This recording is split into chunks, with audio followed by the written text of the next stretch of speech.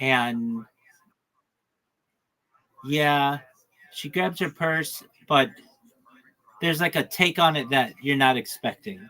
And that was what, when she told that the first time, people blew up about that joke, how funny it was, and then that got her like in the regulars basically. Um, but what? Yeah, she is. I think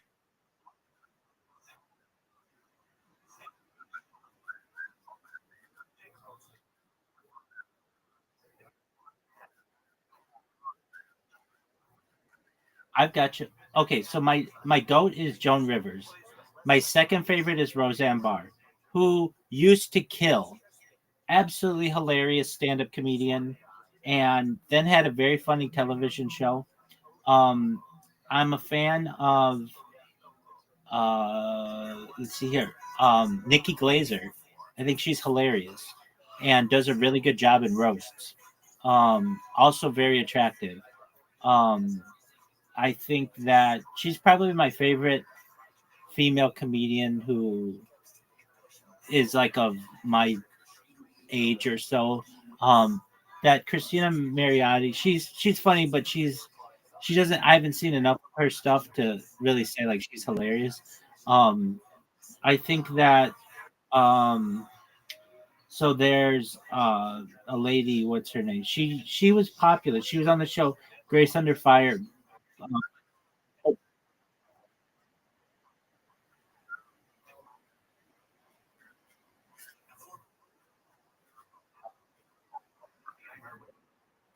Of course, yeah. I was gonna say Sandra Bernhard's up there. She was on Roseanne. She was like the first openly lesbian character ever.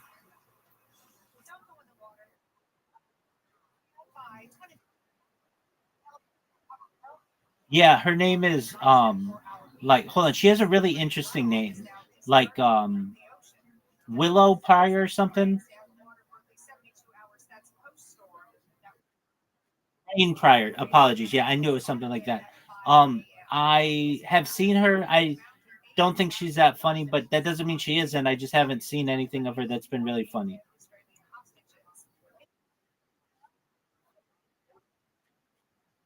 Wait, that's different. That's different. She's very funny. When I've seen her on the I Love the '80s, and she's really funny on that. But I've never seen her on stand up be really funny.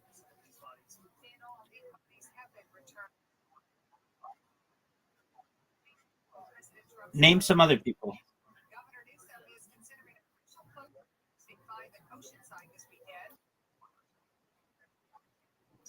Okay, yeah, they were on the same show. Roseanne got her on the Roseanne show, and Whitney Cummings was like a writer on that show way back in the day, or like at the end, very end, or something like that. Or she had some kind of connection to that. Um, okay, and then um, there's Brooke, not Brooke, but what is this lady's name?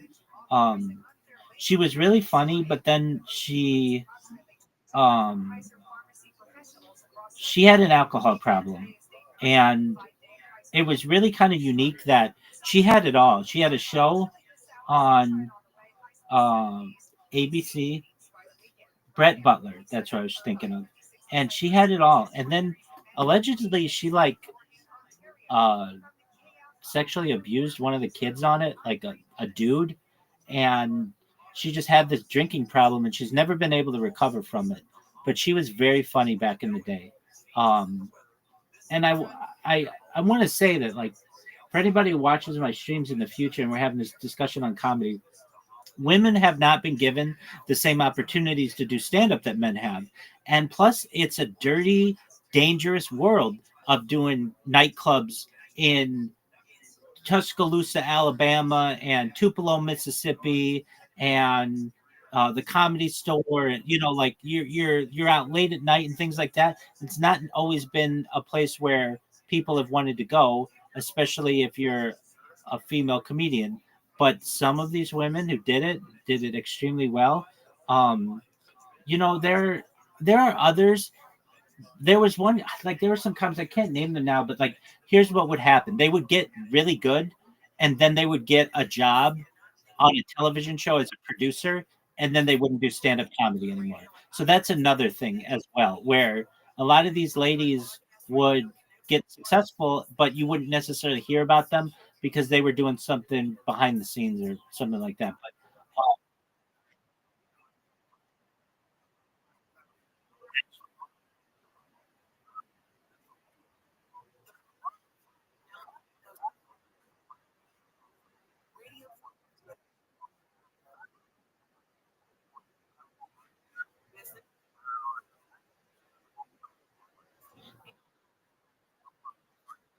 that's right. Okay, so let's go through a list. Okay, so Ali Wong, very funny comedian. She was on a show called All American Girl in the '90s, and it was like the first Asian show that was ever on TV, and it was really good. All right, Quinta Brunson. I don't know who that is. Nicole Byer. I don't necessarily know. Give it to me. Love, and I think she's beautiful. Yeah, Caroline Ray, and then yeah, absolutely.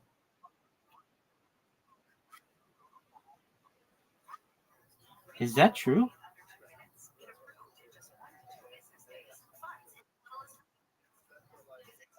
Looking that up.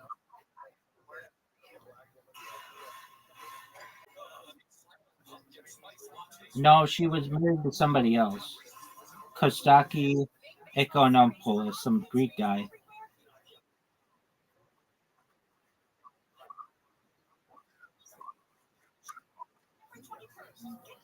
Again, wasn't she a female comedian or wasn't she a female actor though? I don't ever know that she did stand up.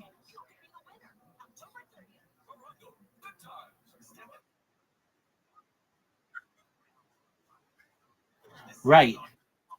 No, you're absolutely right. If you get a funny lady, a lot of times if they're at all attractive, they'll just put them in front of the camera.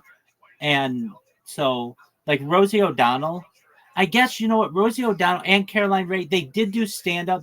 They had shows. They did like the Caroline Ray show where she would have writers write for her, and like how the Tonight Show has the monologue. She would do a little monologue, and Rosie O'Donnell, I believe, did the same. And so that's stand up. That's it's a little bit different, but that's stand up. So yeah, I get that definitely counts. Um,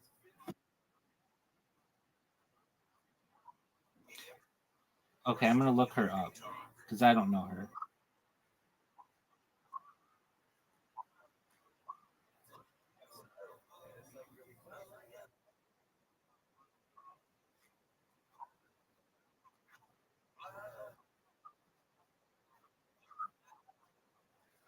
It's so few. Well, because two reasons. One, well, three maybe.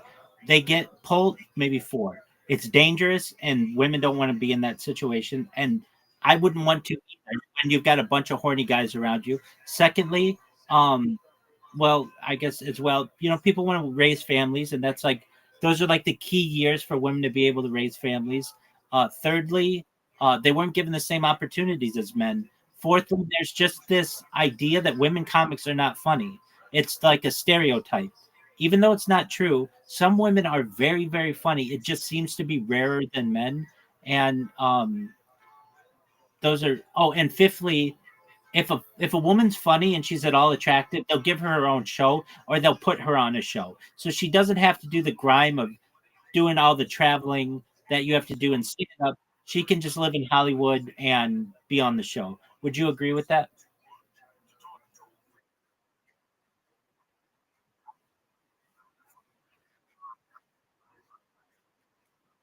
So competitive, so grimy. I can't believe what these guys do. They will travel from like the upper Northwest to do a show in like Boise, Idaho for like $50. They'll drive like 8 hours for $50, if that, and they don't even know if they're going to get paid. You know what I mean? Like in a snowstorm, I would think that they would get paid so much more than they do, but then again, they don't really have to do anything except memorize some stuff and deliver it. But it's difficult to do. It's this paradigm that I have. Like, well, it's pretty simple to do. So why do you have to pay them a lot? But then again, how are you going to get somebody in your little Hoboken town where nobody knows about you if you're not going to pay them well? But basically, like there was even a thing. So I don't know how much you know about the Comedy Store, but there was a time in the Pauly Shore, yeah, and Mitzi Shore.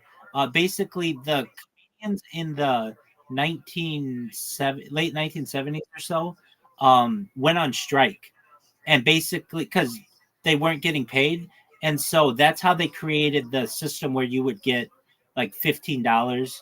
And these guys would only make $15. You would go up in the Comedy Store. If you go up on the Comedy Store, I would think you'd make $1,000 every single time, but not at all. You go up, you do your 10 minutes or 30 minutes or whatever, you make $15. And that's only if you're a paid regular. Like they don't pay very well. The idea of the Comedy Store, what their argument was, because they weren't paying comics, they would say you get it out of exposure. We're going to have every every manager in the city in our audience, and you're going to get an agent that way. So why should we have to pay you? And there was this big disagreement to the point where today, if you look at the Comedy Store's website at the very bottom and within the website, there's a whole story about what happened. Um, Very briefly, I'll just give you a summary um, of what happened in the 70s. Um, and it might have been the early 80s, but here we go. It was a 1979 Comedy Store strike. In 1979, stand-up comedians at the Comedy Store in Los Angeles, led by figures such as Jay Leno, David Letterman, who normally, if you know, don't get along, and Tom Dreesen, organized a labor action demanding payment for their performances, marking a pivotal moment in comedy history. They weren't getting paid for them previously, which is mind-blowing.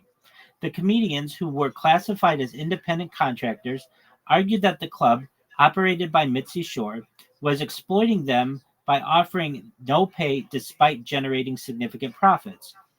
They formed a group called Comedians for Compensation and staged a 6-week strike beginning in March of 1979, picketing the club and refusing to perform. The dispute arose after Shore opened a larger showroom where she paid headliners, but not the younger comics performing there, prompting the comedians to seek for compensation. The strike was not legally recognized as a formal labor strike because the comedians were not employees under contract, but it was a significant protest against the club's no pay policy. Tensions escalated, including an incident where an anti strike comic attempted to drive through the picket line, knocking down Jay Leno, who feigned injury to draw attention. The strike had a profound impact, leading to a settlement in May of 1979 where comedians in the main room were paid $25 per set on weekdays and weekends, and later $15 per set, a rate that remained unchanged until it was raised to $20 in 2024. Like, even still, those guys make nothing. $20 for doing a set. They The strike also prompted other comedy clubs, including the Improv, to begin paying their performers, fundamentally changing the industry standard. The event left a lasting legacy, including the suicide of comedian Steve Lubitkin, who jumped from the roof of the Hyatt Hotel across the street, leaving a note stating he used to work at the Comedy Store. The strike transformed Mitzi Shore from a perceived mentor into a more business oriented figure, ending the club's earlier artist colony atmosphere and ushering in a more commercial era. The conflict was also deepened rivalries, particularly with Bud Friedman's Improv, which quickly adopted a pay policy and became a haven for comedians during the strike. How interesting is that?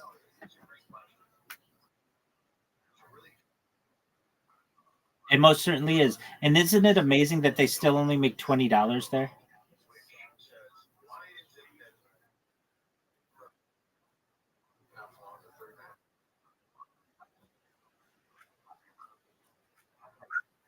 Wait, 100%. And think about it. Um, like it was $15 in 1979. That's like 70 or $80 today.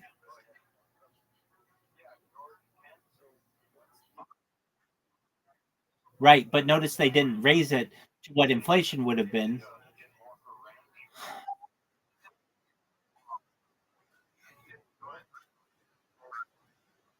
Right. Oh no, not even close. Have you ever been to the Comedy Store? What did you think?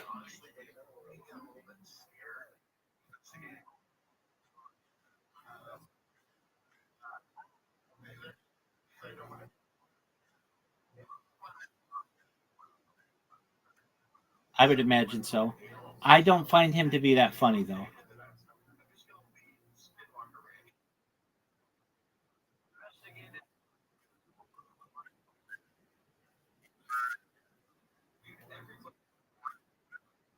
Yeah, no, exactly. And you might have a couple drinks in you and everything. I I found him funny to be he was funny in like the early 90s and when he had his show and stuff, but I don't know, he's just sometimes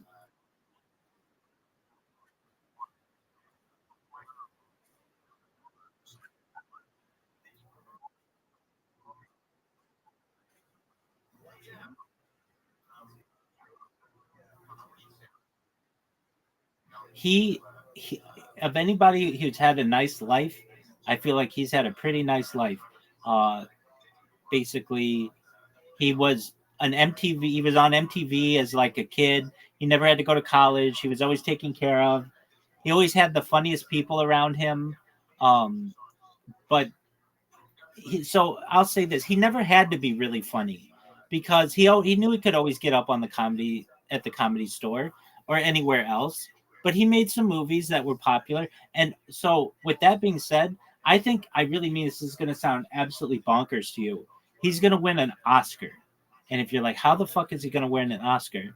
So he's starring in um the movie, the biopic on, oh, what is his name? Um, I'll get it in a second. He's starring in the biopic of Richard Simmons, and he looks just like Richard Simmons, and he does the impression really, really well. And you watch, I could see a world where Pauly Shore wins an Oscar for that performance, and I would be really happy for him. I think in a lot of ways, people have made fun of him for many years for not deserving an Oscar, and I think that, I mean, not deserving anything, but the Richard Simmons estate is fighting this movie, but it's moving forward. Do you know who Richard Simmons is? The exercise guy from the 80s? Yeah. And if you've ever seen Richard Simmons and Pauly Shore, they look very similar. And Pauly Shore, oh, yeah. Oh, yeah. And he does really well. And they kind of sound alike as well. And I'm excited for it. So I don't know where they're at in that movie, but um, and I've got to say, I haven't seen a lot of Pauly Shore stand up, but that's because Pauly Shore didn't travel and do specials. He didn't need to. So for me,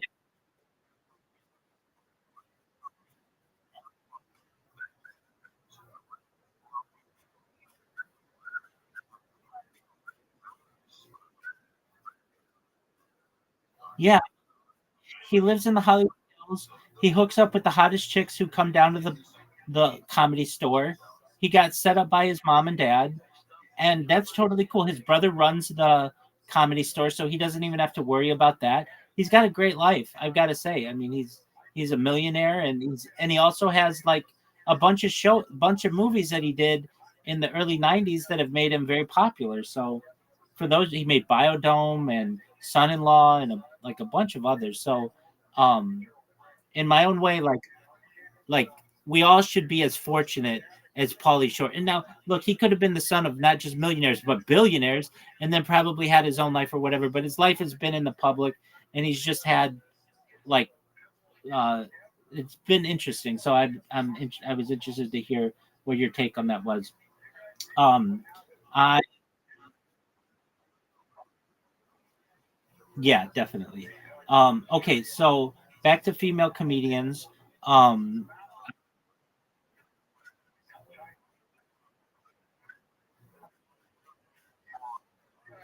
all right, go ahead.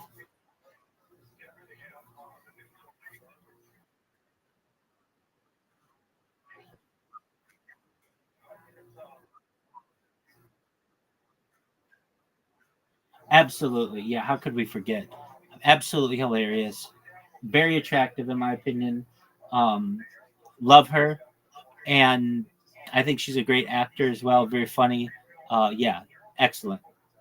Yeah, I mean, there are so many people we're thinking of, and with the excitement, yeah, Sarah Silverman. If you ever watch this in the future, we definitely appreciate your contributions to humor.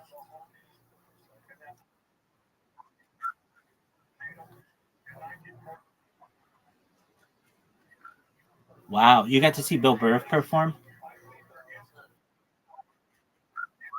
Wow, that that's amazing.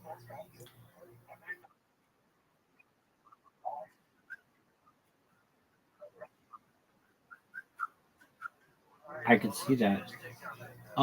One person who I absolutely think is hilarious, who I want to make sure we include her, Wanda Sykes. Have you ever seen Wanda Sykes perform? Oh, she's so funny. She's so funny, and she does this voice. I mean, like whatever it is, she'll be like, "How do you think I'm gonna be doing something like that?" It's just so funny when she does that. Like she's just got this way that she's just brilliant. Very funny. If you ever watch her early Comedy Central specials, they're some of the best ones. And then she got the Wanda Sykes show, and she was on Curb Your Enthusiasm and other things. And she's absolutely hilarious. Um, I'm looking at a list here. Now, I've never really seen her do stand up. I've seen her on Saturday Night Live, and that's Tina Fey. But they put her on here as a female comic, and I think she's very funny. But again, she's a female actor to me, just like Amy Poehler or Sherry O'Terry from Saturday Night Live, or um, uh, like any of those people on Saturday Night Live. They didn't really do stand up; they did skits and improv and stuff, and that's a little different. I'm talking about women who got in a fucking car and road tripped across the United States, or took a plane with nothing but a suitcase and got in front of a microphone. And I don't know if Tina Fey ever did that. I don't know that she ever did, but I know Sarah Silverman did. Oh, I love Phyllis Diller. Absolutely, I know who Phyllis Diller is, and she's up there as a goat. She's absolutely hilarious. Have you ever seen the? Yeah, she's up there with Joan Rivers as one of the funniest women of all time. Have you ever seen the the movie The Aristocrats?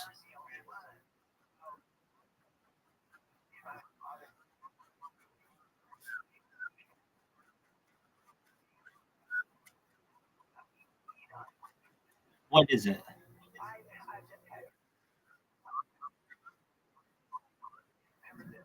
Oh, I know it. I know what the joke. Oh yeah, okay. I thought you were saying that Jerry Seinfeld had a funny take on it. They all have a funny take on it. Drew Carey has a funny joke take on it. Phyllis Diller has a funny take on it. Gilbert Gottfried, somebody we did not mention. I think Gilbert Gottfried, a guy who his death kind of took me by surprise. He was very funny, and he had this annoying kind of humor, but I just thought he was very, very funny. He was the first guy to ever do a post 9/11 joke.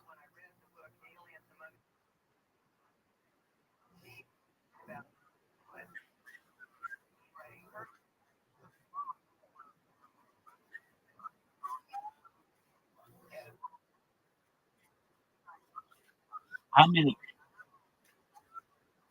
I'm in agreement with you. It was such a sensitive time that it was like, who's going to break the ice over this? And he is the perfect guy to do it. Um,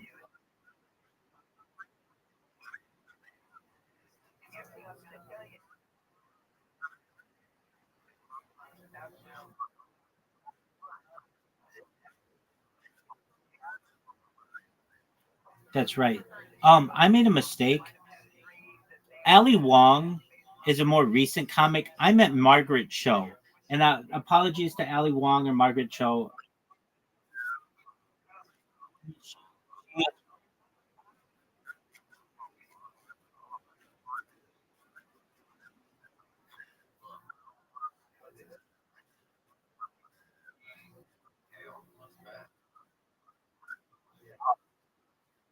Absolutely. So apologies, Margaret Cho. She's the one with All American Girl. It was a hilarious show. Now this is a comedian. She did stand up, and back in the day, I think she was gorgeous. Janine Garofalo, hilarious person. If you know who Janine Garofalo is, she was on a Seinfeld. She was on Saturday Night Live.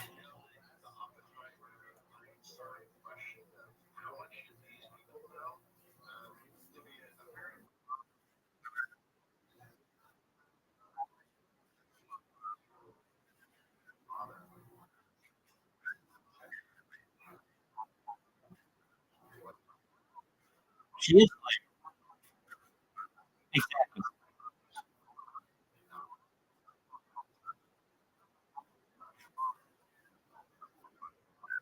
I feel like I could have been friends with her.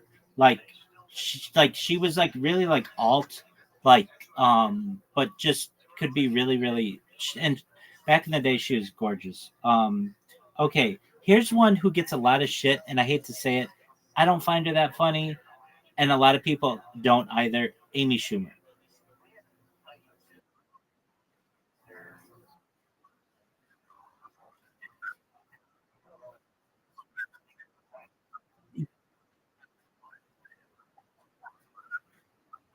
So I think that the waters were a little poisoned when I first learned about her because she got this reputation as a joke thief, and then she had to like go out and do this press tour that she's not a joke thief, and I just never found her all that funny.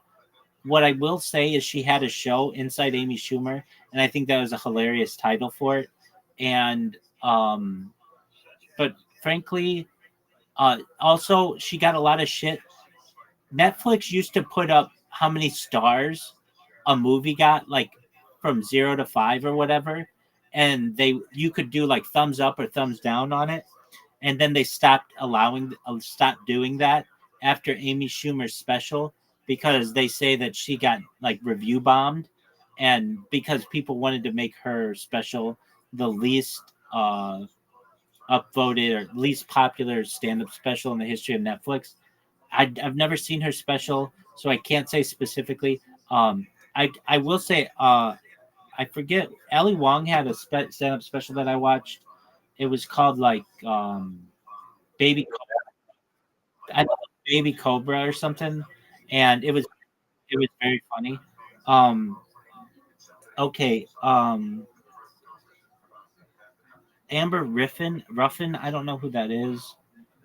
She had her own show though. Um, okay, what are your thoughts on Leslie Jones? Do you know who Leslie Jones is?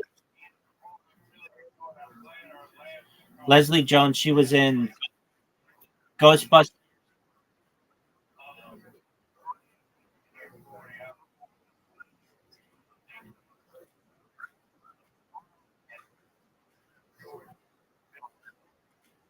Exactly. AT&T. Huge personality, and that's what I would say. I've never seen your stand up. I don't know if you've done specials. Huge personality, and she could be really funny on some stand up. Um, t- Someone who's not on there, but Tiffany Haddish. Do you know who Tiffany Haddish is? Um, I have never seen her specials. And one thing is, like, I don't watch all that many specials on Netflix and stuff. But what I do is I watch them. Like, it depends how I can get to them. Um, but I've seen Tiffany Haddish on Kill Tony, and she was very funny on Kill Tony.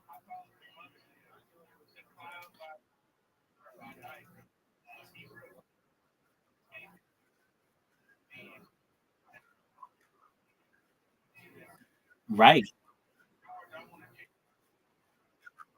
I absolutely agree. And she got in trouble for sexual assault. Yeah. Okay. And the person with whom she got in trouble, they assaulted somebody on some show. This person is not only an amazing comedian, but does maybe the best impressions of any comedian, at least African American comedian impressions, because not everybody can do those. He does them better than anybody, and that's Ari Spears. Do you know who Ari Spears is? Ari,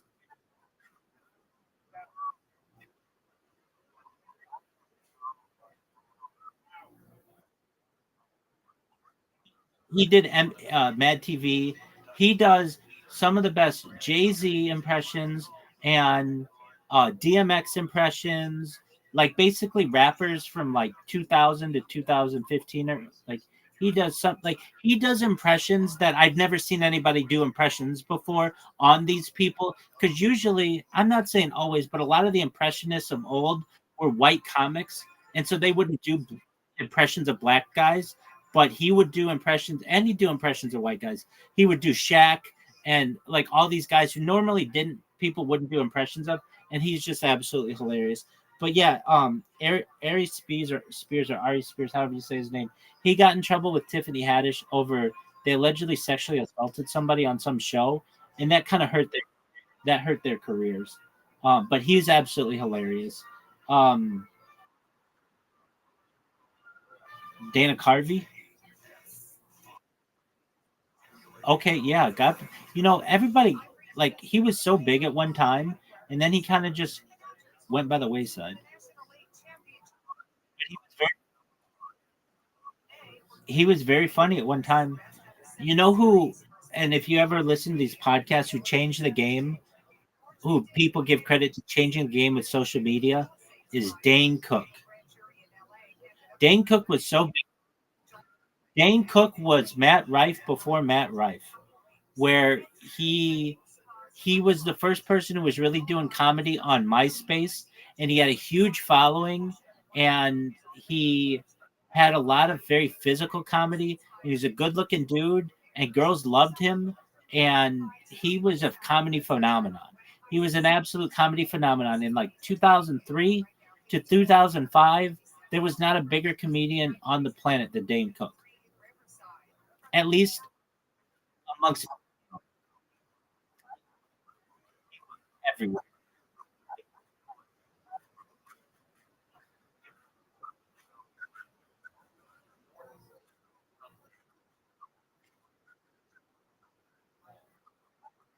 With Jessica Simpson, right?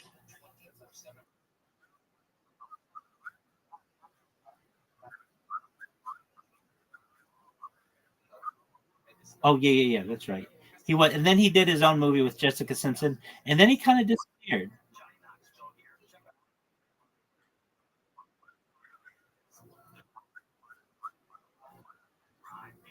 They get back, back. Exactly. He got accused of joke thievery by Louis C.K.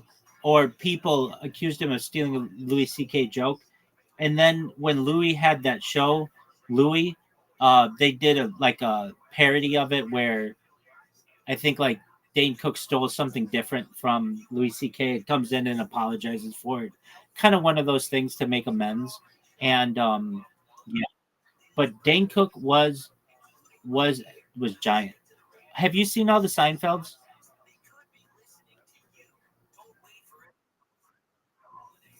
Yeah, the show. Okay, so he had a lot of people on there who were um like comedians before. Okay, so do you know who Dom Herrera is? Dom Herrera. Look him up. You'll know his face. DOM space IRERRA, something like that. He's from Philadelphia, but he's a Comedy Store staple. He was on some. Yeah, exactly. I knew you would. Um, Great. Exactly. And he's kind of too old now to do it, but he he did a lot of different things. He did a bunch of different shows as well. He did a lot of voice acting, and like you name it, Don Herrera at some point had something to do with that with the show. Um, he did okay, and then another guy, um, he died, but Richard Jenny. Do you know who Richard Jenny is? Yeah, so um, Richard Jenny was a big one. Like back in the day, these are guys who never kind of hit that cusp where they got their own show, but they were really big. Um, Drew Carey used to be a really funny comedian. I mean, he's a game show host now. He was really funny back in the day. Um, and Tim Allen. Tim Allen was a monster comic at one point, and then just started this. He had a huge acting career, comedic actor, where he did Home Improvement and he did Last Man Standing, and he's doing something else now. Kind of the same character in all of them, but he's found his niche and he's very successful with it. He's been very funny. And what I love about Tim Allen's story is he got arrested for cocaine possession in Kalamazoo. Now he snitched on the guys, which is normally not seen as cool, but he was able to turn his life around. And I think that was really cool.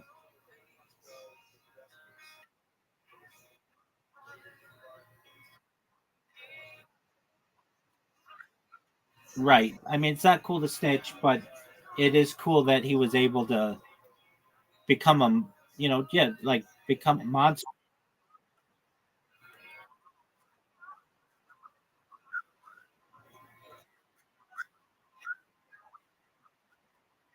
I think he snitched on a bunch of people because he was facing like huge amount of he was facing a huge amount of time, and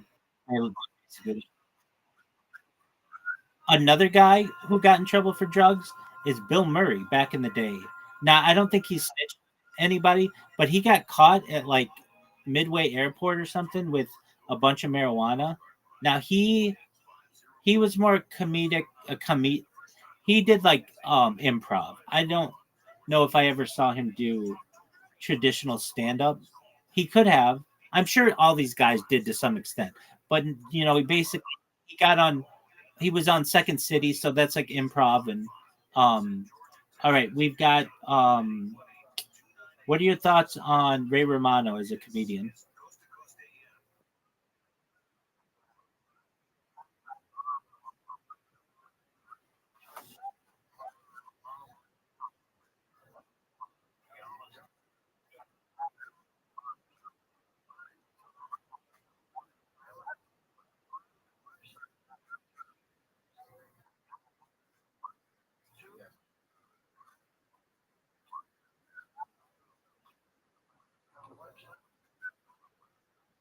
That's true.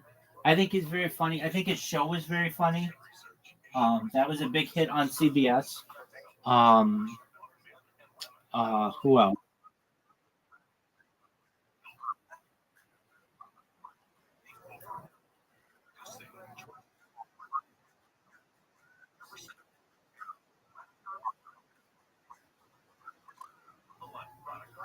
I could see that. He I he did a special that I saw, and again, I don't see that many specials, though I probably see way more specials than your average person. But because I haven't seen everybody's special, I feel like there are a lot of them that I haven't seen. But he did this special in New York City, I believe, at maybe the Comedy Cellar, and then went to Caroline's when that was open, or something like this. Where it's really cool. It's on Netflix, I believe, or something like that, where he does like 30 minutes in one of the facilities or one of the places, and then keeps the camera on himself as he walks to the other one, and people stop him and they're like, "Hey, what's going on?" And he talks with them a little bit. He's like, "I got to get to this other show or whatever," and it's just him talking and like with his family, and then he does 30 minutes at the other one. And I thought that was a really cool way. It's like normally they would just you would just do one set at a given facility and that's it. But he did two of them in separate facilities and then videoed the walk between the two.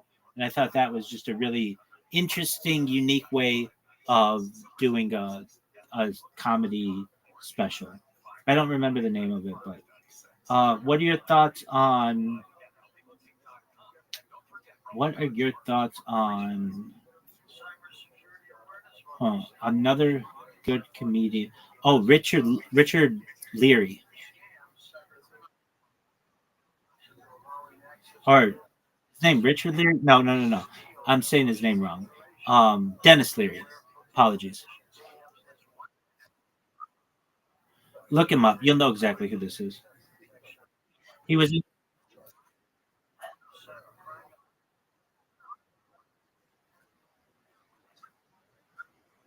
exactly. Boy, did he do stand up. But here's the thing: he stole Bill Hicks's material, and then Bill Hicks died of cancer, and then Leary, Dennis Leary, named one of his specials "No Cure for Cancer." Like, haha, bitch! Like I'm still alive and I stole your shit. So a lot of people haven't been real happy with Dennis Leary. But back in the day, when before people found out that he did that, he was a monster. He did really really well. He was seen as a giant comedian, and then he did that show on FX, whatever about fire being a fireman, and then Rescue Me, I think it was called. And now he's tried to go back out and do it, but a lot of people have found out the lore and been like, and the comedy world does not forgive very easily. And especially the comedians, when they find out you stole somebody's shit, they don't let you forget it. And it's so easy for that news to spread. Like somebody be like, "Oh, I love Dennis Leary as a comedian." And then somebody be like, "Well, guess what?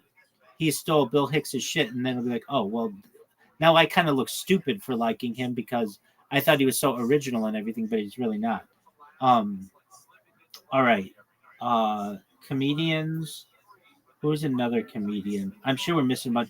Okay. So they were more SNL guys, but we're talking impressionists. Well, okay. So I said what's his name? So three guys I want to name, but they were really SNL. There's Rob Schneider, who I've never really seen do stand up comedy, maybe a little bit, but he's always been pretty funny. But he's more comic, improv or comic actor. Um, well, Adam Sandler does stand up, and it's good, but I still see him not as your traditional stand up comedian because he started in improv and he was an actor and things like that. Um, but then there's David Spade. Again, just did the SNL thing. Didn't work his. I don't want to say didn't work his way up, but not as well known to be doing that. And then there's I even just said his name. Yeah. Well, that's true. But then became a director. The one who we didn't name is Dave Attell.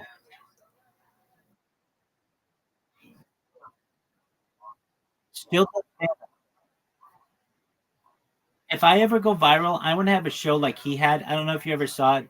It was called Insomniac with Dave Attell, where he would just walk around the comedy store after hours or like late at night and just do interviews with people and smoke. That was the whole show, and I think that would be really cool. Hey, we're gonna just walk around for and just interview people with a camera. I think that'd be like people would fucking love that if you did it today, and especially if you're a comedian to do it. So yeah, Dave Attell. A lot of people consider Dave Attell to be the modern day funniest comedian out there. A lot of people. I'm not saying that he is, but I don't. But I should say he can be very funny, and I have found him. That's exactly right, and that's a perfect way to put it. I was going to say the reason why I say that Tony Hinchcliffe considers Dave Attell to be the GOAT, and I don't necessarily agree with that. I'm more a Chappelle guy myself, but I could see how people think that. Okay, other guys who we don't consider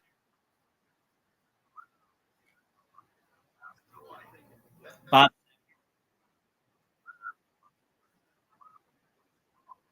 Okay, I don't know who that is. I'm gonna look him up.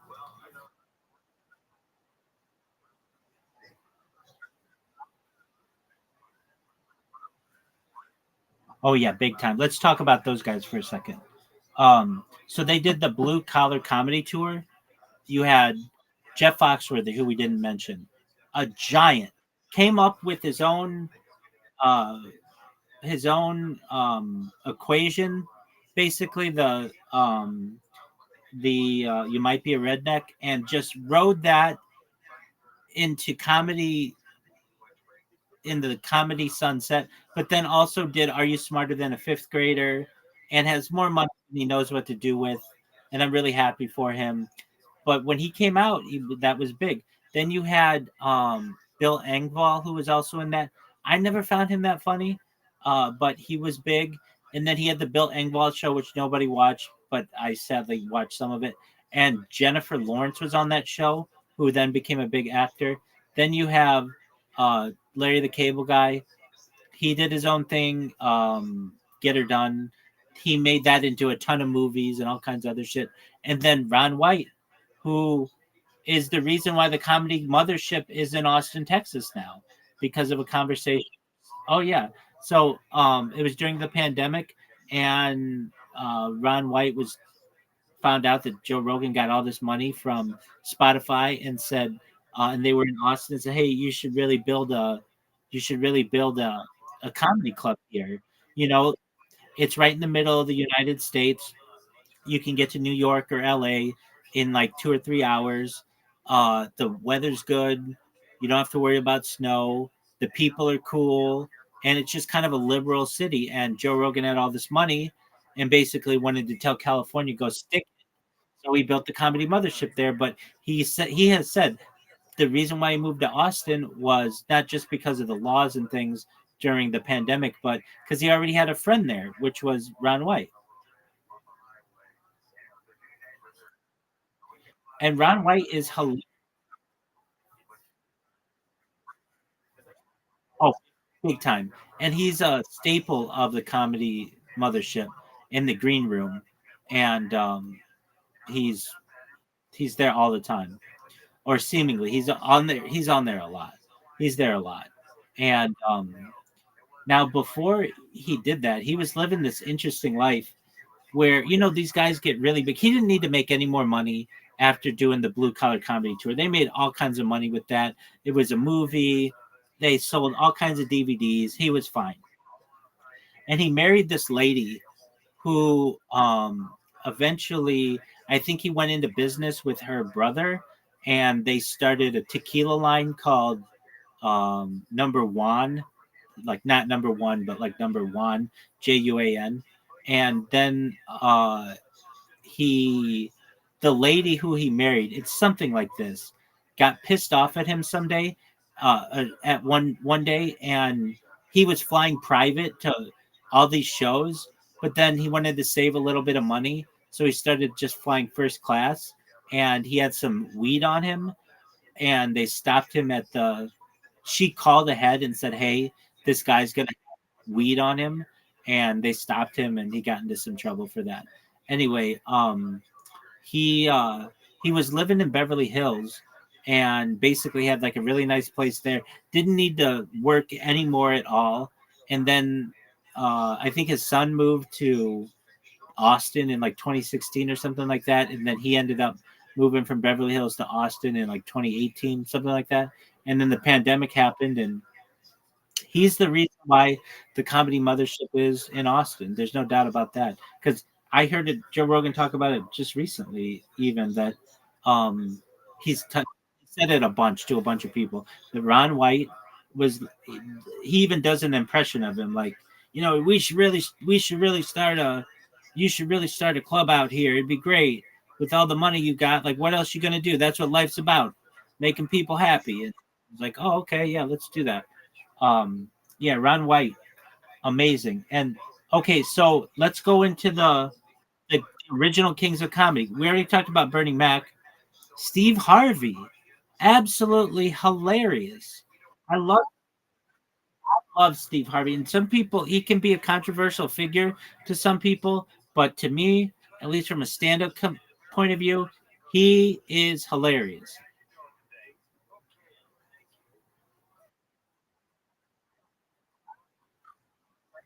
He's hilarious on Family Feud. Oh man, he has great taste in music, and he has great taste in suits. Love I love a lot about Steve Harvey. Okay, then we got Cedric the Entertainer, who a lot of people think. Well, I shouldn't say that. We haven't even named one of the funniest motherfuckers out there, Cat Williams.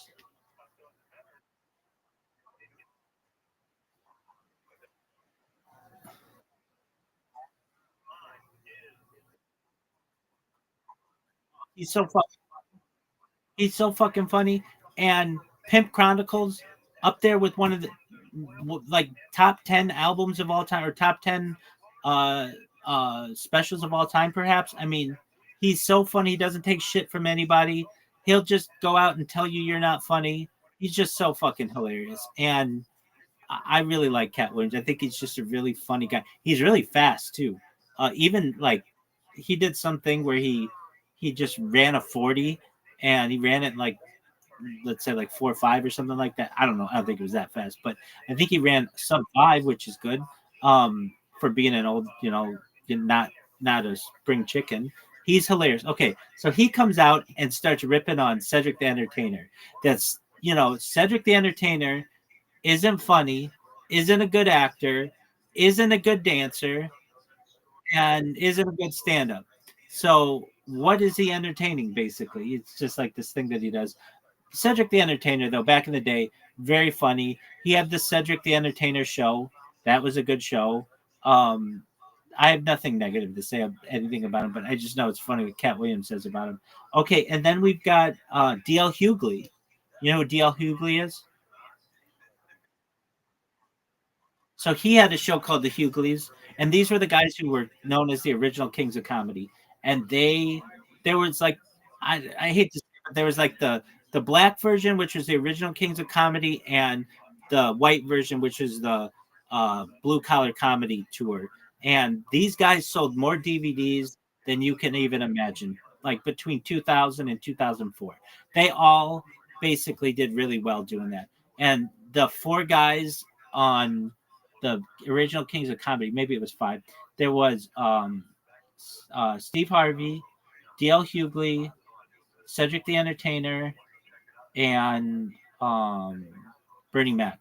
And there might have been some other people, but I think that was it. So they had those four guys, and then the four from the Blue Collar Comedy Tour: Jeff Foxworthy, Steve Engvall, uh, Ron White, and um, oh, dude, absolutely. Now, he's hilarious, and he doesn't get enough credit. I think because he's so dirty. He's such a blue comic, but he is a killer. And do you remember when he did the Man Show after Adam Carolla and Jimmy Kimmel? He did the Man Show with Joe Rogan. Yeah, that's when I was really introduced to Stanhope, and he's just like a blue comic, very very funny. Lives in Bixby, Arizona, and is like the mayor of Bixby, Arizona, and he does other shows as well. But basically, what he was doing, this I just thought that was so cool of him. He would invite anybody who from anywhere in the United States to come to his house for the Super Bowl, and it eventually became too big that he couldn't do that anymore. But he would just get out and tweet and be like, "Hey, come to my house," and people would, um, or like on a phone or something. And like Joey Diaz has a ton of stories about him. Oh, you know who we were talking about? Guys who went left too early. Ralphie May. Do you know who Ralphie May was? Absolutely. So I listen to Ralphie May and Joey Diaz. They do this like interview together. They do a bunch. Oh, yeah, these two fat guys. And I listen to these guys all the time when I'm watching sports in here because it's something that I can put on that confuses or like basically makes it so that the copyright infringement doesn't get me for the NFL. And I'll just leave those two guys on all the time. I can listen to them for hours. Ralphie May a little too racist for my always my liking. He sometimes would say things that I wouldn't always agree with. However, deep down, I think he had a good hearted. You know what? Actually, deep down, he's a super good hearted guy. You ever hear he would take care of comics when he made it big? He would share. He wasn't miserly like a lot of these other comics. He like Joey Diaz has this story where Joey Diaz's car was broken down and needed a tire, and uh, Ralphie May called him and he's like, "Hey, Joey, where are you?" And he's like, I don't have the money. My car's in the shop and I don't know how I'm going to pay for it." Ralphie May, basically something like this happened, called and picked him up, paid for 4 new tires, and took him to have sushi. And when they were done with sushi, Joey Diaz had like a brand new car. Basically, didn't buy him a new car, but change the oil and all the other shit they do or whatever. Just basically made it so that he could have a workable vehicle. And I just thought that was always cool. And like Joey Diaz or Ralphie May, they like at 9/11, all those guys at the Comedy Store, they went and had like gumbo at Ralphie May's house. Like there's just a lot of things that people didn't know that Ralphie May did that were, made him, I think, a much nicer person than people know him to be. Uh, Another comedian who isn't really well known, but Jay Moore, he was pretty big back in like the late '90s, early 2000s. But what I think he did was big was he hosted the show or helped host the show Last Comic Standing. Did you ever watch Last Comic Standing?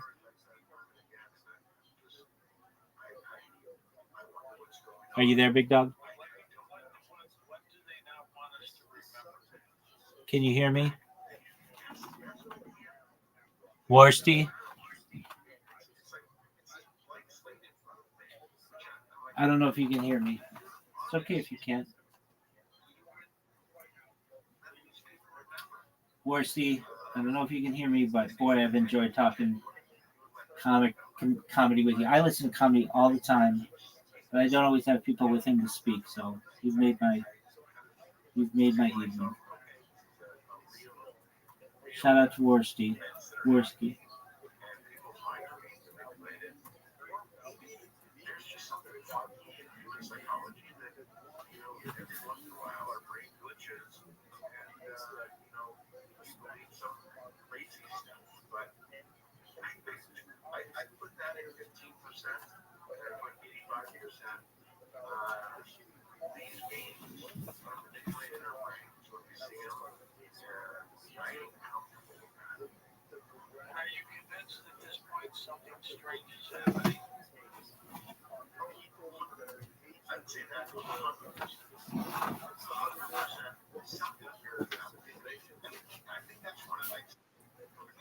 Are you there, Worsky? Are you there?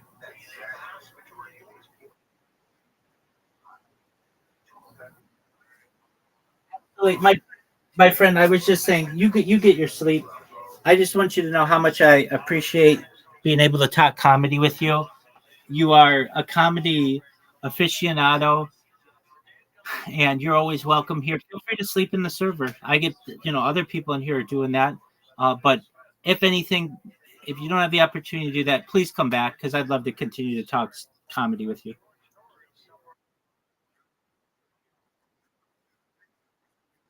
You're good, big son. You're good. You get your sleep, okay, big man?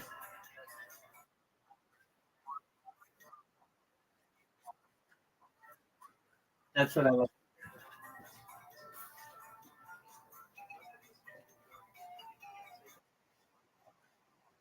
Take care, big dog. Shout out to Worski. What a cool conversation that was. What a cool conversation that was. That was neat. Love that.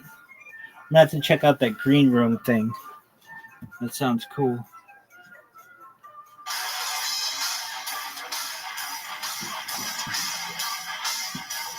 He knew. Motherfucker knew what Fire and the Kid was. That's hilarious. Nobody knows what that is. All right, we want to talk about something real quick. We were talking like out here today, and it reminded me of something, and it's what's going on in the world. What's been happening since I was a kid. When I was a kid, a teacher told me in high school one time, we were talking about drugs. Okay, they were talking about drugs, like a social studies class. I still remember the teacher, and he said that the reason, he goes, yes, you people think Colombia's sending the drugs in here. It's not the Colombians. It's everybody who's against the United States. It's China, it's fucking Russia, all this shit. And at the end of the day, it's to weaken us. So when they come over to take over, all they got to do is throw a bag of coke at us. We'll grab a bag of coke. And that's it. I don't know if you people know that. That's a common fucking thing. Right now, if somebody wanted to take over us, we'd be so easy as a country. And it's not because we're divided. It's not because we're politically whatever. It's because we've become so stupid and so infatuated with things that don't affect your life. And I don't know if you guys know this. It bothers me to no end. I love waking up in the morning. I love it. Smoking dope and going on the internet and seeing a bunch of people talking about shit early in the morning that doesn't affect their lives at all. Doesn't put a dime in your pocket. It doesn't change your life at any level at all. And I love to see when people get fired up for no reason. I tell you what I really love is when I go somewhere and they think that's what you want to talk about. Like when it becomes that. Like, so what do you guys think about the Bad Bunny thing? Nothing. There's nothing to think about. But it's really fucking sad that 2 weeks later, I'm still reading about things that Bad Bunny at the Super Bowl. It's a fucking game. Okay? I don't know any of you people. I don't know if any of you guys in this room. I can look myself in the mirror, have a stack of fucking Bibles with Jesus sitting next to me. I have never watched the Super Bowl to see who the musical fucking guest is. I don't care if it's Prince, Michael Jackson, Snoop Dogg. I can give a fuck because it's a medley of songs. It's 8 minutes and I get, Paul McCartney. I don't want to hear Get Back. I don't want to hear that shit no more.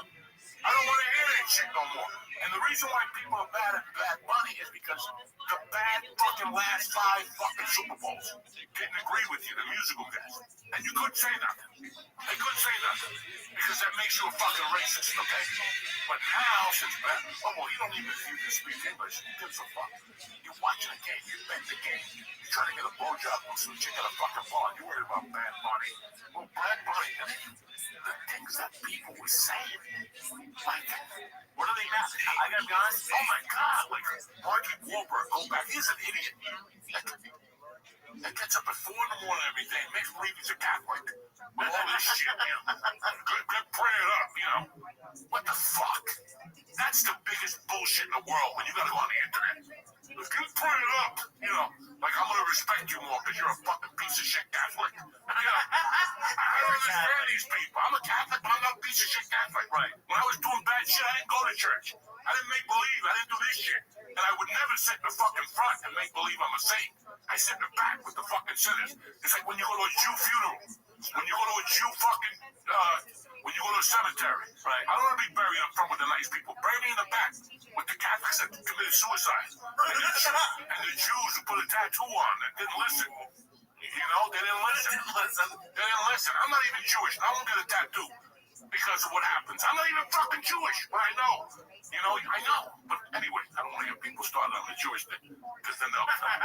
But it's the truth. Where we're at. 2 weeks now, people are angry about a performer in the Super Bowl. You have to ask yourself, but the good thing about this, what happened to the Epstein list? It's gone. Because everybody's worried about the fucking, this is all they do to you. It's a fucking mental game that you idiots go in and out of every fucking day. It's something else. And if you just focus on your life and your family, it would be so much easier. Like, I'm going to tell you guys something now that I'm ashamed to tell you, and I'll tell you. I didn't know who Charlie Kirk was when he got shot. When he got shot, my wife told me Charlie Kirk.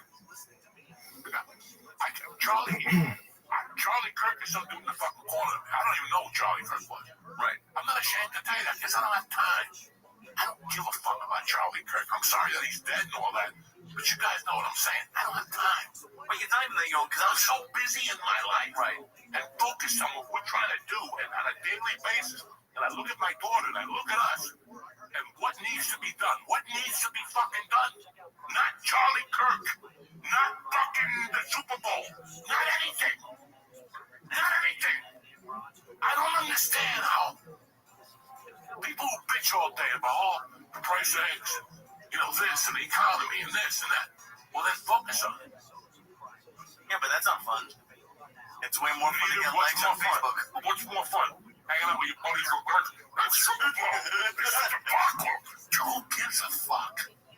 He's singing Spanish, lower it. Is that really what they're upset about? They're upset about anything that, but who do you want?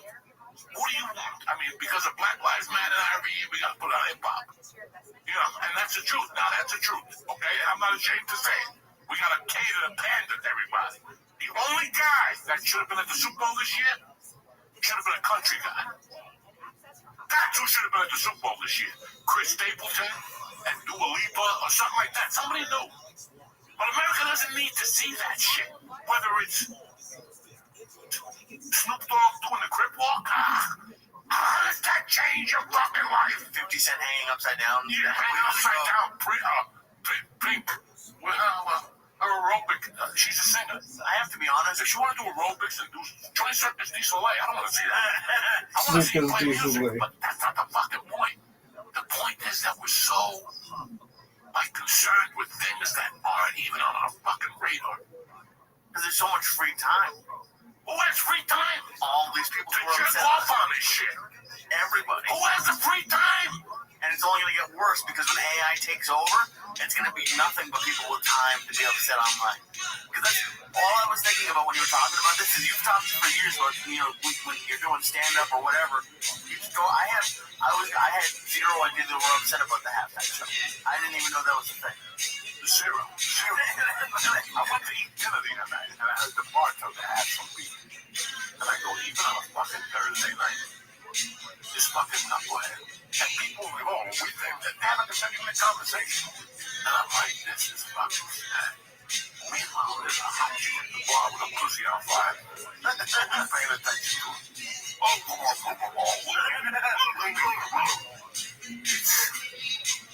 It's been, and for a guy like me, it's very hard because I've lived my life not giving a fuck, but not even listening to what you have to say. I really could care less when people call you. Like before you do things, even when I'm in the gym, I'm thinking about who I gotta call. You know what I'm saying? Like when I get up in the morning, there's a window, and I do my writing and go on the internet, whatever you read, whatever the fuck. But after that, everything I'm doing is heard from my day. Like I get mad at my wife. When I go in the shower, I don't want to be the best. I'm being there finishing up your hair. My wife has a problem if I tell her to go take a shower, also she needs to go take a shower. But I'll tell her to get the fuck out. I love my wife, 25 years, I respect her. But she doesn't understand. When I walk into that shower, I'm thinking. I'm not thinking. So what do you have to do? Where's the brush? I don't fucking know. I'm worried about how we're going to pay bills this month. Okay, I don't know what. So on that morning, that shower, I don't talk to nobody. Once Mercy leaves, there's nothing to talk about. I walk upstairs, and in that shower, in that 20 minutes, after I scrub my asshole and my balls and shampoo and brush my teeth, I sit there, and I think about my day, and I think, we were talking about a situation I have with my wife. That happened Friday. I thought about it for 3 days, because usually, I'm from North Bergen, I go down there with a stick. And hit the guy. You follow me? So as I got older, I have to. You have to think about things before you attack them. And that's on any level. And this is something that comes with age and wisdom. This wasn't me at 30. Because I know I'm an idiot and I'll go down there and end up in jail. On the text he said, I'm calling the police. What would happen if I showed up down there? You know what I'm saying? So, I have to think about things. But it took me 3 fucking days, and I ran it through a very close friend of mine that's also friends with him to make sure. And that's the world. But that's not the world. Have you ever ran to social media to post something, and then you realize you posted the wrong thing and didn't get the facts? Dude, why fucking post? Why post anything? Look at my Twitter and my Instagram the last 5 years. I don't post much. Nor do I want to. I got in trouble for liking a post. I don't want to bring it back up, but one of our friends posted something before we had all the information. I just liked it because I thought it was funny. I got messages that just because I liked it, I should get off the podcast. Most people should get a life. And that's the problem you have there. That's the problem you have, that nobody has a fucking life anymore. You wouldn't worry about Epstein if you were getting your dick sucked if you're sitting there every day. And some chick is sucking your dick with ice cubes and whipped cream and shoving a finger up your ass. You got no time to worry about Epstein. Right. Yeah. You got no time to worry about nothing. You're just worried about that this chick might not have a cavity. She's gonna give my pee hole a fucking cavity or something like that. You don't. When you're thinking, when you're in love and you're fucking and you're having a good time, you're not thinking about this shit. I see people have thrown their lives away, focused on something that it's not gonna work. Whether it's a sports team, like I have a dear friend of mine that complains about money. A couple weeks ago, I called him up. I have a show. Swing by, pick up an envelope. Got a game to watch. Really? Somebody else, I offered them a gig one night, and they told me it was their birthday. I can't call you no more. I'd love to do a show on my birthday. I can't call you no more because these are the same people. That bitch.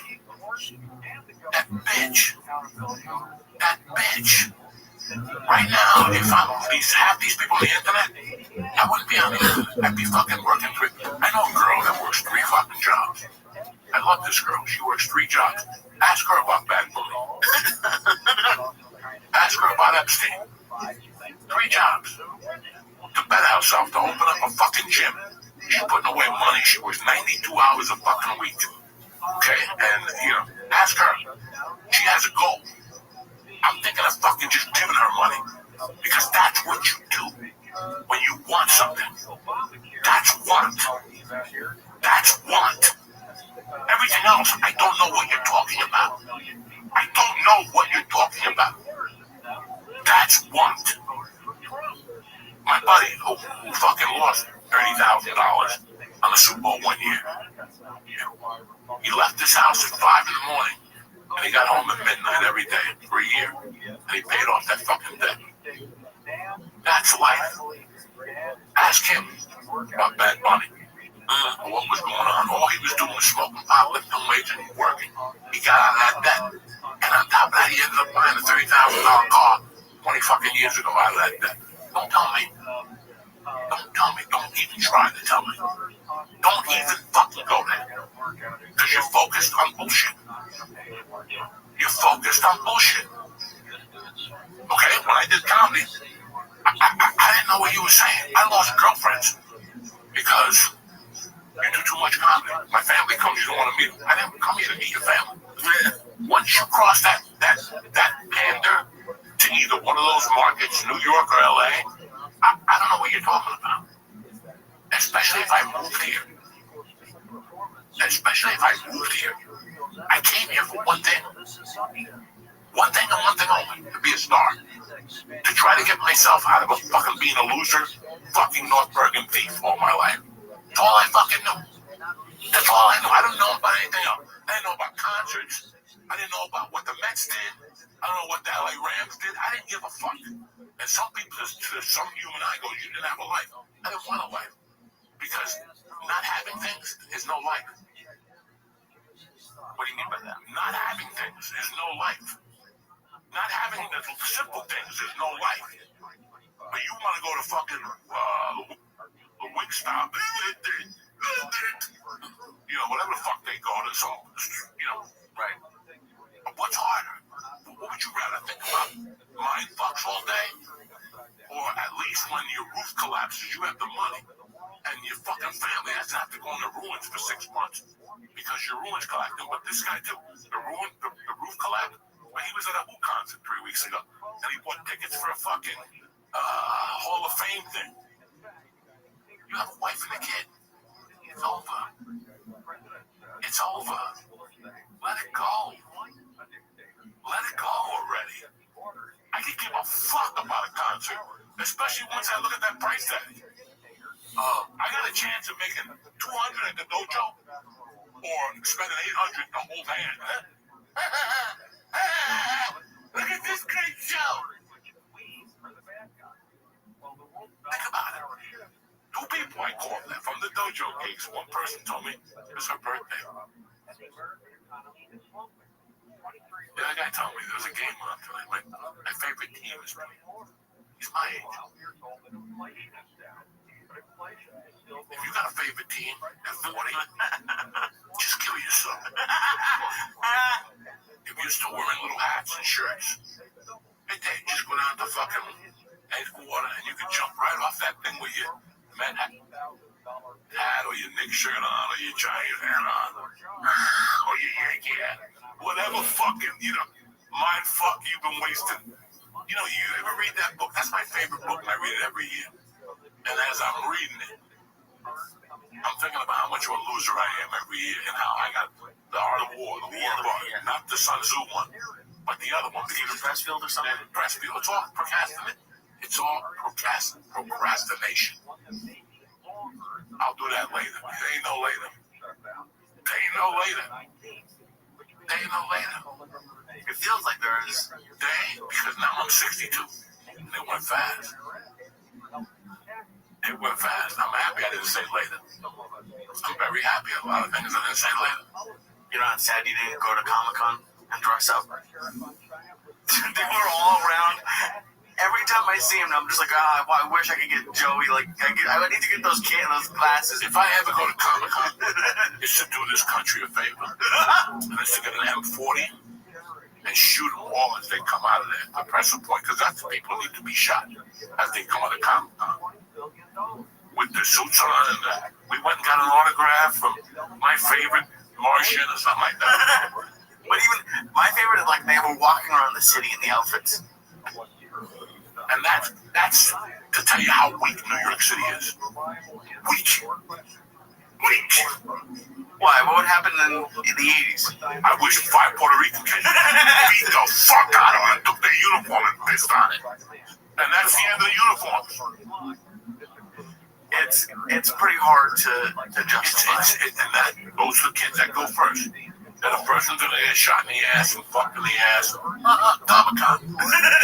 we didn't go to Comic-Con.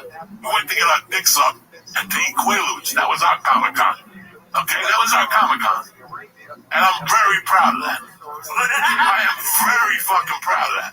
It's like for the last 5 fucking months. Every month we have a weed sponsor on here. Right? Like some fucking weed sponsor, okay? And it's always that Delta 9 and all that other creepy shit, And I don't want them no more. I'll tell you why, because I don't want the clientele that's not doing the drugs that we do here.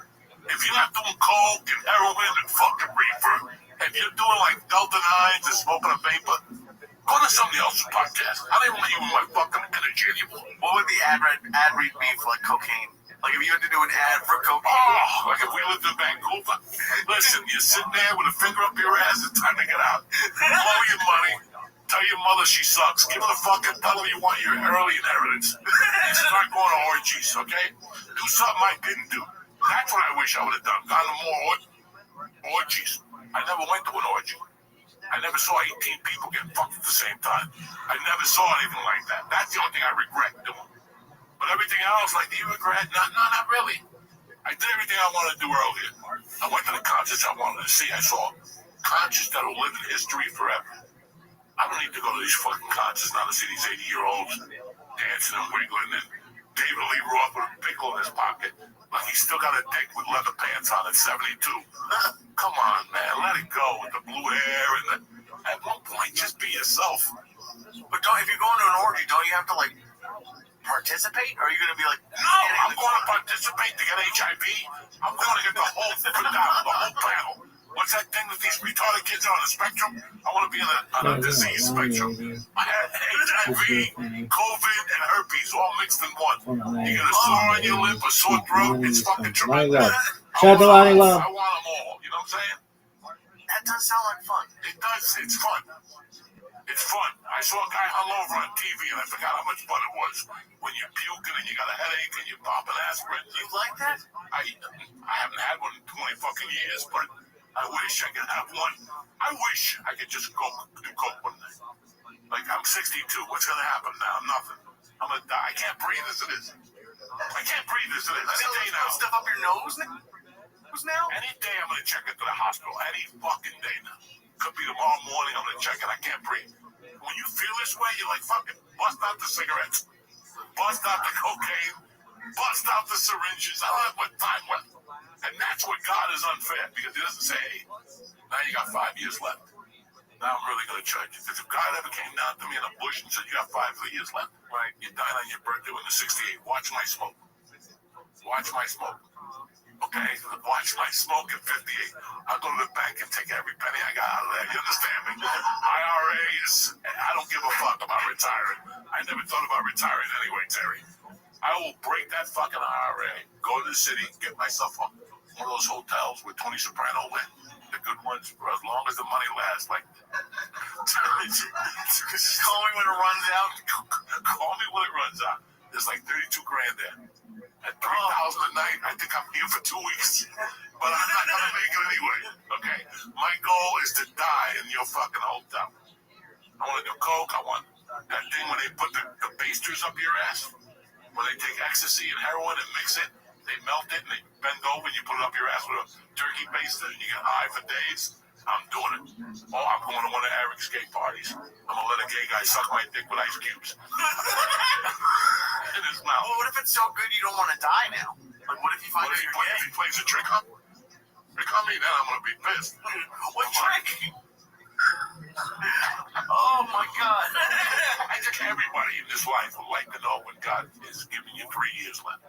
If you make up your mind how you're going to go. If you want to go surrounded by family and people playing violins and shit. He was a good man. He had a good heart. Or if you want to go fucking with some fat black chick sitting on your face with a midget chick sucking your dick. Some guy putting hot air into your asshole with a hot air balloon. Anything different, I'm going to do, okay? If I know I got 3 years left. But do you think you'd still have 3 years left? Well, I think I got 3 years left right now. No, I know that, but that's another coke in I just want to make it official. I don't want to go off the chain in front of my daughter if I'm not going to make it official. That would be pretty fun. That would be a fun way to go. That's the way to go. That's the way. Listen, think about how you're supposed to live your life. Think if everything worked out the way it's supposed to, and you put away like 800 grand, and you were 60, you had no kids, no grandchildren, no wife. What do you want to do with that 800 grand? You gonna leave it to your retarded nephew? No, that's a fucking idiot anyway. He's never gonna do nothing. What will you do if I told you were dying of cancer and you had a year left and you have 800,000 in the bank account, and you don't give a fuck, all your credit cards are clean? That means you can use them all. Tell them all to suck your dick. Because they can't tag them on to somebody once you're dead. Right, yeah. You're gonna burn through that 800 grand. Well, if you have kids, so you have to have nobody. Yeah, nobody. How do you want to die? In a boat? Oh, a boat would be fun. Fuck that. You want to die in a plane crash while you're doing coke with the pilot and you're getting fucked in the front. And the pilot's got his back turned to the fucking skies. And she's a chick. And she's jumping up on top of you. And you're like, the plane's going to hit a building. Who gives a fuck? Who gives a fuck? We're going to hit the 9/11 building. Hit it again. Yeah. Think about all the things you do differently if you knew you had an expiration date. And how we live so fucking careful as pussies. And that includes me. I'm the biggest fucking pussy in the world. I'm the biggest pussy in the world because I got scared. You know, I don't think I'll do coke again because I made a promise. And I wouldn't mind doing a lot of heroin. Heroin does, like, that's the one I think I'd like. Well, Molly I want to try, but Molly I want to try to go for that time. Again, What? why play with little drugs when you get I don't think Molly's a little drug. Molly's a little drug and play it with H.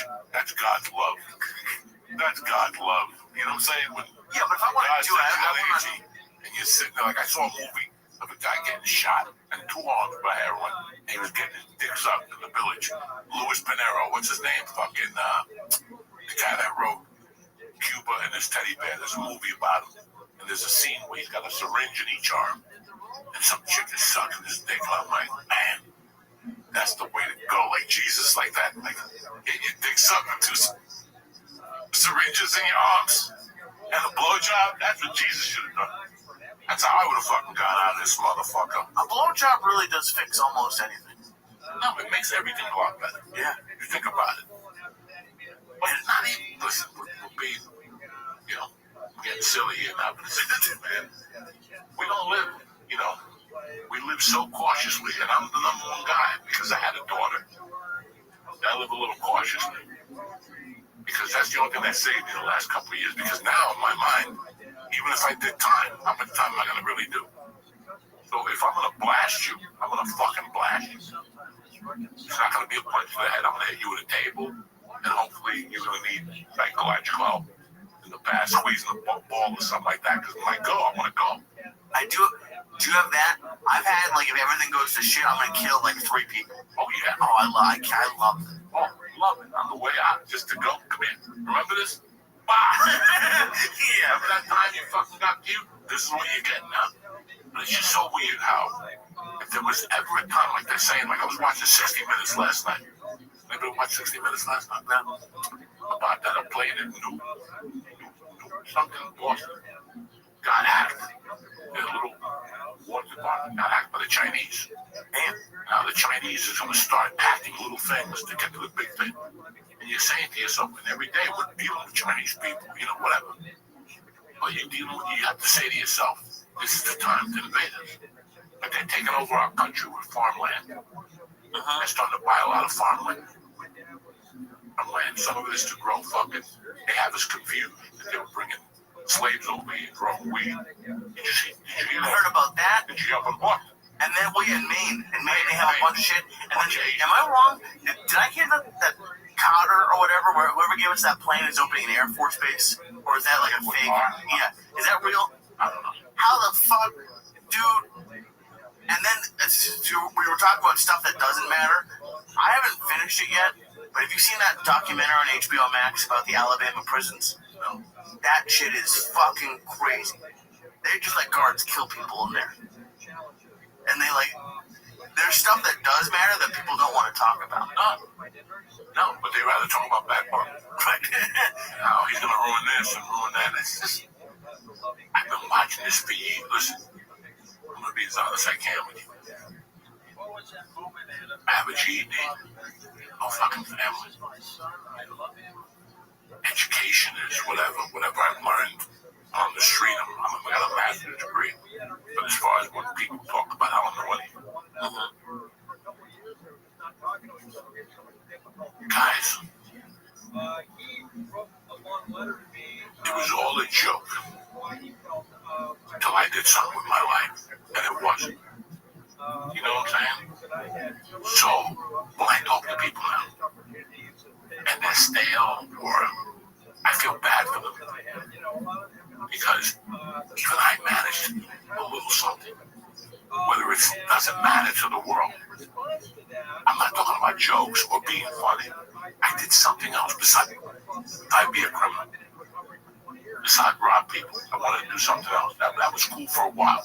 It's really cool to rob people.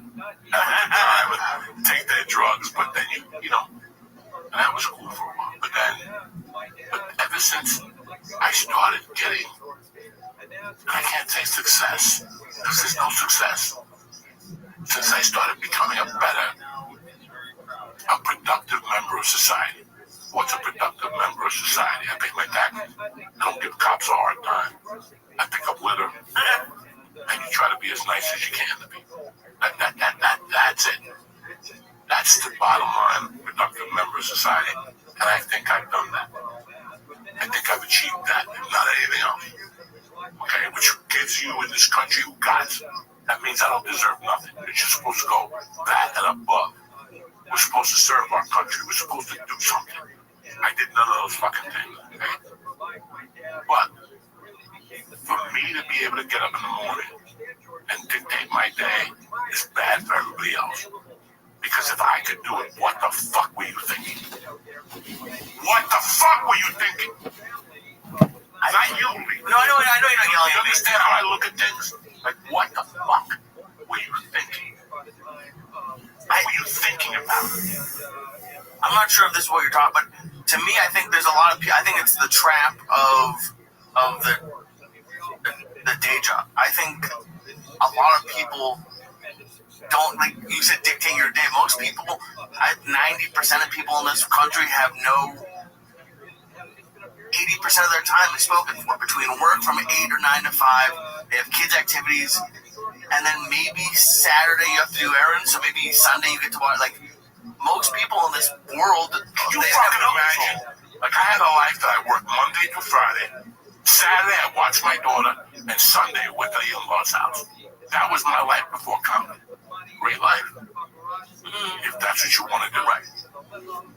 But now, you want to do comedy. You feel in your bones. When you wake up at 8 in the morning and they hit you with a problem, what's the first thing you say? It's okay, because in a month I'm not going to be doing this no more. In 3 months I'm not going to be doing this no more. So even while you had a day job, you were still thinking about your future. I admire that girl very much that I was talking to you about. She's maybe 26. She cuts hair. She personal trains. Then she teaches Pilates after she cuts hair. Because she wants to open up her own gym and Pilates, things like that. But even at 26, she made a conscious decision that this is what I want to do. I could never do that. I was not that together at 26. I was just getting out of prison for some stupid shit. But even that, but in the back of your mind, you're digging a trench. You're saying, you know what? I'm going to take this money and open up a taco place. I'm going to start with a cart and then move into a little room. And then from there, open up a restaurant. People not doing that. And people are stuck in a day job. I get that. But again, the word is stuck. Well, how long does it take you to realize that you're stuck? And once you realize it, how long does it take you if I got to do something about it? This is not what I signed up for. When you look at the big picture of life, I'm not talking about me growing up in North Bergen and oh, well, you made it if you're at the NWA, whatever that MUA, whatever the fuck, you know, like, you got a pension, you know, you got 3 weeks vacation, and that's what they sold you. They never sold me what was across that fucking river. Nobody did. Nobody ever sold me that was a world class. What I wanted. I wanted to be an entertainer. I thought I did at that age. I just didn't know where it would have pushed me. Who knew? Nobody told me. You follow, so we get caught up in our own little direction. Like, let's say you grew up where Terry grew up. You ever go where Terry lived? You ever go where Terry grew up? Yeah. 2 hours out of Nashville. It's farms. Guess what? Nobody gets out of there. Nobody gets out of there. What happened was that when America started shitting on America and selling all their fucking, gave everything to fucking, you know, the Indians to do, that area really fell down, like Buffalo, like Cleveland, like Cincinnati, like that was the fucking American, you know, Pittsburgh steel, you know, industry. But then they took all that. So to be stuck in those towns right now is harder than it was when there was that industry, because at least you had something. You didn't have a lot of education. Your parents didn't come from much, but you're making $22 an hour in this fucking industry. That's you can support a family. Yeah, you can support a fucking family. But if you get stuck there now, you know, Harry's got out of there and went to Memphis, which is no fucking. And then from Memphis, you went to LA, you know, and you look at people's progression. And I was progressing, but I was just going from one place to another to be a loser there. You know what I'm saying? Like, why be a loser in North Bergen when I could be a loser in San Francisco for a few months and get chased by the cops there? I ran out of time there. Let me go to Seattle and be a loser now. You know, some people go to places with commitment, with something. I had nothing. I was just going there because the cops were looking for me. The other day I bought sneakers at a Foot Locker, okay? I went to the Menlo Park Mall. There was nothing to do. I was sore. I'd already worked out. I go, you know what? I want to go to the Menlo Park Mall and see what they got. And I went for Menlo Park was when I bought sneakers and that Foot Locker. And I started talking to the black girl. She was cool as shit. She's like, how? She's like, I can't believe you're a comedian and shit. You've been in movies. I go, I worked at Foot Locker for 6 months. And she goes, what are you talking about? I could never see you working at Foot Locker. I worked at Foot Locker until I robbed the place. I was gonna say. Dog, and I told her the story. I go, I had this job. I couldn't find a job in Boulder. And I got these credit cards. And I was using them. And one day I applied at Foot Locker. And after I used $20,000 in credit cards, Foot Locker actually called me one day. And they go, do you want a job? I'm like, yeah, we started part-time. After like the first week, I sold like $10,000 of sneakers. They go, we'll keep you part-time, but you on commission. Nice. And then I fucking loved it. I was just going into the cell. The other guys got high. There was a black guy. There was a white guy named Rich. I always loved Rich. He was my dog. And I was in there 3 months, 4 months, and finally one day some Chinese lady comes in with a bunch of kids, like 8 kids, and she leaves a bank withdrawal envelope sticking out of the purse. And I look at it, and the kids are trying on sneakers, and she's at the other place, and I just go, fuck it. And I take the envelope and put it in my pocket. She bought like $2,000 of sneakers for these 8 fucking Chinese kids. And all of a sudden, she can't find the money. I hid the money in a shoebox in the back because I knew this was going to get ugly. So this bitch left and came back with like 10 cops. And they cornered us all and they asked us questions. Everybody said the same thing. The store was fucking packed. If she came in here with an envelope, it must have fell out or somebody took it. She kept saying it was one of the staff members. We're like, no, we weren't. But I took that motherfucker. Well, I just have this image of you in the referee. I had the referee suit, the fucking whistle. You know me, I'm gonna have a fruitcake. And fucking, well, I'm talking to the cops. This one cop looking at me. Keeps looking at me. I'm like, why is this motherfucker looking at me? And after they all left, this guy came back. He goes, can I talk to you for a second? He goes, somebody's been using a credit card in this morning. You fit the description. I don't know what you're talking about. Work at Foot Locker. I'll be back with a fucking credit card. And the guy's like, no. We're working on the sizes now. If you know anything about this, do you want to talk about it? And I go, I don't know nothing. I work at a fucking Foot Locker part-time. That's all I know. The guy kept bugging me. I'm sure that you... Next day I went back and this motherfucker came up again. This time with a detective, and he's like, we want you to tell us. They had no cameras back then. Right. That's the only thing that saved me. They had no cameras.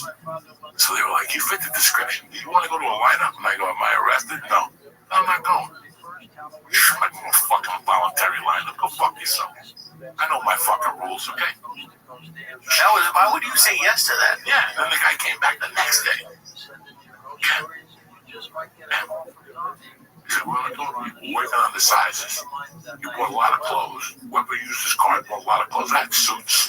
I had fucking pants. You were wearing the pants still? Oh, I looked like a fucking model. I was buying so much. Dog, that credit card would never cancel. I would throw it away and then need something, go back 2 weeks later, take it out of the weeds and use it again. I'm like, oh my God, they still haven't canceled this thing. I was buying TVs, Scarface tapes. And you kept all of it for yourself? In my house. I lived like a fucking Puerto Rican. I had everything in that room. Everybody else was living with one TV. I had a TV in there. Stereo, fucking everything. And then that motherfucker came to my house one night. And he goes, hey man, we're going to get a warrant and search your house and all this. So you can make this easier and you're coming with us. I'm like, I don't know how many times I got to tell you, I don't know what the fuck you're talking about. But now you're starting to get on my nerves. Get the fuck off my balcony. He got off his balcony. I knew the next day it was going to be eaten. I ran downstairs and told my girlfriend the cops are coming. I'm going to San Francisco. She goes, I'm coming with you. Oh my God. I go to San Francisco. Why would he give you the heads up? Because he's an idiot. He thought I was going to fuck him. He was an idiot. But here's what gets better. I leave for 6 months. And then I leave for a year. And I come back. And I'm driving one day out in Boulder. And I didn't know that. You know those school signs that say you have lights on 20 miles? I didn't see it. And I got pulled over by a cop. They gave me a ticket, and I had a warrant for like some ticket. And they took me in, and the guy found weed on my son. And it was great. We had a conversation. I was on walking out. I saw the other cop. And he looked at me again. And he didn't say nothing, right? So fucking, maybe, I don't know, 6 months later, I get in trouble for kidnapping that dude, and he's the head detective now. He got promoted to detective, but he never remembered. That idiot never fucking remembered. I was sitting in court with him going, when is this guy going to turn around and go, this is the guy that was wanted for credit cards in 1985, but he never. And every time I'd see him, he'd go, you look familiar. No, I don't. You're like his great white whale. Like he fucking hated me. Because there was 2 cops that I turned myself into. One of them I got along with. And then in time, I got along with the other guy. The other guy hated me so much, he even showed up at my disposition with my divorce. For your wife or ex-wife? For my wife, with her, when she came with us. But she showed up over there to say I was a creep and shit. And I just laid into him. I'm like, Your Honor, this guy couldn't arrest me if he wanted to. You know, like, I don't know, because even the judge asked him, what are you doing here? And then the judge was my sentencing judge. He was now in civil court. So when he came in, and then my wife started talking shit, the judge was like, whoa. 3 years ago, you were in here singing his praises. He says, right, that he sang your songs at dinner and shit. Now you're coming in here saying he's an animal, it ain't gonna work. And you, Mr. Police Officer, you can take your fucking rhetoric out of here. And he fucking was furious. So when we left in the court hall, in the courtroom, I started saying shit to my wife. That's when I finally beat her. That the judge said to her, I'll give you, every time she doesn't give you the kid, she gets $1,000 contempt of court. And she started crying. So when I walked out, I started going off on her. How does it feel now, motherfucker? Doesn't feel too good, you fucking bitch. And the boyfriend kept turning around and going, tell him how I used to put carrots in your ass. How you liked it. Dog, it was prime North Bergen. You don't want to piss us off at all, because our mouth goes somewhere you've never seen it. She was crying. I'm like, tell him I fuck in the ass with carrots. And even the cop turned around. He's like, don't talk to that way. Fuck you too. You got no jurisdiction here. Shut the fuck up. You're in a parking lot, motherfucker. And I kept yelling at her, all those carrots. It got to the point where he walked away from her. I was saying so much shit that her husband was walking away from her like, I don't know about these carrots. You know, every time they see a carrot down and then as we were getting close to the car, I go, she don't like big carrots. She likes the medium ones, John. And cut the tip off so you can put them in her ass easier. He was hot. She was crying and she was like, press charges. And the cop's like, there's nothing I can do. And I'm like, that's right. How you like me now, motherfuckers? I got Bellapani. What was that judge's name? Bellapani. Judge Bellapani. There you go. God bless him. God fuck, he's dead and buried now. All right, motherfucker. That's my boy, Judge Bellapani. Do you think, because I was thinking about when you were talking about like being stuck somewhere, like the fact that you could have been stuck as a criminal, or like do you think the fact that like you went through like failure and hardship, like you're able to bounce back more than like someone who maybe had it, like things were going well, but then the first time they had failure, it's too much for them and they stop. Like, do you think because you went through all that shit, like you were more used to it, or like you were able to deal with it better? With the failure? Yeah. When I got into comedy, I knew one thing, and this is when I'd done so many things at my age, and I was a loser at all, except stealing. And I could sell a little bit. I could sell cards, maybe I could sell on the phone. That's all I had going for myself. But I remembered making myself a promise when I got to stand-up comedy. I don't know if it was a promise or something. That if I was going to do this, I was going to do it the right way. I wasn't going to rush, and I made that perfectly clear. That I had nothing but time. That I was a loser. I had no money. I had no car. I had no family. I had no apartment. I had no real estate. I had no bank account. I had a pager and whatever was in my pocket. But I said to myself, when I do this, I'm going to do this the right way. You know how many times I pulled up to the comedy store and there was 10 cases of Jack Daniels with the liquor store we just dropped off? You know how much those cases are? A lot. Never run. That's something that I would have done if I didn't make that decision. If I was going to do this correctly, I couldn't start doing comedy. But I'm saying, last time Joey was here, there was $200 missing. Last time Joey was here, the jewelry got robbed. Last time Joey was here, the cash register got robbed. I couldn't start that again. That was already my MO for years. I wasn't going to let that roll into comedy. If I wasn't good at comedy, that was one thing. Then I'm not good at comedy. But I wasn't going to let something that I found out years later.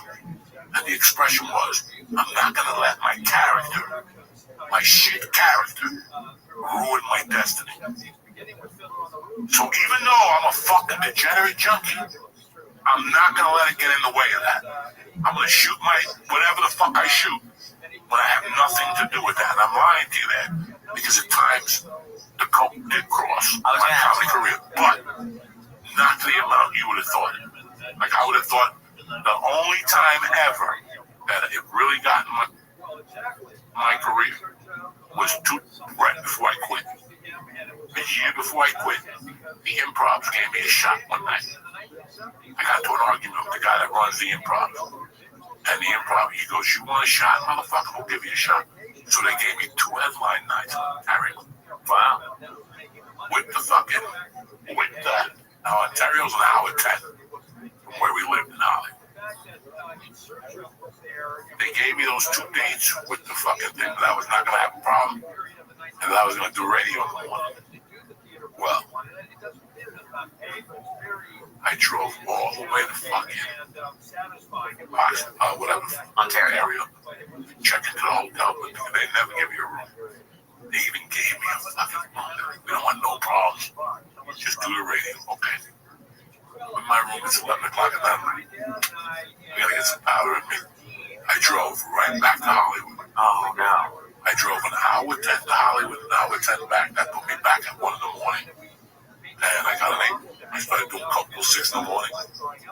And fucking, I missed radio. And I sold like 20 tickets that night. And then they didn't want me to do radio. They were like, fuck it, you already blew the weekends. Wow. So I was in the shit list. And on that's the shit I was doing at the end. But it wasn't like I was canceling shows because I was coked up. None of that stuff. Did it take you a while to get back in with the Improvs? Yeah. It took me a couple of years after that. That had to be 2006. And I probably didn't work at Improv until like 2010. Damn. And that's like the big, for everyone, that's like that's like McDonald's or whatever. But the time, there's 4 clubs. That's 8 weeks. That's 8 weeks of work. Just in California. Just in California. Never mind Houston, all the other shit. But yeah, it took like 3 or 4 years for me to get back in the graces. But the old you would have had the crime, the coke, all of it mixed together. At least you all of it. You never knew what's gonna happen when he has a gig. I get to a fist fight, somebody get hit, a case of booze gets robbed. It was one of those things. And you know how old that gets with people? That's cute for a little while. For a little while, you're like, fucking Joey's a nut. Fucking guy robbed a case of beer. There's, Eric Rothschild called me. He was telling me a story. He goes, I don't know if you remember this. Remember the time in Oxnard you worked all weekend? The guy told you on Saturday night he was mailing you a check. I don't remember that story. And I told the guy, you're not mailing. You're going to give it to me. I said, okay. I did my job. Go do yours. Figure it the fuck out. I got pissed. I was like, you better have my money. So I don't know what you got to do. Go down to the room and call whoever you got to call. I'm not leaving here until I have my money. And I called my agent. I'm not leaving here. And they're like, Joey, they don't do it that way. I'm telling you how I feel. I don't give a fuck how they do it. This is not unacceptable. This is unacceptable. I do a job for you, $13,000. And really, this is unacceptable. But back in, how would have old Joe, would you have taken it in the coke crime days? Would you have just dealt with it? I would have thrown it through a fucking wall. Or you that's how do you think I became friends with Gabriel and those guys? You heard what Gabriel and those guys said about me when I taped it? I almost threw their manager through a wall on St. Patty's Day. No, Valentine's Day, because he called me because I got $500 for you. And I went up there with my wife to eat. She was my girlfriend at the time. So I could take her out. This motherfucker's I got a check for you. I go, no, you don't. It was like fucking when Chaz told him, now you can't leave. No, you don't have a check. You have cash. And the guy's like, I don't know what to tell you. I know what I'm going to tell you. Go get that fucking cash. Because I got coke on my mind. Okay? I'm not leaving here without my fucking cash. Where are you going to pay for the coke? And people look at me and go, what the fuck? Yeah. I didn't give a fuck. I didn't get that. I loved the one person's reaction to my life. That was Rogan. Because I would say shit in front of Rogan. Rogan would shake his head. Motherfucker. I would go off in front of him. To who? To the managers, anybody.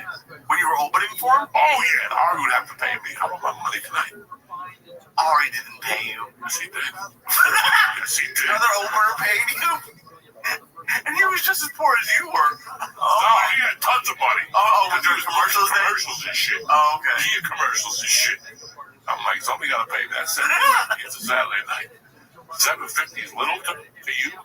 It's a lot to me. Yeah. And I need this money tonight. So. And now I would love to see them try to pay you with like Venmo or all that stuff. Like I constantly get paid. You know what was one of my favorites? A couple weeks ago, they did a bucket they were passing around. The guy came and gave me 5 singles. I was like, why even? I don't want this now. Like, you folded it up, 5 singles. Speaking of a bucket, I did one of those shows once. I've done a couple. And I wasn't going to take the cut. I just put my hand in the bucket.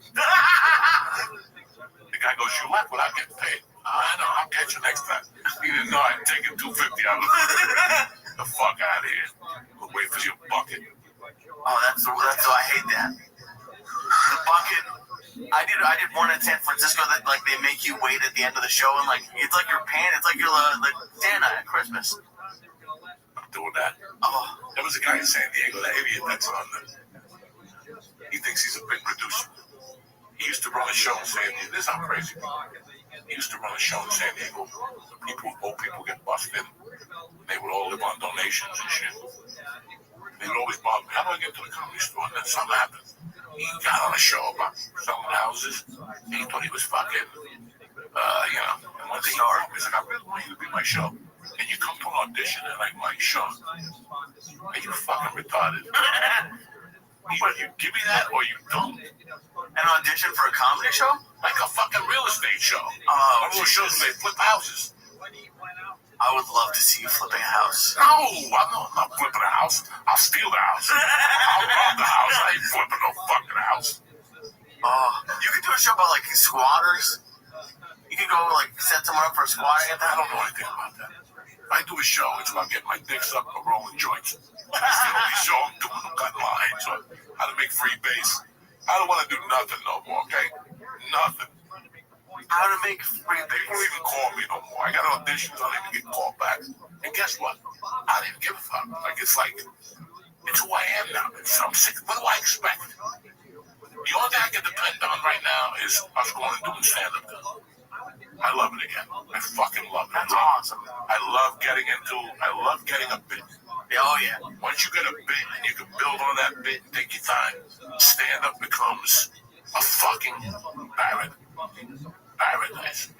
I got a ton of shit lined up for next year, even fucking Netflix. Nice, dude. And how long did it take? Because at the beginning, I don't think you ever hated it, but you didn't love it, I don't think. After the pandemic, it was tough to love anything. I was burnt out, man. I was fucking burnt out, man. And I didn't know it. Sometimes you don't even know what level you are. And I'm burnt out today still about some shit. Like, he's just burnt out. I can't take chit-chatting. And my agent called me that and Netflix. All right. So what do you want to do about a second show? Let's just book the first show. But they're going to, you get the first fucking show. I just story. I don't want to hear it. I don't have time for this shit. I'm going to die any day. I'm 62. I don't have time to go back and forth. Just fucking get the date, get the fucking deal, and then we'll worry about the second show. We're going to hold them off like they don't there ain't no second show. And then it sells, then we pop the second show. So we take them off their fucking thing. But in our world, there's no second show. Right. You follow me? It's a fucking process. It's a fucking mental game for them. If we drop our pants right off the bat, then we got nothing. Why drop your pants? Play with them a little bit. You got one show, right? We'll take it from there. Get the numbers right on that one show. And then there's the second show. If the numbers ain't right, what are we talking about here? If they're going to call you up. So what are we going to do in December when we go to Florida? I don't know. I don't really fucking know. I'll tell you December 10th when we leave. I'll tell you. But for us to sit here for an hour and discuss, what if you break your leg? Now we're not going to Florida. Now we just wasted 2 hours of what we were going to do. Who gives a fuck? Go get your dick sucked. That's what you need to do. Go do on stage. That's the 2 hours you had. Talk to me about nothing. Right? Nothing. So don't people call you like that. So what we got? I don't know. It's a week away. And right now, tomorrow is all we got. I don't know nothing about Thursday. Nor do I want to know about anything.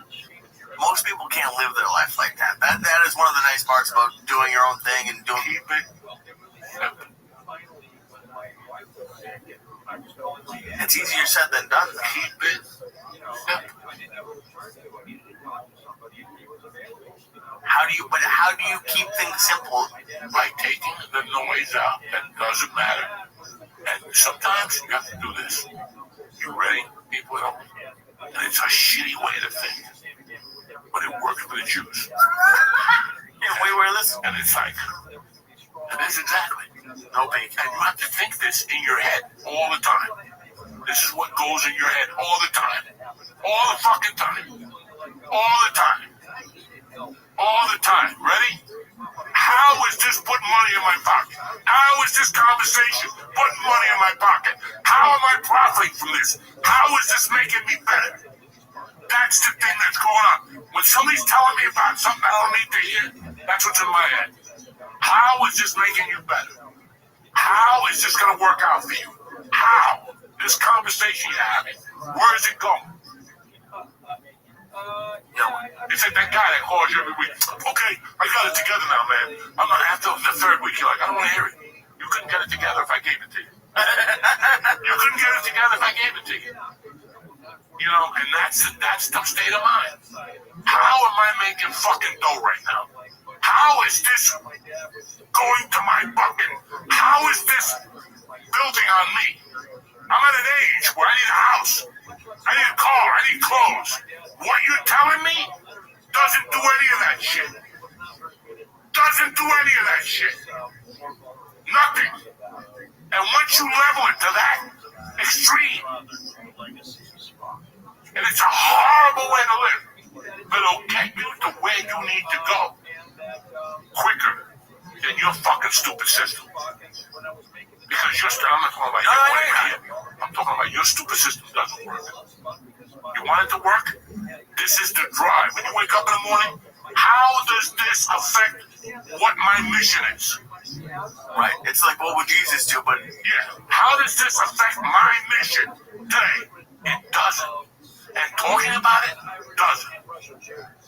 Doesn't. The only thing it talks about is how I'm going to make it happen today. When you wake, listen, there was a time, and how I know this, when you're addicted to drugs, when you're addicted to Georgia, when you had your little problem there for years, when you wake up, and when you woke up in those mornings, what did you think about? Exactly. Did you think about pussy? Did you think about your mother or your grandmother? Did you think about how you're going to eat? And that's the school I came. The addicted. So, when you're addicted, why do we act like that? We're addicted to success. But we don't think like that. We don't think like that. We don't wake up in the morning, put our feet down and go, God, thank you for giving me that day. Who do I got to stab in the fucking eyeball to get to where I need to be in my life today?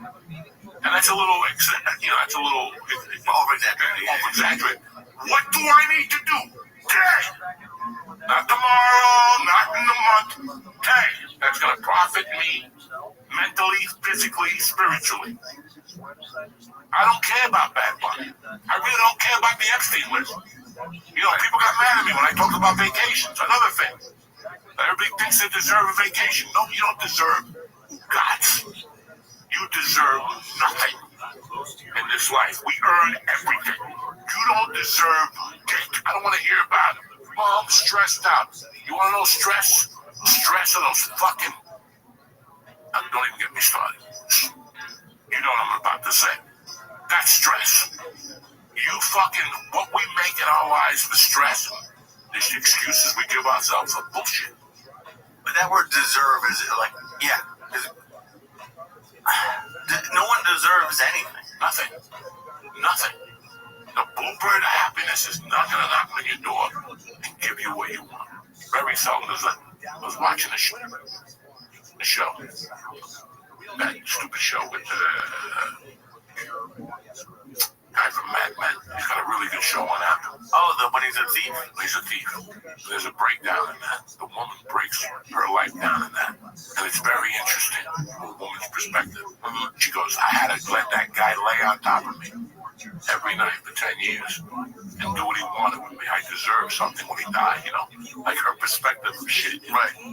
But it's just so weird how I see more people losing it on a daily basis. Like you cannot, you know, and it's like Josh Wolf was here a couple months ago. And we talked about that time in Hollywood. That time was very special in my life because nobody had anything, including Ralphie May. Nobody had anything. It was 6 or 7 guys trying to make it, and nobody had the answer. But it was one of the most interesting times because we made it. But our whole life at that time, there was no, Ralphie May didn't talk to me about sports or girls or Epstein's list. All we talked about was stand-up. It was like a mini fucking camp because everybody I dealt with was in that world. I didn't deal with them unless my co-dealer or something. Everybody I dealt with was in that comedy world, right? So it helped you. You were surrounded with, you know, Nick and I were talking about a friend of ours, a girl. It's not that she's a loser or that she's an idiot or that she's a fucking dickhead. It's that she's had shit people around her all her life, and she doesn't even know what's real anymore. She doesn't even know what a good relationship is, what a good man is anymore. Nothing, because she surrounded herself with shit from time to time to time to time. This guy cheated on her with a hooker. The guy before was 10 years younger than her, got her pregnant. A Muslim.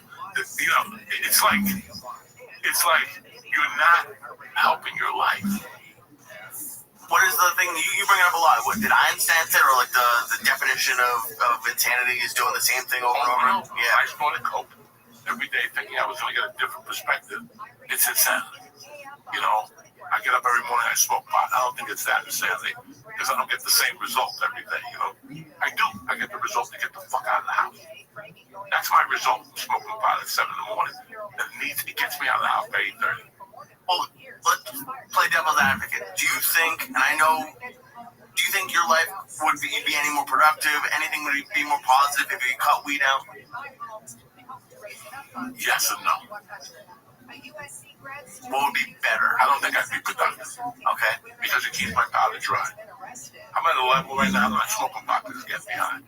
Smoking pot, I'm using it like a fucking pacifier. Hey, like when kids use a pacifier, right? That's all I do with drugs. That's all I've ever done with drugs. Is there a pacifier? For me, weed is something that's the last thing left from my past. It's the last thing left from my past. But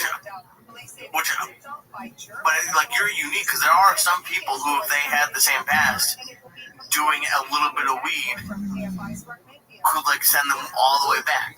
Like, have you ever thought like, you know, smoking weed might send you back to doing coke, or it's just not how you act? No, that's pussy shit. That's pussy shit. That's excuses. If I drink, I'll relapse. Then don't drink. Right, and don't drink. I think, for me, listen to pot. Listen, I get pot that's 45%, and I barely get it. I'm not gonna lie to you guys, crazy. You think I eat 500 milligrams? You see, look what you look like on 5, and look what I look like on 5. It's not working. That's more than, yeah, I took 3 of those things. Oh, 15, and I ate 2 fucking taffies. Hey, all I got was munchies at night, but not even munchies where it was like my wife made Toll House cookies and I ate 3 of them. You know, it doesn't. But for me, look, I can't breathe. And I won't quit smoking in the morning because it's the last thing I have of my past. It's the last thing I have as a reminder of my life. That's the last little piece. It's just me going to a weed store, smoking dope. Now, if I said I was going to Colombia and coming back with a kilo of coke because it was the last, I'm bullshit. Right? I'm trying to put this weed thing for me right now. After lunchtime, when I smoke, nothing really happens. You can have it 10 minutes. And then I took a break. Right? Really take a break. Nothing really happens. But do you think you also not come to terms with, but like you're okay with, okay, I'm okay with whatever, like if it hurts my breathing, I'll accept that. Because someone could say, well, you know, if you're having trouble breathing, quit weed. But I had breathing problems without the weed. When I went from the hospital, I didn't smoke weed for a month, and I started problems. I'm like, what are we doing here, right? What the fuck is this? This is something different. This is anxiety-based. There's a valve in my heart. There's something that's not. I have a cyst in my heart. And you have to watch every year. Like I've been watching it. You're supposed to watch it. Okay. And if it grows or whatever, I have a cyst in my heart. It could be anything that controls oxygen, stress. I know I gotta pee. So I'm taking my dog. I tell you guys, I took my dick out the mall the other day and just started peeing. No, you didn't. Dog. What do you mean in the mall? Listen to me. I went to buy it. I was walking to the mall, and I had to pee. And I saw a sign for restrooms. So I followed that. 5 minutes, 10 minutes, 15 minutes. And when I get to the end of the mall, it's upstairs. And I had to fucking go up the escalator to make the sign on the downstairs on the first floor of this mall. I'm not going to say the mall, because then people are going to arrest me. On the downstairs, it's just hard, you know, tile, shiny tile. But upstairs, there's carpeting. So there's people walking back and forth, and I just went over to the fucking thing where you look down at the people. Going right there, I just took my dick out because it was going to explode. I'd already beat my pants a little bit. I just took my dick out, and I could see it hitting the carpet. I'm looking around. Isn't there glass on those things? There's glass, but I didn't give a fuck. I had to pee enough with the walking. I just walked a mile, 20 minutes after I saw a sign to pee. I'm about to bust, okay? I'm 62. My fucking thing is the size of a woman's fucking ear now. I gotta pee. And it turned, you know, like I used to tell you, like when I jerk off, I hold the top until I get to the bathroom because I'm uncircumcised, and it blows up like one of those snakes. Right. I hold the fucking thing and it blows up. That's how my dick was. I was holding it under the pants, and I could feel the top explode. I just took my dick out and it just hit the glass. And it just started dripping, and I stood there, dog, and I'm like, these cameras are gonna catch me. And I let the top go out, like, just to relieve me. I put my pants back, and I looked down, I had a stain this big on my pants. I had to go out to the car and spray Febreze on my fucking pants. It smelled like old man piss. But I pissed right at the mall, and then kept walking like nothing happened.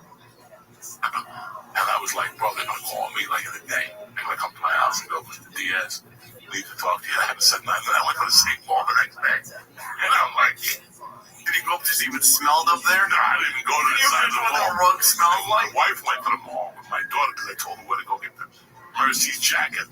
That's when she came back. I go, you know, the second floor? She goes, yeah, it was. You didn't find the bathroom? She goes, no, they put it. You know, that's why I took my dick out. She goes, no, you didn't. No, I just took my dick out. When I took it out, the top of the snake just went bah, and it hit the glass. And it was dripping down the glass. It was yellow. I don't get dog. I can't do it no more. I can't do it no more. And I got that bottle in the car for my surgery. And every time I pee in it, I'm like, what am I doing with my life? What do you mean every time you pee in it? How often are you peeing in the car? Dog, there's times I gotta pee twice on the ride down. Sometimes I just go behind the car. But I'm the best at peeing on the cup. Like, nobody can even see me. I'll take the phone out. I'll look up at the ceilings. Yeah, but you're gonna get caught. You gotta stop that. I know, but I just don't do it close to a school. Because then they'll get me as a sexual predator. So I don't piss close to schools or 20 yards or nothing. I piss in malls. First of all, I open up both doors on my car. Okay? That I think should be allowed. If you open up both doors, I make believe I'm fixing the sunroof. You know? And I'll pee. But sometimes I'll get on the thing where you step onto the car. I go, God damn it. So now there's like a little puddle there and pee in the thing. Oh my God. I do that on the highway. I love doing that. It's fucking terrible, man. How much I have to pee. And it gives me anxiety. Like the more I'm walking, I can't breathe. You guys see when I walk up these steps and get to the top, I gotta pee. This time I just take my dick out, make believe I'm reading something. You know, like I'm a car, like I'm, yeah, like that's it, I gotta pee. Have you ever thought about getting like the bags attached to you? It's better than taking your dick out at the mall. I don't give a fuck at this point. I need some publicity before next year. I need to get some publicity before I go to Oceans. That should be the name of your tour, like the peeing in public. Oh, God. And I told my wife to take the water pills out. Like, that's what it is. I have enough going through me. They give me these water pills in the morning. Oh, my God. And if I go eat breakfast out, like if Mercy and Terry have to do something, and I eat breakfast out, then I don't eat the pills till I get back to about 11. Oh, that's not good. I got a box. I pee at boxing back and forth. I gotta take my gloves off. So by the time then you gotta touch your dick with glovey fucking hands. And then mildewy, so I gotta wash my hands first. And the whole time I don't touch my dick with dirty hands. What happened? Never. I always wash my hands first. Before you. And if my hands are dirty, I got a towel in the car. Like a dirty evil car into the back seat. And I touch my dick with the towel so my hands aren't dirty. I don't get a disease on my dick. I don't want my dick to have COVID. I gotta fucking shoot it on its own. It's got a little mask. It's gone, you know what I'm saying? You can kind of make the egg roll, like the thing, into a mask if you want. Dude, no one is prepared like you. You have a hand towel for when you pee in your car? I had no choice. If I'm with somebody, I don't have to pee on my hand. I got fucking cleaner in my car. That antiseptic for your hand. Oh, yeah. I got the Febreze. Sometimes I put on brand new pants. They're brand new. It's like 10 in the morning and I pee all over them. God fucking damn it. I gotta go home and wear another fucking pair of pants for Bachi or whatever the fuck. Because I hate having pee fucking pants. Has it ever happened on stage where you had to pee like that? Oh, like a motherfucker. Really? And I hold it in. From now on, I'll call a timeout though. I'll pee right on the side of that stage. I don't give a fuck who's there if I gotta pee. That's just the way I live. Let the cat clean it up. Oh my God. Let the cat clean it up. You pee too all the time. Go pee. What the fuck is wrong with you? Go pee. I sympathize now. People used to go, I gotta pee, hold it. No more. That shit is fucking brutal, man. It's really brutal. I gotta go to a urologist to do something, but my prostate is good. Yeah, the fact that it's coming out that fast. Like I've started to see like a decline in the pee strength. A little bit. What are you gonna fucking do? You know what I'm saying? I have no idea. It's been a good couple of weeks though. I feel good. I mean, I'm a little scared about my breathing. So I have an appointment next week, but I think I'm just gonna drive myself to the hospital one day this week and start the process all over again. Because this is gonna get bad somewhere. It's gonna get bad. I had it here during the football game. There was one football game. I was sitting here fucking. I could not breathe. And I'm like, this is not good. And I gotta walk up those stairs at night. Do the inhalers help at all or not really? Again, never fucking pacified. That's the name of my new book, Pacified. That's all this is. We're just pacifying our ways fucking years. That's all I'm doing right now. Yeah, you've been saying it for a little bit that your breathing's been off. That sucks, dude. Been off since like mid-August again. I was doing great for like 4 or 5 months. Great. I was rolling 2 or 3 times at jiu-jitsu. Now I can't do shit. I haven't even been to jiu-jitsu. I'll do a private with Sean, but I can't go to class. Because I don't want to tell people that you gotta stop. Do you have that problem doing stand-up breathing? Because breathing during stand-up is a huge problem. If I couldn't breathe, no, it's weird. When I do stand-up, I've been so programmed to breathe. And you just understand breathing more when you're doing stand-up. It's unconscious. If I'm around here, I have to worry about breathing. I have to think about it. When I hit the bag, I have to hit with intention and breathing. When I do stand-up, I don't even think about it. It's just your heart just whatever. It's just like a nature. What do you got for shows this week? Anything good? This week I'm with you on Wednesday at the dojo, and then Friday and Saturday I'm at Roar in Springfield, Massachusetts, and Sunday I'm at Laugh Boston. Look at you. Oh yeah, and then stuff in New York coming up, but that's this week. This weekend, Wednesday we got dojo. The following Thursday we got a puppet show at the dojo. And then I think I take a week off for Halloween. We don't know what we're going to do yet. Then the following week I'm in I'm in MGM Grand, but that Wednesday I'm at the Stress Factory as a warm-up show. So I'm doing that just to keep warming up in front of audiences. November 5th is the Stress Factory. November 8th is DC. So if you're not doing anything and you're in the DC area, swing by. Tickets are available. They're cheap. If you're not doing anything in Jersey, November 5th, come on out. There's no school that week. No? No. That's why I'm going to DC that week, because fucking the 8th is, wow. The 8th is my mother's 46th year being dead. That's like the day she passed? Yeah, November 8th. And that's the week that you don't have school. Right. It just falls on a Saturday this year. It's also election week that year, right? So it's election the 4th. So we got nothing. You'll be peeing all over Washington, D.C. Oh, I can't wait. I can't. Being at the Washington Memorial. I can't fucking. Like I said, the casino's only 20 minutes from the D.C. So my daughter and my wife are going. The lady who's in charge of that fucking place used to work with my wife. Oh, cool. My wife called her the other day to see if she can get a room. And she goes, come on Wednesday. I want to see you anyway. Come Wednesday. I'll put you in the suite, the whole fucking deal. But she said that when the guy told her these are the offers we got for this year, she goes, there was like 6 comics I wasn't going to bring. She goes, when I saw your name, I brought you in here. I don't even give a fuck if you sell a ticket. I just brought you here to bring your wife. Oh, perfect. It was perfect. So they'll come down? They're coming yeah, they're down? going down there on Wednesday because they want to, I'll be alone. Right. On Wednesday, thank God, for 2 days. But they want to go down just to DC shit. And I say it all the time. It's so crazy to me. Like, Mercy looks at my Instagram stories now, and then she's like stealing your phone and going on Instagram. She's at the bar posting this. That was, guys, I got a call from my wife on 10:15 Friday night. She goes, Joey, the girls are outside playing softball in the dark under the lights. They don't want to come in. I go, why did I have to come in? She goes, well, it's 10:30. I'm like, who gives a fuck? They got no school tomorrow. Let them play. Right? I'm playing. When I pulled up, all those girls were under the lights because it was dark in my neighborhood. They're playing catch under the lights, stimulating, fucking stealing third or whatever. And I pull up and I go, ladies, what the hell are you guys doing? And they're like, we're practicing, Mr. Diaz. I go, get in the house. I'm taking you out for a cocktail. Dog, those girls ran in that house. I said, you got 10 minutes. I thought they were going to wash up. They came down looking like, what's that show? With the 4 hookers in the city. Sex in the City. All of them had mascara on and tight pants and shirts and their hair was up. They were ready. Ladies, where you guys going? And the one little Jew girl was like, we're going to South Korea. Blah, blah, blah, blah, blah, blah. And I get there, and it was Friday, and it's after fucking 9. So I'm like, you know what? I'm not going to go in there and put them at the bar.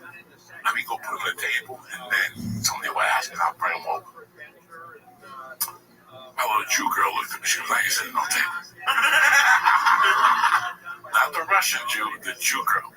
She goes, "I ain't sitting no table, but Joey, I'm going to the bar to have a drink." I go, and also my daughter got up, and the Mexican was pouring water for them. And they just got up, and walked up. The Mexican's like, "Where you guys going?" They went to the bar. I ordered some cakes. They have the best chocolate cake there.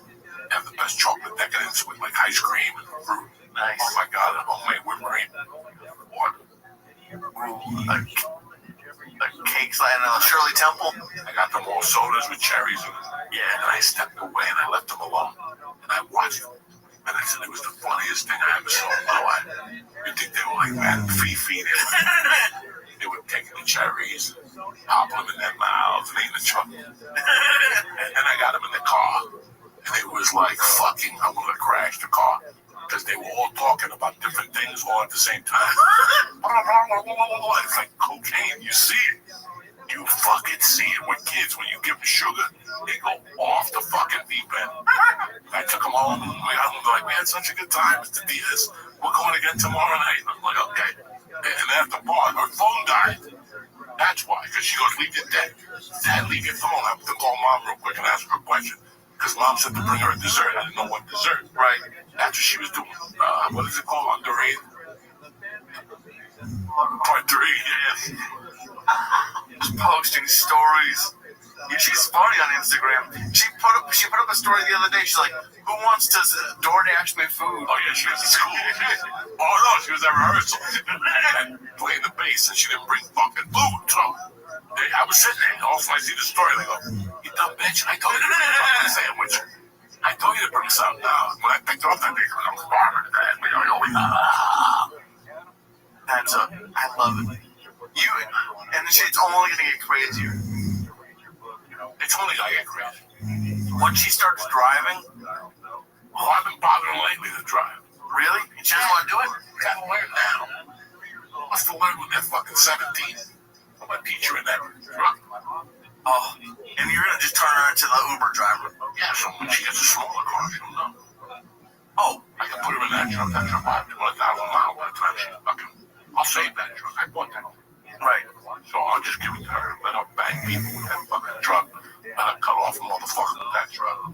You're not gonna teach her in a Honda. Teach her in that truck. And she sees a bigger vehicle than us. Yeah. She'll react a lot better. But that's it, man. It's just another fucking fun week. This is my time of the year. Fucking 2 more weeks after Halloween. It goes fast. And again, I'm not gonna remind you motherfuckers. We're probably down to 10 Mondays before Halloween. That's it. Before Halloween, Before Christmas. Oh yeah. Before Christmas, we got 10 Mondays to Christmas, so you motherfuckers better get it together. It's gonna be a hard year. People, 10 Mondays. People are already holding on to shit. I mean, think about it. They don't even talk about Halloween. Nobody's even talking about Halloween. The candy's already out. Yeah, but who's in Goddamn mother, I am. Oh, I know. I love that fucking. Dude, they put it out in fucking July. That's the biggest scam. CBS, a diabetic factory. CBS. Yeah. You love all that shit. Shit's so bad now. When we were kids, Oreos were okay. Now, God knows what's on. They don't even get soft in milk. There's like something's in there. But anyway, who gives a fuck about Oreos? I love you, motherfucker. You have a good week. And I love you guys. Thank you for being a part of our lives again. And that's it. Tip-top magoo, motherfuckers. See you next week. Same bat time. Same bat channel. What's happening, beautiful people? Uncle Joey here. I want to talk to you about something. Listen, I don't know if you know it. Your gut has a massive impact on how you feel each and every day. Look at the size of my gut. I know about these things. Biola keeps things in tip-top shape so you can feel your best no matter what life throws in your way. Bioma's blend of prebiotics, probiotics, and postbiotics help restore healthy microbiomes. You're going to want to give Bioma a try and get things sorted down there. Listen, I love it. I take 2 of these every day, and my stomach feels tip-top magoo. My blood tests are even coming back better. So if your gut is full of the wrong bacteria, get Bioma and get it together. It's not just about being smooth and regular digestion. Your gut can mess with hormone levels, energy, weight management, and even lifespan. So what I'm going to do is this. Take 15% off your Bioma order. To get started, just click the link in our show notes and press in code Joey. Joey. That's code Joey. Joey at Bioma.com. That's code Joey, 15% off when you click the link in our show notes. Thank you. You ever wake up in the morning and you're feeling a little ho-hum? Well, it's time to put some magic back in your breakfast with Magic Spoon. Magic Spoon makes high-protein, zero-sugar cereal and treats that you'll remember from your childhood. It's great if you're carb-conscious. It comes in nostalgic flavors like fruity, cocoa, and frosted. Me, I like the cocoa and the fruity. I love them. Every serving of their cereal has 13 grams of protein. Do you hear what I'm saying? 13 grams of protein, 0 grams of sugar, and only 4 grams of net carbs. No time for a bowl. Magic Spoon makes crunchy cereal treats that are delicious. They're packed with 12 grams of protein for an on-the-go option. Great in the morning and around workouts or as a midnight snack. How I have it. Get $5 off your next order at magicspoon.com/church. Or look for Magic Spoon on Amazon or in your nearest grocery store. That's magicspoon.com/church for $5 off. And enjoy it, Jack, because it's good.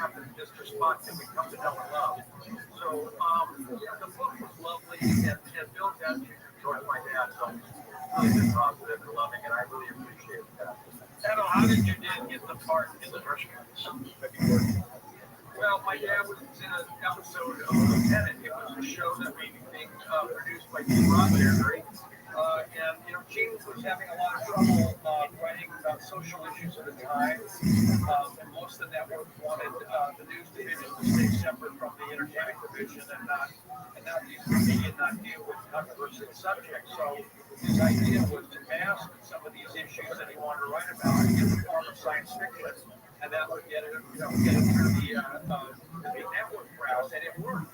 But when he was thinking about writing a sci-fi show, right away when my dad was working on that episode of Lieutenant, he was thinking about my dad, just kind of a great angular face, and then a pair of ears would look good on him to make him into an alien. So my dad had the part before the show was really even conceived, and he never read for it. They never waited up in a casting session for the role that Spock did from the very beginning.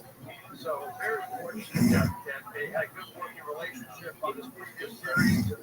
And even after the first pilot, he was so fire of my dad and stuck to his guns and wanted to hold on to the Spock character. So that really had a lot of good fortune that made it all happen. Did he ever have the ears on at dinner? He did come home with makeup, on a couple of occasions because there was something else going on, but and he had to take his makeup off at home, but normally not at dinner. No. Adam, we're going to take a short break and come back with final calls with you in a moment. Adam Nimoy with us. This is Coast to Coast Day. Coast Insiders, the new version of the Coast to Coast AM app, is now available for iPhone and now Android 4.0 and above. Listen live or on demand anywhere, anytime. Go to coasttocoastam.com and download it today.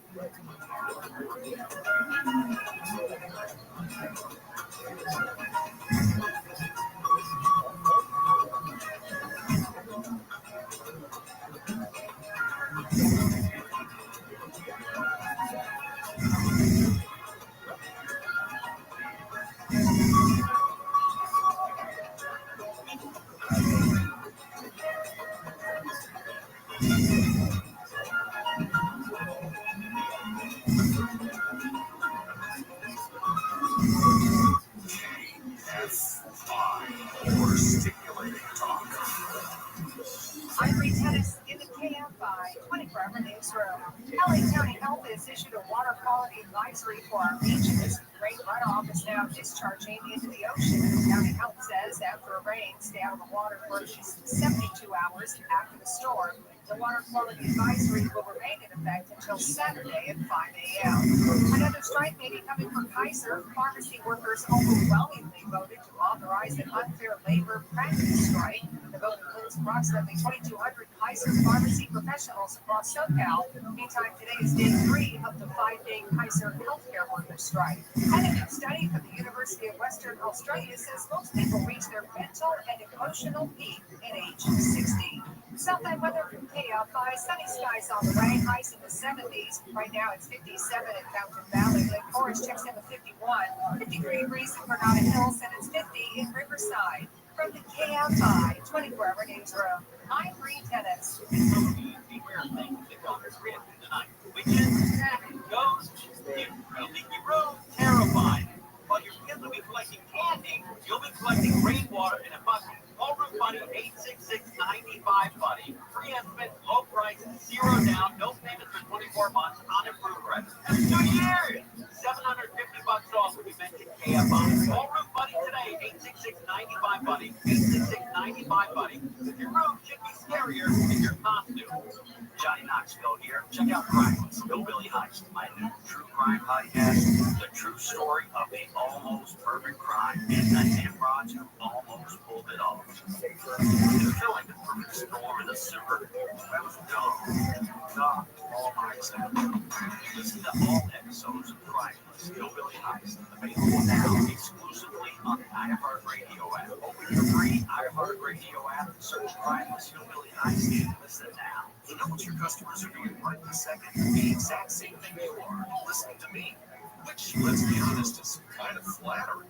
But my point is, ads on iHeartRadio actually get heard. In the car, at the gym, on the couch, while people are walking their dogs. Good boy. Sure, good boy. That's right. So why not make the next ad about you?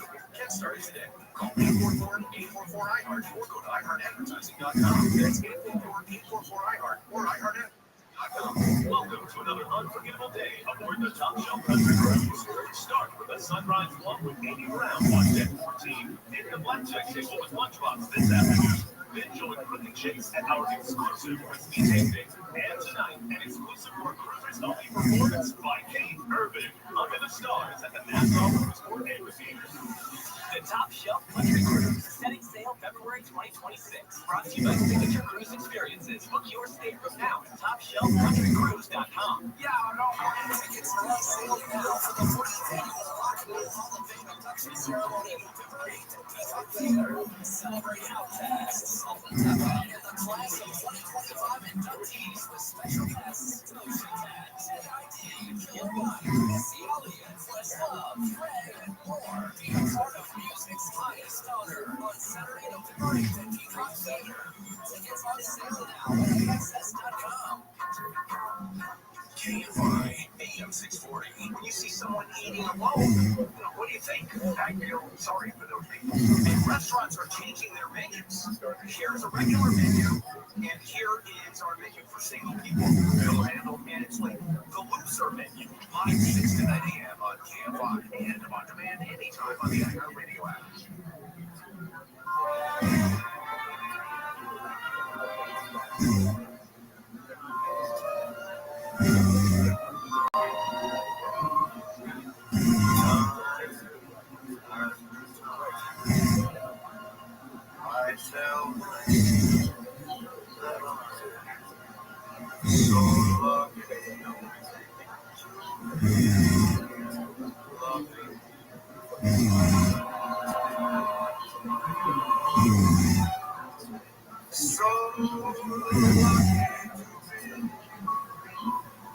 The one you run to see.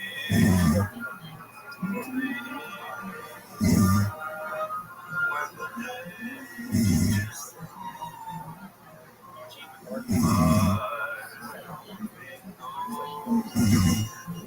what I know. The past few years will show. You kept my love so young. So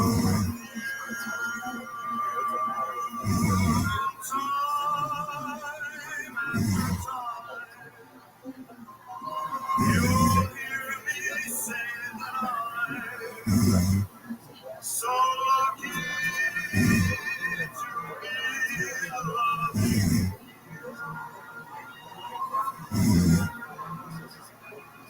To talk to George Norrie, call the wildcard line at 818-501-4109. The first-time caller line is 818-501-4721.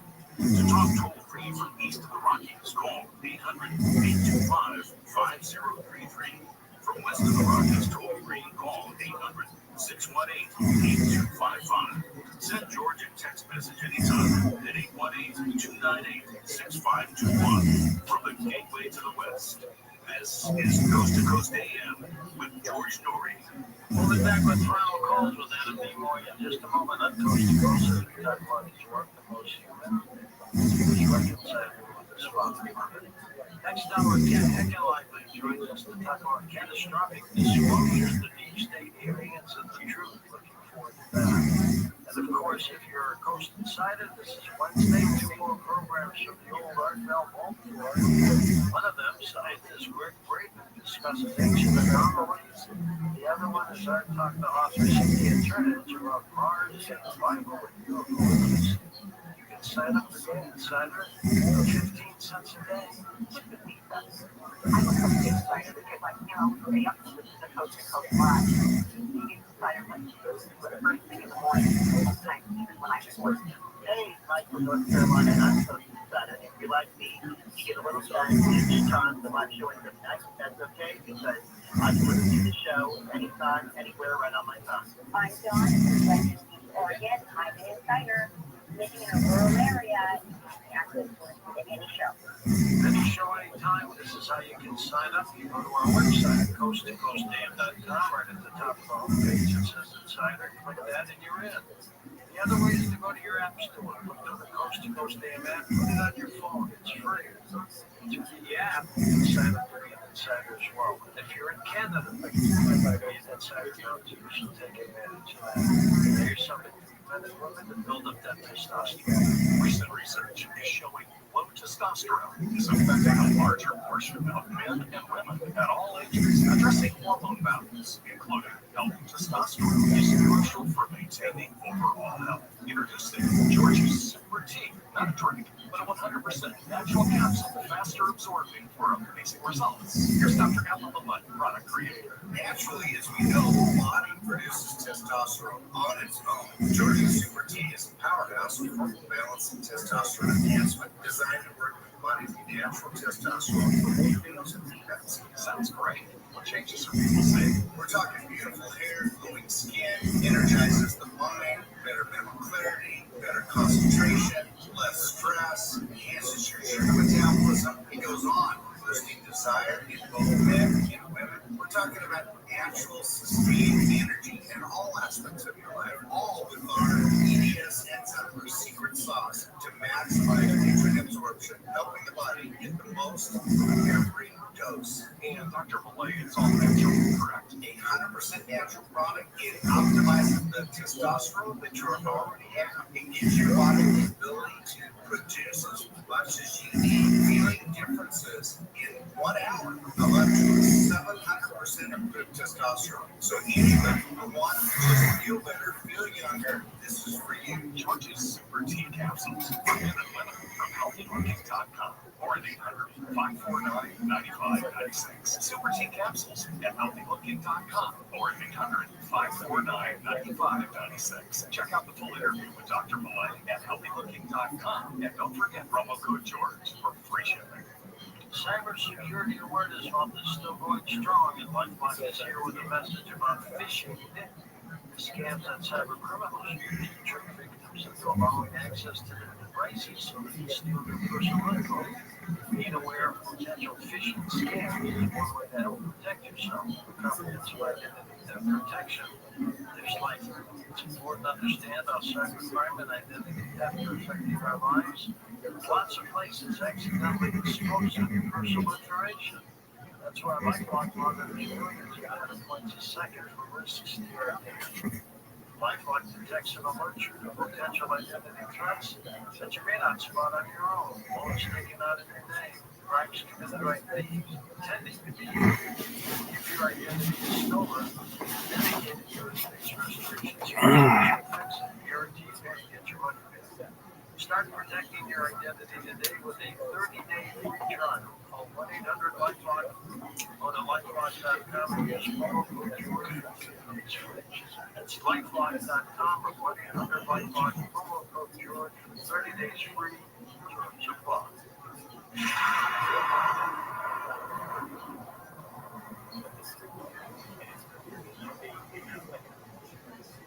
Every Sunday morning, my family piles onto the couch, coffee in hand, TV on, and wrapped in the softest blanket meal. The Bubble Cuddle blanket from Cozy Earth. It's plush, textured, and honestly, it feels like a cloud hug. And when it's time for bed, that's when Cozy Earth takes comfort to another level. Their bamboo sheets transformed our sleep. Made from bamboo, they're temperature regulating and moisture wicking, so we actually sleep cooler. It's silky smooth, breathable, to last. It's like slipping into luxury every night. Plus, you can try them risk-free with a 100-night sleep trial and a 10-year warranty. Upgrade the place you spend the most time, your bed. Visit CozyEarth.com. Use my code Jesse for 20% off. That's CozyEarth.com, code Jesse. And if you get a post-purchase survey, let them know you heard about Cozy Earth from Jesse Kelly. Because home isn't where you live, it's how you feel. Let's go home with Cozy Earth. And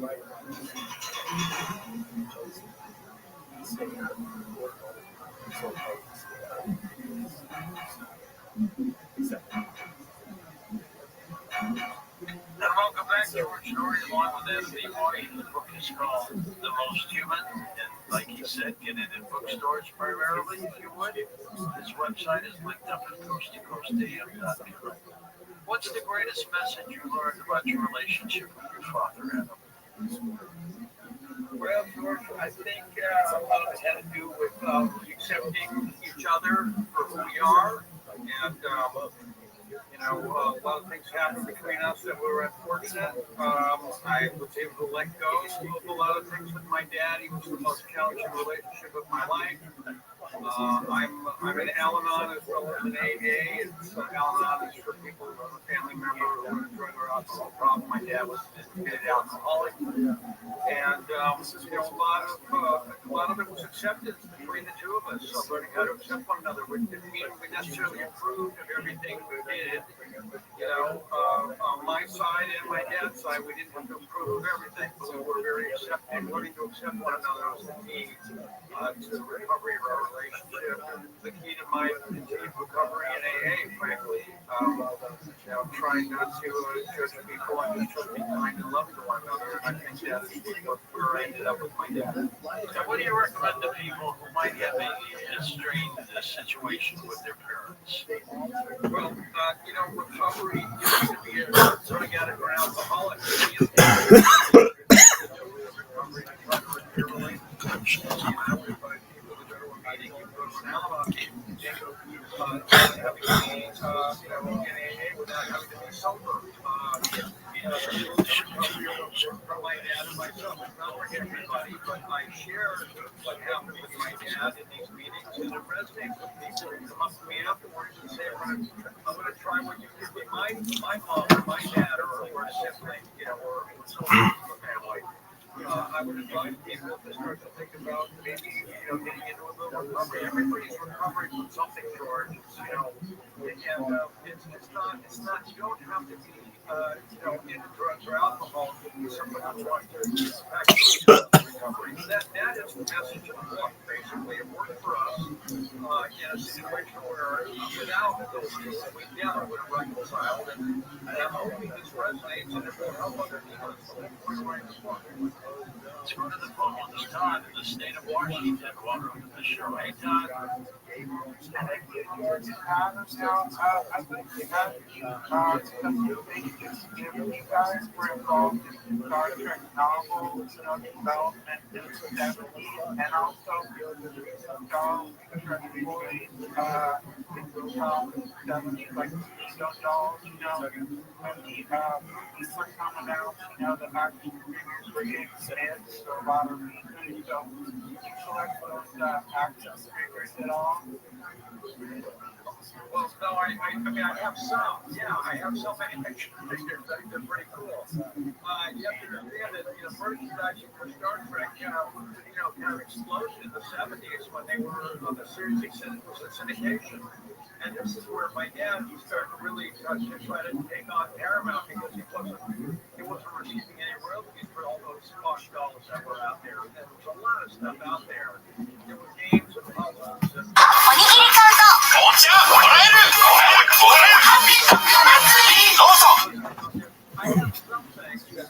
One pill makes you smarter, and one pill makes you hard. And the pills that Mark gives you go great with alcohol. Go ask Esther, 'cause she goes both ways. And if you go chasing baddies and you know you're going to fail, tell Mom Mexican throwing Cheetos has given you the call it in to wander your trust. When the cat's on the chatbot, get up and tell you that you suck, and you just had some sort of kratom, and your mind is blocked by soul. Go exchange, I think he'll know.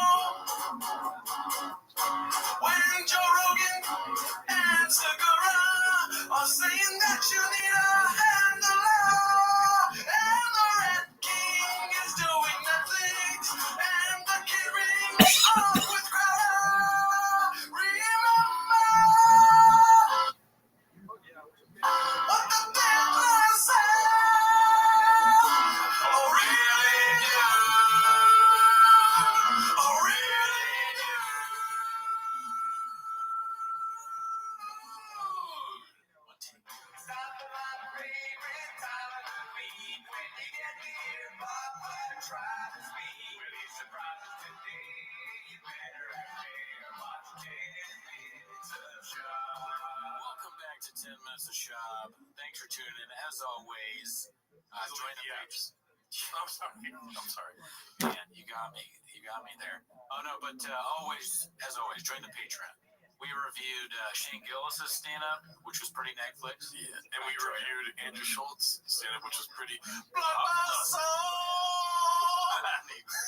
don't know how you do that. How you get those pipes? Yeah, what can I say, B? Yeah. Also, shows.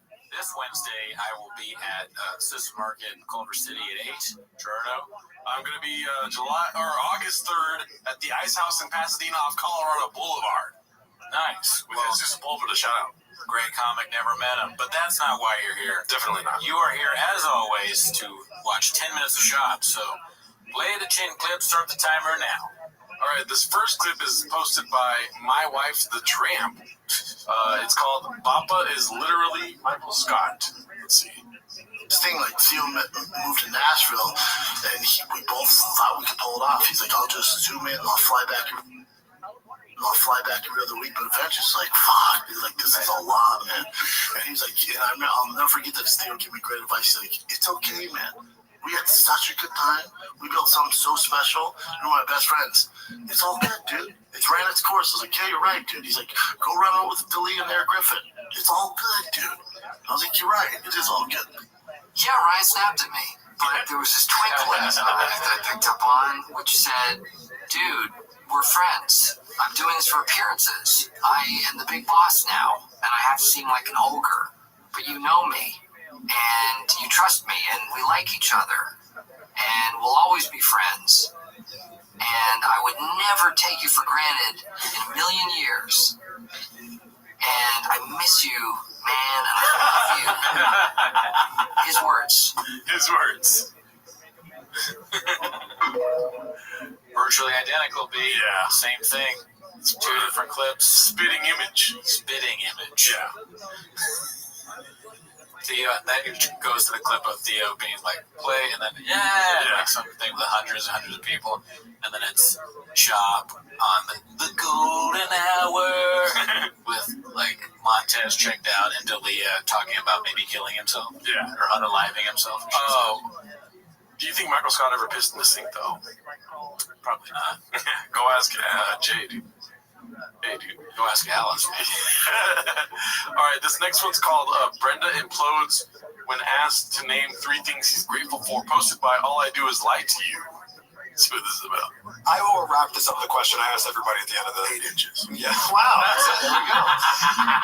Gratitude is such an important part of it. It's just a stock line for him. I didn't realize it. He just senses anytime. Yeah. There you go. 8 inches. It's the right answer at all times. You're right. Yeah. If I wake up every day, I say out loud 3 things I'm grateful for. Oh, interesting. I never do that. I'm frustrated at. What are 3 things you're grateful for right now? Good exercise. Yeah, but I wish I'd done more back because it's so easy for him. The city of Baltimore, Baddies, Addies, Kratom, Diet Coke, Helix mattresses, Tiger Thick, Happy Hippo Kratom. Yeah. There's so many things that you like, Papa. Group chats, jean jacket, hat. Yeah. You know, your truck, denim hat. Mm-hmm. The Ferrari. Yeah, he's a Ferrari. He's Mexican. He knows the head of North America Ferrari. That's pretty cool. He's a free car. You should be grateful for audio. It's king.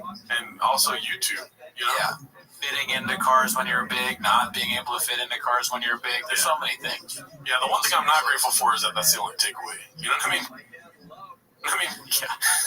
Let's see. The cookie cutter answer, like my wife, my kids, my brother. Today's my brother's birthday. Hey, happy birthday. Yeah, that's great, but that's like the cookie cutter answer. You go. What are you grateful for? Today, let me see what level, so I don't say dumbass. Always grateful for my family. That extends to my life. That's so funny, man. Like, there's so many things. 2 things that stick out to me with that. Hilarious to think it's a bad answer to say your family. Yeah. That you're not. It's not. He didn't say that. He said it's a cookie cutter. Cookie cutter, but that's like lame, right? Yeah. I think it's fine to say your family. You probably should. Yeah. That's like one of those things I mess up. I would like not mention someone like my family or. But it's important to note also that you're like kind of a blue belt in podcasting. That's true. He's a black belt. He's a black belt, so he's on that different level. Yeah. That was the other thing I was going to say. He's like, the idea that you would think that saying what you're grateful for is something where you'd be one of those grind set podcasts. Like, there's levels to this shit. Yeah. You know what I'm saying? Like, if you ask me what I'm grateful for, and I'll just say my wife, my kids, my parents, it's like, that's lame, right? You know, I'm gonna go in there and be like, I'm thinking on a different level, you know. He should be grateful for his Ugg boots, the night vision goggles, his big dick. Sorry about that. Right? I mean, Biden ain't got no merch. Let's see what he's grateful for. My daughter. That's easy though, right? Of course. But like, that one's easy. Health. Another easy one though. I'm happy we're not sick too. You know. Super. So these can be your answers. You think? Sure. I like how he's turning it on this guy like he's wrong. He's not wrong. The guy seems nice. This is one of the more normal interviewers we've seen talking to Shab. Like, Shab is misplaced here. Yeah. I think. Let's see. You can go for weird things every day though.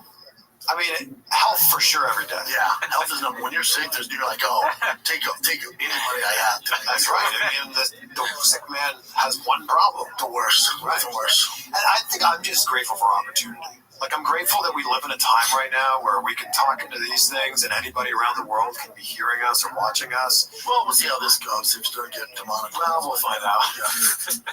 Oh my God, bro. This is rough. Yeah. He's sabotaging this interview. Yeah.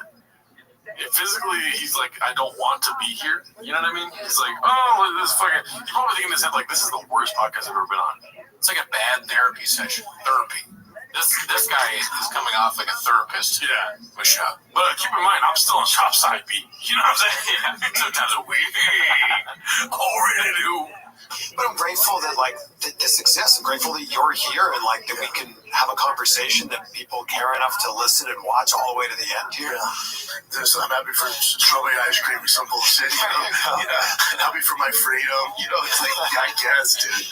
Well, dude, thank you so much. I keep thinking that this guy is going to go, Yeah, like, off the mic. yeah, let's talk off the mic for a second. Are you okay? Yeah. You feeling all right? He's like, oh, we're taking a break. How's socials? He goes right to his phone. Yeah.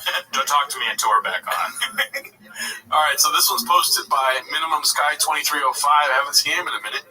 It's called Chris Gets Annoyed with Papa. Uh-oh. Let's see what cracks. I don't think he's a stand-up. British comic? No, he's American, isn't he? Yeah. Wow, he's a good actor. Oh, does he be British in it and stuff? I don't know. Oh, wow, this guy just saying shit up. Oh, he's American history. People King literally, the Queen was bad as fuck. Who? King and Queens? Back then? What's the name of the show? King and Queens? That's the name of the show. Are you talking about King of Queens? Yeah. Completely different show. Yeah. King and Queen. You're talking about, that's the King edition. Yeah. She was bad back then. You're like an old man. Yeah. You're just like an old man. What was that? She was hot. ViralRabbi. Maybe the fat guy. That's fine. She was pretty, but you're talking about. No. Sitcom? Bro, we're talking about. Back to see Erica. Mine's on the Monday, whatever it is. I'll tell you what, if you're in Phoenix, August 11th, James Cameron's going to open for me. Whoa, Yeah, really? he's talking about submarines. Whoa. Stand Up Live, 2 shows Friday, August 11th, Stand Up Live Phoenix. Oh, it's awesome. I love that one. So, is that a joke? Like, these, like, making a joke about, obviously James Cameron's not opening for him, but is that, like, his attempt at humor? Nah, B. See, well, you don't get it. Nah, he's hilarious. Right. So, what were we saying? So, he's going to Phoenix. He's going to Phoenix in August. There's no end in sight for this heat wave going on. Yeah. Do you know, I know you're not a numbers guy, but do you know how hot it has been in Arizona recently in Phoenix? 8 inches. You're right. Yeah. 118 degrees. Oh, wow. I think it might have gone over that bird. That's like the highest it's been. Wow. Breaking records, and there's no end in sight. Would you go see Papa? 118 degree weather? You know, would I don't know, is an elephant heavy? Yeah, of course. Yeah, I would. Of course, yeah. I would actually prefer it to be hotter because I know he's going to say some shit about it. People just sweating, walking out after hearing about tater tots and Mexicans. Exactly. It's a lot. Yeah, I need an umbrella 7 days a week out there, you know? Yeah. We skipped over, I mean, it sounds cliche to talk about what he's saying that King and Queens is gay because it has the word Queens in it. Yeah. Leah Remini used to be hot. She was married to the fat guy.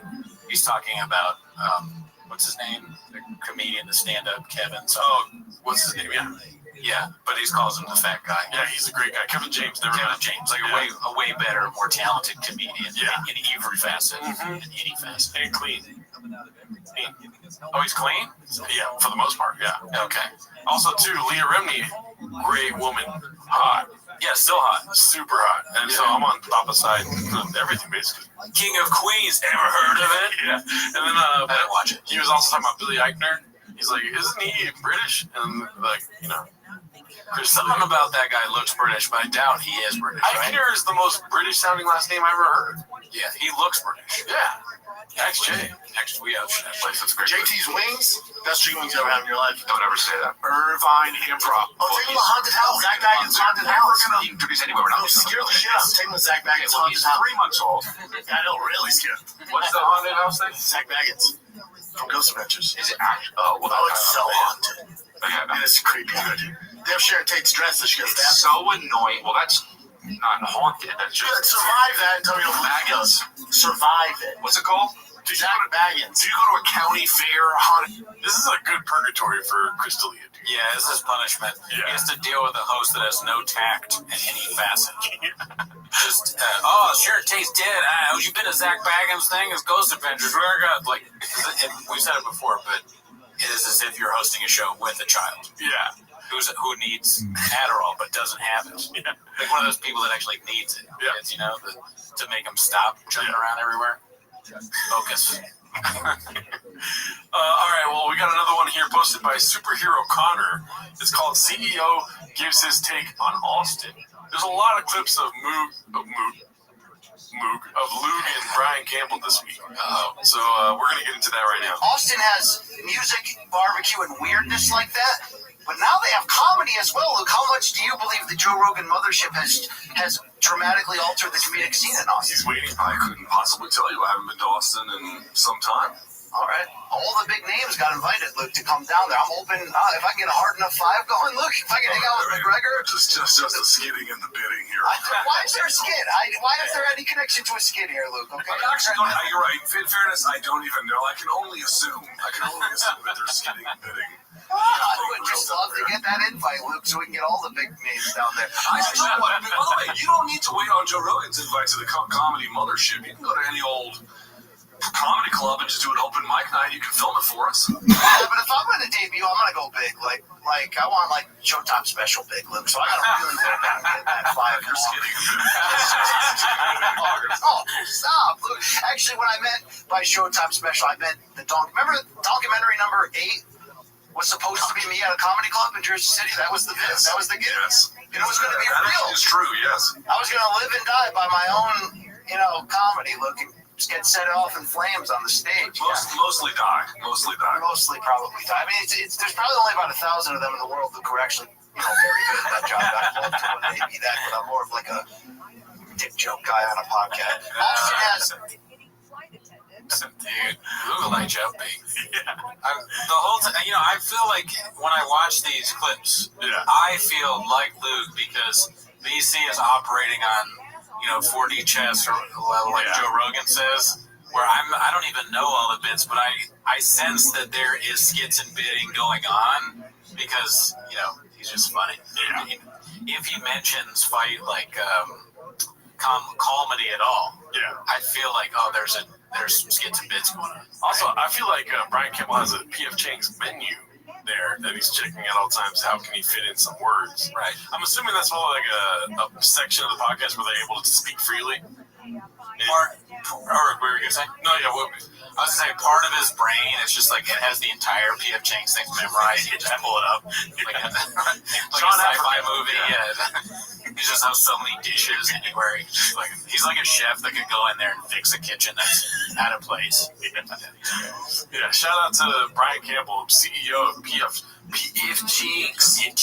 All right, this one's posted by All I Do Is Lie to You. It's called Papa Appreciating His Show Guests. I'm going to have to mute out part of the song here, but we can sing along. I feel like Jake he fucking works hard, doesn't he? Yes. I make love to you like you want me to. Look at his his eyes. Hold you tight, baby, all of the night I make love to you. Look at his eyes. Look at his eyes. Like you want me to. Look at his eyes. Uncomfortable. And he smiles. Like a weird smile in my teeth. Dude, if I was on Friday the Kid, bro, I would want him to check out my cakes. I know, yeah. If he doesn't check it out, Yeah. just take a look. Were you even on if you didn't check it out? You know? Yeah, might as well be homeless. Yeah. Yeah. You don't want Rinks checking it out. You know what I mean? He'll do something about it. He'll keep it Dicey. Yeah. Oh, really? All right, this one I thought was hilarious. It's posted by Frexley Snipes. It says India confirmed homeless, and it's That's good. it says thank 'em as a movie Gotta title. stream that. Yeah, dude. We should watch Thank 'em on Patreon. On the Patreon. And just put a bunch of shopisms in it. That'd be hilarious. But this week on Patreon, we're going to watch Man Tears by Mr. Brian Callen. This one's posted by Miniature Wayne. It's called CEO Keeping Lug Updated on the Latest Advances in CT. Wow, I didn't stutter once saying that. CPJ Penn said CTE wasn't real, and also that in 2050 we're going to be teleported back to the year 1850, and that dinosaurs were fake. Dude, you know what fixes Good thing he ran for governor, you know? Do you know what fixes CTE with nicotine? Knee patch. I don't know. Some comedians like are always putting it on there thinking that. Oh, I see. Sorry, I misunderstood. I thought you were being genuine. No, that's where I heard it. Isn't that why? That's why I heard it on. I have no clue. I have no clue what the fuck that shit does. Skits and bits. Getting a lot of skits and bits today. Oh, yeah, there's a lot more that I kind of skipped over, but one video actually like summarizes it really well. We can go to that one right now if you want. Okay. This one, so basically Jesse on Fire. Yeah. I've seen his videos before. Never met the guy, but They're bad. Not one of our guys, though. definitely not one of our guys. I'm Team Lug all the way, man. Oh, yeah. Lug is just like 100% wants nothing to do with this. He's kind of like Brendan Chop with our show. It's like he probably doesn't want to be on here. Lug probably doesn't want to be on the Reddit to begin with. No, probably not. This guy looks like an angry penis. yeah, look at that, dude. Angry dickler. Angry dick. This one's posted by Sword on Bird. Thank him. You know what I mean? He built the ground we walk on. Yes. It's 10-8 Luke. Let's see. I think it summarizes it up pretty good. Do you know what's happening with Jesse on Fire and Luke? I guess he like shit on BC or Luke or something like that. He had a video, and then he's probably just doing it for views, right? And then Luke had that video. I watched the video that Luke did where he's like, I don't even want to talk to this guy. I don't know. He hit me up once. I didn't hit him up. Yeah. Yeah, it was a little bit of like a Helwani drone strike on this, penis guy. Rogan, and he just He was crazy inside. Because we have much better information. What are your thoughts on Jesse on Fire's video on you? Honestly, not even trying to be mean. I don't care about you. Hopefully we don't get a good douche as the music. I feel like we're going to listen. He hit me up about a year ago to collab on a video. I didn't hit him up. I don't give a fuck about your opinions. They're profoundly stupid. You know I have underachieved. Look at the level of my antagonist.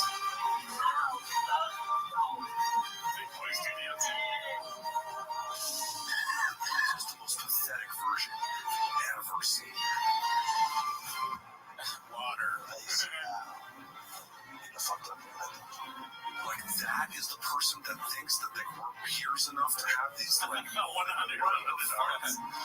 Like, nothing is like the saddest shit. The biggest critique you could make of my career is that these kinds of people are the people who think that they're my antagonists, like, oh my fucking god.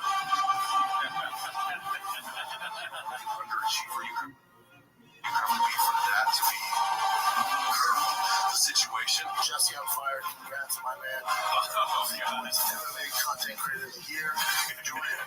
Oh my god. Okay, so what I wanted to kind of go into here, First of all, if that clip got caduced, you can check it on the Reddit. It's 10-8 Luke. What's it called? He gave out an award at the end there, saying that Jesse on Fire is the MMA commentator of the year at Thick Boy Studios. Right. So I wanted to hand out some Thick Boy Studio awards if we can. Let's go for it, dude. Welcome to Thick Boy Studios award ceremony. Instead of Oscars, they're called Shops.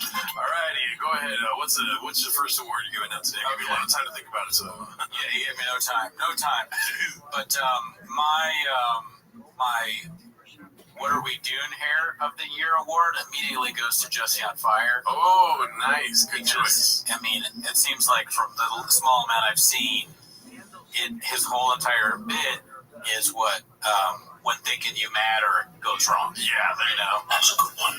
Remember, you done count. Yes. So, do you have one? My Thick Boy award of the year, thank you, is number one senior analyst for Thick Boy Studios is Jay.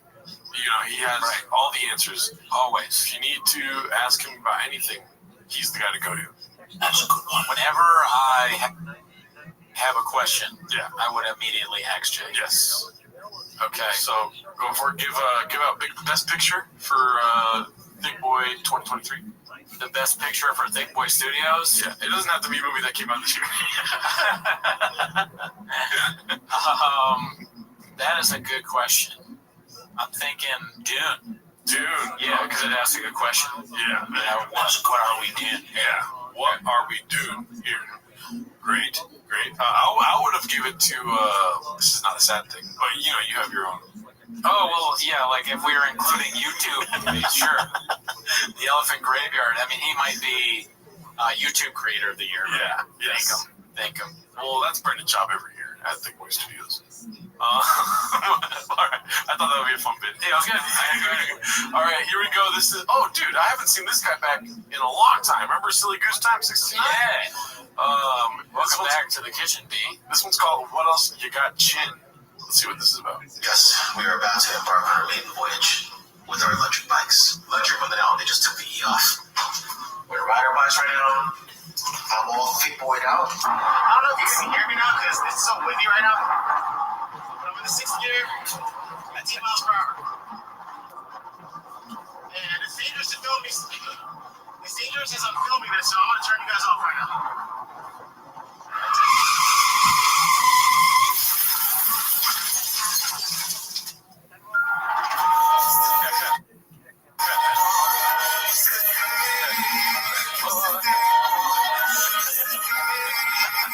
Get a GoPro, B. What are you doing? Yeah. What are we doing here? There's a bike club for Thick Boy?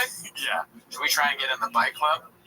I'll do anything to beat Brendan Chop. I can't ride a bike, so I'm out. I can ride a bike. I used to ride a bike. I used to be a lot skinnier, but then my nose looked a lot bigger. I was like, gotta get fat again, B. You're doing a little.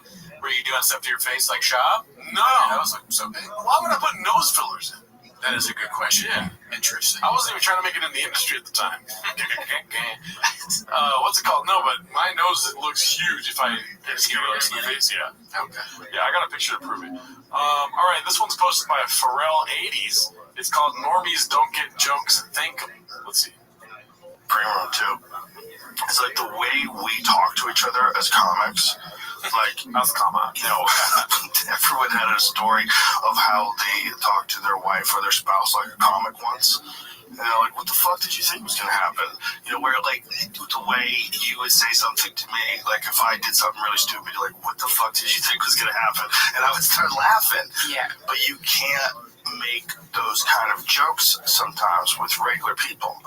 Like, regular people where we were insult, like, you could say, like, the most heinous joke to Tony Hinchcliffe, and he would fall on the ground laughing, holding his side. Yes. You could say, Yeah, you could. Yeah. And those sycophants will laugh at anything that you say. Yeah. Like, you think it was a good idea to jump off this bridge? They'd be like, yeah, dude. Some would say it's the best idea. Yeah. Everyone that guy talks to agrees with everything he says. I love Joe Rogan, but how often do you think he drops a hard R? You know what I'm saying? What do you mean? Either the N word or the R word. Like off camera? Off camera. Yeah. I know. I just had to say it out loud for it to register in my brain. I was like, Joe Rogan This question is redacted. I would say maybe once or twice a week. I have no idea, B. Yeah. I never hung out with him. Yeah. Great guy, but I never met him. It's just a guess. I'm not trying to indict the guy. You know what I mean? Yeah. Well, what makes you say that? Because you can say the diciest jokes. Oh, Where are you? I don't know. Just kidding. All right. Well, this one. Are you saying? Well, let's see. What? Is he saying that to his wife? Because isn't the clip the context? He's like, you say it to your wife, your girlfriend. So he's just dropping the hard R around his wife all the time. Well, he learned not to now. Right. She told him. Yeah, there must have been at least twice. It's a little dicey. Yeah. He didn't laugh the first time. He was like, "Oh, we'll get him next week." And then she said, "Is that nice?" Yeah. Is that nice? Yeah. All right. So this one's posted by H-Band Diet.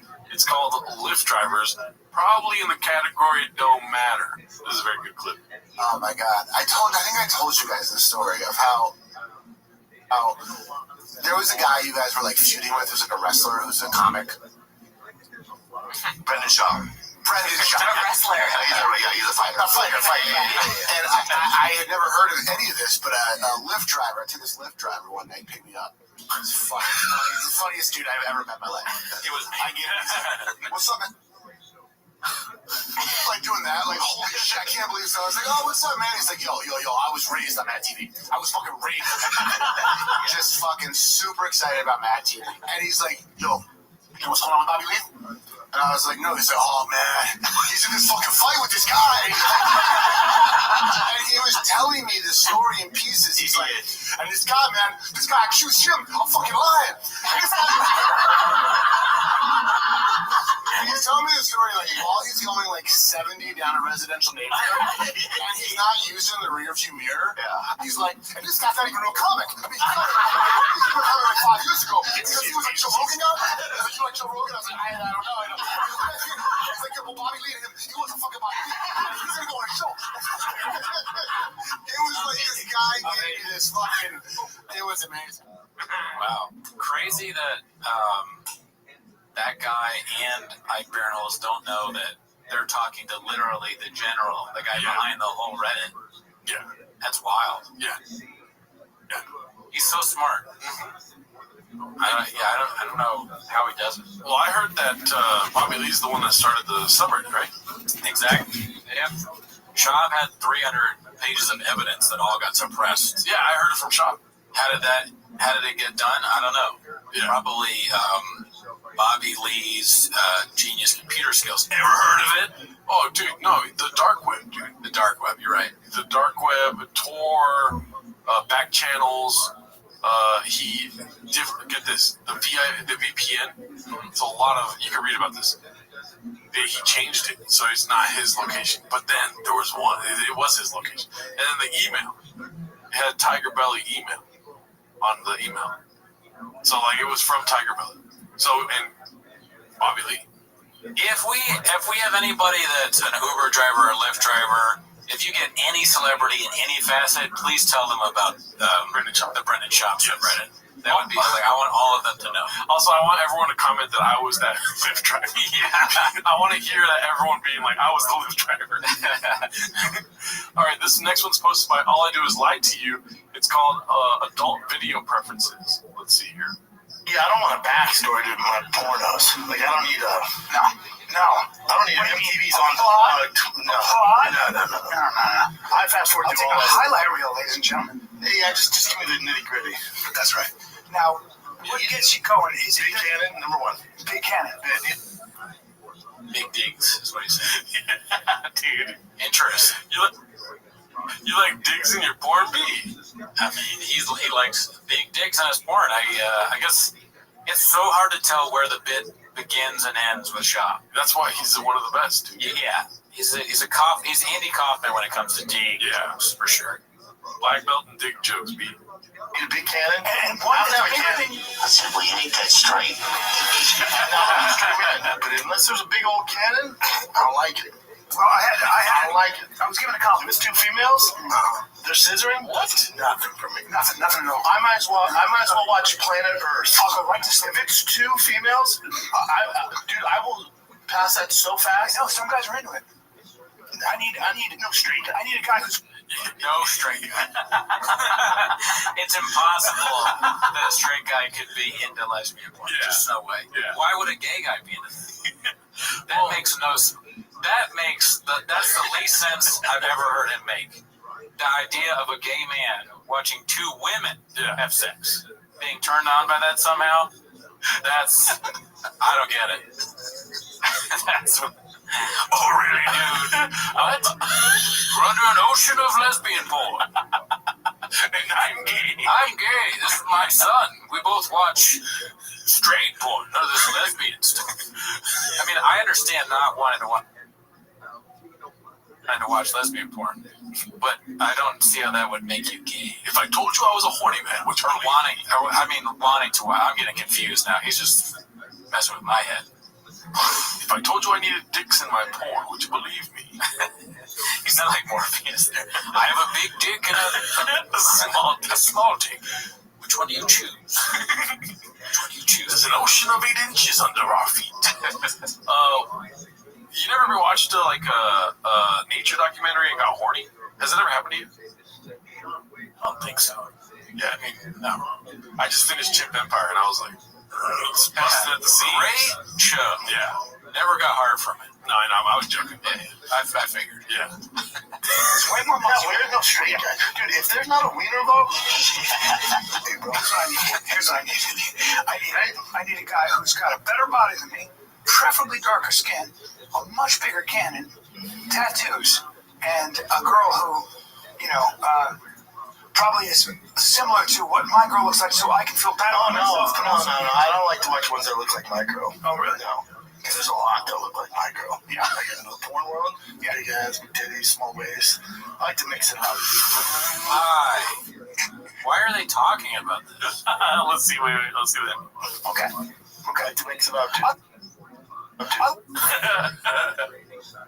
That's so. It's weird to talk about porn and then be like, "Now, what I like is a guy." The beginning is talking about the man, and I mean, don't talk about it at all. Keep it to yourself. Keep it locked away. Shut. I mean, listen. Don't be a prude. I'm not being a prude. I just don't want to know. You can talk about porn on airwaves, dude. Yeah, I'm like the don't talk about porn on earwaves. Yeah. No, I don't think you should. You can talk porn on earwaves. You can. I don't want to. I don't want to hear it, but I'll talk about it for days. I just did an episode recently where we talked about porn. That's your narrative. It's not a subject. It's not a topic for the podcast. It's like, oh, by the way, this fucking thought came to my head. Do you guys like dicks in your porn? You know what I mean? I'm not trying to excuse them at all. Yeah. Because it doesn't sound like it was it sounded like Chin wrote this down and then put it on the board. It was like porn talk. You know what I mean? Which is like their great writing and editing, isn't it? The Big Boy has so many people working. They're going to come up with topics like that, like talk about the kind of porn you like. And I'm sure there's probably like 20 clips of them already saying almost exactly that verbatim. There's only 1,000 comedians that can do it, but there's way more than 1,000 people that worked at Think one time in their life. All right, this one's a little long, so if it's Blockbuster, we could click out of it. B, but it's posted by Seaworthiness 2517. It's called Dave and Gareth from the Dollop talking about Scoob. Wait, did I miss something? Talking about Shab and his subreddit. I saw Scoob. Let's see. Are we talking spin-off? It's like the fighter and the kid. Which, by the way, that whole world is just getting crazier. If people don't. Salty Crew, what's that like? Thick Boy Studios with salsa on it? Was it worth pausing for that? I couldn't help myself. What Fighter and the Kid is, it's Brian Callen and is it Brian Schaub? Is it Brian Schaub? Brian Schaub. And Brian is a comedian that I've known for years. He was on Mad TV. He's been kicked around for a little bit, some really serious and rape allegations. Oh, yeah. I thought he was going to say a really good comedian, but he said it's pretty serious R-word. Oh, man. Let's see. Substantially, open and shut case kind of like in the LA Times. Many sexual assault allegations, yes. Oh, also, too, Ali, I never really kept up with all that. I did. What happened with Brian? I don't know if the severity of the stuff. Yeah. We should probably look into that off camera. Oh, whoops. Let's see. Yeah, he did it. And, He did it. and he went away for a little bit, and now he's back on a podcast. He barely Doing went away. shows. Yeah, he barely went. He's doing shows. He got married because all these guys, when they accuse of sex crimes, they immediately get married. Comedians, I mean, and now he's on with a ex-cage fighter guy who decided to get into comedy. Brennan Schaub, who's really dumb, like 11. I know that we're like very well versed in everything, you know what I mean? We've been doing this for however many episodes, 64 episodes or something. Yeah. But it always make me laugh when somebody's like a wrestler or a cage fighter. It's nobody knows who you are, B. It's shocking to me that he doesn't know. Yeah. I'm like getting kind of, I'm getting a little angry watching it. I'm like, how do you not know this? I want to hear. I realize I'm crazy. I want to hear somebody say like, "Yeah, Brian Callen's doing a podcast with that one street performer guy." It just gets worse and worse. Yeah, It's like somehow like that sign twirler dude. You're like, what? That's not a sign twirler. He's had some success. Yeah, Brian Callen's got a podcast with that plumber guy. I like how this guy is all like, whatchamacallit, the dollop guy. Now I'm doing it what they The did. right or left? The right is, that's Gareth Reynolds, and then this is the writer, what's his name? I don't know. I know who they are. Yeah. Dave Anthony. So Dave Anthony has all these books, and he has a hat and a bunch of merch he's plugging.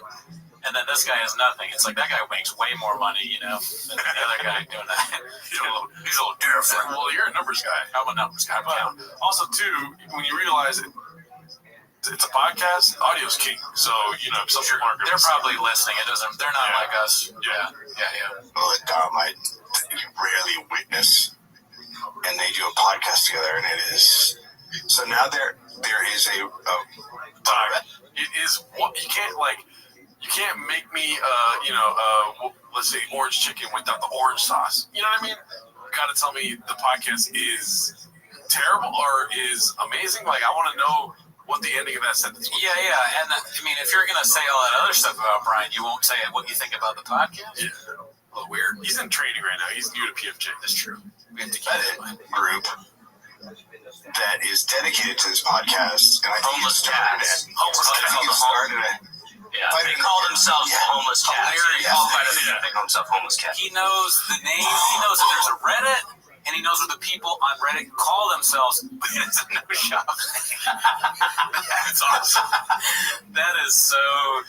Oh, damn, dude. Chuck catches a lot of heat. I think you're mixing it up, but that is hilarious. Isn't that what he just The guy on the right didn't know Brendan's name. The guy on the left did. Oh, Gareth knew. Okay. Yeah. Okay, fair. Let's see. And they started out, I think it started out just a regular, subreddit about a podcast, and it's been completely taken over, and now it's just all people talking shit. And there are tons of people in there grabbing clips and putting them up, and you're just like, you can't believe how dumb this shit. Well, now they also, there's so much D'Elia stuff too. Now Chris D'Elia's also that leaks into it. Chris D'Elia's on a second podcast with Schaub, with the Eric Griffin. I feel like I'm watching a homie's two grandparents talk about this. Yeah. You know what I mean? It's great. This is like when we first started. Yeah. We were trying to figure it out by talking it out with each other. They're going to be like, they're older than us, but somehow they're us in like the past. Bizarro, Dorado, and Brendan. They sit there and they do stuff. The best one the other day was, they always say like, hey, bring up the YouTube clip, and then they show it on the screen, and they're looking at it, and the top one is about allegations of rape. It's the documentary about D'Elia's, the documentary that just, It's just ignores it, and you're like, no, go to the top one. He's like, Google, not YouTube, Google, and they keep it in. And they keep it in. Great observation. Yeah, the editing is terrible. Everyone that does podcasts knows that you edit this kind of stuff out, especially if you're trying to not address it on the show at all. Also, shout out to Kyle Anderson, great guy, never met him. Let's see. But that's not even what we're going to talk about. But that shit is so crazy. It's so good. Everyone should jump into it because it's. It's amazing. It's really fun. It's a community. It's endless. It's an endless source of amusement. I sent Gareth like 5 the other day. I was like, look, that's what I think the hardest I've heard you laugh was after the Bobby Lee thing, where they sort of said that I can't even begin to explain, but it was the episode following that where they basically threatened Bobby Lee. I think that was the hardest you've ever heard. It was something like that. They kind of threw their CIA contacts. And they had a guy sending information about Bobby Lee, and the guy, and there was no, who is this person sending the information? They just went, it's real. And now they're calling a comedian a pedophile, even though he's not doing it. It's just Bobby Lee, and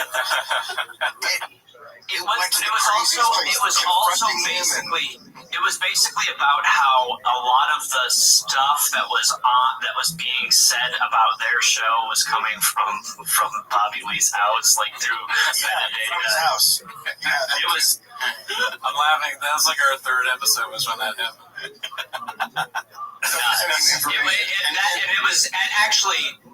We listened to the Tiger Belly where Shaw went on, and then we listened to Fighter and the Kid the week after that. It is amazing. Podcasting at its finest. You just thought black belt on podcasting to his thing, guys. Welcome to change. Yes. Great additions, Dave and Gareth. Yeah, pay Gareth a little more, Dave. You need some stuff. A Blue Yeti microphone. All right, this next one's posted by All I Do Is Lie to You. It's called Canceled an Entire Euro Tour for this irreplaceable level of participation in the baseball camp.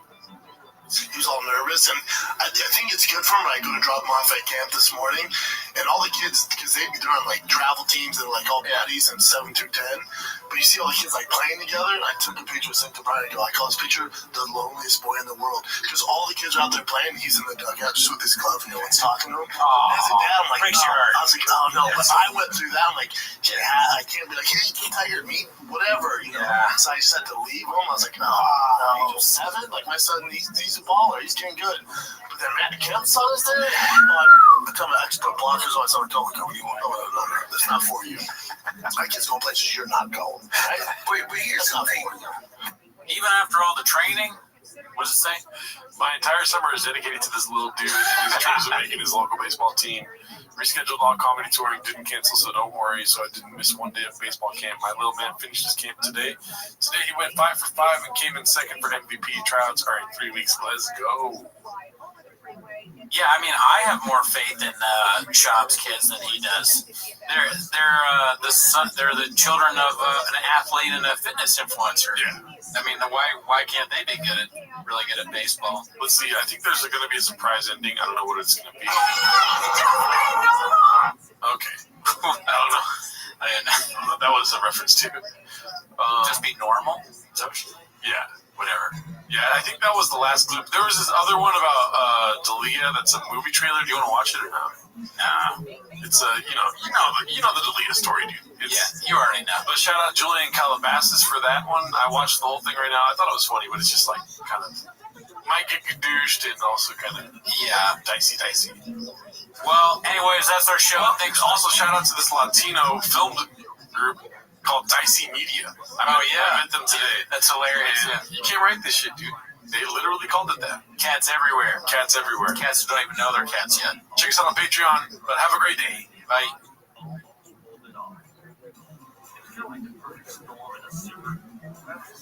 I see a shadow been rising. I see my views go away. I see heavy in clouds. I hear answer go away. No one home tonight. My drugs be alright. There's a better alright.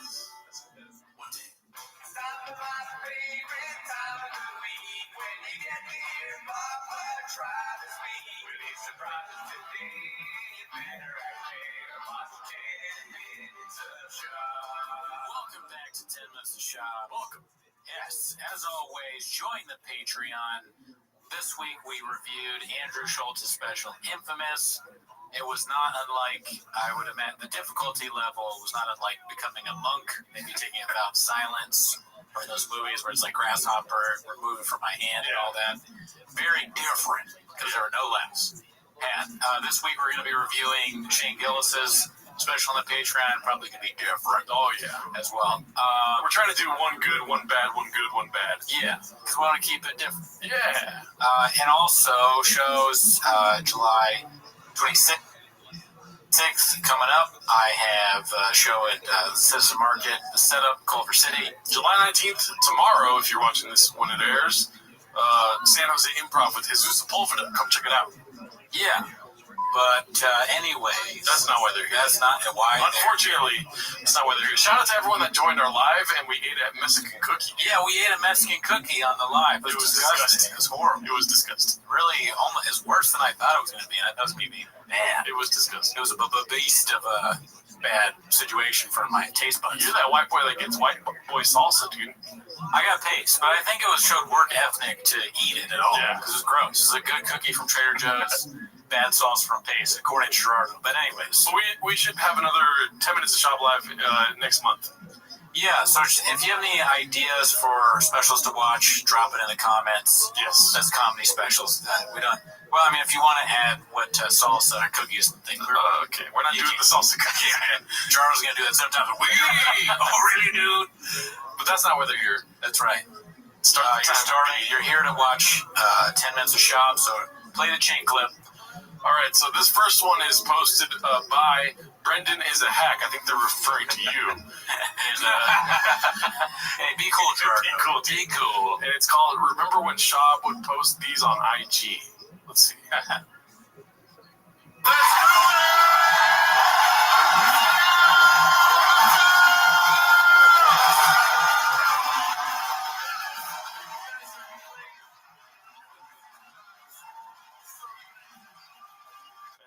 do Yeah, look at all those redacts. Going crazy. It looks like they're in a church. Is he playing a church? Theaters be theaters. Yeah, but it had those like church windows, you know? Yeah.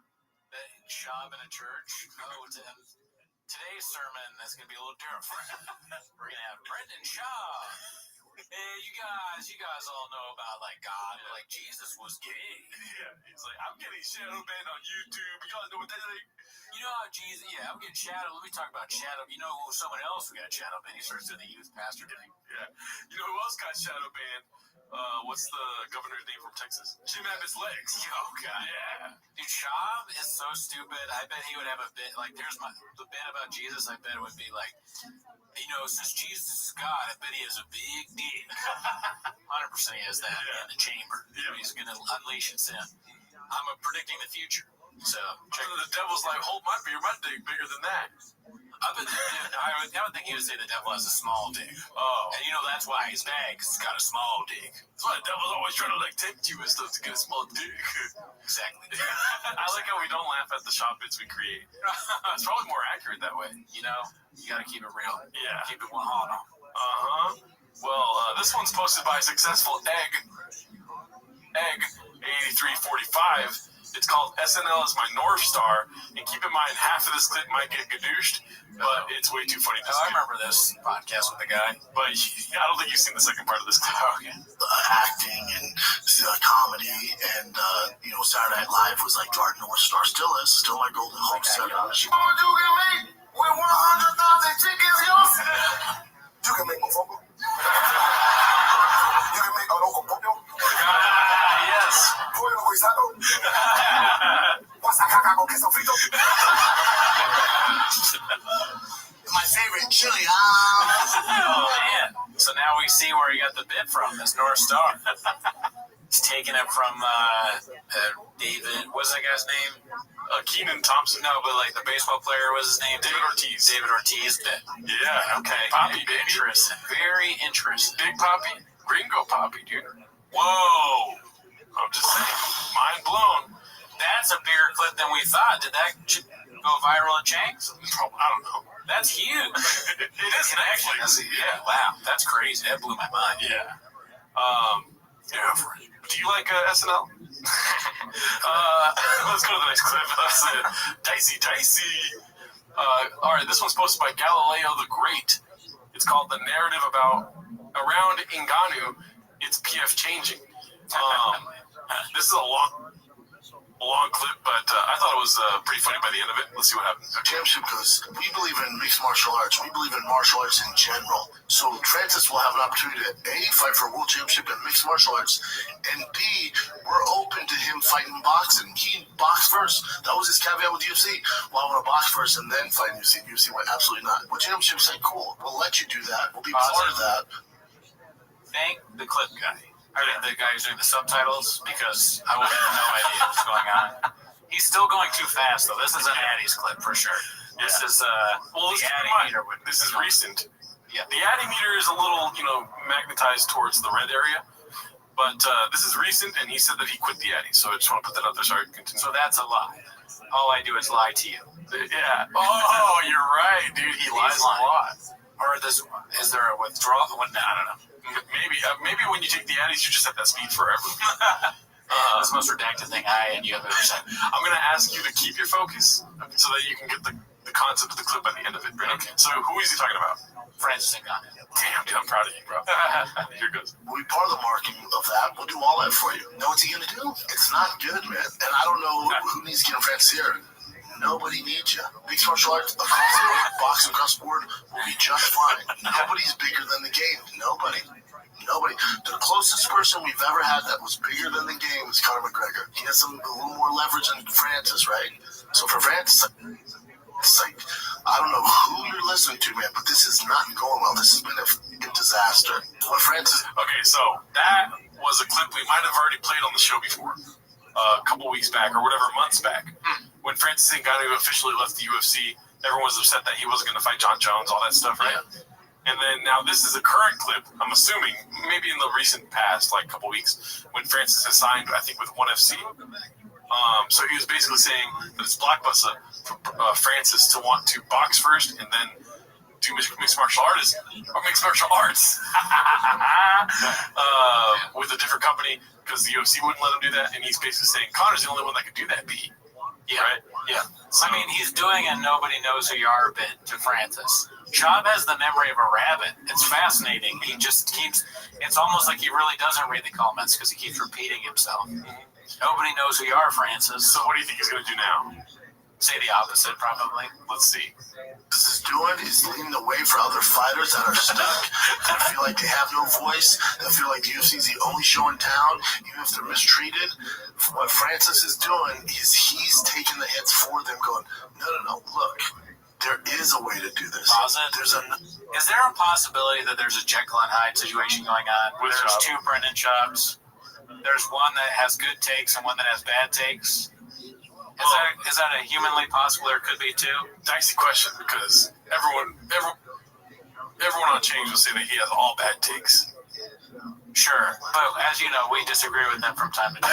No, I know. Like Schaub, they hate him. But a lot of them. Another thing too is that I'm kind of out of the game. Like MMA. Like if I watch a take of his, I can't be like, oh, he's saying something about this fighter. Oh yeah, you don't watch enough UFC to really know. I mean, neither do I. I like it and I watch it sometimes. I just trust Changs. Yeah, we've been gadooshed by Changs. Like we just believe everything that they say. Yeah. And then we'll realize that they've edited the clip to make it look like we're so dumb for thinking that he took a bite out of a fish. But listen, we watch a lot of stuff. We can't really decipher everything that happens. I know. I mean, this one's pretty cut and dry. He just talks shit about Francis Ngannou trying a different avenue, and then now he's like, he's a fucking maverick. I think I probably agree more with the second take. I mean, I don't think Francis is bad. Yeah. I don't know what will happen, but Tyson Fury, Francis Ngannou is pretty fun. Oh, yeah. It's fun. I'm tuning in, B. Yeah. I'll get that pay-per-view. You know what I'm saying? Absolutely. Let's see the rest of this. Another route you can go. Shout out to his agent. He just said Mark Hilton. He just said that the agent was like, I don't know who you're listening to. Yeah, it's hilarious. Damn, dude. Let's see. What are you doing? You ruined his career? What's up now? He's saying what's up to himself. They made the right decision. They crawled through some, like Andy Dufresne. They came out the other side. Now they're fighting Tyson Fury. These dudes. Yeah, imagine the he went through. The Shawshank Redemption. Is he going to Shawshank? That's his North Star beat. That movie's my North Star beat. You know the kind of food they have in jail? What? Chili. Yeah. It's funny. He also has that clip where he's like, they're actually not assaulting anyone in jail. The Shawshank Redemption is some assault scene. I don't know if you've Shawshank Redemption ever heard of it? He says, Dax, he went through. It must feel good. They knew what they were doing. Shout out to Markel, man. You did it, brother. Proud of you, man. And Francis, my God, dude. This is insane. This is history, dude. I know people could douche me. Good idea, man. Sorry, quick. I know people could douche me all the time because I'm on Brendan's side, but I do feel bad for him that he's not able to remember. It's obvious that he spoke those words in different scenarios. I just I don't know if he's consciously doing this. You know what I mean? Or he just hears it both ways, B. Hears it both ways, dude. You're so right, bro. I'm an idiot, dude. I deserve the kadooshing, dude. Hey, we're all gonna get kadoosh someday. Just don't kadoosh yourself. Absolutely not. All right, this one's pretty funny. It's from Icarus Lives. He hasn't posted, or at least I haven't seen a post of his in a while. Great name, never seen it. It's called Joe. It's probably closer to that. Let's see. How tall are you? 5'8". 5'8". Okay. Presumably you measure that with some kind of tape measure. All right. So, are you 5'7" and 3/4"? It's probably closer to that. Oh yeah. Okay. All right. So maybe you're 5'7" 3/4". So, are you 5'7" and 1/4"? It's probably closer to that. Okay. I'm shrinking. Are you 5'6" and 3/4"? It's probably closer to that. Oh yeah. Okay. All right. So maybe you're 5'6" 3/4". So, are you 5'6"? It's probably closer to that. Okay. I'm shrinking. I know it's a tried out bit. No, that's clever. But it's clever. The editing is great in that. Yeah, thank him. Yeah, thank you, B. Any thoughts on Rogan's height? I have no idea. I haven't really been following the height thing. Yeah. All I know is that he's bald and he slangs dick. Yeah. I just know the stuff I've heard from Scoop. Dude, my favorite Rogan bits are where he humps the stool, dude. It's so funny. He's very good at stool humping, and it's an art that you have to do it right. Yeah, we shouldn't be criticizing. We should be thanking him. There's only 1,000 that can do it, man. They really are heroes. And there's a clip about that later too. All right, let's see here. This one's posted by All I Do Is Lie to You. It's called The Gringo Poppy's Take on How Comics Should React to Other Specials. Ooh, are they going to talk about other men on earwaves? I'm afraid so, B. Okay. That sounds like Star Trek. I'm afraid so, B. Live long and Gadooshner. Okay. I also think it's the culture. Now, I won't say who it is. I was in the green room. I was at the Laugh Factory, and these guys were making fun of Matt Rife.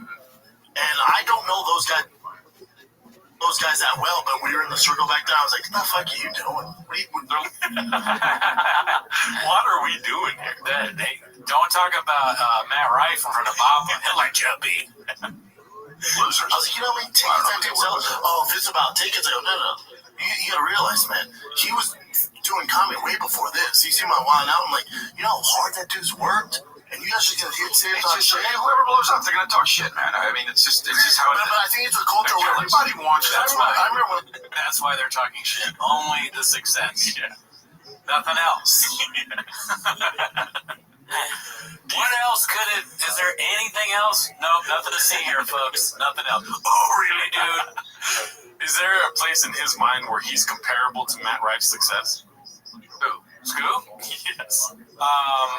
Probably. I was thinking he was going to go into listen, Matt Rife is a marketing genius, and then relate to him that way. There's a big difference. Matt Rife did it all on his own. Bob completely Joe Rogan, and Matt Rife did comedy for a long time.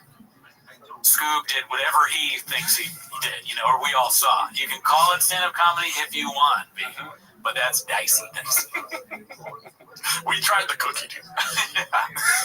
Let's see. when I go to the comedy store, like whoever it was, name like I remember Bert Special came out one time, and Bert's my boy, man. I remember I walked in, the rest of these people are his quote unquote boys. Yep. Like, you see Bert Special? That was great. Like, no, Jeez, dude, he's just snitching on his friends now. Yeah. How many people could that be? Yeah. There's only like a certain group of folks that could be, and he's just saying that they are talking shit about Bert Special. Yeah. There's no loyalty here. They're all like, we don't talk about God like men on airways, and we don't. You're a beach if you like say like about stuff about other people. Literally, he is snitching on his friends doing that. They're in this room right here. The brain cells are there's a small level of them. Yeah. These people are not intelligent. But I like Griffin. I mean, maybe Griff brings it up a little bit, but the two of them. Let's see. He's special. What? They go, even if it was not good, if it's your friend, you'll ride or die. I don't even watch him. I just go, it was great. Yeah, I don't watch him. I go, it's my boy. I like him. He said I don't watch him. Yeah, that's also dicey. Well, wait till you see. Let's see. Actually, Mr. Girls was fantastic. That's the last one I've watched. I just watched it. I was just so funny you say that. I was just about to say it was like a really good beast of a comedy. Doing that. I hit him up, and I was like, yo, my wife and I are watching. Fantastic. Yeah, so that's a good one. Fantastic. I watched 0 specials. I've only Tom's the only one I watch. And then Big J's. I think, well, here, all right, devil's advocate again. yeah. So them like saying beast and murderer and all that stuff. Yes, it's embarrassing and you can make fun of it. But if you're like us or other people, like we've probably said things are beast and like murderers and stuff. We just don't have this podcast where it's like you're watching it all the time, so we start sounding the same over and over again. Yeah. And also you don't really know it's cringe until you actually see it, I think. So of course it's cringe to be like, oh my God, Tom Segura is a freaking murderer, man. He's dude, like, that kind of stuff.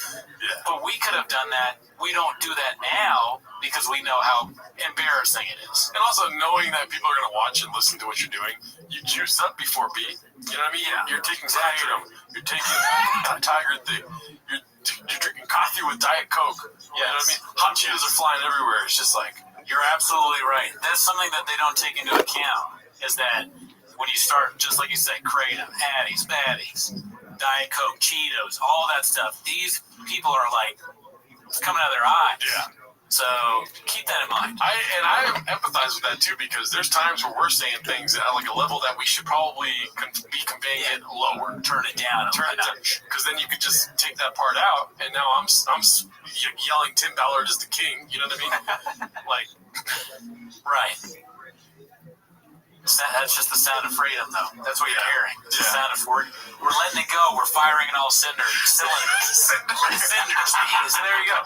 We will light you up, B. There's an ocean of cinders under our feet. Self-kadoosh. What's it called? In The Sound of Freedom, which is a movie I watched this last weekend. There's a part in the movie, I swear to God, dude, where he has a very dry throat, and he says, water.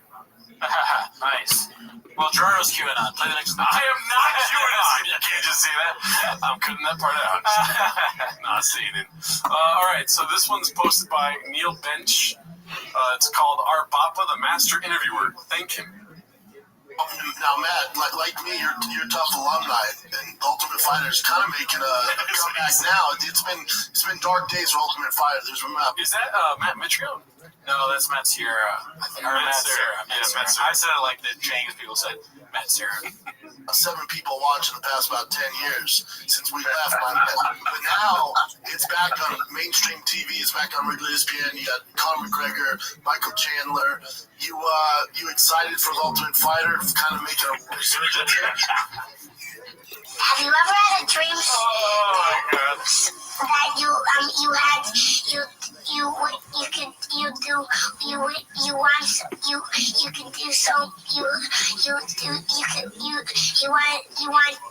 do you so much you could do anything? Nailed it, dude. That's a great, virtually identical, baby. will be. Yeah. It's kind of Shab's interviewing technique is not unlike that or that old Chris Farley bit on SNL as North Star. You know, when he interviews Paul McCartney and he's just like, oh man, like that song or whatever. Yeah.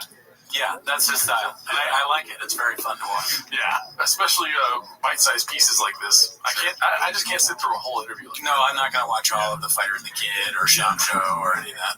All right, we got a throwback here. It's posted by Dicey Redact. Great name, never seen it.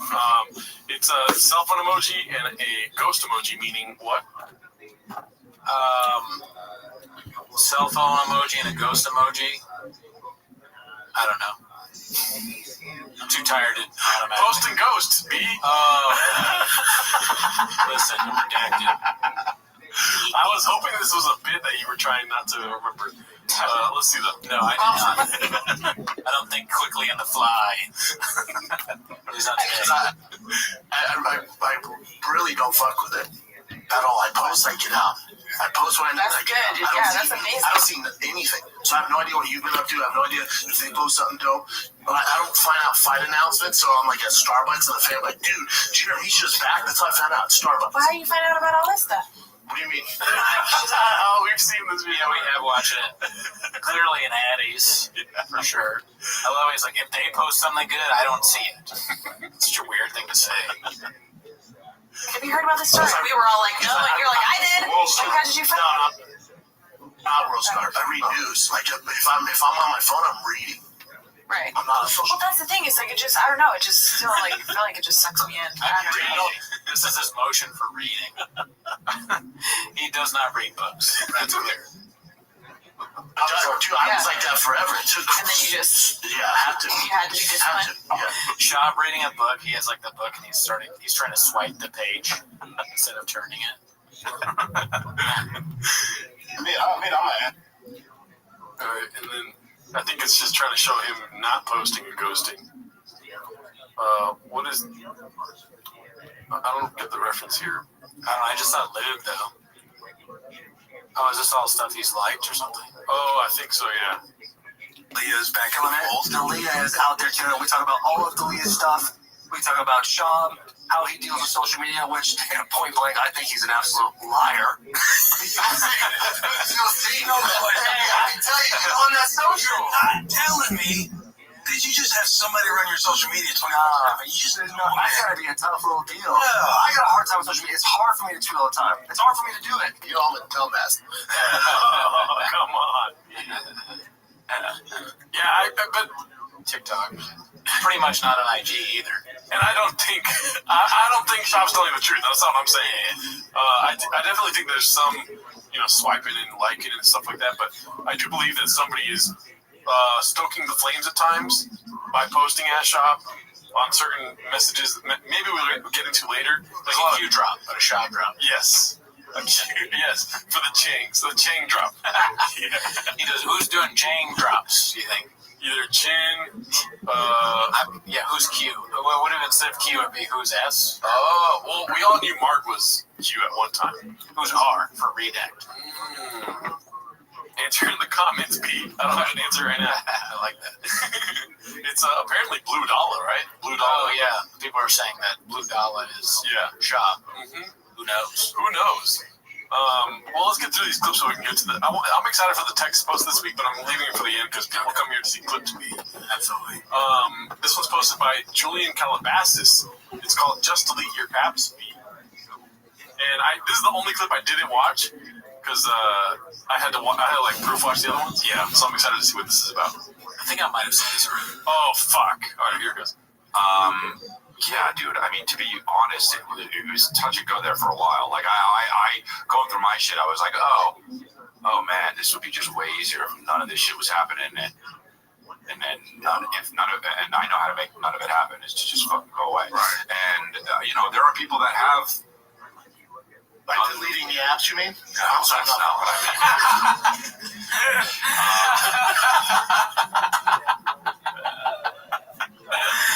Oh, Shab and his comprehension skills, so blockbuster. Just so blockbuster. There are people that have By deleting the apps, you mean? That's not what I mean, yeah. Sorry, I'm not following. I couldn't. Jeez. At least he's being nice to Delia there. Yeah. He's trying to be empathetic. Ride or die, B. And that one lady. Damn, dude. It's like it sounds like he's talking about either the best case scenario. He's saying just like stop doing comedy. Worst case scenario, he's talking about Kadusha. It's so funny how fast he said I'm sorry. Yeah, I'm thinking about. I'm just so depressed. I'm thinking about sometimes I think about unaliving myself. Oh, you mean like deleting the apps? What? By the way, we got some hate for saying unalive the other last week, but That's the rules, B. it's YouTube, B. We're not trying to get shadow banned I'm not out. trying to name the waters. You've heard about shadow banning, Dude, we're doing it left and right, dude. We're balls deep in shop, baby. Oh, really, dude? Oh, really, dude. But yeah, off the podcast, we're saying the S word left and right, baby. All right, this one's posted by P.F. Chang's janitor. It's called "The Gringo Poppy is Really Holding Up with the Current Specials." Have you seen this one yet? No. Let's see. Do you know what's funny about gay voice is that is not just an American phenomenon. If you speak another language, you can still hear the gay voice. Oh, in Italian, allora oggi che sono andato a comprare qualcosa al negozio. Spanish, Whittlesville.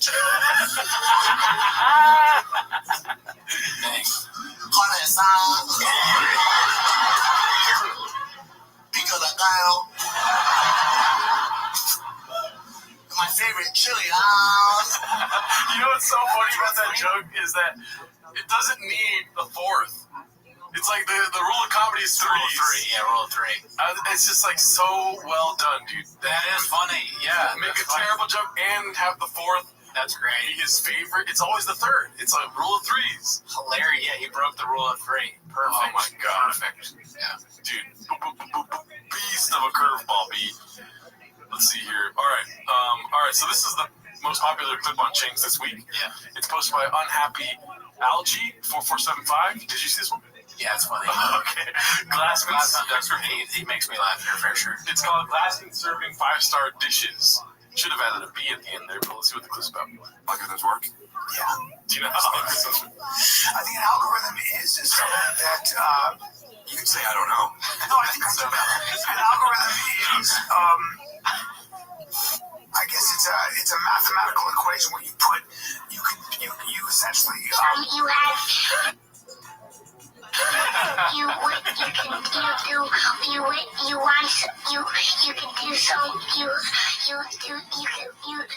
Oh my god, this clip. so like an option would be an algorithm, right? No. What is an algorithm? You can say you don't know. It's such a funny and mean thing to say. Yeah. Goddamn, dude. It's hard to just say I don't know on a podcast because that's like sometimes the most blockbuster thing to say. It's hard to say it, but I mean, if you read the comments, I say it quite a bit. Yeah. I sent like Cal in there probably. Ask me how often you say it. How often do I say it? 8 inches. You see, you don't have to say I don't know for everything. You can say 8 inches. Yeah, so you're always coming up with solutions to my problems. Thank Best you. brains beat. Thank you. Let's go on to the next clip here. The next one's called Barn Door Talking About Someone Challenging His Fight Pick. Posted by All I Do Is Lie to You. Man, there's some controversy going around that he might be rogan a shorty pie. Oh, right. Yeah, I did hear that rumor. It's right around the kitchen. There is a lot of underscores in that name. Let's just say that. All right, let's see. The Volkanowski and Rodriguez. It was funny, some guy was talking shit to me because I was like, Volkanowski, there's no way at 45 he's ever going to beat him. It's not knocked out Yair Rodriguez. It's just never going to happen. The guy's like, oh, Shaw picked Volkanowski. I'm definitely taking Yair Rodriguez. I'm like, cool, dude. Call your man Yair Rodriguez. Let me know how it goes for you. Take that guy that we don't know who it is. I just posted Ghost. Volkanovski, ever heard of him? Yeah, part of me wants to get more homeless, and I feel like getting more homeless is getting into MMA because of the shop show. Only because of the shop show. Sometimes I get really into it, and then I like don't watch it for a while. Yeah, I like it. I don't see myself ever putting enough time into really getting it, but it's definitely fun. Yeah, great fights. It's just dicey when you don't want to buy the pay-per-view. You know what I mean? Yeah, we need more Patreon subscribers. Yeah, if you want the Patreon, we'll do fight companions on the Patreon. I don't give a fuck. We'll do a Highland Park fight companion. We live in Seattle, B. All right, this one's posted by Retendon Twist. Okay, quite retendous. I went straight to Latino, B. You see me? I'm the Latino pop. Yeah, it's called That Time Rick Glassman Made a Fool Out of Brenda by refusing to animate his horrible bit. Have you seen this?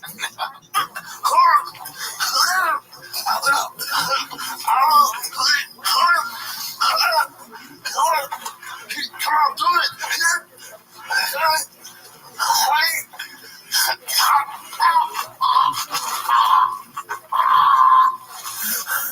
I told you, dude. Or the surf and turf. And you did. Didn't have to animate it. Thanks, man. You were great. You're right. All bros out there checking out this podcast. Take your shoes off with Rick Glassman. What was the bit?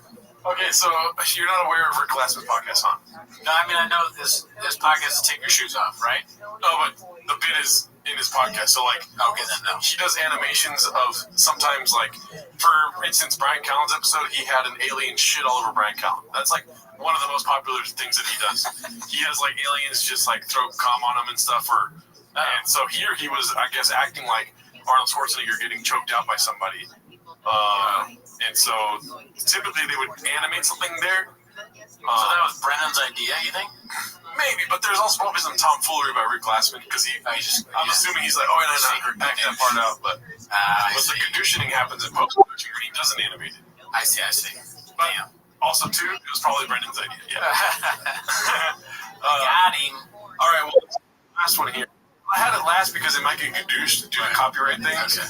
But it's called the 1000 on Icarus Lives. See what this is all about.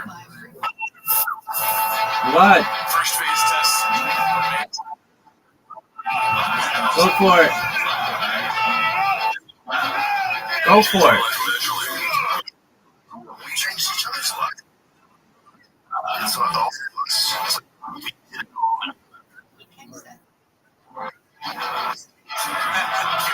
You gotta surround yourselves with the motherfuckers. You're the top dog, and you're with the wrong dude. I was just thinking about all his friends saying that his special sucks. Sean said the special is terrible. You gotta surround yourself with people that when you put your heart and soul into a comedy special, they're like, yeah, it sucks. It's blockbuster, but then to your face they say it's good. Yeah. And that's the Fight Night music. I remember that from Fight Night. Gotta surround.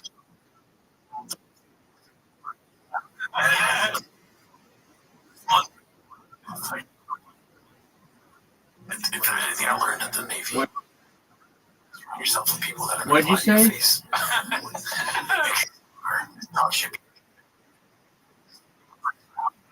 Yeah.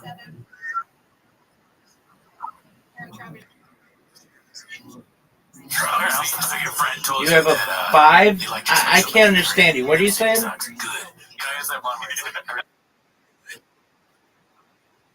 No, I'm sleeping. What's up?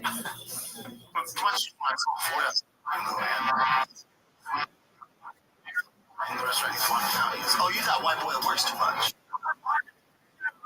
I just don't at all.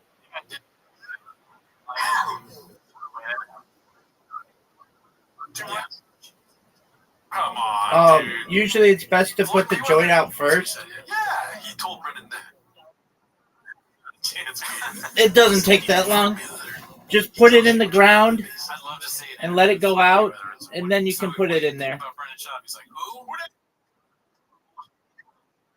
Not a good idea. Correct. You're welcome. Yeah, you're welcome. Good night.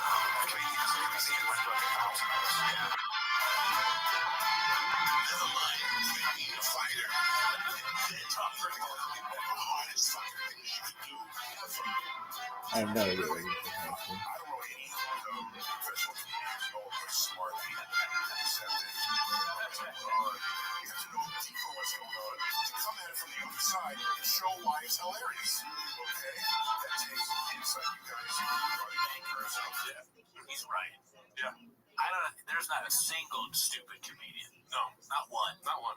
They're all murderers. Beasts. Yeah. Smart guys. Never seen comedy though. Haven't ever seen one. If anything, there's more dumb physicists than there are comics. Yeah, I mean, could you even understand physics with how a comedian talking about it? Yeah, I don't think so, B. When I wake up in the morning, I watch TFK. So you got your atomic bomb, cocksucker. I don't know any about physics. I was trying desperately to think of something with physics. Yeah. I was like, atomic bomb. If you want to see 5 minutes of Oppenheimer in the belly room, you gotta suck my fucking dick. That's right. Social cultural work. You have to go. A lot of us try to be Jesus. I don't know what I'm doing. We all rise up together.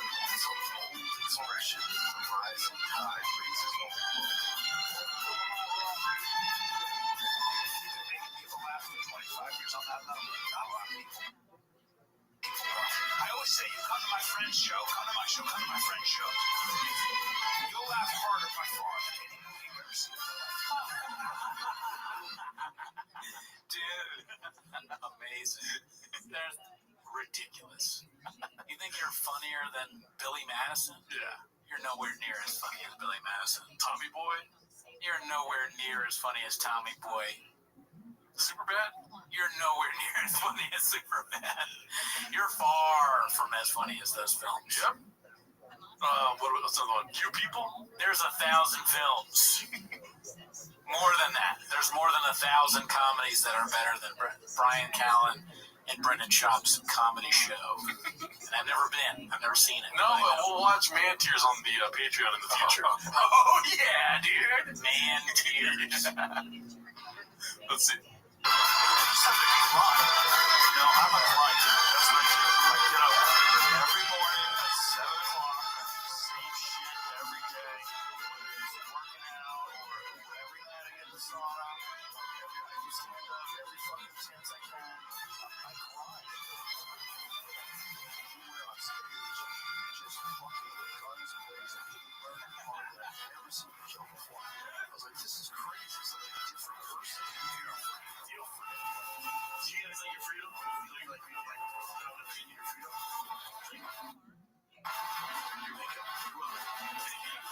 You're welcome. He said you're welcome. Do you like it? It's such a funny thing to say. Do you like your freedom? You're supposed to say no. No, I don't. Fuck them. Yeah. Dude, there needs to be some sort of like comic that starts wearing war paint when they go on stage. Just take this to the nth degree, dude. Right. And I think you're that comic. Yeah, like in a training. Oh, Dad Van has a boot camp.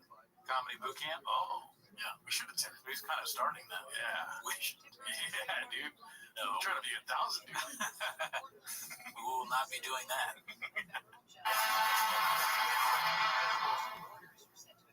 Wow. Thank him. Wow. Cheers. Tear to my beer. That was a great, epic, amazing clip. All right.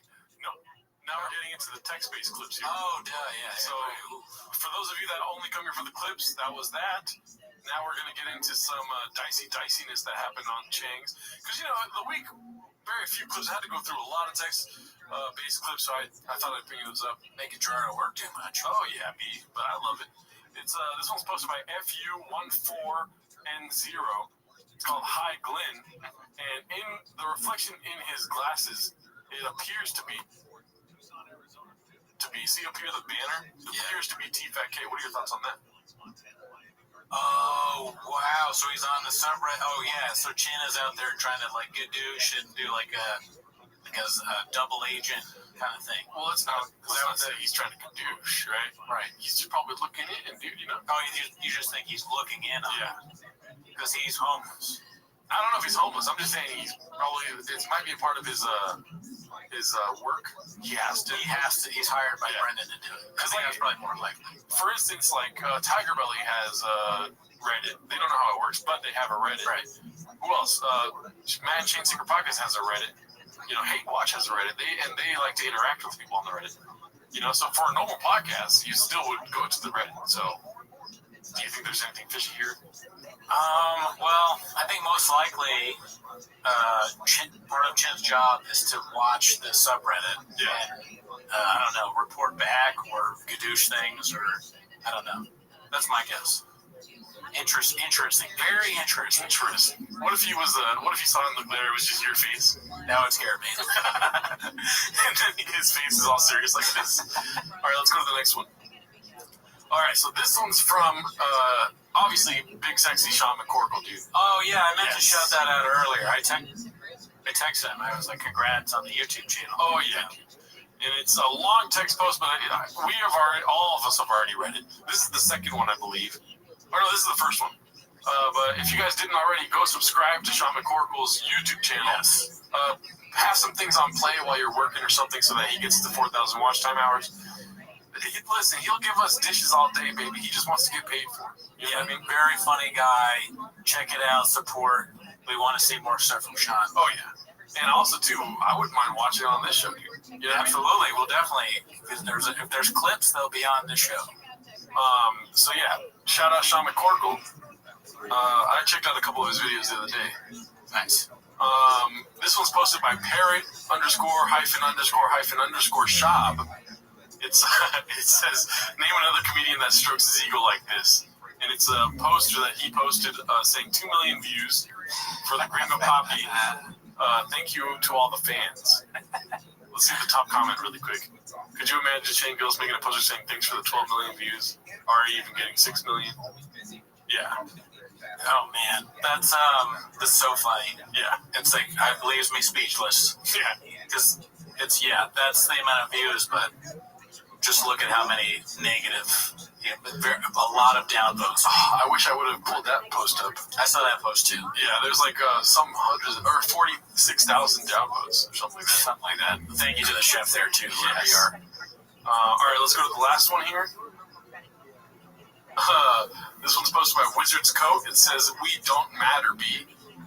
And it's Brendan Schaub saying, "Just got notified my last 30-minute special, 24 minutes, hit over 25, right? Yeah, 25, something like that. Hit over 2 million views. Tried my best." That's a funny thing to write. Thanks for watching. Already seems like ages ago. Working my tail off on new material nonstop. See you on the road. New tour. Did you have fun though? Bunch of dates announced and more to come. Thanks for all the heart. Hilarious name for a tour. What's the name of the tour? Did you have fun though? Oh, that's the name of the tour. I think so. Wow, that's redacted as hell.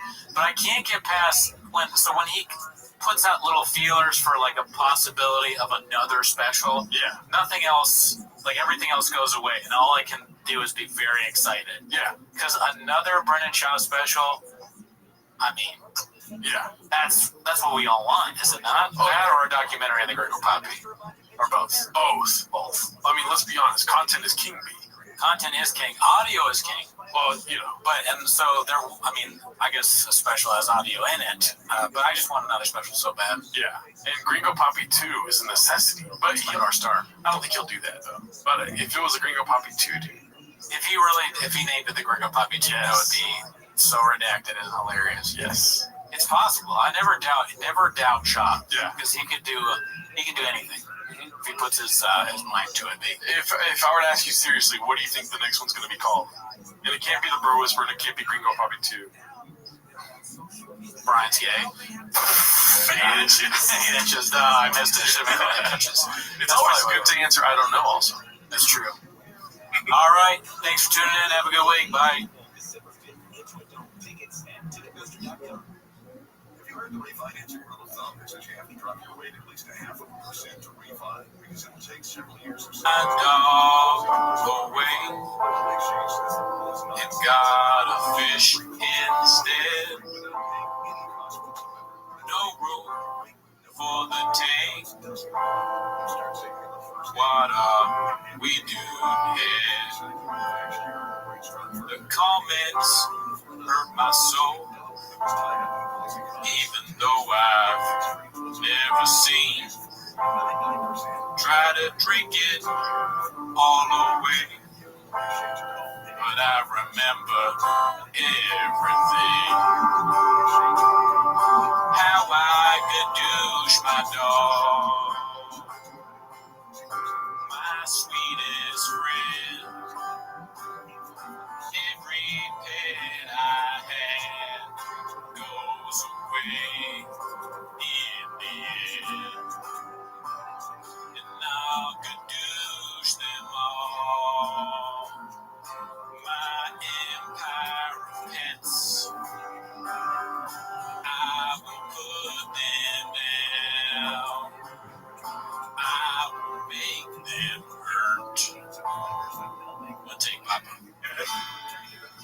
Used to spend my night out on drug walks.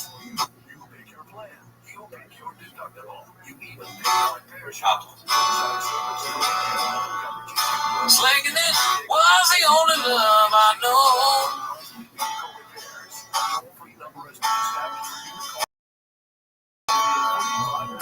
But you from all the repercussions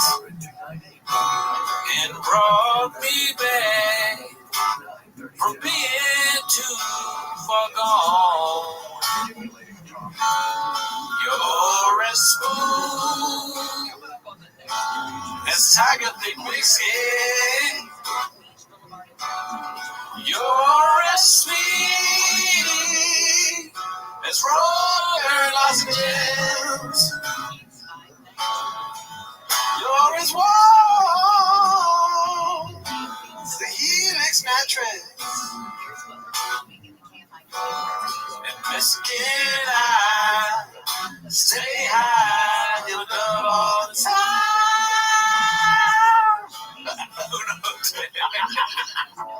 My roommate was a jerk, 'cause he told me not to eat his food.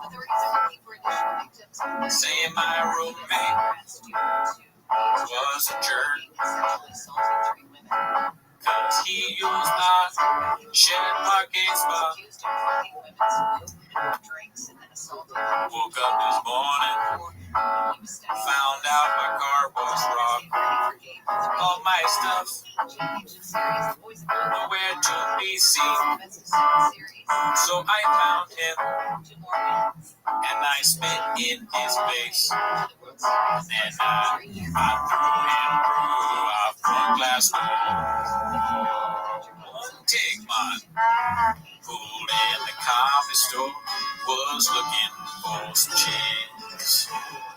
I just need a place where I can have some sex. Said, Booker, can you tell me where a man can do sex? She just frowned and walked away. No was all she said. Take a truck walk, Annie. Take a walk with me. Take a truck walk, Annie.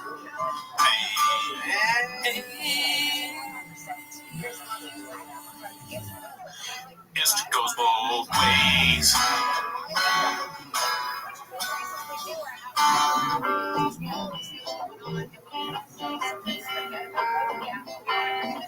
You've got to change your evil ways, Papa. Before you stop getting views, you've got to change, Papa. And every word that Mark said is true. 'Cause you're blockbuster, redacted, and dumb as a clown. You got my posting and talking, douching you down. This can't go on. Lord knows you got to change, Papa. Papa, you don't need that much nicotine. One thing. Never be obese, the burden. Worst pain your life, my lips are burning. All I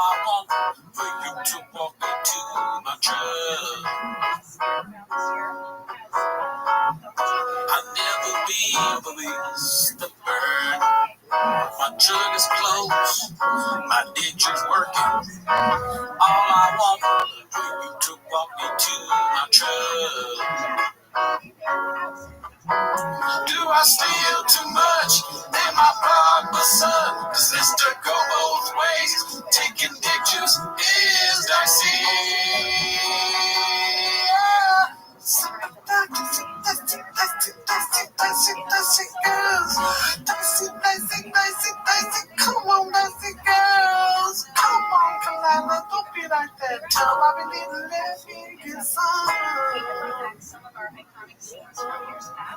One take. Sharp with the bar, the bang, dicey, walk me to my truck. If your neighbor said it. Sharp with the bar, the bang, dicey, walk me to my truck. If your neighbor said it. Sharp with the bar, the bang, dicey, walk me to my truck. If your neighbor said it. My name is Ho.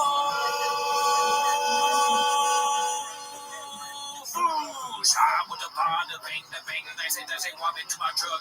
If your neighbor said it. One take. Shout out Rodriguez for the idea. Boom. Drank too much whiskey in the studio. Iced coffee, Adderall, and Diet Coke. Guys being dudes and I was there with breaks. Should've seen me go pissing in the sink. Let's piss. Everybody, let's piss. Everybody on the whole team knows when Papa drinks, he just goes.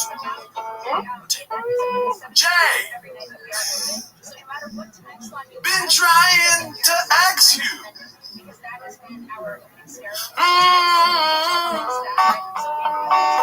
Hey, must be a hater between us or drugs in my head, drugs at the door, drug in my bed.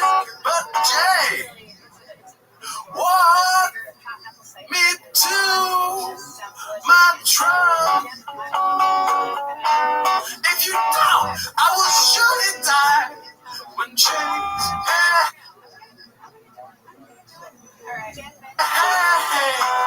We're chipping eggs.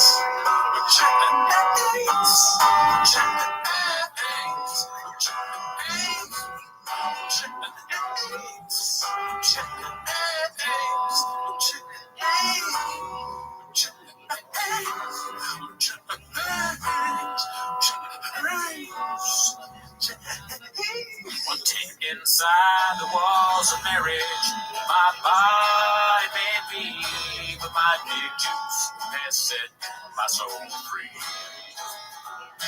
And there's a great big bottle here in my home. A bottle of big juice in this bin of kid. You wouldn't think that wife would let me here in my home. But I hide a lot of stuff from messing kids. Now this great big bottle here in my home is what Joe Rogan drinks when he's slanging dick. Takes a lot of skill to hide it here in my home. But for secrets in the house of Shah, there's quite a lot. Inside the walls of marriage, my body may be, but my dick juice has set my soul free. One take. Daddy snack, give me that. It's been too long, she hasn't text back. Got dick juice from a dude that's kept me slanging it out. I've been hanging with your dad cause I'm gonna find guys. Get the sick cause I'm gonna fly. I got 9 lives, cat size. Abusing every one of them and running wild.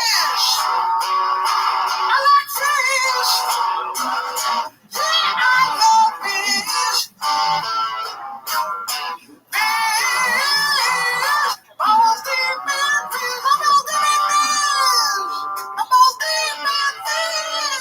One take, talking big, all in my brain, saying things that end up at chains. I'm a dummy, and I don't know why. Post a selfie when my grandma died. Talking big, bleeding now. Just don't know if Brian's gonna stick around. Is he happy or in misery? Whatever it is, hey girl, try to walk with me. Sometimes I feel the fear. Figure it out. Yeah. Rejectedness from the mirror. Okay. Ready to go. And I can't help but ask JB real quick how many All right. Sorry for the delay. Okay, we gotta get in frame now. Scoot towards me. There you go. Are we on right now? Yeah, we're on. Oh, nice. We're on, baby. What's Wolfcat with the gun. Hello. Oh, nice. Good to see a guy I've never met, but a great guy. I never met him. The Arpan B. Bravo. Hold on. I gotta get my milk. Oh, Dang, there's so many comments. yeah. Too many comments to read. Let me fix the camera. Keep talking to people. Tell them about our Patreon, dude. How lit it is. Yeah, dude. We got a lot of Patreon people today. I guess people just wanted to see us make fun of Diddler and Schultz because we put up we watched all of Schultz's specials. Horrible. It really it hurt. It was hard to do. I saw this. I listened to a podcast about Mr. Beast, and they were talking about how he got big because he was doing things like he would just count to 100,000. Yeah. And people were so impressed by that. I feel like that's what we did watching the entirety of Infamous by Andrew Schultz. Yeah.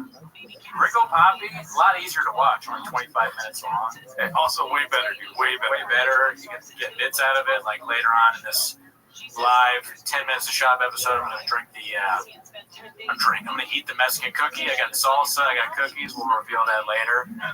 Thank you, Port Film Co-op. Go back. Video setup. She's obsessed, dude. She's obsessed. 7 times a week with this guy. But it is also very funny. Like when I read it, it's because it's always changing and it's getting more and more aggressive. I like people that commit to a bit. Like you committed to just not understanding Kratom and pissing people off about Kratom. Port Film Co-op hates my house. He thinks I live in a homeless shelter like Shop with a house for people that Shop doesn't care about. Yeah.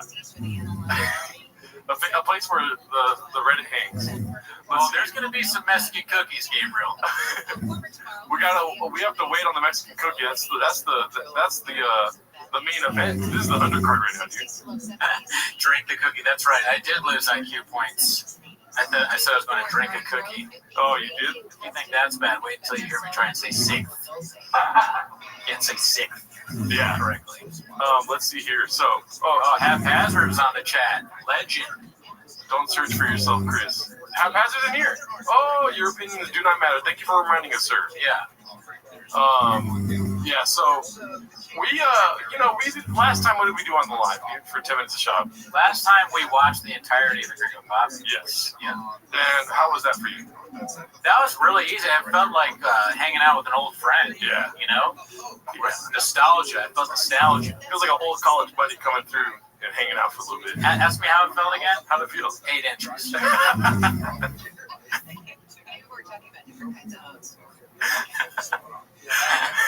Oh, somebody said it there. Good. Yes. What did they say? They said 8 inches too. Oh, okay, yeah. See, and you know what? When you say 8 inches, I say, yeah, that's how I felt too. 100%. Call me gay if you want to be, but that's Gringo Poppy. Ever heard of it? So, anyways, let's get into what we're gonna do today. And if you could read this right here, sir, it's something that people have been requesting since we first started 10 minutes of shop. Okay, where am I rating it? Oh, homeless cats. Brendan Schaub, I'm reading the top. Brendan Schaub Ultimate Streamable Compendium Remastered. Yeah, So this is the Ultimate Streamables. yes, there's been a lot of comments talking about how we are not homeless enough. Okay. I don't know if you've seen these people saying that we're not getting shopisms and whatnot. I agree that being homeless enough is something that you can probably never achieve. Yeah. You know, it's something that you want to strive to get more homeless. You can only get more homeless by watching more clips. Now, I have watched the Ultimate Streamables. I don't know if I watched every one of them. Yeah. But I definitely used to, especially in the beginning when I was feeling insecure about my level of shop isms and shop knowledge, I would check out the Streamables. That's where we got the, if you guys are old fans of Timos, you saw the Christmas special. I got all a lot of the stuff from that, like the Greg Hardy. Yes. That was like an old riff on, if you check that out, there's a great Greg Hardy song. Yeah. On the Christmas episode. He is a viper snake. Yeah. Sean called him like a viper snake or like an evil, what's he called? A great white shark or something weird like that. Yeah. But I mean, he's not a good guy, right? Yeah. Greg's not a good guy. Kind of blocked us in the chat, right? Also, we got Mr. Davin Play Games here, our moderator for the chat. He's checking up on all your guys' racial slurs and all that stuff. We don't want that. None of that. Don't want that. Thank him. No, thank him for regulating. He's new. We're going to keep you in control, Evil Allen. I told him, you say one thing about me, you're banned. No, I'm just kidding. You can say whatever you want. That's my biggest fan. Come on, dude. I'm trying to ban Gerardo. You know, he's newly homeless. Look at, there he is. Davin Play Games. Van Hammer's coming through. Oh, yeah. You know, watch out, crackhead magician. Yeah, crackhead magician. People, you can say whatever you want. I'm kidding. I'm not. Do whatever you want. If you guys don't say like racial slurs. If you guys are not frequenters, I saw that comment. You're getting close, Cody. Getting real close. Okay. Mangina alert. What's it called? So, if you guys are not familiar with our Raccoon Tweeties lives, we were alerted to the fact that we banned somebody for no reason, apparently, Mr. Crackhead Magician. Oh, yeah. And we just want to make our apology known. Yes. Because we did a deep dive. We looked at the 300 pages that we had personally, and we couldn't find one piece of evidence. It ended up we were trying to ban somebody from Tiger Belly. Yeah. But we accidentally banned Crackhead Magician. Yeah. And I'm sorry, Crackhead. Yeah, I can't talk. Not the first time I've had to say sorry to a crackhead. That doesn't make sense. But yeah, Davin Play Games here is newly homeless. He no longer calls me G. He calls me B. Oh, hell yeah. Yeah, There you go. There you go, guys. So he's getting more homeless. Yeah, definitely. And I feel it in the room, don't you? I do. Listen, oh, well, look at this young man. We got attacked by Shab right now, dude. He's coming in hot. Scoop. Scoop alert. Boner alert. Without further ado, I can't talk. Be cool, Dad. Be cool. What's it called? That's another shop. I don't know if you know that. So, without further ado, let's just jump right into it. The Ultimate Streamables Team-Ups. Assad Aziz said, my dad is John Africa. That's funny. I can't wait till we get to John Africa in this thing, dude. We'll read the titles as we go. I accidentally closed where all the titles are. I thought they would have them on the actual page. Let's give a little bit further ado really quick so I can do the... Okay, yeah, while you're doing that, I'll communicate with the chat. Let's see. Promo code SHOP, Visa, the Canadian. Yeah, we don't have any promo codes yet, but if we do, best believe they'll be full of shop-ish. Nah, dude, just join our Patreon so we don't have to fucking get promo join our codes. Patreon so Gerardo doesn't have to read about Manscaped or Helix mattresses. Okay, so this one is we're going through the new classics, dude. Rogan is watching, I heard also. We're going through the new classics section of the Streamables, and this one's called Dick Slinging Ball of the Fucking Dudes. Oh yeah, yes, the classic. Let's go. I guess. I mean, yeah. I'll take off my hat. It's about bald dudes. Yeah, you're representing for all of them, dude. Do I sling? I know some bald fucking dudes are slinging dick out there. Look at Dana White, Rogan. What a stupid thing to say about your friends that are married. What is slinging dick to their wife? It's a moron. This is you're watching it as Rogan or Dana White and you're just horrified, right? No part of you feels sorry for him. I feel sorry that he made this huge mistake. Yeah, because I guess he thought he was being nice or something. Yeah, it is dry snitching. That's what it is. Yeah, dry snitching. Great point, Young Old Vibes. I feel bad because you could see the regret in his face at the very, very end. Do you think it's regret? I wonder if he ever realizes anything. I know some bald. Well, let's see. Right there. See. And Chin is laughing because he hates his boss. Look at that face, dude. That's regret city, dude. I don't know. I can't tell. You may know Bapa's facial mannerisms more than I do because you've been watching longer. A lot of people say that I'm just like Bapa, and I think that's common.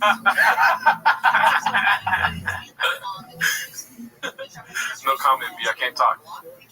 They could have edited it out. Yeah, that too. Yeah, why didn't they do that? Yeah. That's the thing that Gerardo brings up a lot is that the staff seems to, they either don't care, or they don't get paid enough, or they hate Chop because they leave in all these ridiculous mistakes. Dude, Dean Bob, Geraldo, what's that chocolate sauce on top? I mean, what do you think?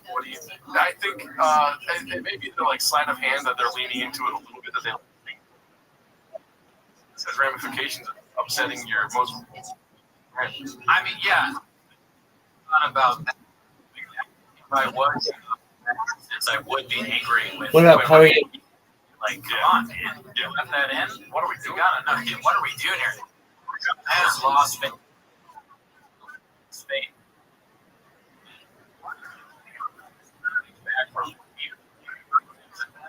Talking about the next. The fucked up Hello. thing is that he looked him in the eyes and was like, people. Hello, how are you? David? What is Shalom. I'm sleeping. What's new? Almost got jumping on tonight. Yeah. Ryan Joseph. Yeah, there we go. Underground.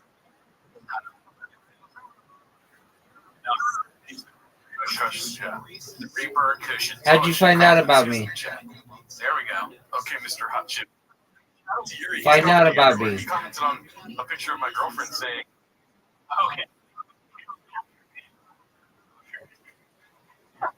Okay, well, shout out to Rusty. yeah. All right, very well. All right, so Well, I'm just resting, so it's gonna be Miss a just Shop. chill if you Okay, want. You know, this one is. The one that really Yeah, got that's me what I is was saying. we watched Ring of Poppy. It was fun, but history. And this is well, yeah. This is the funniest. The fun. All right, well, Being like, "Hi, my name." go to the store. Yeah, let's just for content purposes. Okay, we'll go to the store, dog. Sorry for your loss. Thank you. That makes me feel.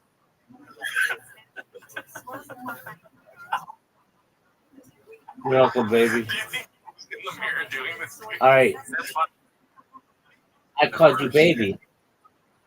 Okay, all right, baby. He's saying this really over the top racist accent. Yeah. But on top of that, the guy apparently is coming up to him saying, "Hey, sorry for your loss," trying to be nice. And Brendan's acting like he's stupid for doing that. Yeah. Oh, thank you. You're an asshole. Yeah. Yeah, say it loud, baby. Yo, Dad, you might give me some water, dude? Thanks. No, over here on the floor. But your lip. Your lip. One with my lip. No, Asians talking like that. All right. It's like the worst. And then this guy walks in by. Well, that's like, is that? That's the UFC agent doctor. Oh, he looks different there. Greg Sue, right? Yeah, Greg Sue. Let's see. My name is Dr. Greg Shu. I'm a board certified ophthalmologist. I apologize. I've been saying around this whole time. We're a little redacted ourselves. We're very redacted. Consultant physician. I take care of all the fighters as well as employees of the UFC family. What do you think the percentage chance that the shop wasn't dealing with this guy? He probably was. I think he was. Also, Greg addressed it later on. He had a tweet about it. We talked about this. So he's like saying that, hey, it's just a big misunderstanding, and he thinks these kinds of things are like common and not a big deal or whatever. He was actually pretty chill to Brendan, even though Brendan was just like insanely racist all the time towards him. Yeah. I mean, yeah, but to answer your question, yes, 100 times, 100%. Making sure that their eyes are good to go before and after a fight, and also the original cut man. Take care of them when they bleed. I speed. Let's put it that way. Yeah, so he's a cut man, so he works on the ears. When they bleed, I speed. Oh, so he hurries up. I said it was an ear man. You tell me that I'm Asian. Shit, we have an ocean of bandages under our feet. There's an ocean of Asian people. Okay. Asian is shit. Okay, let's take off the video for that. He takes out the biggest syringe you've ever seen in your life, like some goddamn comic book. Goes, Mr. Shop, after you numb your lip, you need many, many stitches. This people is paying your life, guaranteed. We're paying your life. We're offended on behalf of everyone who watches, not just Asian people. I want to make that clear. This is offensive to all human beings. Yeah, we're not even taking it off the screen because it's on Showtime. We're taking it off the screen because we don't want to put you through this. Yeah. Yeah. You make a wish. You make a wish now. Worst thing ever. But I enjoy them. Okay, let's go back here. Who are some other bald guys that slang dick, do you think? Somebody wrote earlier, they wrote Cooney. Dana White. I'm curious. But if you guys can think of any other ball guys that slang dick, I need some role models to look up to. Yeah. Throw them in the chat, B. Johnny Sins. All right, David. Okay, be cool. Exposing yourself. Will Smith's husband, Cody Quayle. Oh, jeez. Dang, got him. I thought he was straight. Voter alert! I think he's making fun of what's her face. Is really seeing the momentum I have with fighters. Troy, are you bald? I didn't see. I guess you were wearing a hat when I met you. What's his name? So well that they just know me now. They just it's Ellie Savalas. Good pull. Love that guy. Kojak. All right, let's go to the next one. Thing on Netflix be the Let's see here. It's called Chairs. We should keep a tally of all the different sports team hats that he wears. I would almost I got a whole thing of cookies. I could do Mexican cookies for each one, but I get sick. Oh my god, yeah, dude. We're gonna eat a Mexican cookie. I will eat a Mexican cookie, but I'm enjoying the time of my life while not having that in my system. Yeah, me too. Yeah. I got a bunch of cookies, so we get everybody involved.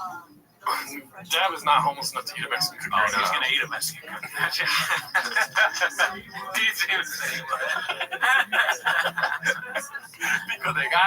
Everyone that hangs around us is hurt by us. Yeah.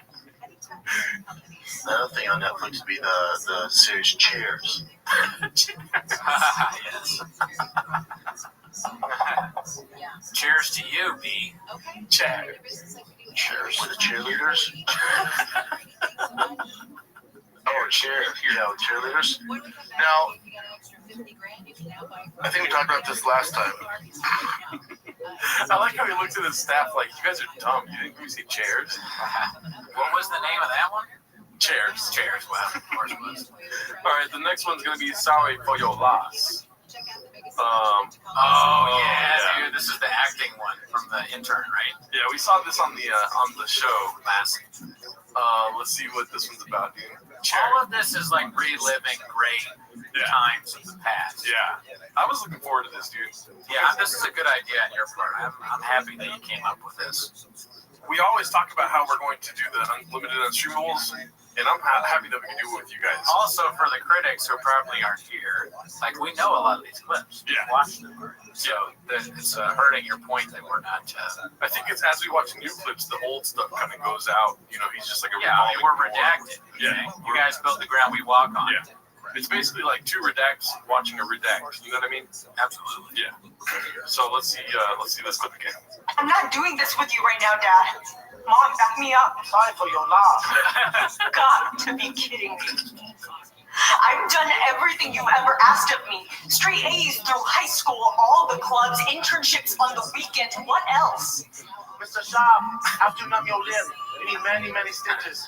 This be what's paying your life. Guaranteed. What's paying your life. For the family. What does that even mean? What about what I want?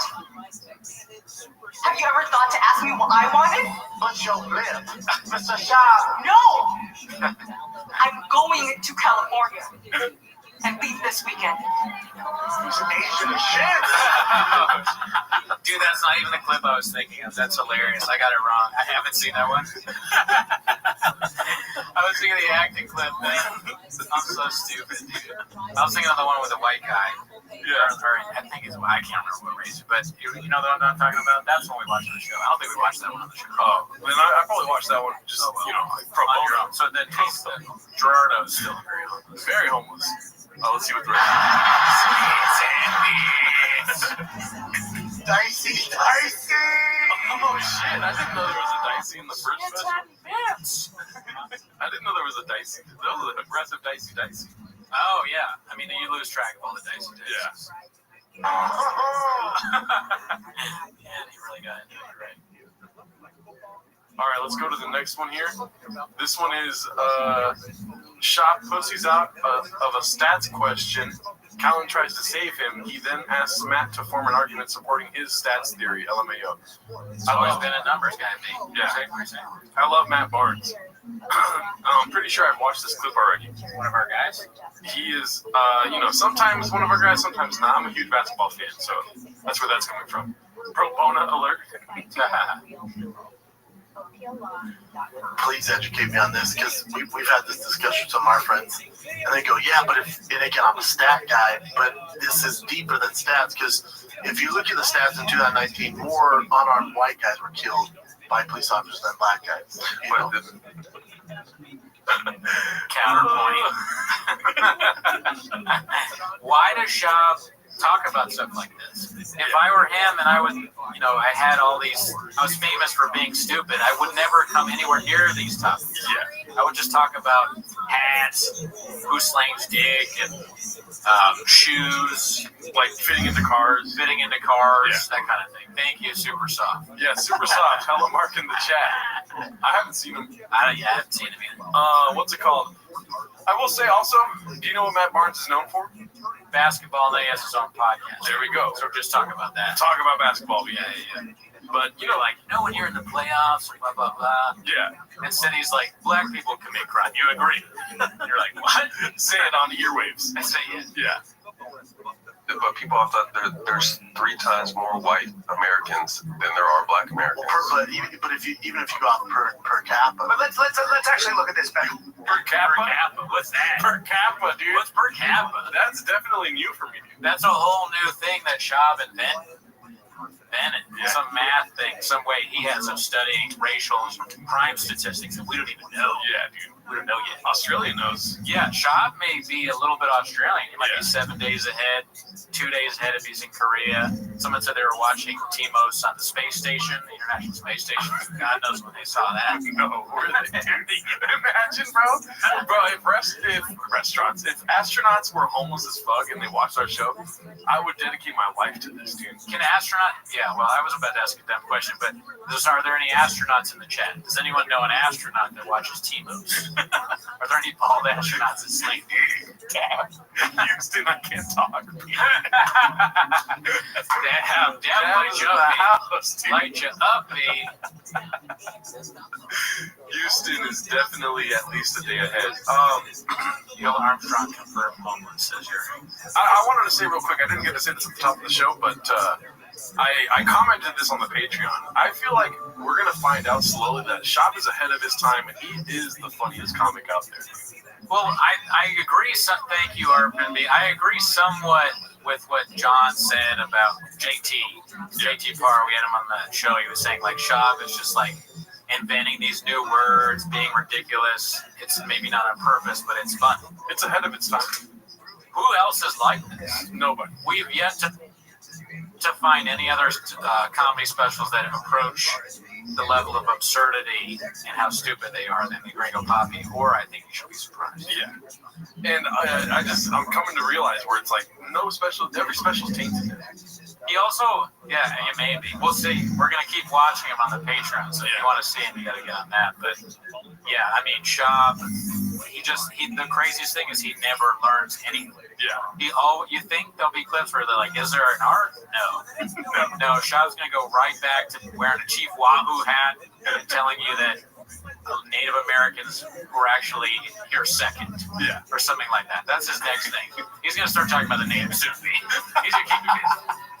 What's it called? Somebody in the chat, I'm sorry I didn't see your name, but they said, what's that yarmulke on him? And I thought that was funny. It's a beanie. Oh, right. Oh, yeah. This is a better example. Can you help me form an argument for that? You know what I'm saying? Well, you're saying there's more white people, so there's more white people, so they're going to have more odd. If you're going to go percentages, cops are going to run into more white people than they do black people because there's more white people. You know what I mean? So, yeah, but it's so fun. Or go ahead. Per capita, exactly. That's what Matt is not addressing. Per capita. Yeah. Sorry, what were you going to say? No, you made my point. That's per capita.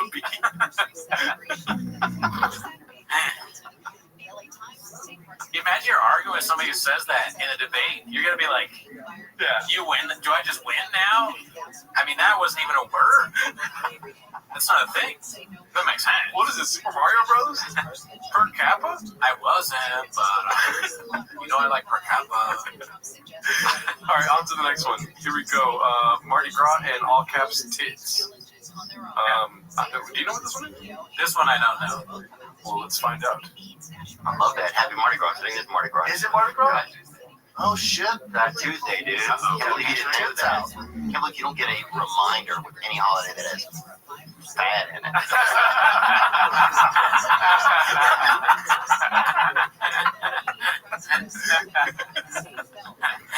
Theo just fed up. He's like, I'm gonna do the fat insult today. Or with any holiday that has fat.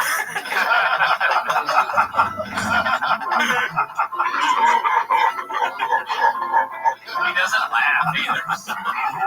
No, he's not happy with it. He's like, I'm fat? I kind of like it when my friends call me out on this shit. Chris Gardner saw me at the store once. He was like, hey, we're kind of fat right now. Yeah. It helped me, like, kind of, I was like, okay, shape up. Yeah, he just called me fat to my face.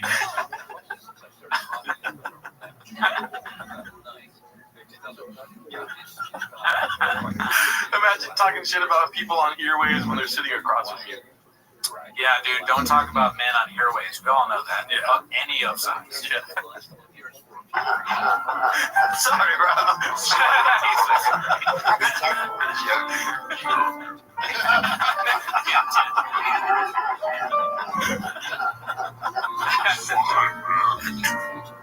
man. Oh, that was a good one, dude. It's a good dish. That's a good one. Let's go to the next one. Curb Your Schloopyism, least attractive remix. Also, some of these usernames are deleted, so I can't say who it's posted by. I almost said deleted J. That's how dumb I am. It was posted by deleted J. 3 years ago. 3 years. All right, let's see what this one is. Picturing a guy pick up his phone and do this in Oh, the there's airport. nothing least attractive.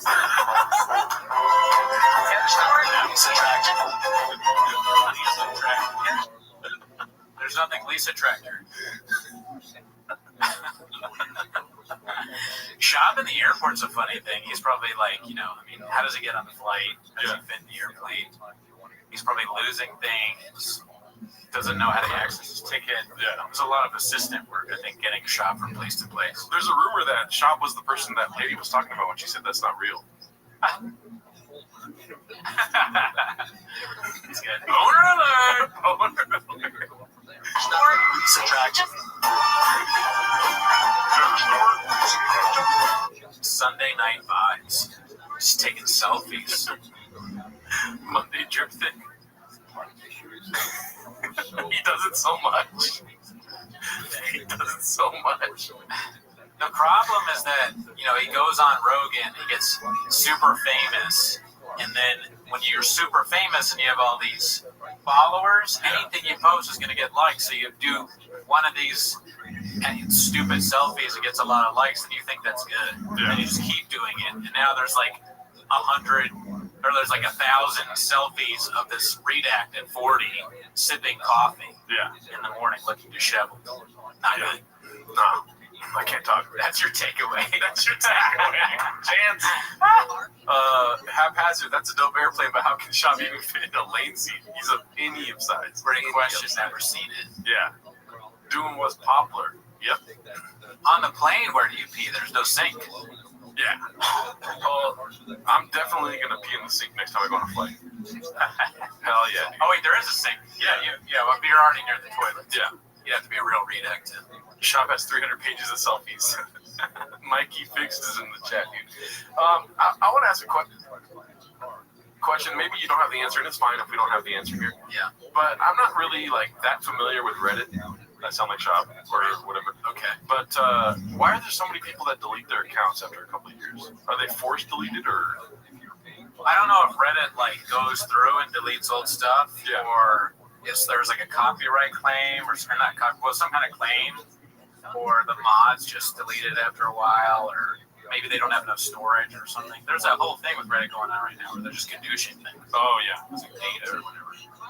I don't know. Do I sound? Yeah. I go farther, I will sound more and more like Shop on this topic. They get shadow banned on Reddit, be straight to the shadow realm. No, Justin Vargas, he knows. It's post and ghost. Oh, post and ghost. That's part of it, huh? You got to ghost. That's right. The general probably has something to do with it. All right, physical comedy. Sorry guys, but whenever we get these kind of clips, we have to go black on them. 300 pages of dice. That's funny. Let's see what this one is. Alright, let's get back to some stories coming up. This be worth paying your life, guaranteed. Worth paying your life. It's Asian as shit. Well, in fear of getting confused, we know all these classics. Let's not mess around with this realm of that. I forgot that he posed like that. Yeah. How did I get a Showtime special like this? And he poses. Yeah. I got laughs. I mean, it's true though too. So that was some like Andy Kaufman type shit. yeah. Oh my god, I just got attacked by his face right now. Which one's this one? Chop versus Anella. Let's see here. Sorry, I gotta make it big. You ready? Both names? Can you imagine Joanna marries this guy and she wants to keep her last name, but Dash is last. He's so. Dude, bro, I love Eddie Bravo, dude. Be straight. If your wife did not want to take your last name and you want to hyphen it, I would be like, you gotta. Whoa, dicey. Oh my god. Alert! Read at the continent, yeah. Violence alert! Deep waters. What the fuck? Well, this ain't gonna work out. What are you talking about? You want to get you want to get married and you don't even want to take my name? No, we're out. This is definitely a Photoshop picture. Right. Yeah. Okay, cool. Yeah, like the fish that has a bite-sized hole in it that got us. One of the most redacted moments of the year for us, for sure. So it's NP1251 says, but beast of a husband being good point. Not the best husband moment right there. Oh, dude, so funny, bro. Not to make this serious, but I just want you guys to know that I love Brandon Chop. Yeah. Dude, he's amazing. She doesn't take his last. Let's play devil's advocate. She doesn't take his last name. Every time he goes to talk with her, she's like, Nina Fauci, Nina Delta, Nina. She's throwing Cheetos everywhere. I get it. Yeah. I get it. I mean, dude, the carpet can only take so many hot Cheetos. Right. Her and her mom. Yeah. Her mom's always coming over and making eat taquitos. Yeah. Making him eat taquitos. Her mom puts him in a headlock and is like, eat the taquitos. She doesn't have that accent. It's keto, bitch. It's keto, bitch. Okay, fighter kid are dangerously stupid. Let's see here. Corona times that are ending soon. Again, I'm a numbers guy. Maybe 70% of the people are. I imagine him saying that in like math class to the math teacher. The math teacher's like, okay. He's holding a Tiger Thick bottle while he says, I'm a numbers guy. You're an alcoholic. That's what you meant to say. You are addicted to alcohol. Numbers, you're a shots guy. He said the thing, media on display. Are asymptomatic, but they can still pass it on. So that can be a problem, right? If you have that, a lot of old people, a lot of people are risky. You would have over on hospitals. Yeah, like this. It is I like the flu. different. It is different. So we have to be sensitive to that. Yeah, sure. You know, what would This Corona lockdown has me feeling all gay. Was that before or after Gringo Poppy, you think? It has to be before Gringo Poppy, right? This is probably the 2020 area. I don't know, man. I don't remember. But it's just, I bring that up because he's like, it's got me feeling all gay. Yeah. Even the word gay makes him laugh. Yeah. But he did the special, and the special we'll never forget. He's like, and then we fuck each other. It's a lot of like laying the groundwork for like, I have sex with my friends. Yeah. I'm betting the house on that this was fucking before Gringo Poppy. Also, he called Vin Diesel kind of a cool guy, right? Yeah. Am I wrong? He's kind of a cool guy. He calls. I like Vin Diesel. I think he's good, cool enough. Don't out yourself on Yeah, like let me know. Another bald guy that slangs dick. Am I right? But so, anyways, Bappa calls him gay. Maybe he's just doing that because he wants more people to think, okay, cool guys are gay. Yeah. And guess what? Me too. Let's see here, dude. I heard that Vin Diesel makes hot dogs at his barbecues. Because he's gay. That would be something Shop thinks. Yeah. No, he said that. He said that? Yeah. I forgot. Gee. Something He about likes. That's. I mean, like, what do you think? A hot dog is like a penis? Is that what you're saying? Yeah. What a moron. These hot dogs taste like ass, baby. Immaculate defecation says, of course, good husband Diesel.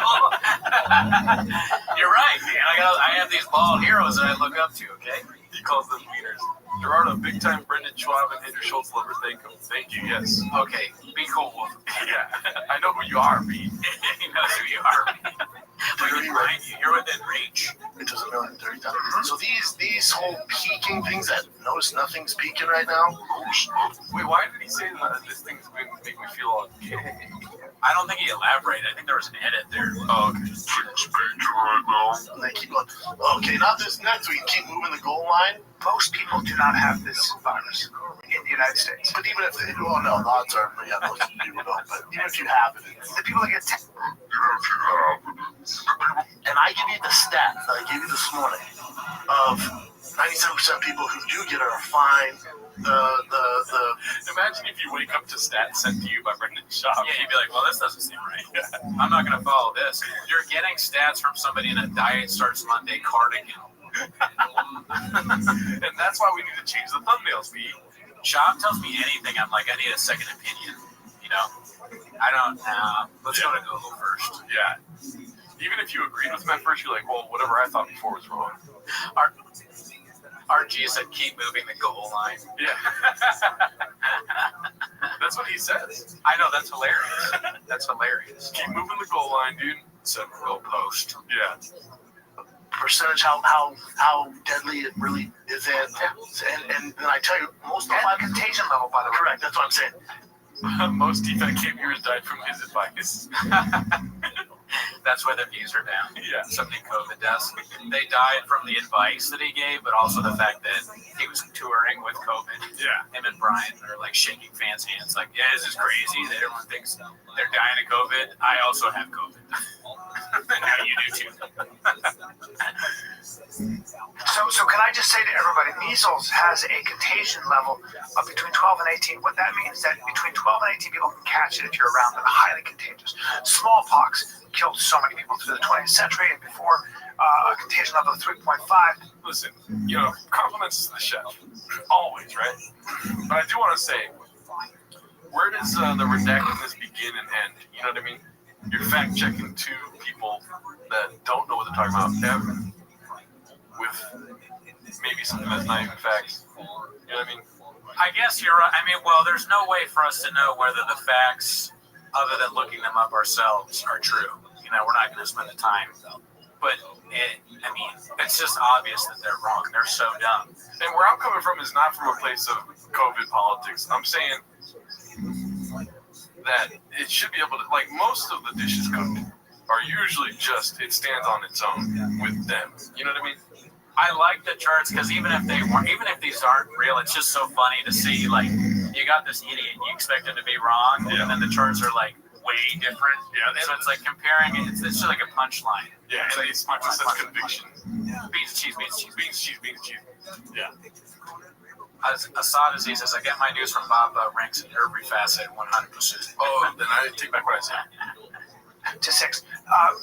Measles renders you sterile if you're a boy, usually, and led to pneumonia and all kinds of terrible things. Horrible.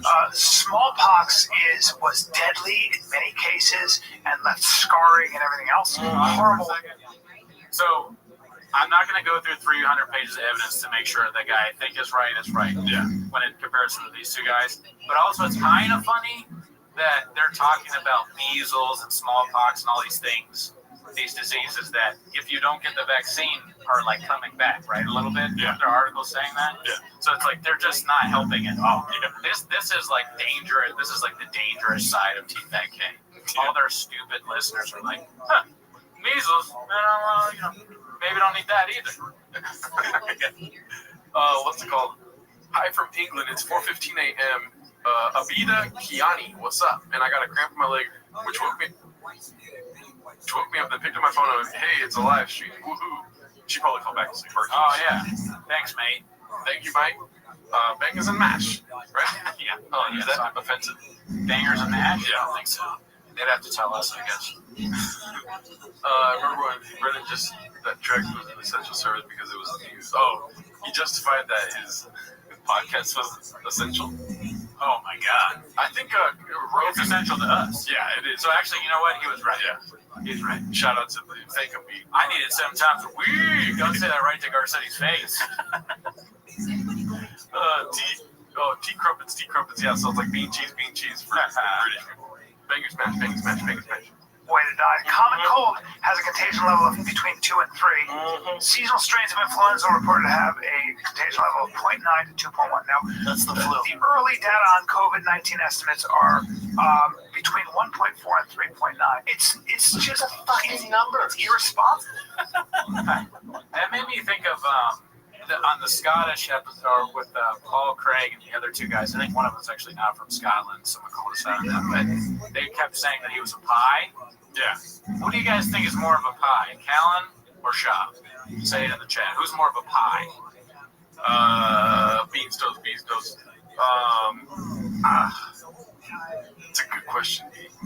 I think that Shaw is more of a pie. But Shaw make me laugh though. Yeah, but actually, you know what? I just realized I forgot what pie. Pie is when you're being a jerk. Yeah. It's not a pussy. So then I switch my answer. I agree, Callan. I think Callan, dude. Yeah, he's a little bit keep me busy. More pie. Yeah, he's kind of more like somebody you get in an argument more. Yeah. He was also the guy that was yelling at Bobby Lee, right? He was like, "Oh yeah, you're done in this town" and all that stuff. That's kind of pie behavior. Definitely a pie, dude. But that's also Addy-induced pieisms. You know what I mean? Also, Denmark. We've been getting some more Denmark people in the chats and on the comments, and they said that me and Jared are a Hygalik, which means cozy to be around. Is there anybody who's Danish in the chat? Okay, talk me. Thank you. Any Danish people? Well, they're also 3 days ahead, so they probably already saw this. Because I feel like the chat right now is Hygalik. Yes. Yeah, I feel cozy to be around. Yeah. Janitor in a clinical setting. As you said that, we became true. Wolf of the Cat, yes, it is Karen Bass is the mayor now, but I'm talking about back then. Back then. Eric Garcetti. I love Danishes. I can't talk. Hella homeless cats in here. Danish the state. Yeah, push the mic. I can't talk. Let's see. Slapping knee. Okay, so this one. Let's see if I can get the name of this one. R.I.P. Chin. Is this the strangle one, maybe? Is it? I feel like that happened in the news studio, right? Or I could be wrong. Let's see. The answer is gonna shut your fucking mouth, sheep. Where's your mask, sheep? Where's your fucking mask? I'm not wearing it. You're the Where's your mask, sheep? Sounds like he's asking for, like, he's mad at somebody that didn't make mashed potatoes for dinner. He's talking to Joanne, like, where's your mask, sheep? Danish here, Jen's Capper. Sounds like a very Danish name. Oh, yeah, that is. I think that's one of the people that said the Hygalik thing. Thank you, I can't talk. Okay, thanks, Pete. All right, let's start over. He's like, sheep. I'm going to call you sheep from now on. Okay. The answer is gonna shut your fucking mouth, sheep. Where's your mask, sheep? Where's your fucking mask? I'm not wearing it. You're the mask. Mask. But they work. Look up the sites. But they oh yeah, they do. Right? No, they don't. Yeah, there's a fucking fly in here. And when you guys were coming inside, I was like, dude, that's when the fly showed up. Well, there's also been flies at presidential debates. Oh, true. And this is on the same level. We have the same amount of viewers as a presidential debate. This isn't just as important. Yeah. You guys think Mike Pence? You think that guy slangs dick? No, last time I checked, he had a bullet here. No, this isn't the hostage room, Evelyn. This is, there's definitely flies in there. No, I'm just kidding. But no, this is a different location. No, there's flies in a different part of your house. Yeah. I came over to Brendan's house 2 days ago, whatever. Yeah. And he was like, close that door. Do not let the flies in there. Yeah, the idiot on the other side left all the windows open. Moron. All right. Okay. Oh, because Fauci was like, they might make you feel comfortable. They don't. The idea behind the mask is that you don't give it to someone else. That's the whole point. Yeah. The idea is that you don't give it to someone. But that doesn't work, Jimmy. He can't even understand that. That has to be explained to Shop. Other people thinking of them. He's like, well, what does that? What does that mean? I'm trying not to get COVID. No. The mask is to protect others. Yeah. Why? I'll just douche them through a window. They're too angry. They've been, this is before Tiger thing. Yeah. You can see they've been drinking on the red label a little bit. Johnny, why was that red label? Yes, Johnny Walker. Yeah. It does. There's a very heavy Addy level happening here. I can't wait till we make enough money to where we can get an Addy fucking scale for all these old clips. Be like, how many Addies are they on? How many milligrams? What you like? It's an audio detector that shows. Yeah. Yeah. Okay. I like that idea. Yeah. We're working on the patent for the Addy leveler. I wish somebody would gadoosh the fly. Yeah. You come here and gadoosh the fly. That doesn't work. It helps. It doesn't. Yeah. Pat Patrick has entered the chat. Holy shit. Oh, nice. Nice. Well, hey, I'm pretty sure that's Shop. Yeah, Scoop. That is Scoop. Hey, welcome, Scoop. We love bean cheese. I love it. It doesn't. Because can you breathe through it? What? The only way it works, there's these super high. Jim came out hot too, by the way. He was like in the middle of standing up. Well, you don't. No. Give it. But that doesn't work, Chip. But that doesn't. Oh, he took off the glasses. He kind of sounds like his. He's ready to debate Shab. Yeah.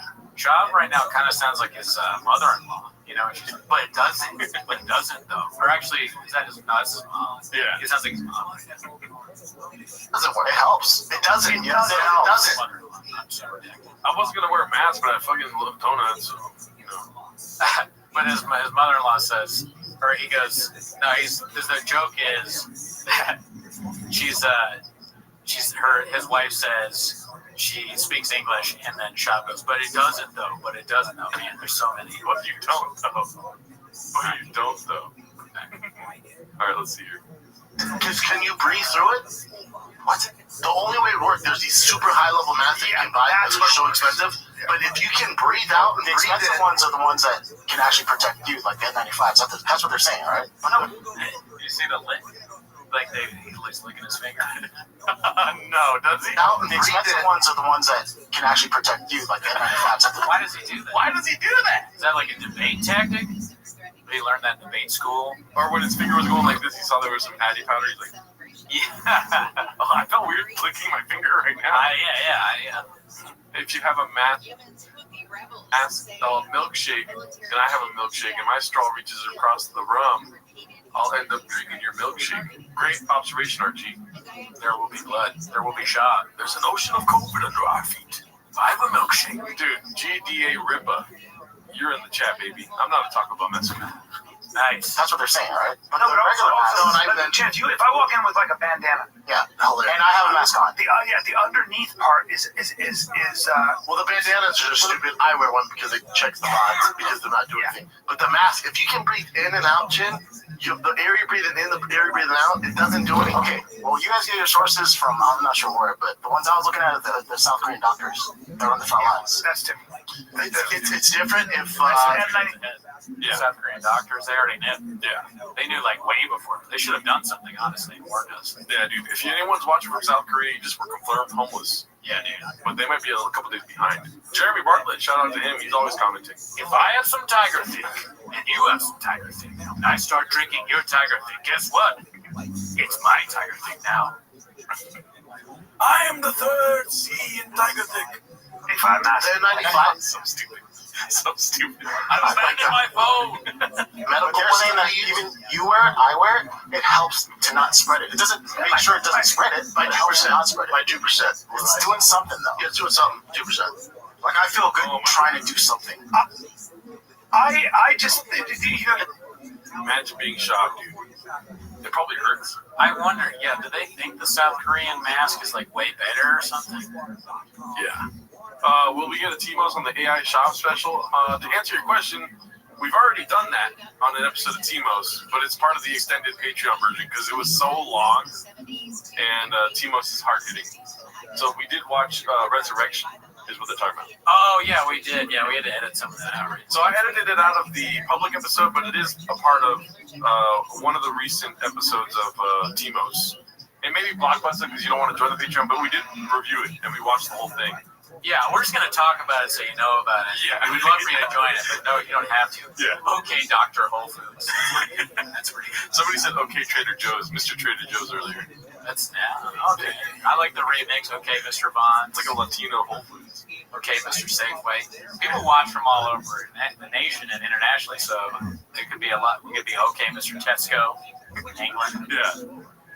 I had Chipotle for dinner. Does that mean I had Gerardo in my mouth? Oh, okay. Whoa, be cool, dude. Be cool, Brad. But yes. Okay, Shah backtracks his Corona stance with a myriad of bullshit. But no matter what, whenever there's a clip in this setting, dude, I think about fitting into small cars. You know what I mean? And ironically, well, maybe not ironically, but it's kind of funny that they have the art like in Studio M. Oh yeah, we did the one big interview there. Yeah. We should like put up fake art like this, steal from Shab like he does other people. I was just about to say that. Really? Oh, great mind. If the hostage room is full of graffiti, maybe we should do that because I've been talking with somebody about what I'm going to do in there, and we have one thing. It is a painted thing. Yeah. Paint, but not the narrative, like literally painted. It's like a little line thing. Then I was going to put in some wood. Yeah, guys. And if you guys didn't know, we call iconic rooms have names, like the original room, the main room. You know what I mean? The cellar. Yeah. They always have to have a name. Luis Alvarez is watching from Uruguay. So my neighbors growing up were from Uruguay. Thank them. Great people. Never met them. So we have done. We have taken control of the room, and we gave it an iconic name, which is the hostage room. And also, I want to be clear. I think we didn't even name it. Somebody left a comment and said, like, "Hey, you guys look like you're in a hostage room." And I was like, "That's perfect." Oh, they came. Well, we didn't come up with the name of the show either, really. Oh yeah. I mean, Timos shot we did, not Timos. Timos, yeah. Timos may have been Diego Pons. Oh, okay. All right, let's see here. Yeah. Let's say you don't think we should put up the economy chip. I don't think any less of you. Oh, but you're that's fine with shout out Gringo Poppy, Patreon member. I guess he said he came up with it. Oh, with hostage room. Hostage room. Yes. So thank you. Yes, thank you. It made me laugh very hard. It was on the first Patreon episode we did in there, and he said that we look like we're in a hostage room. Yeah, it's a little cool room that's open on the side, and you got to separate work from life. Yeah. Otherwise, like whatever too much. Where's the sink room? That's the restroom. Yeah, that is the restroom. Has Shab ever played Flappers? I believe he has. Yeah, Othman sent me a picture of, maybe not. Somebody sent me a picture of him on the marquee. Wow. Flappers is the best of both worlds. Yeah. It's Cooney had a heart on ending for sure. That's how you feel about it. Hell yeah. Your perspective is different than mine. Doesn't mean I don't like you. You know, I don't think any less of you. I just joined. Carla, shout out to you. Thank you very much.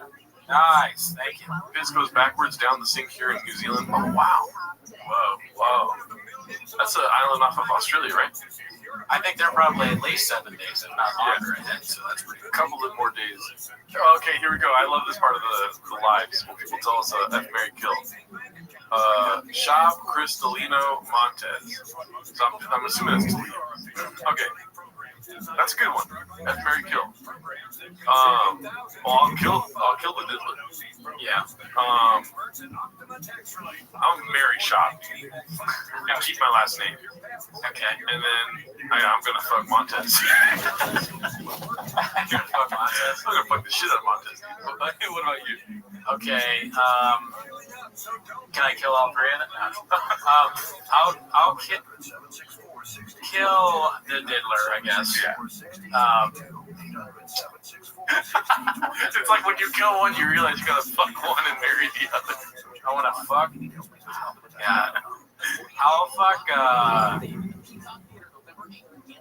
I guess I'll fuck Shab and I'll marry Montez. Montez, I mean, with Montez, like, at least he'll let me work. You know, have my own job. I can be out of the house at times. You're gonna wake up to. Yeah, I'm doing songs. Yeah. You making songs with that guy I fucked again? He looks generally traumatized by this treatment. We do need a therapist here, probably. Dab, are you good at therapy? Oh, okay. We got a therapist in the building, y'all. Okay,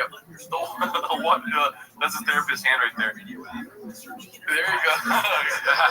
Therapy approved, dude. Okay, we got another one, and then we'll go back to the clip here. F, Marry, Kill, Coco, Bert, and Jelly Roll. Well, I mean, this is pretty obvious that I would have Coco. Obviously. That was an easy one. Yeah. Do I marry? I'm going to marry That's a good question. Yeah, dude. But definitely like Mary Bird. I mean, Bird is annoying, but I would be married to. If you're married to Jelly Roll, that would be a nightmare. Just compare them. I mean, can you imagine? Nightmare. He's like singing those terrible songs. I feel like it would be very motivational to marry Jelly Roll. I just found another guy that needs my help. I'm gonna go help him with my music. Shut up. Or you can get drunk with Bird. Yeah. Marry Bird, kill Jelly Roll. I mean, it would be hard to dispose of the body, I guess. But All three of those are going to be a very toxic situation. well, I mean, as I said, I like Bird. So Also, I'll probably marry Coco, just out of pure admiration. I'll have sex with Bird, and then Jelly Roll's got to go. yeah, Jelly Roll goes in most scenarios. No offense, great guy, never met. Just not for me. Jelly Roll. I don't hate Jelly Roll. I'm sure he's a great guy. I haven't seen any Jelly Roll stuff other than clips from T-Fat K. I mean, it's like a grifter guy that sings, or he used to be a rapper, but now he sings about like being a redneck. Yes, I'm a man. He's probably like stabbed people, and like there's probably so many people that watch him be like, man, that guy's famous now. That guy stole money from my mom. Look at what's his name, Kenny Williams. I like Bird, and that's why I'll never subscribe to the Patreon. Well, everyone else did. Where's Dietrich? Where's the Burt hater? Oh yeah, Dietrich is like the king of you guys. Who said he wouldn't subscribe to the Patreon? Kenny Williams. Kenny Williams. Get with Dietrich because you guys are the best brains think alike. Me. You have a lot to talk about. By the way, while we're talking, it looks like Shab's listening intently to us. It does. Yeah. he's actually waiting for somebody to finish me. So, did you read Pierce's thing? Did you read his thing? What did he say? Where at? Thank you for digesting. Thank you, Pierce. Thank you for digesting all this redacted stuff that I get too angry to do on my own. It helps me keep my sanity. Oh, nice. Well, that's why we're here, B. Yeah, you guys help us out. And you know what, dude? Maybe if we got 0 views, we'd probably still do this because it's pretty funny. But it is a good time. There is times where we feel as if we're getting more and more done. I mean, Jeremy, there's always an open invitation to Scoop to come on because we do also like Scoop. We enjoy his content. I'm sure I've seen him in public before, but I can't tell you how often I play out the scenario that I actually meet Shab. I really do. Oh yeah, in your head? I have like this dream that I'll take a picture with Shab. You know, like the handshake emoji, or it's me and Shab doing the handshake emoji, basically. I have the picture dreams with like BC, Luke. Oh yeah, that's. I don't know who else, but definitely those two. Thanks, Ariel Hawani. Ariel Hawani would be pretty funny because that would just be like hilarious if somebody posted that online. Yeah, us beating them. That'd be great. Wolfcat with the gun. Shout out to you. Thank you very much for my North Stars. North. Sorry, I misread that. All right, let's go back to the clip. This is a bunch of COVID stuff, so I might have to sift through the COVID thing. Yeah, COVID will get boring. This is blockbuster. It's a pain in the You know, big of a bitch you have to be watching traditional news. He just says it, dude. He just goes. He had his assistant waiting in line for 3 hours to buy him that hat. He's ready. Coming in. Where are we at right now? What time is it? Okay, do me a favor. Do me a favor. Let's all do the face. Let's do this face. There we go. That's the thumbnail. You watch CNN, Shab thinks you're a bitch. Everybody watches traditional news. Why is he so swollen, Almost Dad? everyone and Edie Faster. Great question, Dad. We all are trying to figure that out. There's been like rumors that he got lip fillers. Why is he so swollen? Yes. But you can never tell though because a lot of people Photoshop his face. We've fallen for it many times. Listen, if you do whatever he's doing, you got all this alcohol, you got Creighton, you got Addies, you got whatever shit Rogan's giving him, all that stuff that you don't need, your face is going to look weird. It's just a fact of life. Yeah, I can't talk. If I'm going to walk outside, I better put on a mask. Fuck, dude. People are sheep, man. God damn it. All right. Yeah, man, you might be in a situation where your parents are, with underlying health conditions, or, you got a brother who's out of shape and, he has diabetes. Your pants. pants. He said your pants are underlying conditions.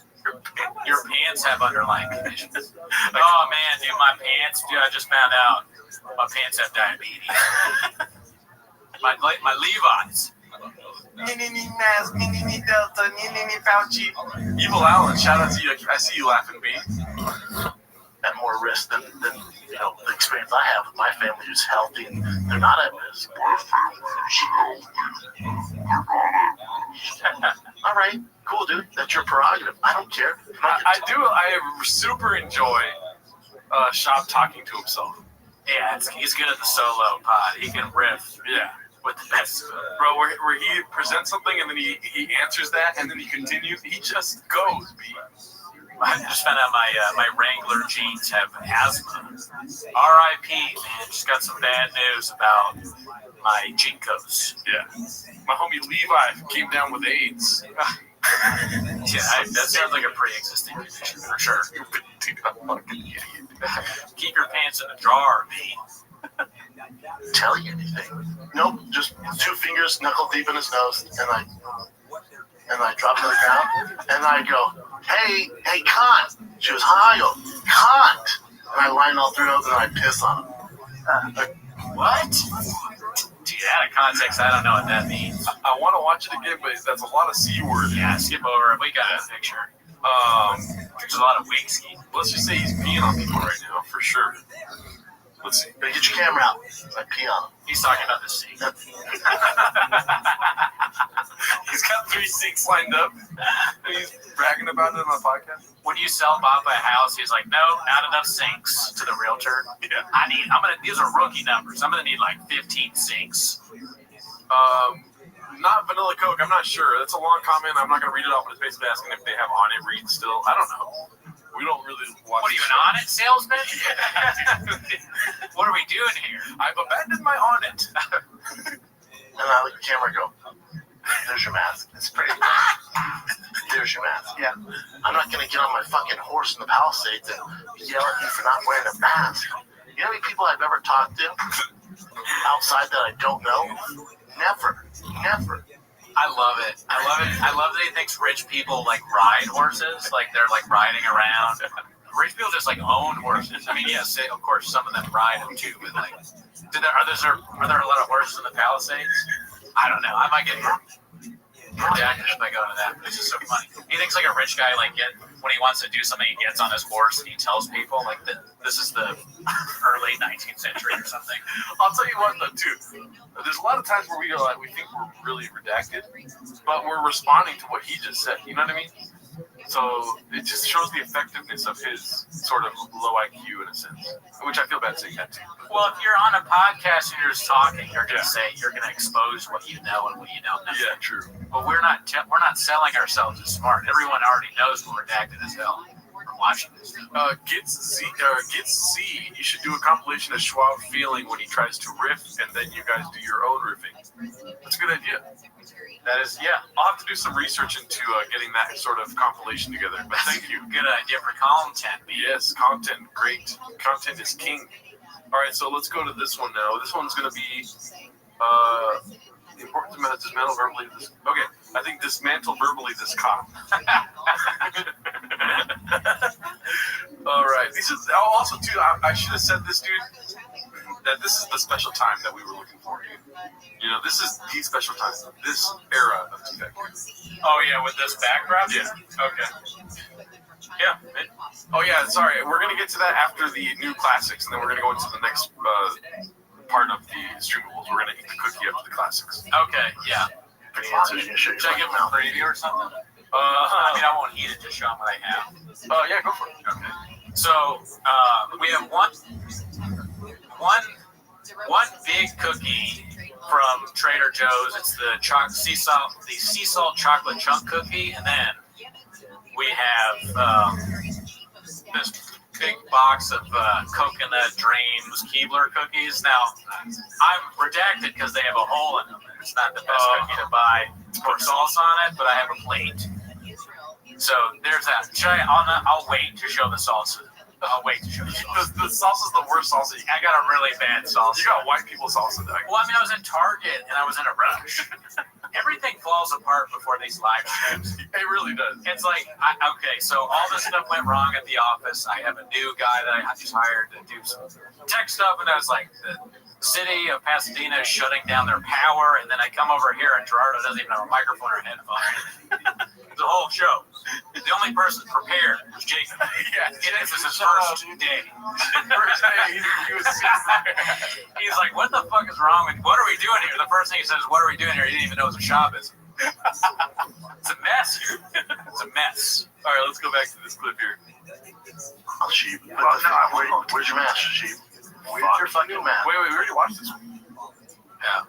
There's just like, maybe, let me see. I want to get to the... Shout out Thick Boys, but he... I see. Oh, yeah, because we had the other one. All right, here we go. Gonna dismantle verbally this cop. Shout out Thick Boys, but he was coming down and he goes, dude, there's a cop. I like how he shouted out Thick Boys at the beginning of it. Looks a little tan here. Yeah. No, he shouted him out. Or red, really. Did he get burned? Yeah. He was on vacation? A little burn. Maybe this is when he was in the RV and he couldn't sleep. Yeah. I want to see more redacted war docs. Caitlin, same here. Join the Discord. Tell Levon to get on it, baby. Yeah. Hit a DM Levon. Or just like saying, message random people. I'm sure he loves that. But yeah. Does Papa always wear tight pants? Great question. Yes. Yes, he has a mangina and he likes to expose himself. Yeah. One mangina picture, I'm never wearing pants like this again. Those Levi's have AIDS or whatever you say. Those are the jeans with pre-existing conditions. Yeah. They have a whole giant hole in them. There's an ocean of AIDS in my pants. I've abandoned my pants. Is that what your girlfriend used? Yeah. Okay. I'll stop. That's such I couldn't a weird thing. I couldn't stop myself. That's such a weird thing to say. It's like you're saying that I don't blame you because I am slinging dicks. I understand what you're saying. Shab is going to join the chat. Hopefully. Oh my God. I can't wait to meet Shab. All right, here goes. Shout out Thick Boys, but he was coming down and he goes, dude, there's a cop up top getting tickets. I go, for what? He goes, for being on the trail. I go, they've never shut these. I've seen this. They could easily close them off. There's nothing. What would we give tickets for? He's like, I don't know. So I saw someone give someone a ticket. So as I'm biking up, I have these thoughts in my head. I'm gonna just dismantle verbally this cop. Shout out Thick Boys, but dismantle verbally this cop. Why did he shout out Thick Boys at the beginning of this? Oh, I think the Thick Boy told him. Papa versus cop would be great video. Yeah. Papa's like one of those people that films the cops. Like he thinks he's like filming the cop, but he's actually just filming himself. So or the phone's off or something. He only gets audio. Or he deletes the video after. I had this great video where like this cop tried to stop me and I took his gun. It's just like a lie story. I had a video of it. Let me see it. Never saw it. All right, this next one's going to be Genius Point on school closures.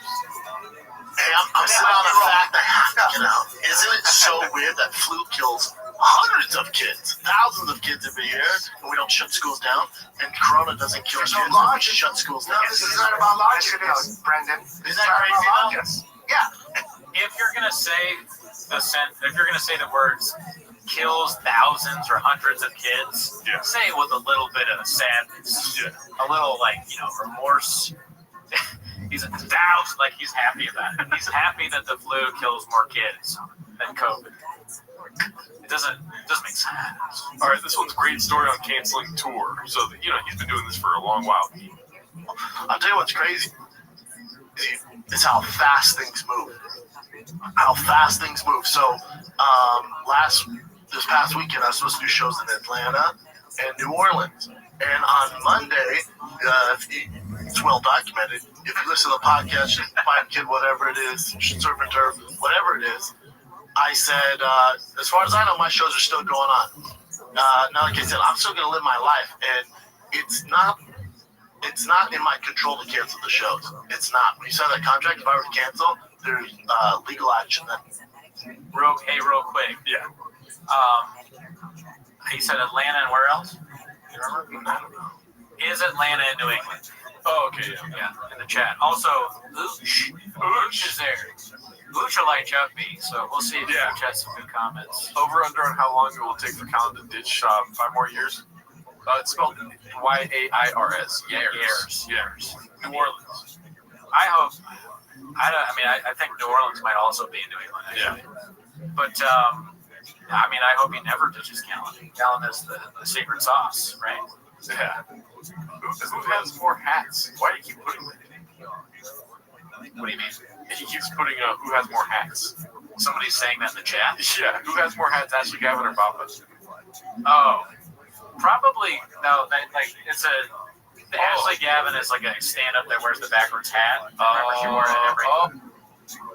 Oh, she has a lot of hats. She has a lot of hats, but I feel like they're all the same hat. Papa has like all these different weird colors and everything. I think that's probably a Papa victory in the competition. Papa has like 3 different closets, dude.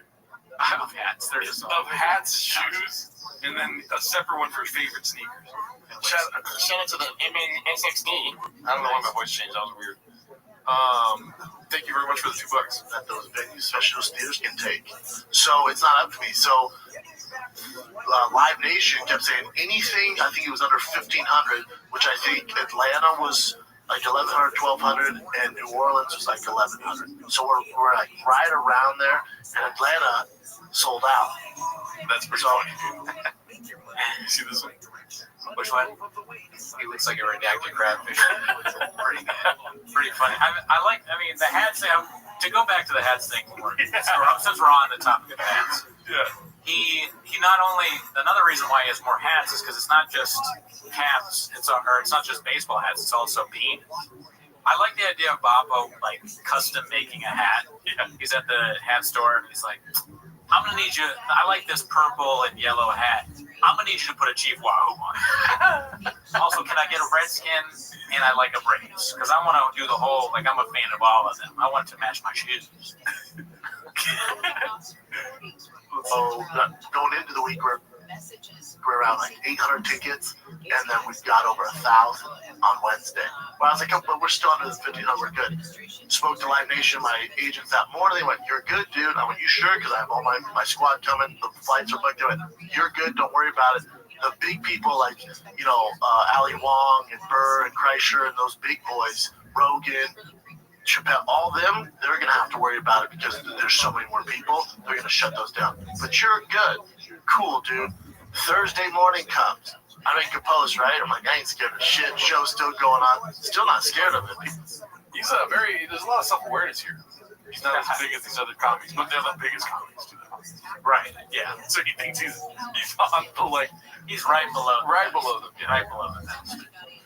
I wonder if Papa dresses himself or has a stylist. Great question. All the New Orleans talk makes me think about. I am going to be in New Orleans in October, so I'm trying to get some shows out there. If there's any New Orleans people in the chat, I'll post about it. But it would be cool if I could tell people that I have at least 1 or 2 fans out there asking when I'm begging for shows. All right.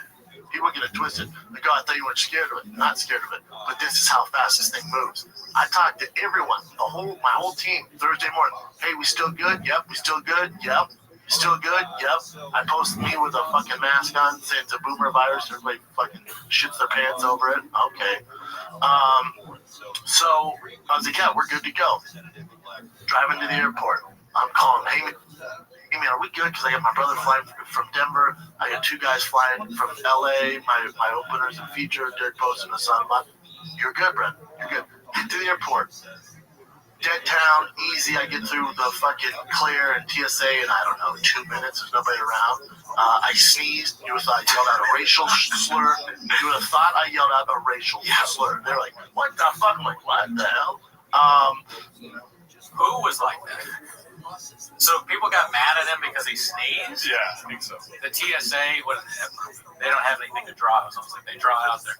I don't think that's real. There's no way that's happened. Yeah, whoever made this clip, it's a lot like just watching the show. I'm like watching the shop show right now. Hap said, okay, you're seeing Hap said sneezing is the new N-word. Oh, I didn't even know that. Well, I'm sure he does. We need to see it to judge it, but it doesn't sound great. Also, I believe you. So I'm there, and I'm like, God, I'm looking, and I got this group chat with Schultz, Kreischer and Dalia. And I'm like, hey, are you guys canceling? And all of them like, yep, we're out, dude. We're out. I'm like, how am I the only one? Because these aren't small theaters, man. You know, like, 12 to 1,300 people, that's a lot of fucking power. How is this not canceled? Like, whatever, I'm waiting around, and I have this pit in my stomach. This just doesn't feel right. So I call my agent, I'm like, dude, we're still getting it. I'm telling you, man, I just talked to him. Quit calling me. We're good, dude. I go, dude, I'm getting on a flight. I'd hate to fly to Atlanta for 5 hours, land, and gets canceled. He goes, no, you're good. I go, dude, it kind of seems like a bit of a dick move because these people are going to come out. These fans are loyal shit. They're going to come out. They're probably 98% of them are bros, like 18 to 36, who aren't too affected by this coronavirus. Again, we call it the boomer virus because anybody. Oh my God, yikes. We don't care about the boomers then?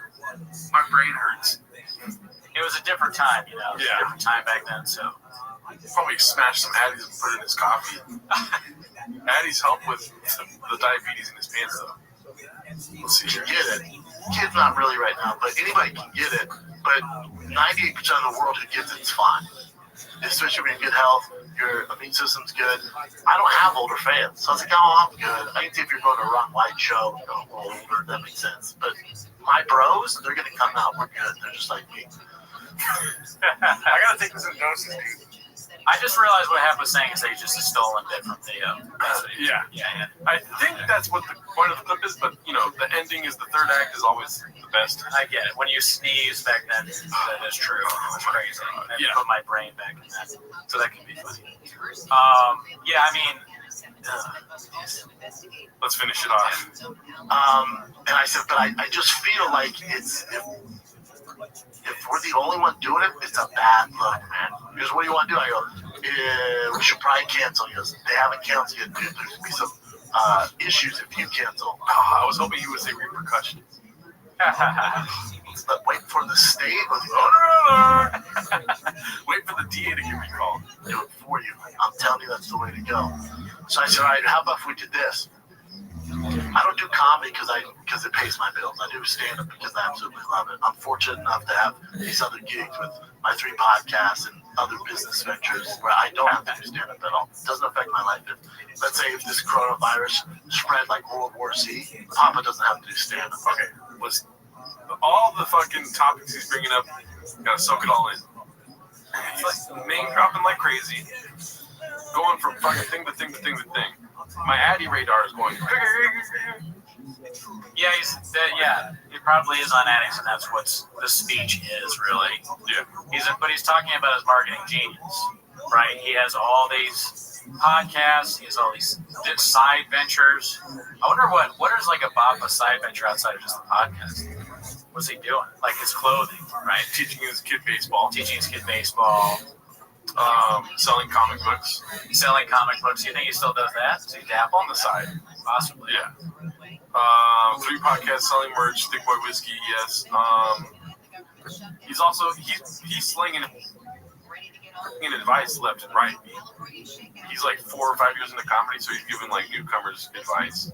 Right. He's going through fucking interns like crazy, so he's got to hire those fools. You know what I mean? Right. Kratom, doing a lot of Kratom on his off days. He's building an empire. You're right, Ryan. He's building a Kratom empire. Yeah.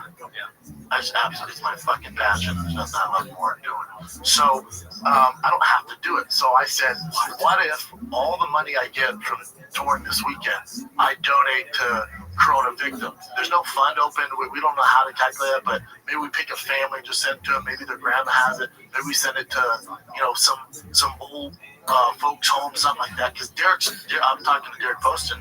His mom is she's like the head lady at an old folks home. Said it's chaos there. Shout out to Lenny. Just joined the Patreon. Thank you very much, sir. Nice, thank you. Look, all right, maybe I get all the money, just send it to them so they can do something with it. So I post that. The shows are still going on. With all the proceeds, we're going to send it to the coronavirus fund or whatever the fuck. We're going to figure out and send the money. And that was my plan, to kind of neutralize what's going on. If people still come out, don't worry about it. So he's gonna send money to the people he's helping kill? Oh my god, I don't even know. C-clamp alert. Yeah, haphazard. All of that just to be like, and I'm a good guy. and I'm donating money. I'm canceling my shows and I'm donating money. I'm losing money. So feel bad for me some way, in a weird way. Right. All right, let's go. This is no joke. I'm on the plane. I'm on the plane in my seat. It's not that bad. I'm like, God, this is weird, dude. I literally feel like Brad Pitt in World War Z when I'm gonna have to chop bitch's arm off. What are we gonna do? You know what I'm saying? Do I have to open up the emergency thing and fucking jump out? I don't want that. Is this worth it? I don't want that.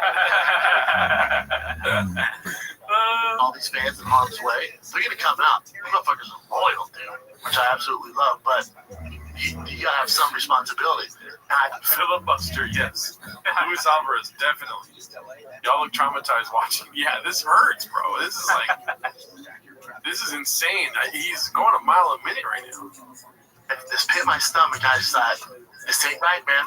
I text my agent, I go, dude, I'm telling you, I feel like this is a bad idea. And he goes, if you feel that strong, get off. And it really goes, get off. They're about to close the gate. Make sure I'm covered. He goes, I'll do what I can, but make sure you can get off. And I go, all right. So the plane's boarded. This is another story that makes no sense. Now he's gonna say get off the plane that's in the air. Yeah. So I told the pilot, I said, listen, what are we doing here? Put me on the ground. Can you imagine Shab on the 9/11 flight? It'd be different. I'll tell you one thing, it'd be different. Mark Wahlberg. Flight 93, more like flight 69. More like motor alert. Flight Triple C. Triple C, there you go. Yeah. You know, thank you for flying Delta. We're a 5-hour flight today. Ding! I think she was, okay, I go, I gotta get off. She goes, what do you mean? I go, I'm a stand-up comic. I have shows in Atlanta and New Orleans, and we're gonna cancel the shows, and I gotta get off. She's like, well, honey, I go, would you please let me off? Otherwise, I would land there, fly back in the fucking nightmare. And then she goes, let me check with the pilot. They let me off. Why would they check with the pilot? I guess because the pilot's the commander of the plane. He does all of his rules or whatever. He's like the Rogan of the plane. The pilot's like, yeah, you can get off. I'm trying to fly a plane right now. The pilot probably thinks, how did this guy get in here? You know, is this his size? Yeah, well, he's big. And then when the flight attendant's like, is that your takeaway from all this? This idiot's trying to get off the flight that the doors are closed. A bomb threat BLM. Yeah, they're playing. The FAA recognizes shot flying as a bomb threat. Okay, so once the doors close, it's up to the pilot. All right, I'm being skeptical for a reason. Let's not act like everything that comes out this man's mouth is a fucking fact, okay? I give some young kid my seat, who's in the back. Some guy who's up there, I'm like, dude, you want my seat? She's like, it doesn't work that way. I'm like, well, it's an open seat. Just let him sit there. So hopefully they'll let me sit there. Shout to that dude. DM me if they let me sit there.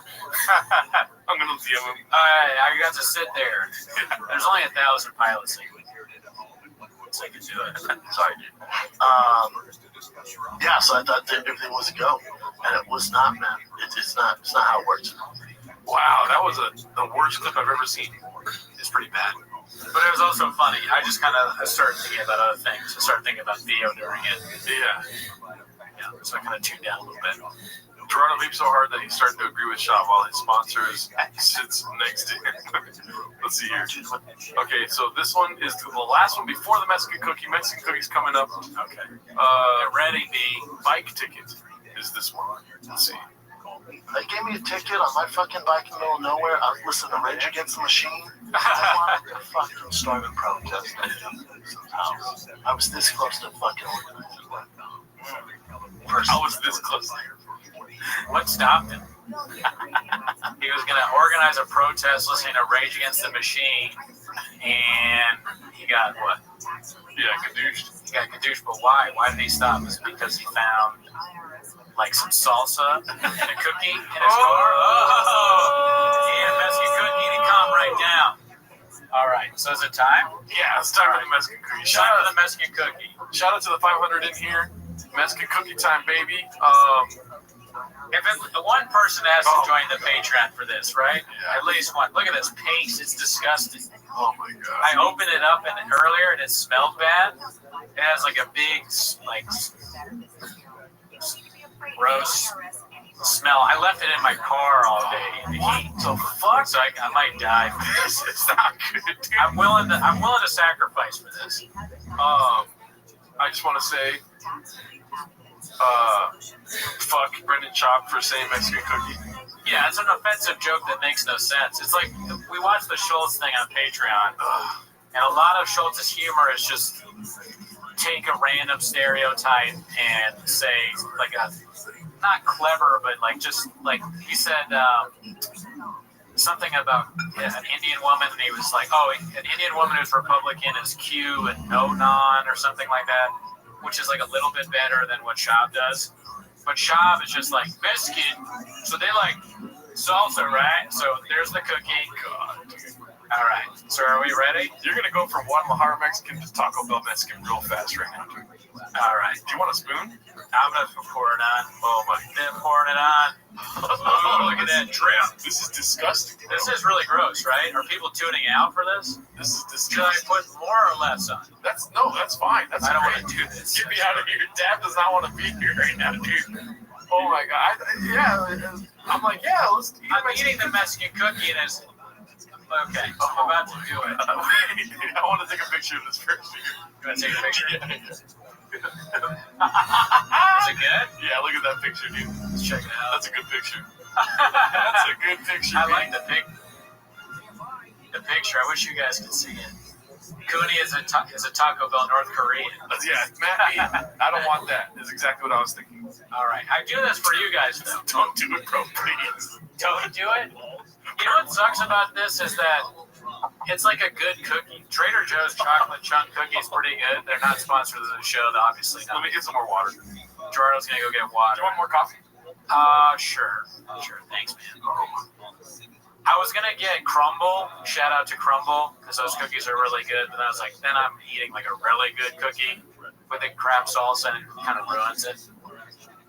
What cookies, while Gerardo's getting stuff, because I'm going to wait until he's back, what cookie would you guys, where would you get cookies from to make it a Mexican cookie?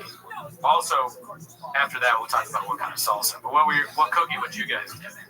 Deb says Girl Scout cookies. Shop spoke with Crumble. Yeah, dude, the DA got recalled. Oh my God, dude. Maria cookies, mandatory. Be cool, Z-Mix. Wash it down with iced tea, says Luis from Uruguay. Oh my God, put a mask on first. All right, space it out a little bit. Oh my God, dude. You ready? What is funny about this? Nothing is funny. Why would he say salt? Okay, go for it. I thought you were talking about what I know. I'm talking about Shop, dude. Alf Benny, shout out to you. I guess like and subscribe. Yeah, join the Patreon. Join the Patreon. Do something.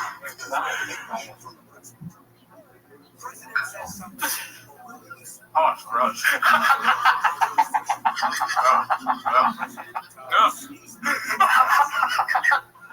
Why would you think Mexicans would like something like that? Is how it's good? Disgusting. I've never felt more redacted than I have. I hope Haphazard is watching this still. I hope he's seen what I've done. Hap said that he was never been more excited for anything he said or something like that. I mean, we still get criticism of not being homeless enough when we did something like this. I don't think this is homeless, dude. I think this is like living in a mansion on the summer. Why make it real? I thought you guys would want it, man. Needs hot Cheetos on top. We'll do the hot Cheeto thing next time. Oh, we got another patron, B. Darren Pace, thank you for joining. Darren Pace. The name of the salsa is Pace. Pace is homeless. The company Pace. I grabbed the screenshot for the Discord redacted as well. You just got more redacted. I don't know if I can be more redacted. Oh my God, dude. I mean, do you want your own cookie? Or do you want to take? I'll just take a bite. All right. You can break off the part I didn't like. No. That's even more redacted than Oh my God. All right, well, we did it. We ate part of it. I mean, I'll say this. We'll eat the whole thing if we get to... fuck that. No. We'll get the whole thing if we get to 1,000 viewers. Dude, that's disgusting. I know. I have this whole fucking bag. I was like... Maybe next time I'll do like a fucking, like if we get to certain things, I'll eat cookie after cookie of salsa. But I don't think you guys want that. No more. Throw that shit away, dude. All right, I'm going to throw it away. Don't fucking bite that thing. I'm going to go piss and throw it away. Stab? I'm going to go piss in the sink. Bro, that's. I'm serious. I'll do anything for Ben. I'll eat every cookie and drink all the salsa in the world. I'm gonna leave again. This is the worst pain of my life. Dude, that was the most disgusting thing I've ever put in my mouth. It was pretty gross. I want to get nachos. If I had time, I was going to get nachos from one of the taco trucks and bring it here, but I just didn't have time. Oh, chocolate spaghetti? Oh my god. All right, you talk for a second. I'll be right back. Yeah, dude. There's some paper towels right here, too. That was disgusting. You want to try it? Oh my god. Dab's gonna try it. Say hello to Dab and Play Games, Jacob Garcia. Subscribe to his YouTube for him eating the fucking cookie, dude. Oh my god. It's disgusting, bro. It's disgusting. It's disgusting, bro. It's disgusting.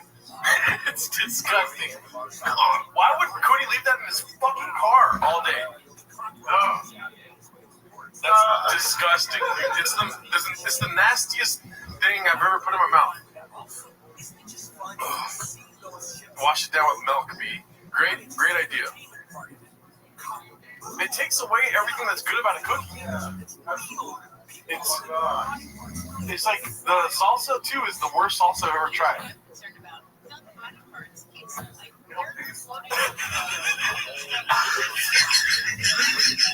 Your face.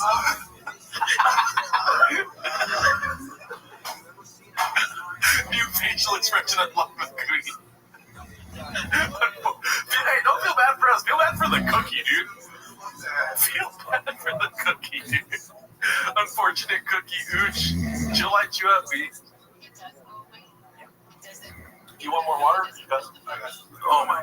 Dude, the fucking taste doesn't leave your mouth either. I have chocolate on the right side. That poor cookie, dude. They feel bad for the cookie. Oh my god. I mean, great idea. I just puked in the bathroom. In the kitchen? No. It's not. I mean, it's bad. He's not even out of sink. It's still like a pretty good cookie. I mean, the salsa paste is disgusting. Sorry to paste, but I don't like it. I was looking for like something that was easy to pour. My crazy redacted brain, I was like, I'm gonna eat a few of these. Yeah, and also you're like, yeah, let me leave this in my car all day. Well, I didn't really have much choice, man. My day was crazy. Like the gate broke, and then they were like, by the way, we're turning off the power. It's like, why don't you just come here and shoot me in the head? But so like, I'm just scrambling to get stuff done. Your day was so bad that the Mexican cookie was not the worst part. Well, also remember I went to the Apple store for the laptop. Yeah. Like your computer's broken, so there's a whole thing. And then it wasn't broken. No, it's fine. But I was doing that, and I was like at the Mac store, so I was like, might as well go to Target, and that's when I got Pace. Bro, Brendan Schaub, we're fucking calling you out, dude. You should eat a Mexican cookie, B. He should eat a Mexican cookie on TFAK. You could probably get a lot of views out of that. Fucking disgusting, dude. That would go viral on Shanks. That was disgusting. Let's go back to this fucking bullshit. Gerardo's realizing what he's done. It's sinking in for him now. I just became a fucking Taco Bell Mexican. You know, a Mexican cookie. I had no pride before this started, so. Jacob and I just became Taco Bell Mexican, dude. I love that on Jacob's first day he did that. Jacob's first day, he ate a cookie with sauce on it. It's only up from here. I can't talk. This is like, you think Chin gets treated badly. Yeah. Damn, that cookie will keep you busy, B. I mean, it's really gross when you think about it. I can't get it out of my mouth. I'm telling you, though, that cookie's pretty good. So, I kind of... Go for it. No. Not with the salsa. I'm saying, like, it kind of, like, took away some of the salsiness of it. Oh, yeah. I think if I had the coconut with it would have, like, disguised it maybe less because it didn't have... I don't know. Do you mind opening up those cookies so we can eat something else really quick? Yeah. For sure. Oh, that got him for the crew. The MNSXD, thank you. He's donated twice now. Thank you very much. Fire sauce on cinnamon twist, says Juan. All right, be cool, Juan. We're not gonna create a whole thing here, Pastor. Yeah, Steven Costanza. Shout out to you for joining the Patreon. That was a good thing, Al, with the Tapatio cookies. Like, we were arguing about that a little bit because I was like, traditional salsa. We weren't sure if hot sauce was considered it, but then we read the bottle and it said salsa. I didn't know that. And it's maybe I was thinking Tapatio, dude. Just fucking throw some of that on that bitch. Here you go. Thank you.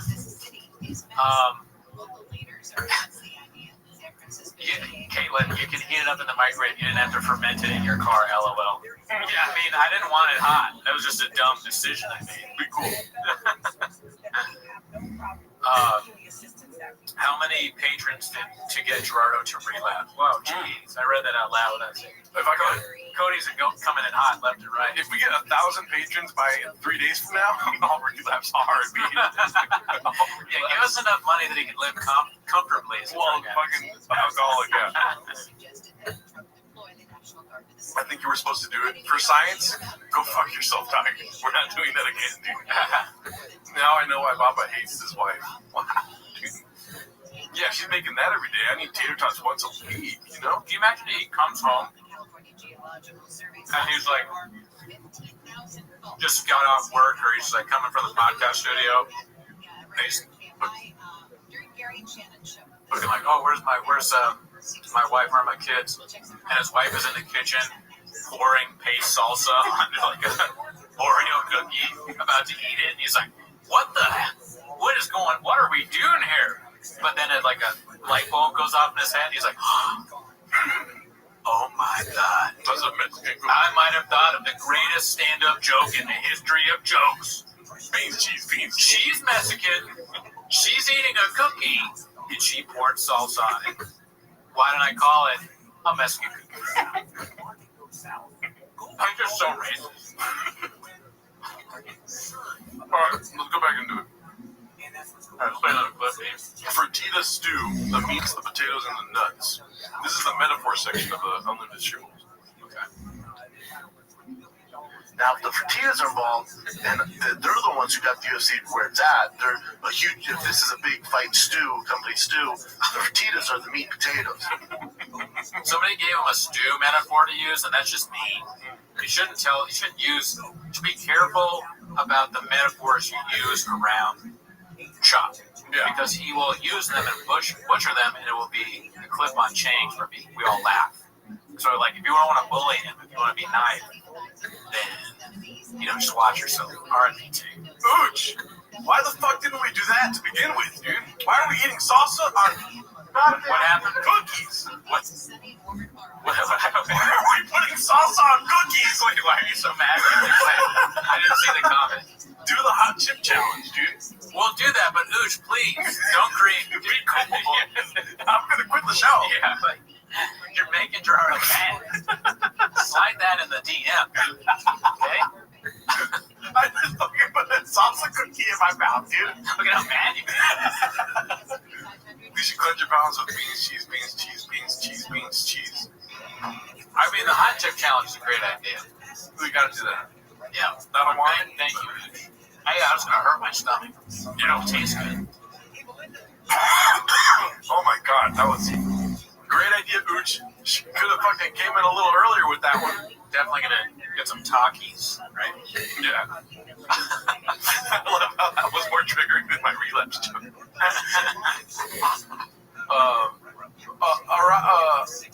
Our fan be cool, bro. There's no next time. No more fucking salsa on cookies, dude. Yeah, that was gross. I mean, that was a little bit of like, we sacrificed for the show. We just got demonetized for doing something disgusting. That is hilarious. YouTube demonetized us for that. All right, here goes. Dana, don't get me wrong, he's the meat in there. He's definitely part of the delicious sauce, the delicious soup. But Fertitas are the meat, man. They're the nuts and the potatoes in there, right? So now the Fertitas, nuts in stew. The potato. I mean, I don't make a lot of stew, but that doesn't sound right. You don't put nuts in it. Okay, so people are giving us ideas, and I just want to put it out there. We've already done the Mexican cookie. The worst thing I've ever done in my life. We do stew. Yes, like doing a stew. Let's do a Dana White stew. What's it called? Kratom, though. But Kratom is when we hit a milestone, and then we'll try some Kratom. Right? Yeah. Oh, Kratom? Oh, we got to be a big milestone. We've already said you it, though. Die from that. 500. You can die from it. Wait, what? Really? Kratom, yeah. What? Yes. We've gone over this. You know what's funny is the comment where it's like, dude, you can't die from it. And then it was like, that NPR thing is not saying some other stuff or whatever. What are we doing here? I don't believe you. And so hot chip, Kratom, Addies. No Addies. I'm never doing Adderall. I don't want to do Addies because you can for sure die from those. Yeah. Happy Hippo Kratom, yeah. Just drink a bottle of Tiger Thick and call it a day. We've already gone there. We've done Tiger Thick. It would be cool to do a live from your apartment where you can get drunk and just drink a bunch of Tiger Thick. I haven't finished that one bottle of Tiger Thick that we have. Me and Walsh and ASW went through it, and it's like still not even halfway gone. Oh my gosh. But keep putting your suggestions in the chat, is basically what I'm saying. Dick juice? Oh, dude, dick juice is a good one. We can do that. That's not relapsing, right? Dick juice? Nah, man, I'm not taking dick juice either. I want to take dick juice, dude. I'll take some dick juice and podcast, B? Are you kidding me, bro? Dick juice, I read a story about somebody that drank dick juice, their eyes turned red. Really? Eyes turned red. This is going to be like, my thing is just going to be saying crazy, outlandish, like, side effects of things. Like, Kratom kills you, dick juice makes your eyes red. Cookie with hot Cheetos on it. Now we're talking more my fucking realm of disgustingness, dude. Gerardo Shreds. Thank you, Ryan Garrett. Sink lemonade. I mean, maybe that's disgusting. It's gross, Ryan. Lip injections, dude. We've got to go far. We've got to make. You got to make a lot of money for. I mean, because then we'd have to pay for that. That's probably a lot of money in itself. And I'm only doing it because I love Bop. Do a full show with 10 nicotine pouches in your mouth. That's something that I can do. Oh man, I would do nicotine patches, sure. I'll do write it down, Dad. I'll do nicotine because I'm not worried about that. I'm not gonna get addicted to that. Rain and energy drinks and bro, nicotine, bro. We're gonna be fucking T-Pack. I'll do that. I'll do that. Oh my god. I thought you could say I don't want that. Listen, Ooch, we're stupid as hell, so we'll do anything, bro. Cooney is built different. Just got in. What are we doing here? Axel Baker, you missed the Mexican cookie. We're scroll back to like 20 minutes. Yeah, dude, we're gonna. If you don't think we're putting that behind Patreon, what are you doing? Oh my god, you're too self-aware to become T-Fat K. I don't know. Anytime someone says we're to it, anything or have integrity or whatever, I'm like, don't write lip injections. Stick lip injections out. We're not doing that shit, dude. It's funny, but no. 100-yard dash. We could do the race. Yeah. I mean, do a sprint race. Yeah, we could do that. That would be a whole thing. We can't do that on a live, really. Okay, yeah. Well, we can probably. I mean, yeah, anything is possible, I guess, in any facet. Think about the every aspect of it. It's the nicotine pouches, rain, energy drink, and Diet Cokes. So that all three of those are. We just drink Diet Coke until we get sick. There's just like all these empty Diet Coke. And I'm like, ah! They're like, wait, call so we like, please call an ambulance. Go to Whole Foods, call Mr. Whole Foods, make a hip hop album. That's a great idea. I can't be involved in making a hip hop album. I'm too blockbuster for that. Yeah, we've tried that actually before, unfortunately. Talk about mukbang. Talk about mukbang is good. Fuck, that one's easy too. That's just we get fat on camera watching, or they just watch us eat Taco Bell. Oh, because of the Taco Bell Mexican. Well, here's one. Actually, so Taco Bell Mexican versus Guadalajara Mexican. We like try Taco Bell and Mexican food while we watch Chop. Yeah. Get Botox in your lips. Nope. Eat food trucks. Food. Show where you're walking in different trucks. We basically had a food truck diary on the infamous special review. Cooney wanted to not watch all of Andrew Schultz's special. So it was really hard to watch, and I'm not just saying that. And even before we started recording, I told you, I was like, it's going to be long. It's going to be rough. but we got to do it. At one point, I go, "Can we do like a part 2 type thing? Part 2 is we just watch half." And Gerardo looked at me like I was the stupidest person who's ever lived. I was like, "No." And then we ordered pizza, so we did kind of have like a food truck diary while watching Infamous. Yeah, we went. We actually did eat. I forgot. We ate pizza while we watched it. All right, I think we got how many suggestions do we have so far? Hot chip. Taco. Menudo taco. What is that? Menudo, like the soup. Oh, that's chin. Remember Zole? Remember, he's like, and they also says, "I'll snort Zole." Yeah. Cook you up.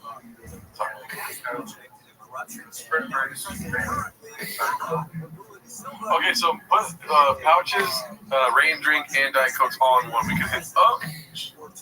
So, Assad, that's good, but I think I respect BC too much to do that. Like, he'd have to tell me that was okay.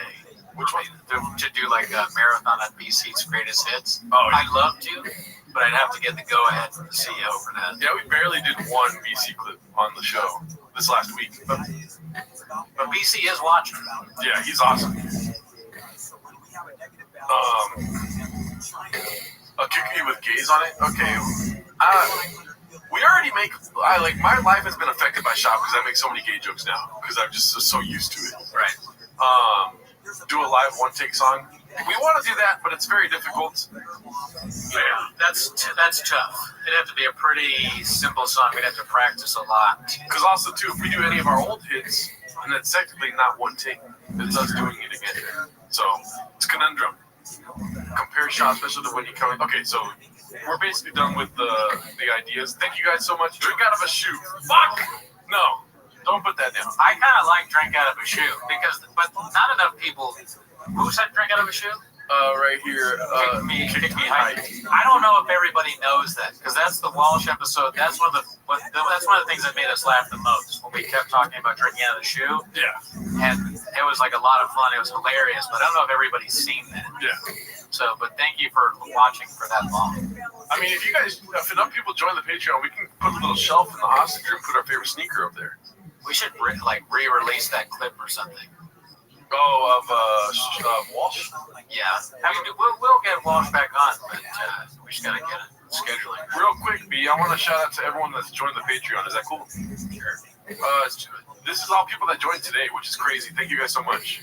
We're gonna be doing more stand-up comedy reviews, some whole specials. Eat tater tots. Put tater tots on there.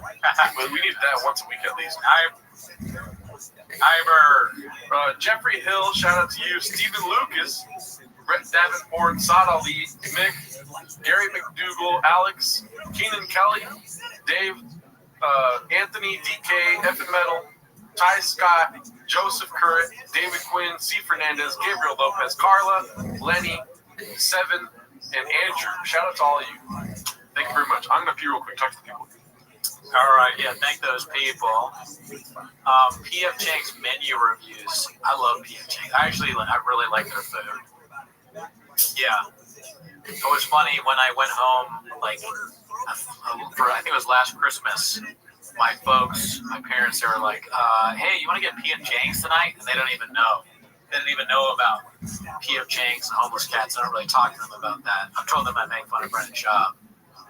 And they'll ask me about that. But anyways, Chance Gilly, people hate me because I'm a successful football player. Can't relate. Yeah, dude. He thinks he was in the NFL. That might be part of the CT. What if CT was so powerful that it could just invent past things happening to you? Like he actually thinks he was in the NFL. Wild. Yeah, exactly. That's a good point, Jacob. I kind of want CT now. I want to think that I was in the NFL. I want to think I had a good life up until now. What's my favorite food? Oh, you know the answer to that. Mexican. Oh, fuck. You all right? Hey, yeah.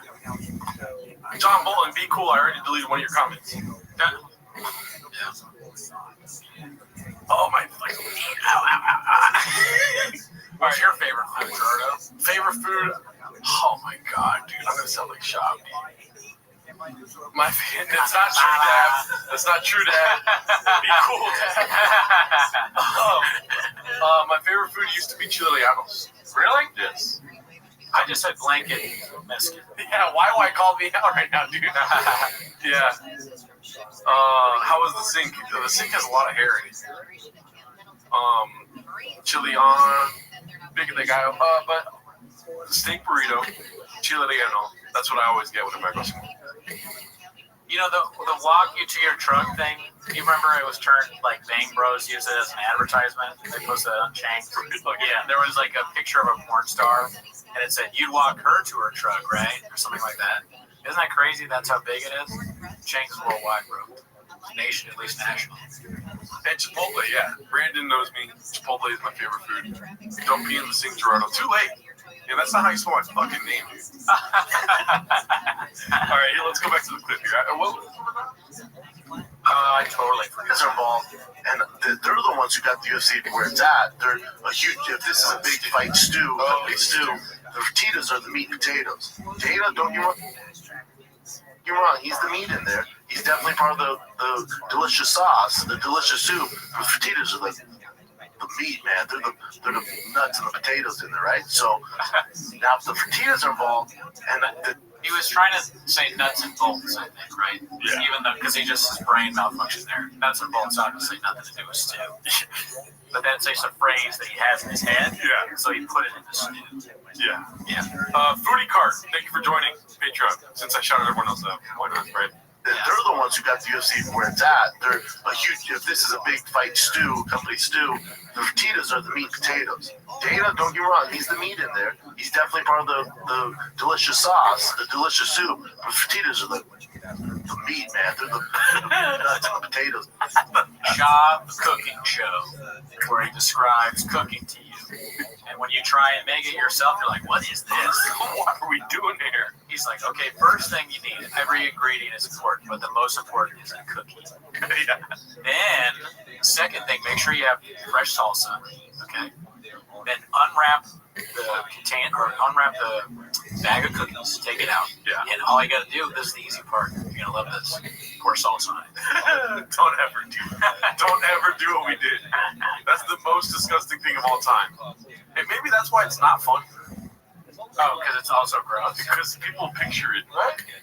Yeah, people picture it without even eating it. They're like, that's disgusting. So what part, like, of the three of us, like, so, because he just did a stew, and he's like, Dana White is the whatever, that's the delicious part, the Fertilles, whatever their name is, are the meat. What about with a Mexican cookie, the three of us, what am I? Are you the cookie? Am I the salsa? Is Jacob the delicious part? What do you think? I think you are the meat and potatoes. Oh, thank you. And then I'm just the fucking broth. Nuts and bolts. I'm the nuts and bolts. God damn it, fuck you. I called you the meat and potatoes, you bitch. Goody is the potato and the nuts. Marry, fuck, kill. Cookie, salsa, hot Cheetos. Who said that? No, I just made it up. Oh, okay. Well, definitely fuck salsa as of right now, dude. But not in the way where I put my dick inside of it. I need to have good salsa now. Yeah. I really like paste sucks. Yeah, that was paste almost terrible. makes me not like American. That was disgusting. I want to move to Denmark and be Heigeling for the rest of my life. Cozy and warm. Yeah, cozy and fucking warm, man. Unalive hot Cheetos, yeah. I'm unalive myself after the Mexican cookie. No, I'll kill Cheetos. I'll fuck salsa right now, and I'll marry cookies for life. Honestly, though, I might take it back. Pace may just be really bad because it was on a cookie, and it was in my car all day. And the heat, it's so hot in LA right now. We're gonna have like 100-degree weather coming up soon, so it was not a good idea. No, it was a terrible idea. Whatever. All right, here we go. Let's see. This one's called the Paperboy. The entertainment era in boxing is not there. It's not the time there yet. Floyd was kind of the paper boy of that, right? He's the face of I don't get it. John Bolton, sorry about that, sir.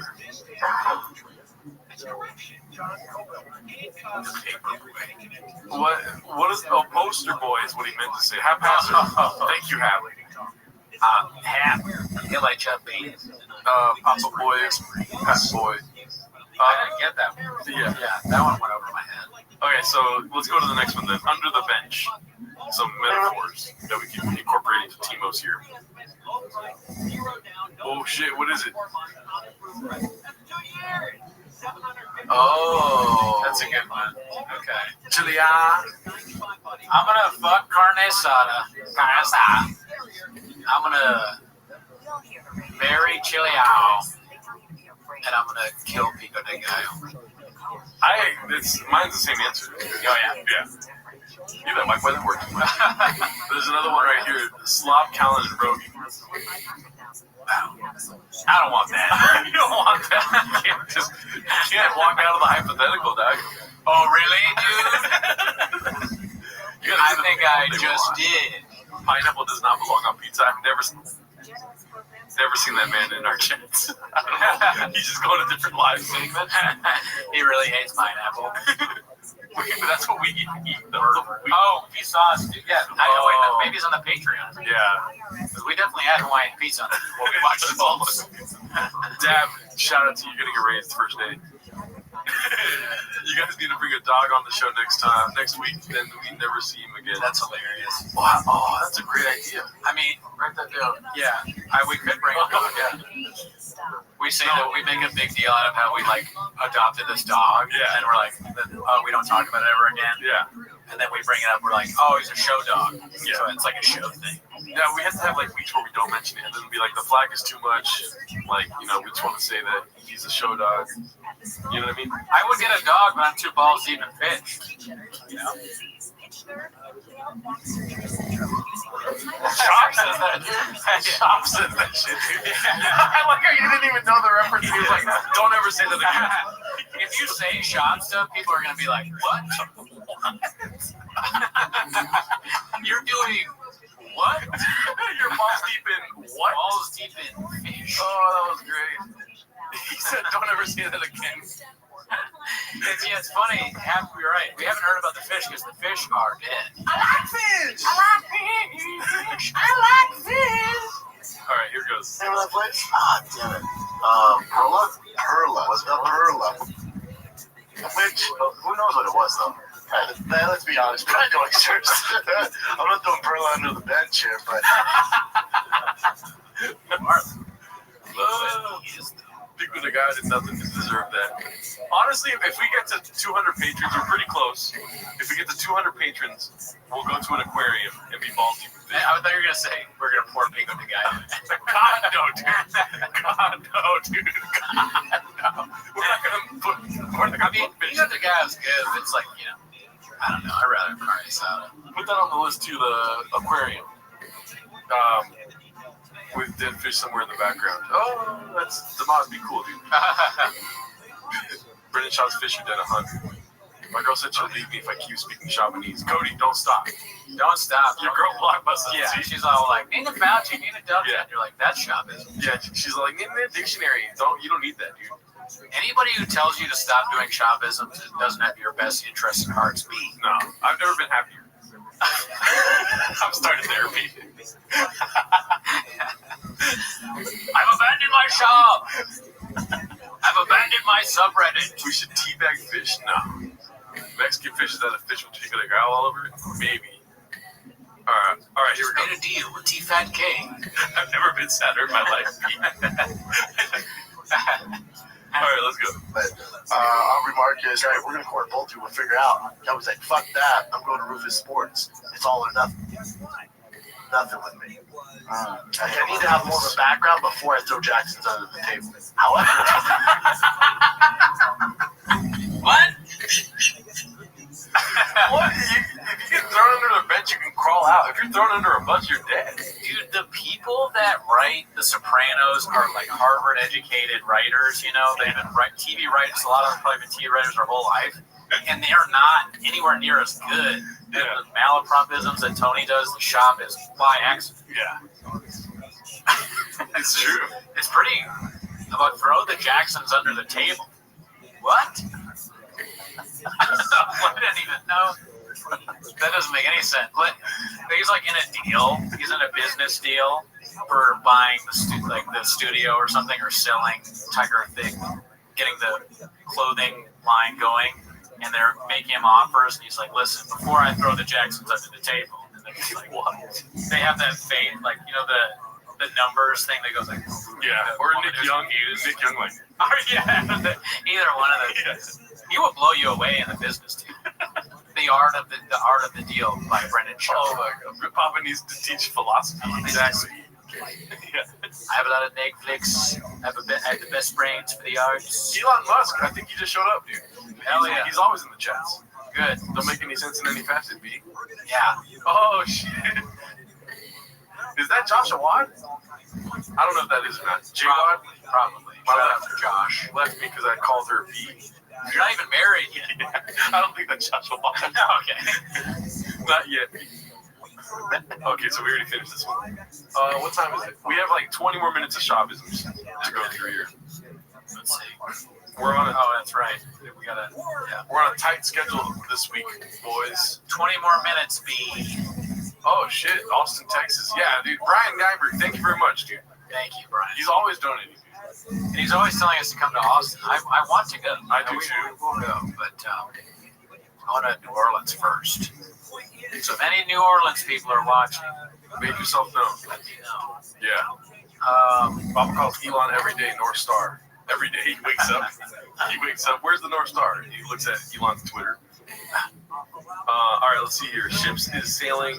Is two sailing in the night. For a guy that loves metaphors, he doesn't know jack shit about metaphors. No, he loves saying it wrong. Yeah. Oh, and then we got Greg Hardy after this one. No, that's a classic. Yeah. All right, let's see this. Just ships of two sailing in the night like this. Just like ships is two sailing in the night. It sounds like the beginning of a Bruno Mars song. Just ships of two sailing in the night. Yeah, he does have like a weird pitch corrector there. Just Beginning like one of those old rap. Like, yeah. What's that? Like those old Tupac beats. Who are the guys that do that? I don't remember. I forget. You know, but you know, like something computer love. Roger. Oh, Zapp and Roger. Yeah. Yeah. Just ships of two sailing in the night like this. Just like this is success. Wait, what was the other one? Success? Computer shop. Look how young Rinks looks here, dude. Success. This is success and this is you. Like Bryan Creek, LA time. Classic line that got me douched. All right, here we go. Greg Hardy. This is one of the best ones. I don't know why, but we reference this one a lot. I was homeless when You're a bad dude. Just chalk it up. It's okay, man. It's redacted so fast. It just makes no sense right away. You're a bad dude. It's okay. 500 fighters on the roster. You're gonna have some bad apples. You're gonna have some freaking evil apples. He's one of them. Evil apples. I mean, listen. The metaphor can, you know. Are there bad? Yeah, bad apples are real, right? Of course. Yeah, like rotten apples. Oh, so never mind. The apple's not evil. Well, I mean, in Shaw's world, I mean, what do you think he means? Evil apple. He's basically saying like the apple is bad by choice, so the apple can also choose to be evil.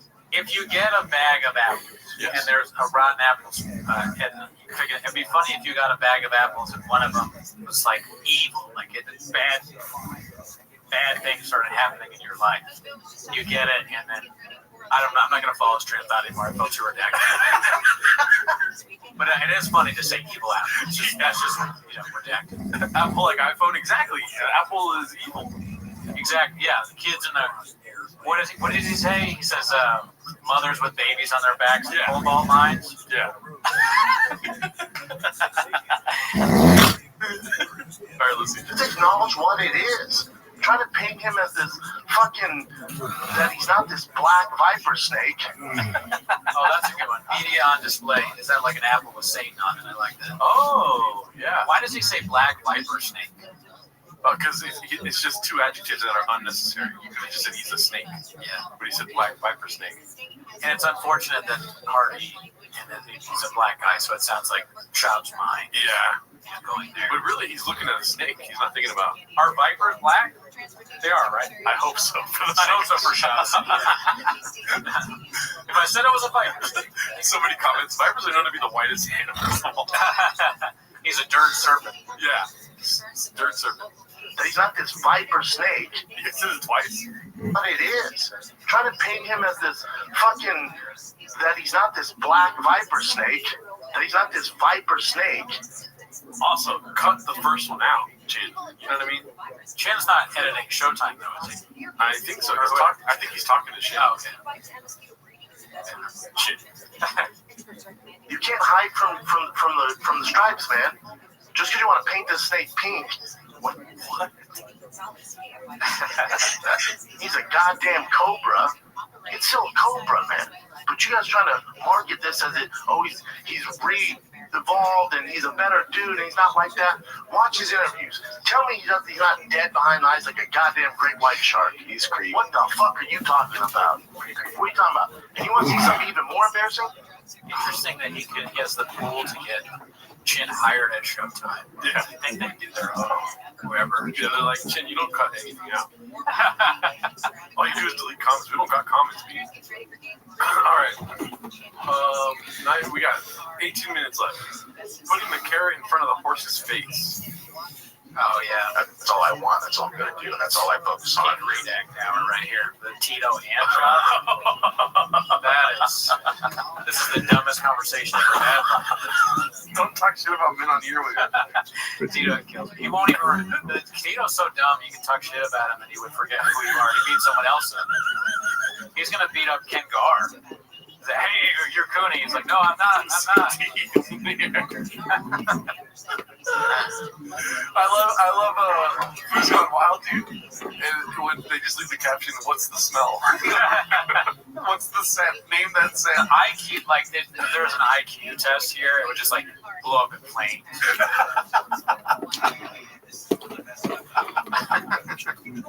Oh my god, that room smells like. Yeah, it does.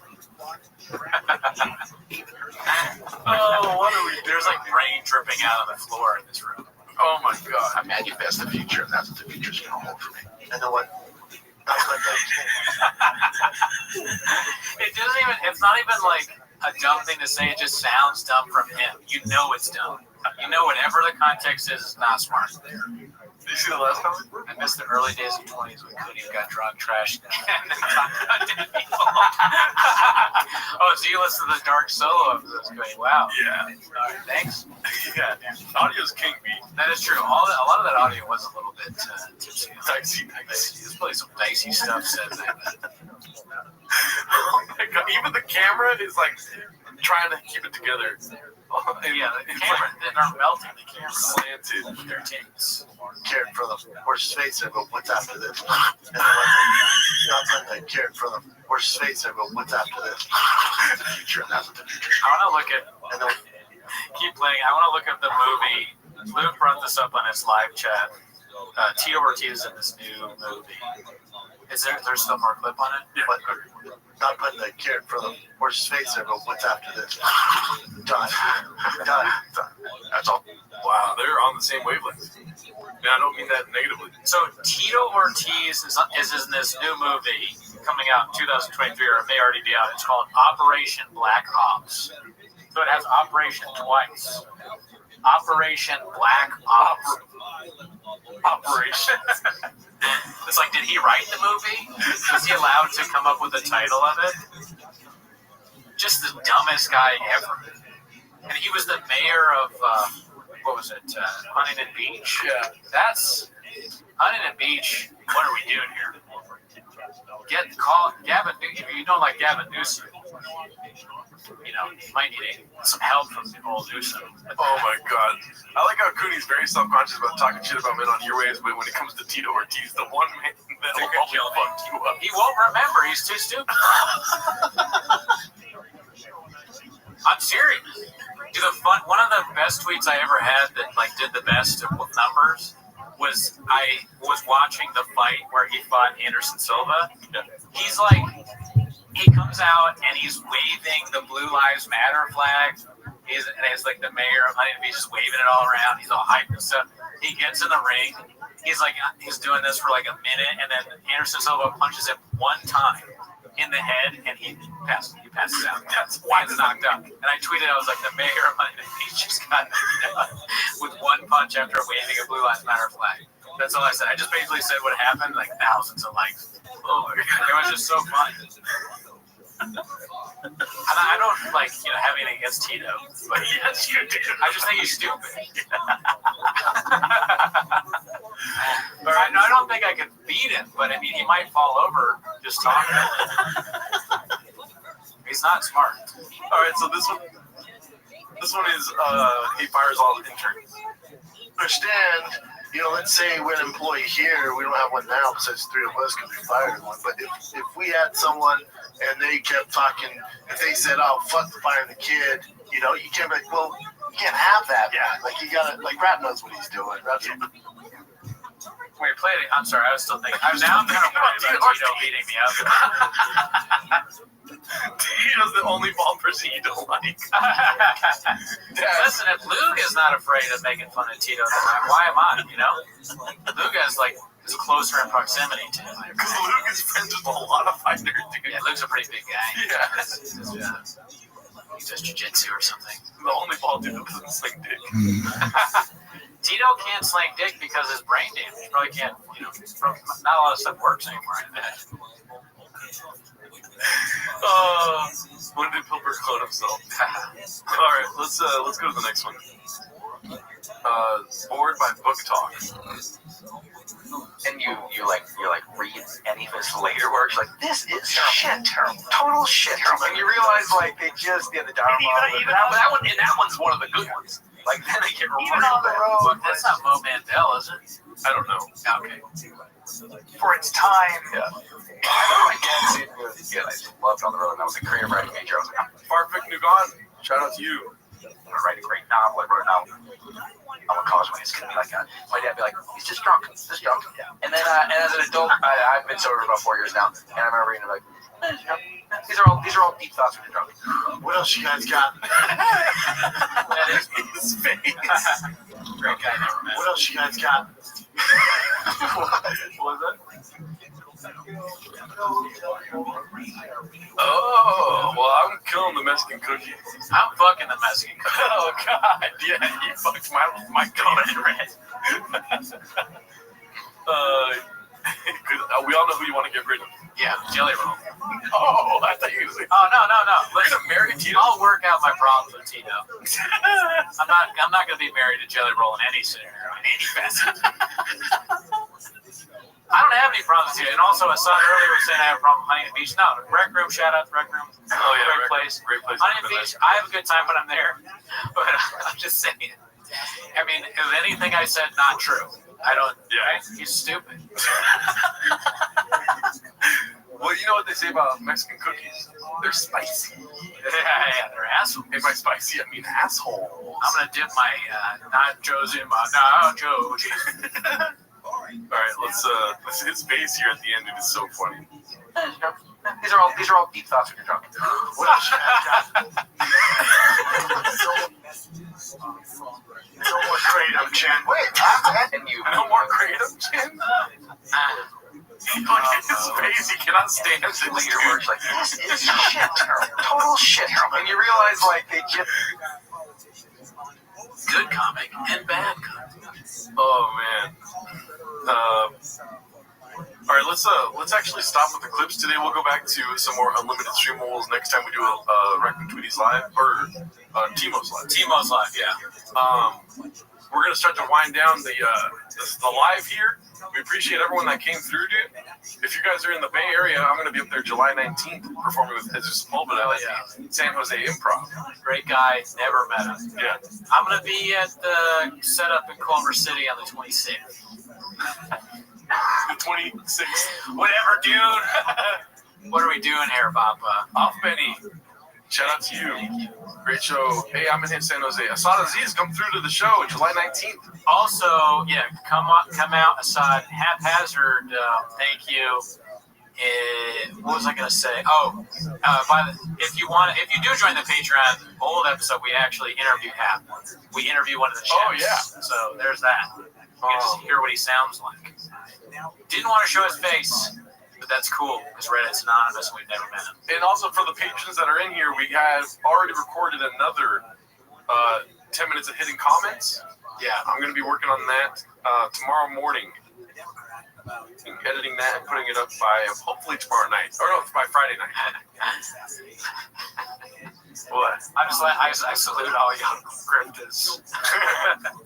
SEAL Team Thing. We need a text thread. Oh, yeah. There should be like a new tier. I mean, we'll probably always have it, or like at least for a long time, we'll have only one tier. But Yeah. Be a tier where you get to text us. It's like SEAL Team Thing. Yeah, when we get into the weeds on these stand-up specials, we're going to grandfather in all the people that joined, basically, and have get access to all the whole what is it called? Unlimited stream pools of our fucking Patreon. But there will be another tier down the road. SEAL Team Timos. Brian, Toronto. I mean, I'd love to go to Canada. Never been. Great place. Never been. Gio, we just go, B. Yeah, we got like 8 minutes left or something like that. Yeah. No hard out, really, but we're going to have at that moment. You're about to go on vacation. I'm about to go on vacation. I got tomorrow and Friday off. Yeah, so another announcement for the people on the Patreon. The episode's not going to be up on Saturdays like usual. It's going to be up probably Monday morning. Oh, yeah, no early access this time, but usually there's early access. It's just I'm on vacation. Yeah, and we canceled our tour, too. Yeah, I got to teach some of my coworkers how to play t-ball. Yeah, or softball. I don't have children, so. Dab, go ahead and leave another comment real quick. Shout out to Dab and Play Games. He's a real good sport. Getting homeless as we speak. Clay Sanders, are you all right? Were you about to say? No. Clay Sanders, are you talking about? Are you in Arizona? Because I got hit up by a comedy club in Arizona, in Gilbert. I might reach out to them. If there's enough people in Arizona, maybe I'll come out there. Are you intentionally ignoring my question about Brendan? You didn't F with. It was a hilarious F. What does that mean? I don't know what you're talking about. What was the old question? Yeah. I don't know, John Bolton. Might be on too much Tiger Thing. There's too many comments to like go through and find. Yeah, some of them are gonna get lost. I don't see you commenting, John Bolton. HB Bad Boy Mayor is way funnier though. I don't know what that's. I don't know. You'll have to. Walsh? What about Walsh? Oh, Walsh. Oh yeah, of course. Yeah. We've tried to have Walsh on again, but things fall through sometimes. Yeah, we had to find out what day Walsh can actually do it. Yeah. So I'll text him though. We don't ask matter. What does that mean? Oh, you redacted it. Right when I saw it. I hate it when I send stuff on the chat and it's like has like missing shit in it, and I realize you can't edit. Yeah. And then you delete it, and you just look like Papa. Yeah. What are we doing here, B? Bring back Daniel Jimenez. He got fired fast. Yeah, Daniel's out. Yeah. Daniel left his mustache in our in the hostage room. The hostage room. Yeah. What's the narrative? He's talking about Painted. I mean, Walsh wants to be on, and I've texted him about being on, and we hang out, but I just haven't. It's honestly, we do the show mostly on Saturdays, and a lot of times in Los Angeles, the DAs were called on Saturday. Yeah. No, we do it on Saturdays real quick, and it's hard to get guests. We want to get Jay. That's our other podcast. We get Jay on. Jay Light. That's a different podcast. And yeah, we were trying to get a bigger comic on. I don't know what's happening with that. Oh, I got to text them about that. See, here's the thing about the bigger comic. I don't want him to know this, but I'll say it just because everyone's watching it. I did an episode ripping on his best friend. An older episode. I don't even know if it's still around anymore. And I didn't know they were best friends. So I feel like, is that going to be an issue? So there's a hint. Who was the guy earlier? Oh, Cody Quayle's going to be like, this guy? They won't know. My YouTube is lagging, so I don't know what's going on. How was Mark Harley in person? It was a special time, B. It was a very special time. I look like a thick Pedro Pascal. Be cool, I'll see you. No, it's not Doug. I don't know. I don't have any connection to Doug Stanhope, but I'd love for him to come on the show. If tell him to come out. The last stream was Netflix. Thank you, Nick. Yeah, Joshua. Yeah. So it was Josh. It is Josh. You know, maybe we'd have you on if you stopped lying about being married, you weirdo. Is Bappa actually out of money? Yeah, I'm down to have Josh on. Yeah, definitely. Josh can come on. Can you do some man on the street stuff where you interview people in Japanese? That's funny. That's pretty funny. That's pretty funny. People have like no idea where they think we have CT. Yeah. We would need a little bit more equipment because my fucking boom mic don't work. I mean, you know who I want on the pod? Who I really want on the pod is Andy. That'd be great. Oh, yeah. Dude, Shane Gillis coming on, I would be so nervous. I'm such a big fan of Shane Gillis. Yeah, it'd be great to have him on. I mean, all these people are great suggestions. John Africa, I've asked a bunch of times to John to come on. That's pretty funny. Ryan Landis said, so it's Joe Rogan because you talk shit about Brendan Schaub all the time. Yeah, you got it. Got him. Go fund me for Bappa's Ferrari. You guys should get Rogan on. That'd be so Rogan comes over here. That'd be hilarious. He does no podcast, but he does 10 minutes of shop. That's when you know that Rogan really doesn't like shop. Yeah. If you guys didn't know, we have a Discord also. It was popping today. I just put in there a new room in the Discord for suggesting Santa specials to us to watch. We're going to be watching Shane Gillis next. And then we got a clue in today on the YouTube comment section about Nick Cannon's special, which I'm excited to look at. Oh, yeah, I'm sure that's horrible. Yeah. I'm down.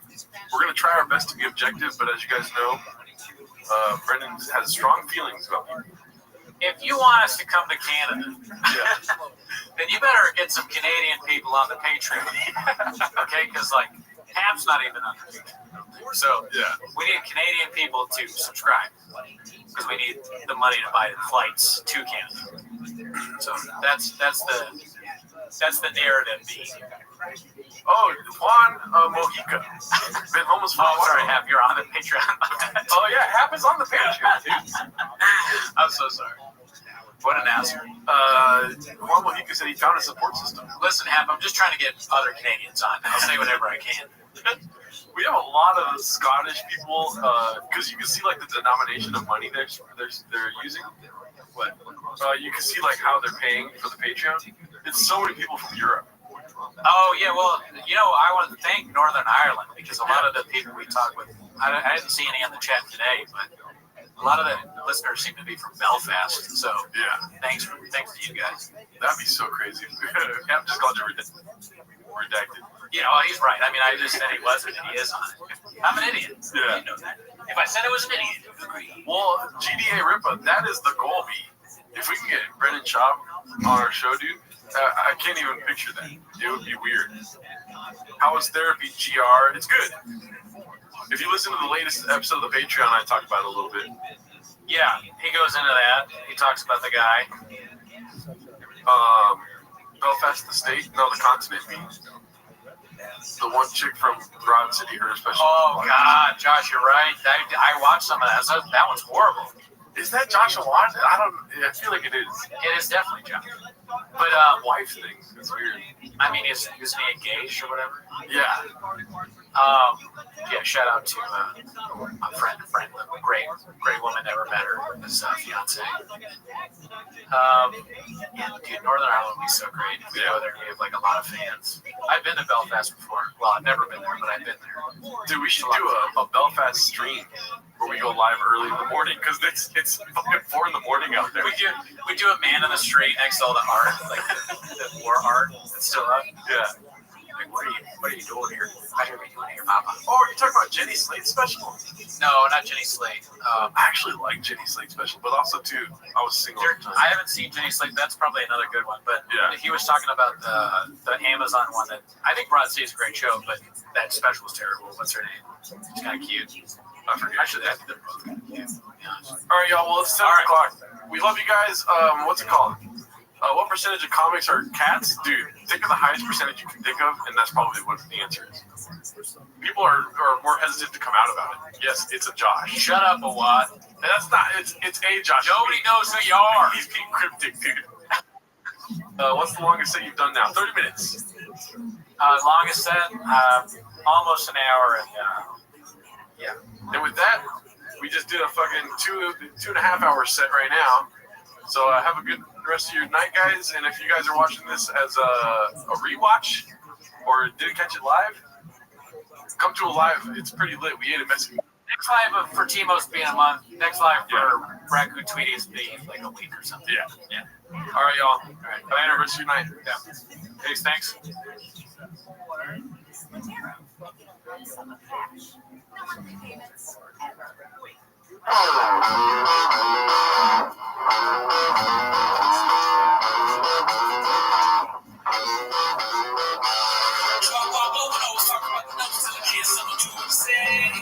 Don't say nothing, cause don't read the calls, so should be going away. I mean, read a deal and do you ever find it? Who cares about the owners? Cause the best thing loving is shot me something I was taught with a little D. Practice.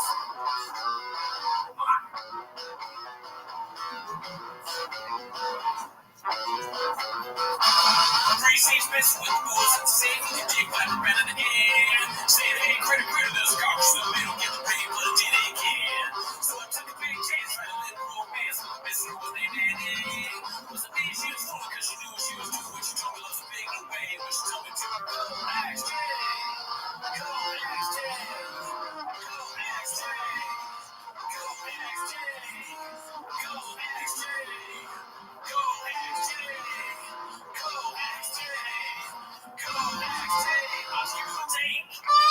It's not my favorite time of the week. When you get near, Papa, try to speak. Really surprises today. You better act there. Watch 10 minutes of shop. Welcome back to 10 Minutes of Shop. Thanks for tuning in. Join the Patreon. We got some great stuff up there. Show dates. I'm going to be at the Setup in Culver City on July 26th. So check that out. I'm going to be July 19th in San Jose at the Improv performing with Jesus Sepulveda.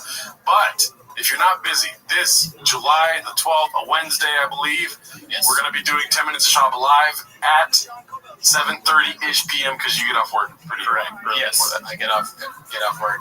And we don't know the exact time. Pacific time, by the way, because I know people are in Scotland and Australia, Canada, the continent. They're 7 days ahead, 2 days behind. It's all a show. But I will be eating the Mexican cookie on it, so salsa and cookies. So that's one thing, and then the rest of it you'll find out on the live if you tune in Wednesday the 12th. But that's not why they're here. Second one. And no, you're right. That is not why they're here. They're here to watch 10 Minutes of Shop. So. Starting the timer now. Play the chin clip. I think you meant to say clip chin, but yeah, here goes. This one's posted by Levon TR. Great guy. I have yet to meet him though. Great guy. Never met him. We've been waiting for this one. It's the Redacted War, episode 3. You'd be surprised. Thank him. I have yet to see this. Have you seen this yet? I haven't seen it, but this is the third one. We love the first 2. Oh yeah. Huge. Now it's a trilogy, Pete. Well, not numbers, guys, but that is great. Yeah, let's see. Previously on the Redacted War.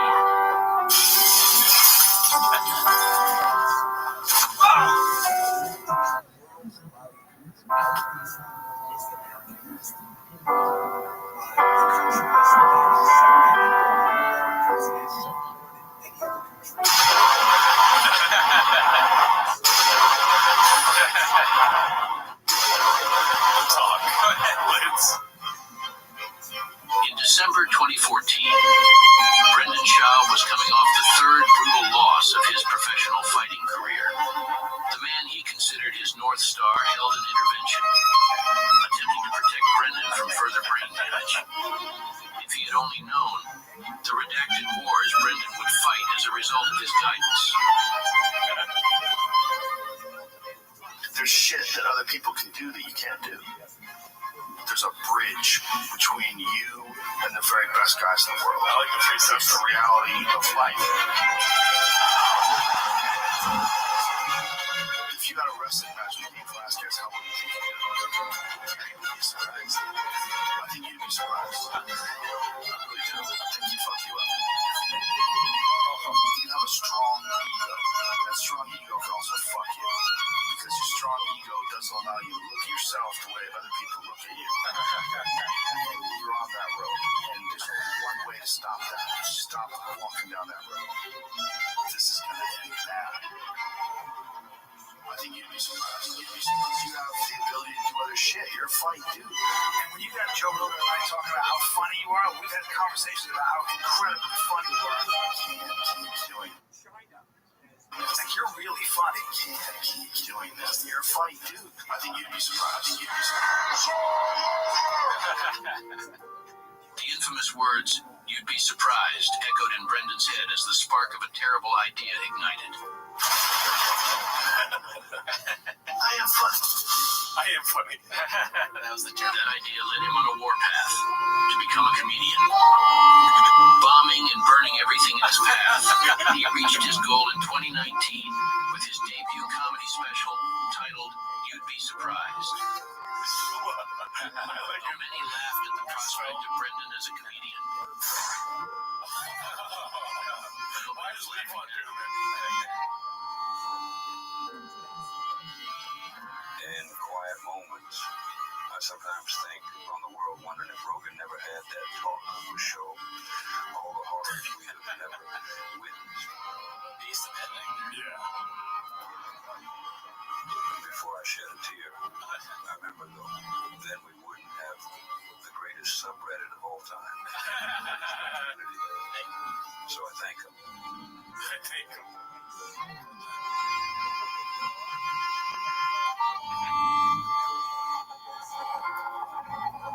I don't want it to end. Me neither, but I hope they do the, like, on the next Don't episode. tell the boys that you've been crying in my arms, and I believe you're sharing seas. Oh my God. Feelings in our heart. Come on now. Something that I love. Go ahead, join our little cult. We'll talk about how Jessica Jones got her actions as a doll. Slam the bottle. Take this thing down shot for shot. You know I made all of our best friends. You're the best friend that I've got. And now we're howling at the moon. Hell yeah, we're making lots of noise. You know I hate to say I love you, but there ain't no other choice. Don't tell me why.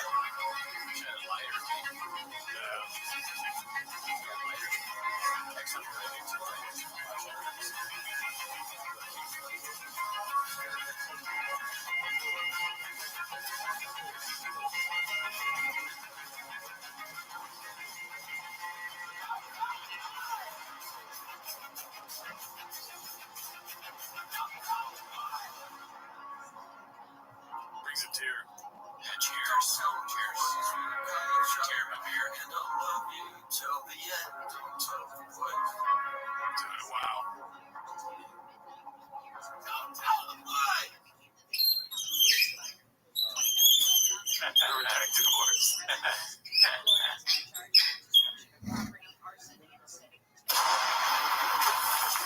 If it doesn't come from here, if it don't have 3 C's, it's 2 C's, 1 C's, and bullshit. That's all real. I forgot about that line. I forgot about like the thing of, like, where he's like, if it doesn't have it's missing a C, it's not actually Tiger Steak Whiskey. Yeah. I think I'm gonna say my favorite part, and then you say what your favorite part was. I like my favorite thing because I'm kind of I've always been a history guy. Yeah. Is the map where it's showing, because I think that's like General Sherman, like burning all the southern towns or whatever, and they're saying that's Shaw going and doing comedy in those places. That's pretty good. Oh yeah, that's Netflix. What was your favorite? My favorite part is the ending, making it seem like it's going to be something that's weekly. I want to see this every week. Yes, that's true. They always say it's like part 3, and then so there's gonna be more. So it kind of, dude, I would love to start every episode of Timos with some redacted wars, dude. Yeah, please, make more. Yes, we want more. Dude, amazing. Oh, also to the when it's the You'd Be Surprised set, it says SCHLL on the back. Yeah. That's pretty great too. There you go. But yeah, great job, Levon. I've never met you, but great guy. Yeah. All right, let's go to the next one. This one's posted by All I Do Is Lie to You. It's called Jay Moore Discovers the T-Fat-K quote-unquote fans. Let's see. I had so much fun last time, and you guys, George and Chin, do a good job of like editing the clips and everything. It made it real easy for me to. Georgie does all the. Georgie does it all, and but then I'm like, I posted, co-posted, we collaborate. Then I'm reading the comments. I was like, do your fans like you? Oh my God. Yeah. Yes. I was like, oh, I remember this world. Those aren't fans. Those are listening. Oh, well, exactly. They're listeners. You specifically, I'm like, all Brandon does is fucking try to help others and mind his own business. They don't know that. Yeah, they just think he's a cocky football player. That's how. We love Brendan Chop. Yeah, first of all, we are fans. Yeah. Where does this narrative come that people don't like him because he's a cocky football player? He was never in the NFL, and that's all that people say. He wasn't there. It's enough. That narrative's got to end. Enough is enough. Yeah, like, come on now. Yeah. If people really don't like Brandon, it's not us. Yeah. But if they really don't like him on the subreddit, it ain't because of football. Yeah. Okay? Yeah, if he's talking in a group of like a bunch of football players, one of them's going to turn around and go, who are you? Yeah, who are you? Nobody knows. I'm damaged on keyboard. I don't think that's it. I think football player, well, you mean I stopped playing 20 years ago? Back in the day. Yeah. Exactly. Yeah, 20 years. He's like, exactly. You stopped playing 20 years. No one associates you with football. We associate you with UFC. Yeah, and also we associate with you with being hilarious. Yeah, well, making like one of the most important comedy specials of the last century. Yeah.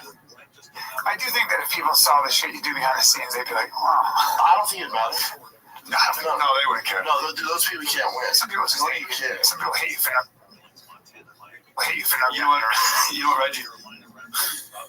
Also, yeah, you think we're all homeless and don't matter. We work at P.F. Chang's. Yeah, you did kind of say a lot. Yeah, it's not just even thinking about football, Doug. All right, let's go to the next one. It's another Theo in the wild, enjoying his life without the king of the stick. This has like a good string and like another offshoot of Chang's. These clips where it's just Theo having a good time because he's gone. Yeah. It's pretty funny. It's posted by American Nero. It's called Gotta Handle Some Shit, Brother.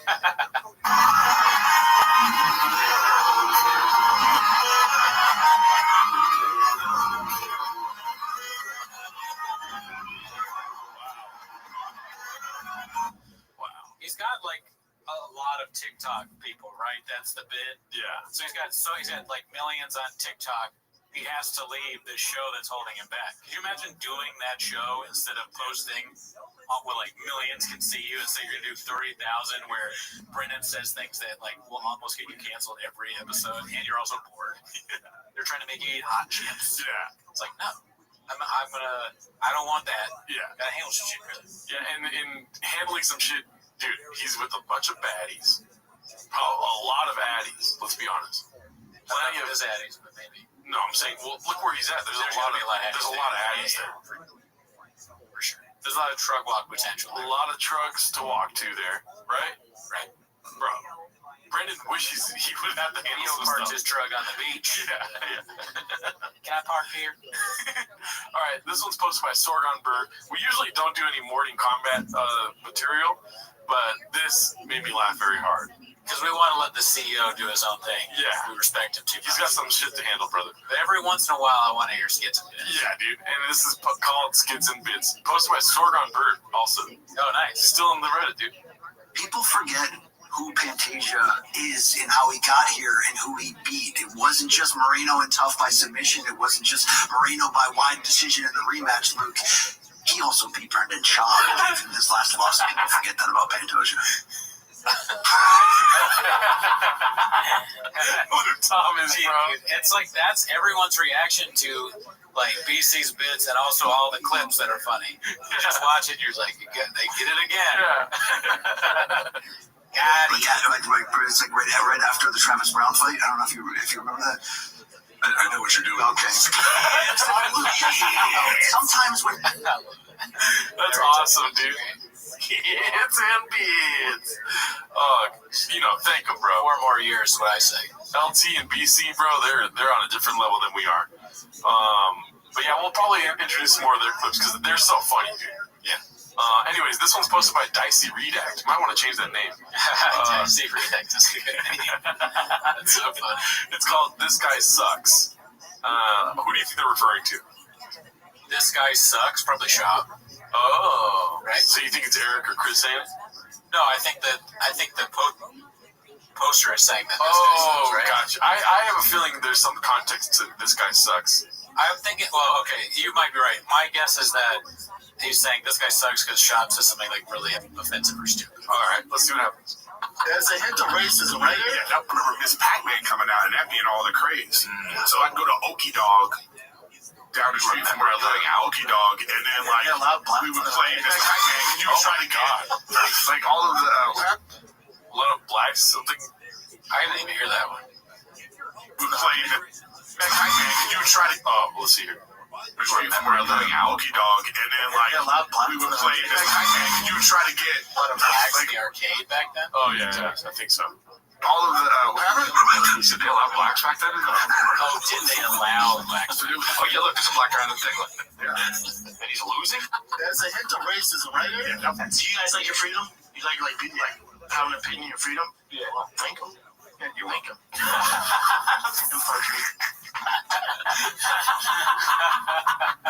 So you guys like freedom, babe? Like I forgot about this clip too. So he was special force. There's a hint of racism right here. The three hyper success traits that make millionaires. Okay, there's the first one is you're better than everyone. I think he says big black. Oh wait, he says white. I thought he said big black. Yeah. I give him more credit.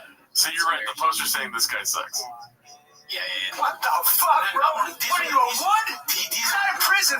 There's a hint of racism right here. Definitely. It's like calling, is that like calling a Mexican a wetback? It's just like, there's a hint of racism right here. Definitely get crime in African American. Look, and either 85% don't have dad. All of these. There's a hint of 85%. Oh my God! Is he saying 85% of black people don't have dads, or is he saying that either one's crazy, but that 85% of people that commit crime don't have dads? Oh, maybe. I would either one. He's thinking black. Well, I mean black. He definitely says black. He's an African American community. right here. These corporations like ESPN or whoever that get so woke, and then they only put black people on, and their ratings go. Well, 94%. Oh my God, dude. This commercials, I think they just did a thing. 94% of the commercials, I think during the Super Bowl, had black people. There's a hint of racism right here. Oh my God, but he's just a football player. That's what people hate. Yeah, that's what we know him from. Do you think the bucket heads is like a dog whistle to us? Since we talk about, I'm just kidding, we don't matter. But we did talk about how I can't fool off a bucket head. Neither can they. Griffin's doesn't even look like a bucket head. It looks like something you wear in a garden. It looks like a visor, right? Yeah, like a garden visor. Yeah. What's the bit? I don't know. A lot of these like podcasts, they just wear crazy shit on them. For those chefs that have to watch the episodes, and if there is a bit associated with those hats, can you put it in the comments? We read the comments, B. Yeah. We don't just post a ghost. Most of the time, not. Yeah. All right, let's go to the next one. This one's posted by All I Do Is Lie to You. Okay, dude. He's like, there's a lot of steam coming off of him cooking. It's not from the fucking stove. Yeah, he's bourdainin it up. He's out there. Roadrunner chef. Kitchen Confidential up in PF Chang's right here. It says, gave a 2018 this past weekend episode with Papa and Orange Chicken update. You were, did you think once you got into some of these sports and once you got into fighting that you would become more of a business guy? Because like I find for myself, like I never thought I'd be thinking more about business type of stuff, right? Like I was just a jokester, a funny guy. I like doing comedy. I like, getting mental help for myself. Theo's just needs a break. A break? Yeah. He has more breaks than anybody know. Yeah. And I do shows and I tour, but Theo needs a break. Yeah. No, listen, everyone knows Theo's struggle with, mental health and shit like that. He's running out of vacation days, I'll tell you that much. Yeah. So I'm the one that runs his ship, and he's running out of vacation days. You feel me? You gotta go to HR. Yeah, and you're looking at HR right here. So. Yeah. And Theo's in Nashville, dealing with the demons in the closet. So here we are. But then now I'm starting to see, like, okay, I can shape my own space in this industry. You don't want people to take advantage of you. Oh, that's so funny, dude. You want to become, because you become your own identity, your own brand, and you don't want someone else speaking for you. So for me, when I was a kid, like I'd known comic books. I'd set up comic book stands and fucking sling comics. Really? Business. Or I had my own lawnmower business when I was like 12. I had my own business cards and bright posters, all like draw cool posters, and I was always trying to like hustle. Damn. Always. What was the shadiest shit you ever sold, probably, to somebody? Happy Hippo Kratom. Oh, that's great. These chefs, they understand punchlines way better than Bamba does. Oh, yeah. These are legit. You should watch this and be like, oh, so that's how jokes work. Yeah. It's like a setup and a punch. Find a line of coke, dude. Yo, Theo, as the Beef King, when that's what's going to get you on a episode of with Rogan on a Fight Companion, man. We'd love to hear that. Fight Companion Rogan is not happening. Jamie has some golf thing he has to do. That was one of the things I was going to ask you, man. I'm just thinking about this King and this thing. We're going to have a new site. We're going to have a new set. New set. Signed the lease on the studio. King of the Sting. So it's going to be a real thing, man. Real thing, dude. You guys wanted it. You nervous about it at all? I don't want that. Great job, dude. Yeah, man. All I do is lie to you. Put it in the hours, dude. Do you think that that's the sketchiest thing he's ever sold? Happy Hippo Kratom? What you've seen? No, What's sketchier than Happy Hippo? well, no, nothing sketchier than Kratom. I think so. I think Never Kratom is Kratom. probably the sketchiest thing that he's sold. Because Kratom you can literally die from, I think, if you take too much. No. Okay, I know. Skits and bits! No, you can't die from it. Yes, you can. Oh, you can? Yeah, I was listening to a thing on the NPR on the way back from Playa saying that two people had died from Kratom. Oh my God! The comments are gonna be like, there you "Fuck go, you, Kratom Brandon." commenters, man. You Somebody can't die literally commented saying you cannot die from Kratom. Well, they're wrong. Yeah, I just trust them. I just read it and I'm like, that's fact. No, that's not true. Oh my God! Yeah, you can definitely. Kratom went down further on my fucking list of things not to do. Anyways, But if you like it and it works for you and you take it safe, go ahead. I'll say that. all right, so this one's posted by N. Murph. It's called Brenda sees a troll post on Twitter, completely falls for it, smugly reports it as a fact. So what does this post say? Let's see here. Go here. Never forget when Alexander Pantoja KO'd UFC lightweight champion Islam Makhachev despite being 3 divisions smaller. Just how good is Pantoja? That's so funny. Let's see. 3. Brand Moreno, Pantoja. You know who Pantoja beat, right? No. Makhachev knocked him out. Oh, Never heard of him? time ago. Ever heard of Knocked him out. him? That's my favorite one. Yeah, that's how bad that motherfucker is. Ever heard of him? Mr. Rogers, ever heard of him? Navy SEAL. That's why BC. So that I admit I didn't really understand the BC joke. I just laughed at the skits and bits. Yeah. But now I understand. Yeah. He's saying Panta. That's like, dude, he's playing 40 chess. Okay, that shows the Netflix brain. That's why Luke Thomas stopped for a second and was like, they're not in the same weight division. I see what you're doing. Skits and bits. All right, well, this one's posted by All I Do Is Lie to You. It's called Bappa was contacted by the heads of yet another massive company, which I have some funny, what is it called? Amendum or something to add at the end of this. Addendum. Yeah. Yes. Not the best brain speed. Dude, that's okay, because I'm a beast of a dictionary. Dictionary. Or not dictionary, what's the other? I don't know the best brains either. Thesaurus. Thesaurus, yes. Let's see. Oh, God damn it. James Mark Zuckerberg is launching that new competition on Twitter. I just got an email today from him. I forget what it's called. What's it called, Tim? I'll look it up. Thanks. Great. He has that, what is it? Not Meta. Meta's He has a new thing? Yeah. Oh, right. He's got a Twitter. Threads. They said I got an email today from the heads of Threads to get early access to it. Ooh. So we'll see how that goes. It's going to compete with Twitter. What are the parameters? Are you? Do you have to give a woke card? Do you know? No, I don't think so. Who knows? Why would they reach out to you? Because you guys are such edgy comics. If you had to give a woke card, that makes no sense. Yeah. So dumb. Also, do you think that they're reaching out to Bappa because they want him on it, or do they want the cats, the 100,000 cats making fun of Bappa to create controversy? Well, I'll tell you what, Bappa, I'm not disputing the fact that he got a message about early access, but he's like he's like within 45 million people. Like he joined 45 million in, so he didn't take advantage of the early access. He was late. Yeah, he was in Australia. Yeah. He was 7 days behind. 7 days behind. So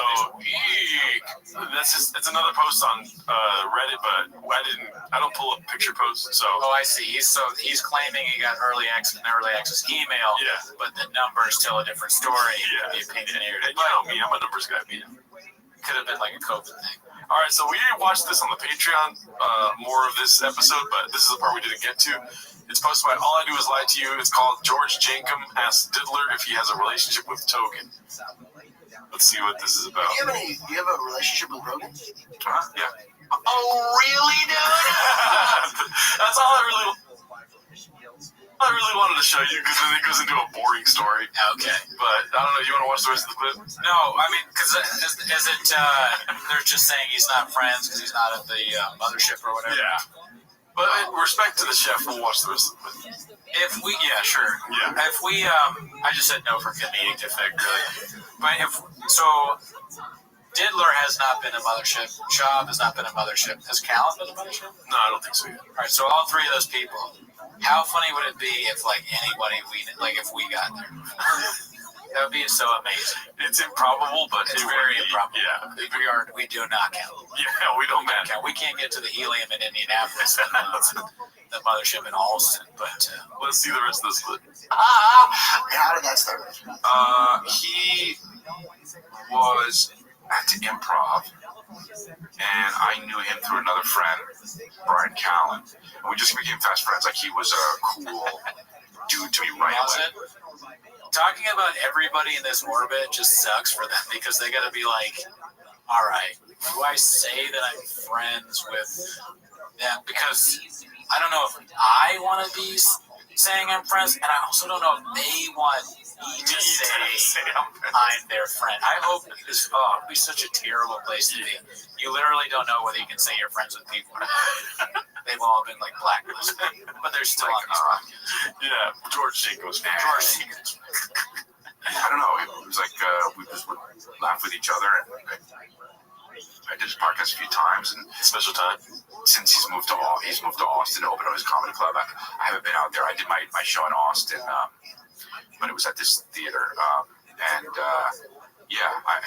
he's just doing his thing in Austin. I don't talk to him too much. I did my show in Austin, but it was at this Chuck E. Cheese. Oh my God, dude! Yeah, it was at a high school. It was at a high school. But when they move, and but yeah, and I haven't been to Austin, but he's cool. I love Rogan.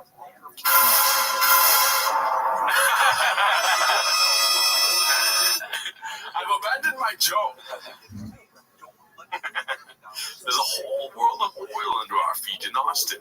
There's a whole world of audio under our feet. Audio is king. What do you want from me? YouTube views? That's a good one. All right, well, this next one's posted by the one and only Haphazard, dude. Shout out to Haphazard. We'd love to see him back in the kitchen, dude. We haven't really showed any of his clips. Yeah. I don't know if he's been making them or if he just took a little break off. Maybe he was on vacation, Right. But he's back in Chang's, dude. Worried he got gadooshed. Yeah. Never know who's going to get gadooshed. This one's called Glassman acknowledges that sponsors might not be happy to be associated with Callan. Let's see what this is about. You're probably going to learn some things from me. I'm older. And I'm here to say that your fans are probably looking for advice. Yeah, also my fans are going to be really excited, but it's going to be ad-free because I don't know if I could get sponsors because the numbers might be so low. So I'm kind of just doing this one for the fans too, but I'm doing this for you. Give me 1 second, still saying that. Lost a lot of wind in my sails just now. Lost a lot of wind in my sails. Yeah. Who is the Lost a lot of wind in my sails this morning. That's what I'm saying. Yeah. I wasn't saying what glasses. I was saying what Brian has come back there and lost a lot of wind in my sails. It's pretty good. I told you, he's funny, dude. That's what you say when you're drowning. I would say your boat has a hole in it and water is coming in. You're not unlike the Titanic. You hit an iceberg every day. Yeah. 7 times a week. Okay, and you're in Sturridge. You are not first class. You will not be surviving this voyage. All right, so this next one's posted by All I Do Is Lie to You. It's called Papa is having so many YouTube woes that he had a conversation with Rumble, in quotes, by the way. Before you play it, who would you rather be, Callan or the kid that jumps off the boat and gets eaten by sharks? You didn't see that clip? That's very sad. R.I.P. to that. Oh, no, I didn't. You told me about this. Yeah, all right, well, that's not worth it. I still see comedians putting their specials out. They get millions of views and stuff. Some of them. You know, yeah.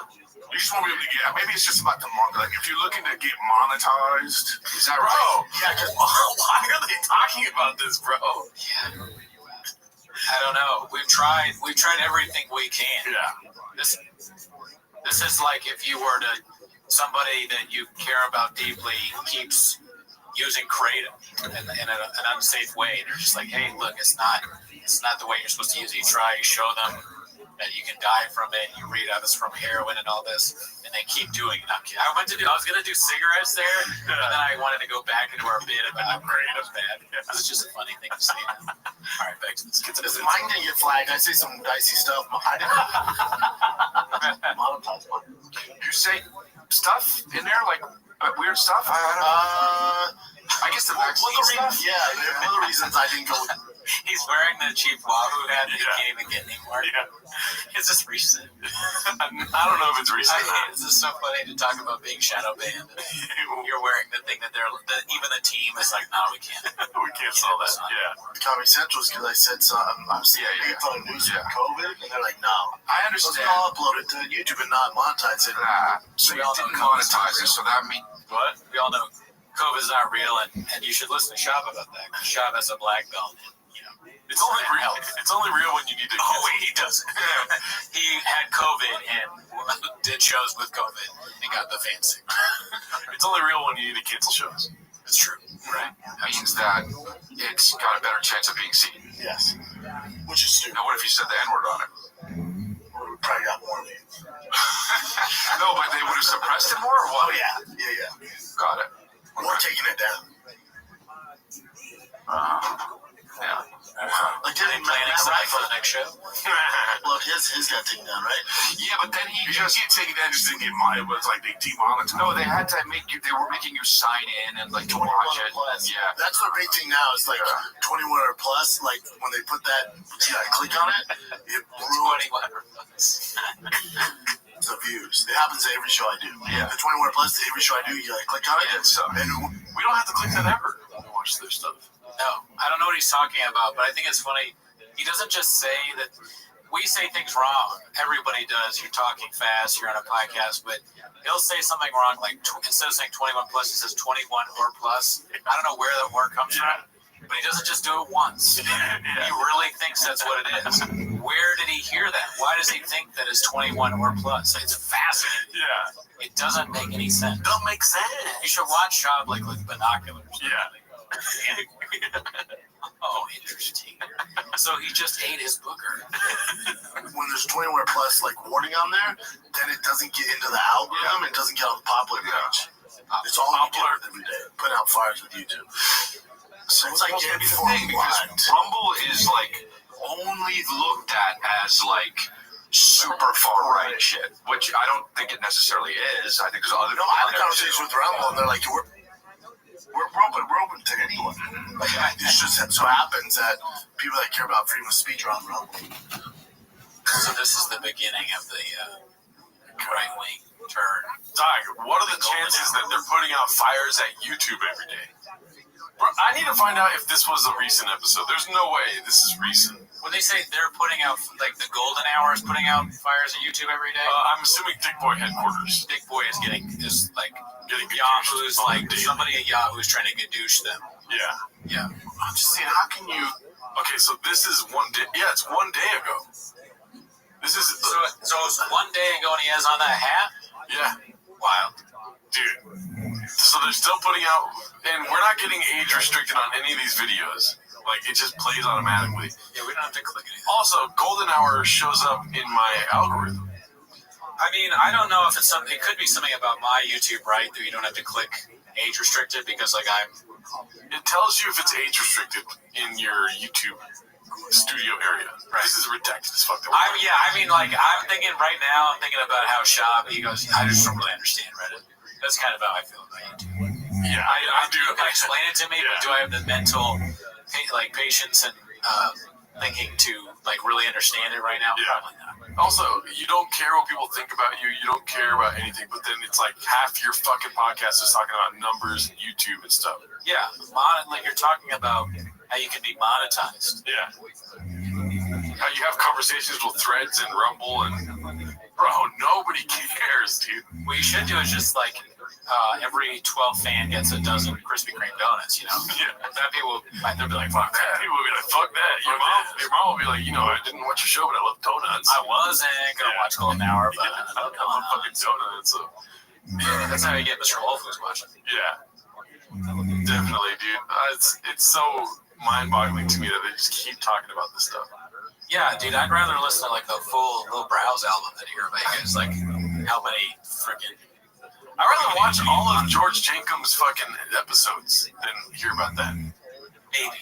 And maybe even not. Yeah. That's a lot. All right, this one's called LOL Bappa started editing out swear words to pray for more engagement. Beast of a Marketer, posted by I Downvote Cake Days. Let's see what this is about. Might as well. It's all we got today. They're going to proper. No, it's not my mouth. You don't think so? No, your teeth look like a bear trap, so. They're editing out cuss words, is what the context is, or what's important to this. Okay. What they're saying is not important. It's just the cuss words are being edited. Anybody puts it in the mouth, yours get all scraped up. Yours old and it's just. Play it one more time. Yeah. Might as well. It's all we got today. They're going to fuck you proper. No, it's not my mouth. They're going to fuck you proper. Yeah, why? Well, they're trying to. Apparently, they're getting age restricted.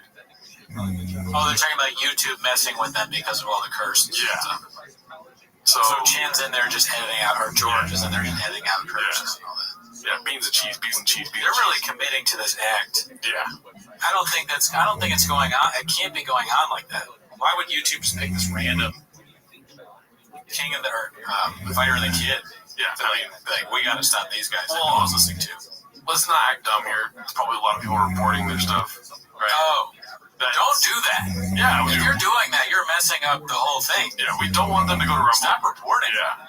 I don't want them to go to Rumble. I don't even know what Rumble is. If you like Timos, you like T-Fat K. If you like Timos, you like the Golden Hour, dude. We are huge fans of Brendan Schaub. We want to watch unedited clips of these shows. Yeah. They're cursing great. It's hilarious to watch them curse. I want to hear about big black dicks. I want to hear about how Brian Callen's going to suck off somebody in the back. I want to hear all this stuff, dude. I mean, I don't know what I really want or not. I'll comment on whatever it is, but don't silence them. Okay, don't actually shadow ban them by reporting them. If this is really going on, this is real. That's blockbuster. And even after hearing us say that, if you still want to do it, just think about it. Just think about it. Yeah. All right, let's go to the next one. This is the last clip for today. Another haphazard, dude. It's called "Everything is Falling Apart Because He Is Too Nice and Invested in the Wrong People." This is again from a recent episode. Let's see. I would say the dumbest investments I've made is in people. Wow, man. Straight up. So I've lost more money investing in dumbass people. This feels like a Gary Vee video. Yeah. Take that. Take that, staff. Yeah. Because he doesn't I don't know, he has more to say. We paused it. But you want to say right away who you mean and what you mean. Because that could be your whole staff. Yeah. That's like a threat. Yeah. The rest of the staff, all these people that are working for you and all that, investing in people, looking around there's two guys sitting next to you, and then there's this vast network of people working in SEAL Team Thing. Yeah, SEAL Team Thing. To get the best product possible. Easy one to point out is Mark. Yeah, that's what you think he's. Yeah, you hope he's referencing. You don't know. And then there's also, for instance, the guy that drew the poster. Right. Asking for money because he didn't get paid. Right. Weens or something. Yeah.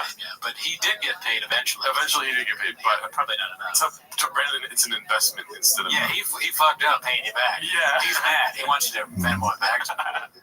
Let's see what the rest of this is. You can imagine. Wow. Just because I think everyone's going to have a good heart. Man, this right here. Oh, good best brains. Yeah, is this just guys being dudes right now, Nick? Yeah. Let's see. And I'm still here, so I think that was a good one. I wasted a lot of Imagine if it was you, but you're still here. Like, why would you still? like this is why I want to have this conversation on here. Could you imagine you get fired and someone's wearing a Chief Wahoo hat? The guy that fired you. That's hilarious. He has on a baseball hat. Yeah. Big old Chief Wahoo thing. He's like, listen, today will be your last day at Big Boy Nation because we've tried a lot. We've had talks. It's like, no, we didn't. I haven't paid you for 3 weeks. But it's just not working out because I've invested too much in you. It's just not working out. You're kind of blockbusted. Hey, Nick, you blockbusted. Hey, producer and listener, you're blockbusted. He's just botching all his words and fires you. You're getting we're gonna give you a sovereigns. We're gonna give you a sovereigns. Yeah, we're gonna sovereigns you. Let's see. No, but investing like wasting time and money and resources into people that don't just. Yeah, you know. And there's been so many red flags. I'm like, nah, I can fix this dude or fix this girl. And it's like, no, you fucking idiot. Waste of time and resources. When you could have been, taking your time and seeing the red flags and investing somebody who's actually going to run with it. Yeah. How often do you vacation? What does run with it mean in SEAL Team thing? Make a great thumbnail. Yeah. Oh man, like I wasted all this time trying to fix Mark, texting him like, hey, where's just waiting on dick juice and where the baddies are, when I could have got somebody who's just would always have my addies when I need them, always have the best thumbnail, would work on fan reaction, like I would look at my Instagram sometimes and I'd only get like 5 likes on a post about Tiger thing. And then I gotta ask them how socials, and they can't tell me nothing. How many times do I gotta ask? I tell this to CEOs a lot and young entrepreneurs. If I have to ask more than 5 times how socials, you got it. Nobody knows who you are anymore. You're gonna get a text message that says you are fired 7 times a week. Okay, There's an ocean of dick juice under our feet. audio is king. Anyone who doesn't know that audio is king, they gotta go. Anybody who laughs or thinks it's funny when a big guy can't fit into a car, you gotta go. Okay? Anyone who's shadow banning somebody, you gotta go. Do you have anybody else you think that's gotta go?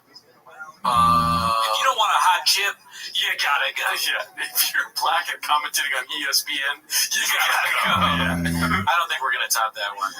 All right, that was the last clip, right? Yeah. All right, thanks for tuning in. See you next week. Doing a live Wednesday. Doing a live Wednesday, okay? 7:30-ish. Mexican cookie, 7:30-ish. Tune in. Pacific time. Pacific time, baby. Later. Bye.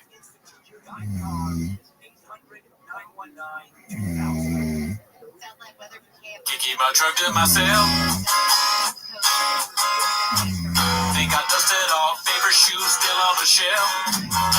In case my Mexican isn't me, am I coming out of right view? Ooh, I'm betting on myself now. I've been feeling this is the deal with the chips now. Might be over now, but my backup is real. Ooh, I'm betting on myself now. I've been feeling this is the deal with the chips now. Might be over now, but my black belt is real. One take, shout out to Portugal the Man. It's time for my favorite time of the week when you get to hear Papa try to speak. When he surprises today, you better watch 10 minutes of shop. Welcome back to 10 Minutes of Shop. Join the Patreon. Join the Discord. We have shows. I am performing tonight, so you can't see that. It's at Fourth Wall. But I'm also performing on the 5th at the Brewport Tap Room in El Segundo. And I'm also performing on the 26th at the Setup in Culver City, Gerardo. July 19th, San Jose Improv with Jesus Sepulveda. Boom. Roasted. Yeah, really. But anyways, that's not why you're Everything's here. on Spotify. Everything is on Spotify. But you already know that. You already know that. That's not why you're here. What you're here for is to watch 10 Minutes of Shop. So play the chin clip, start the timer now. Boom. Face ID did not recognize you, but I don't know where my phone is. all right. So the first clip is posted by Successful Egg 8345. It's called Happy Hippo Salesman vs. User. Brendan Schaub edition. Snake Oil Salesman. Dicey. It's a long title, dude. We love Happy Hippo clips so much. Let's see.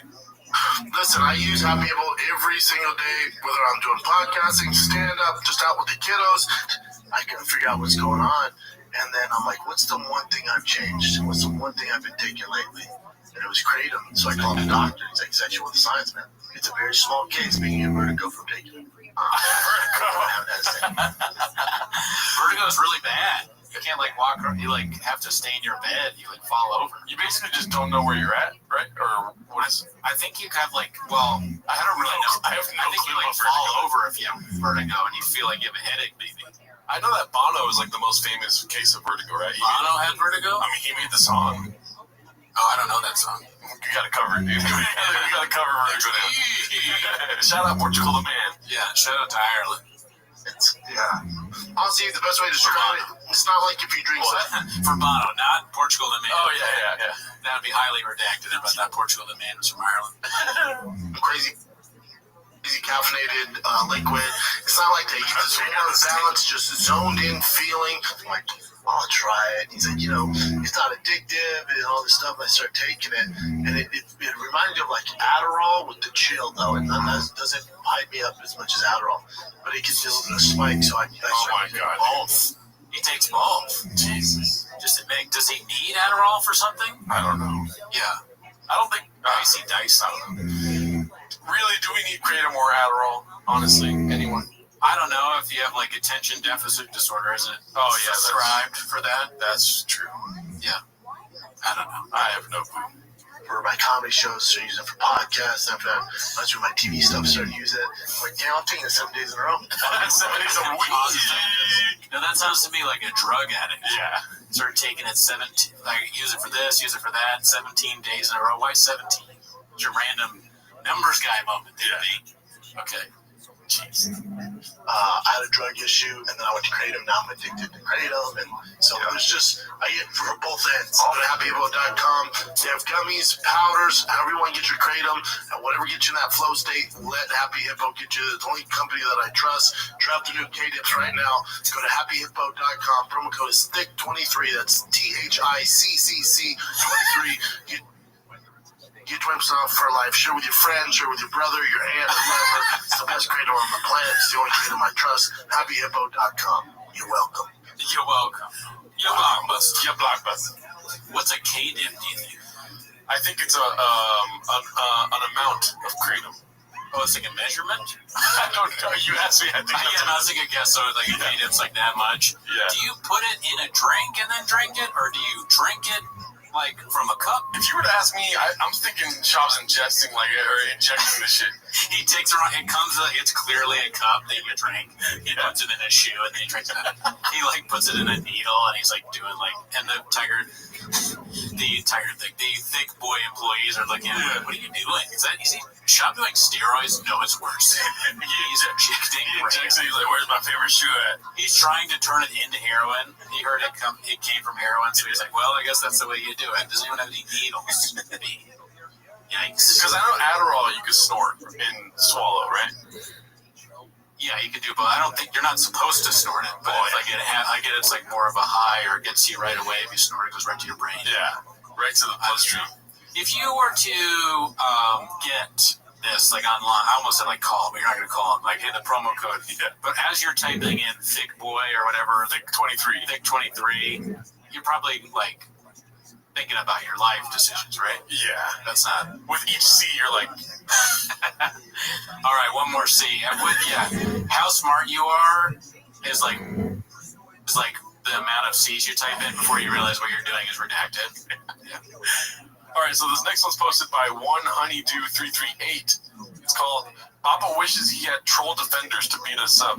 Laughing cat emoji. Yikes.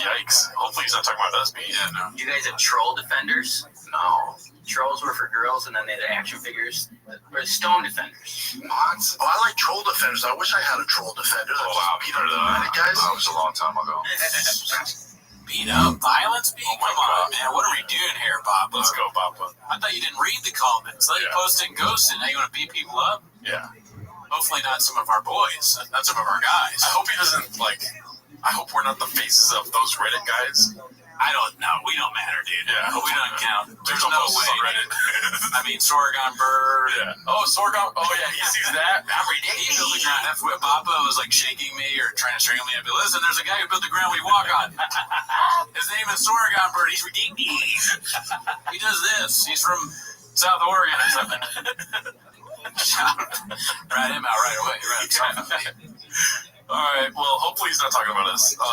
This next one's posted by All I Do Is Lie to You. It's called Lids in Jerusalem. So disrespectful. Call them lids. Wailing Wall. Wailing Wall. The holiest site for Jews on the planet. And I'm making this video, and instead of thinking about the significance of that, I'm thinking about how this hat has thrown my hairline out of whack. That's when you know you need a lot of work and that you are nowhere close to God. So I apologize. That bucket hat, you know what it'll do? It'll keep you busy. There you go, B. You know, 7 times a week. Okay? Yeah. But is he Jewish or no? No, I think he's probably just visiting. He's probably like, you know, evading some kind of trial or something. Oh, yeah. Dicey. Afghanistan. Is Israel near Afghanistan? Jerusalem. How does it say Jerusalem? It's probably just Jerusalem. Yeah, probably just. Oh, okay. I don't know if there's a better way of saying it. Iraq. The right way.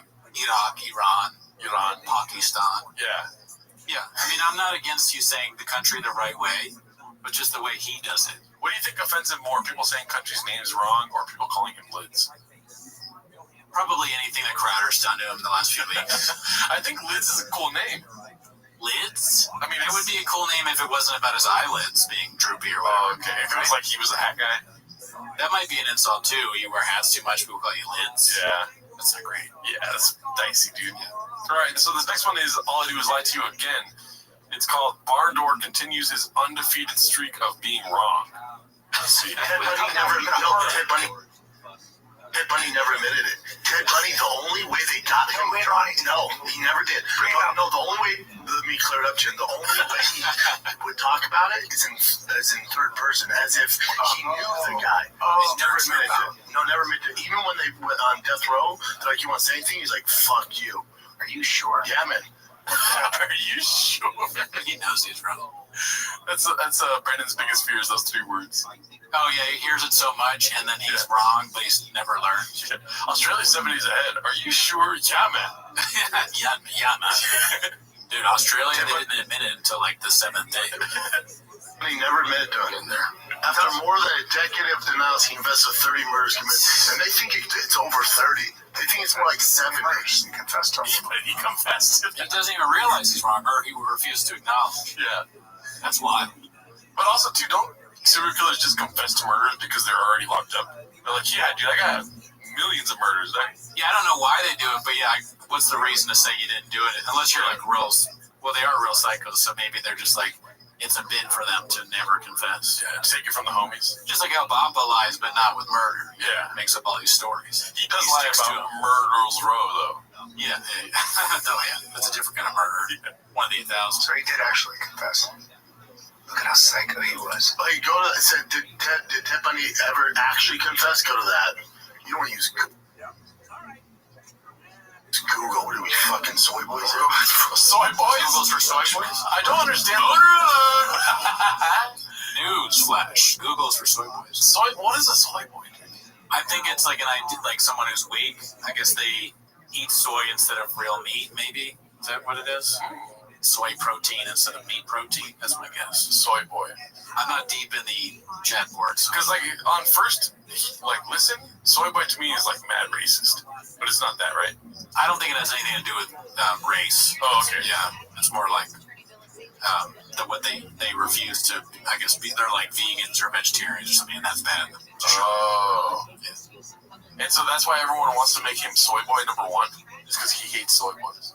Oh, do they say that on the Reddit? I missed that. So if you go to the all-time top post on Reddit, right, it's like, upvote this to make soy boy, to make Brendan Shaw pop up when you search soy boy. Yeah, that's why, yeah, for sure. And so there's another post today that's like, he's within the top 20 now. Wow. If you search soy boy, Brendan Chop shows up. Yeah, it's like a dumb meathead insult. Yeah. It's like probably one of the go-tos for Brendan is to call somebody. That's... They always got around that yellow bus, PW. Last night confession. Nobody believed that if he confessed his crimes, the courts would postpone his execution. By confessing, Bunny figured that the Florida governor would allow Bunny to live so that he could use as a tool to locate the bodies of some of the missing victims. Ted Bunny. Yeah, he's like making it more kid-friendly by accident. Ted Bunny. Confessing. Also, it was a VW bug, not a bus. Oh, right. Well, very easy. Well, actually really hard. Any of size. Oh, yeah. I mean, how did he fit in that thing? It's tiny. Good question. I mean, it's the only takeaway. But Bundy was wrong. His appeals were all used up. The governor's office ignored Bundy's request for a stay of execution with the death. 36 women. In the days prior to his death, Bundy finally confessed to the chilling murders of 36 women. They think it's 70, by the way. Damn. Murders took place across multiple states. Most were young women, some as young as 12. Jesus. What? Investigators believe that Bundy could have been responsible for the deaths of up to 100 women. But with the immediate death of the co-ed killer, now dead for over 30 years, it's highly unlikely that the world will ever know exactly how many he killed. So literally right before he was sentenced to death. But when they originally caught him, the only way they could fill in the holes is by him talking about, well, this is how the guy's doing it. And they're like, oh, it's clearly him. Jeez. Isn't that crazy? Ted Bundy is different. Yeah. Women on this list tonight. Ted Bundy will keep you busy. He keeps people busy. Yeah. Well, cheers to Brennan for not calling him gay, though. Yeah, I thought for sure that was going to happen. For sure, yeah. There's progress when, you got to say something when you see some progress. Yeah. If you see something, if you say something, see something. Yeah. As Brendan would say. All right, so this one's posted by Max Powerbike. This one's really short. It's just Brendan's brain working overtime to tie his shoes. I thought it was pretty funny to watch. There's no sound to it. Okay. But he's tying his great shoes. I actually like those shoes. And his tongue is out. What do you think of those shoes right there? Yeah, they're probably the least offensive Brendan shoes I've seen. Offensive? Yeah. Most of his shoes are offensive to me and people with eyesight. But he, like, the way he's tying it, I can see, what is it, Richard Attenborough, or one of those documentaries where the guy is, a British guy, is like, and you see the monkey goes upside the tree to meet another monkey climbing. Brendan is tying his shoes. It takes him long to do so. He has to fold his tight pants up so that the whole shoe is visible to the camera. His watch is also in frame, and his tongue is out. This is the only way he can tie shoes. He extracts his tongue to tie the knot. Is it David Attenborough? I don't know, someone like that. All right, so this next one's posted by Icarus Lives. It's called Brendan Chop Asks an Important Question, which one doesn't he, right? Yeah. Let's see. Oh, this is food truck? Yeah, food truck. Nice. Or below the belt. What's up, big dog? What's up, champ? Chilling, man. I hear LA loving this weather. Yeah, it's nice, right? It's beautiful. All different. Jersey's nice right now, right? It's starting to cool. We just got a cold front last week, 2 weeks ago, so it was about 60. Now 60 and 50. Yeah, it gets cold out there. Good food, though. Oh, yeah. Chicago pizza. Hell yeah. Yeah, dog. How you feeling, man? New Jersey has Chicago pizza. Wait, did he say that? I'm lost here. I missed that. I was so taken aback by the beginning of like, hey man, what's up, man? Like he has some hello. He said basically hello twice. Yeah. And then he started going directly into weather. Yeah. He asked about weather a few times. Like, does something weird just happen before the interview? Maybe. Yeah. I was saying this because I watched your fight, which amazing performance against Ryan Bader. Lost, you were in the UFC, went to Bellator. You fought some tough guys in Bellator. You're getting kind of, your beak wet in Bellator. And they get getting your beak wet. I like saying that. He's not let the man say anything, really. Yeah. He's telling him his whole life. Yeah.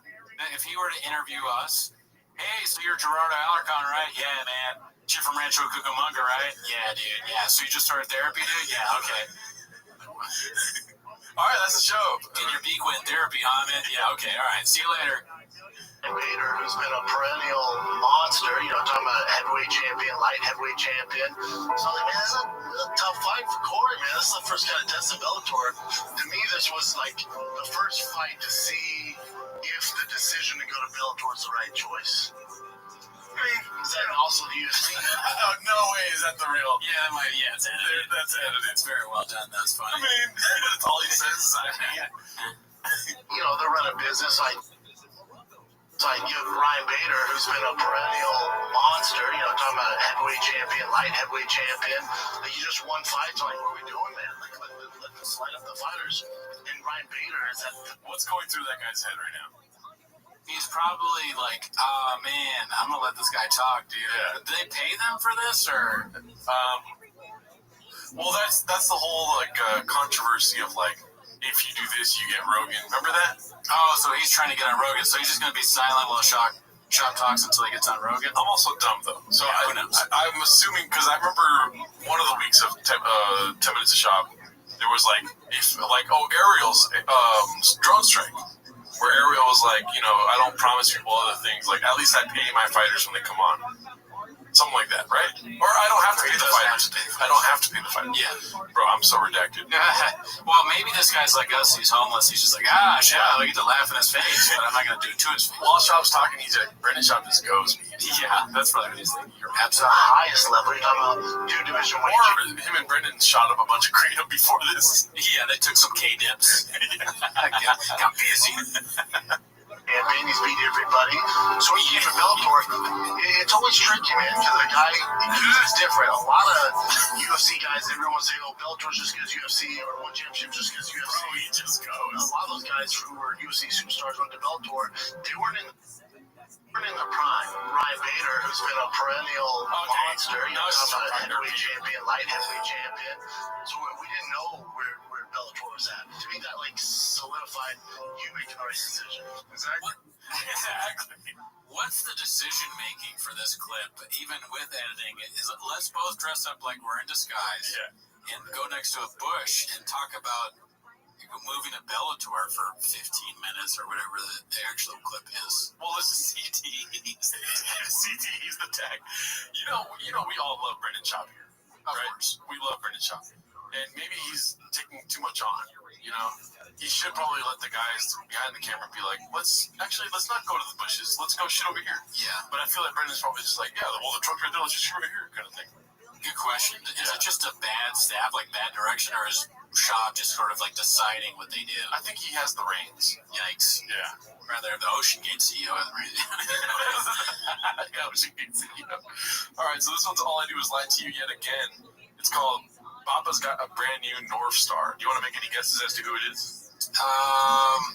Let's see. New North Star in the news. RFK, maybe? Oh, that's a great guess, sir. Yeah. Let's see.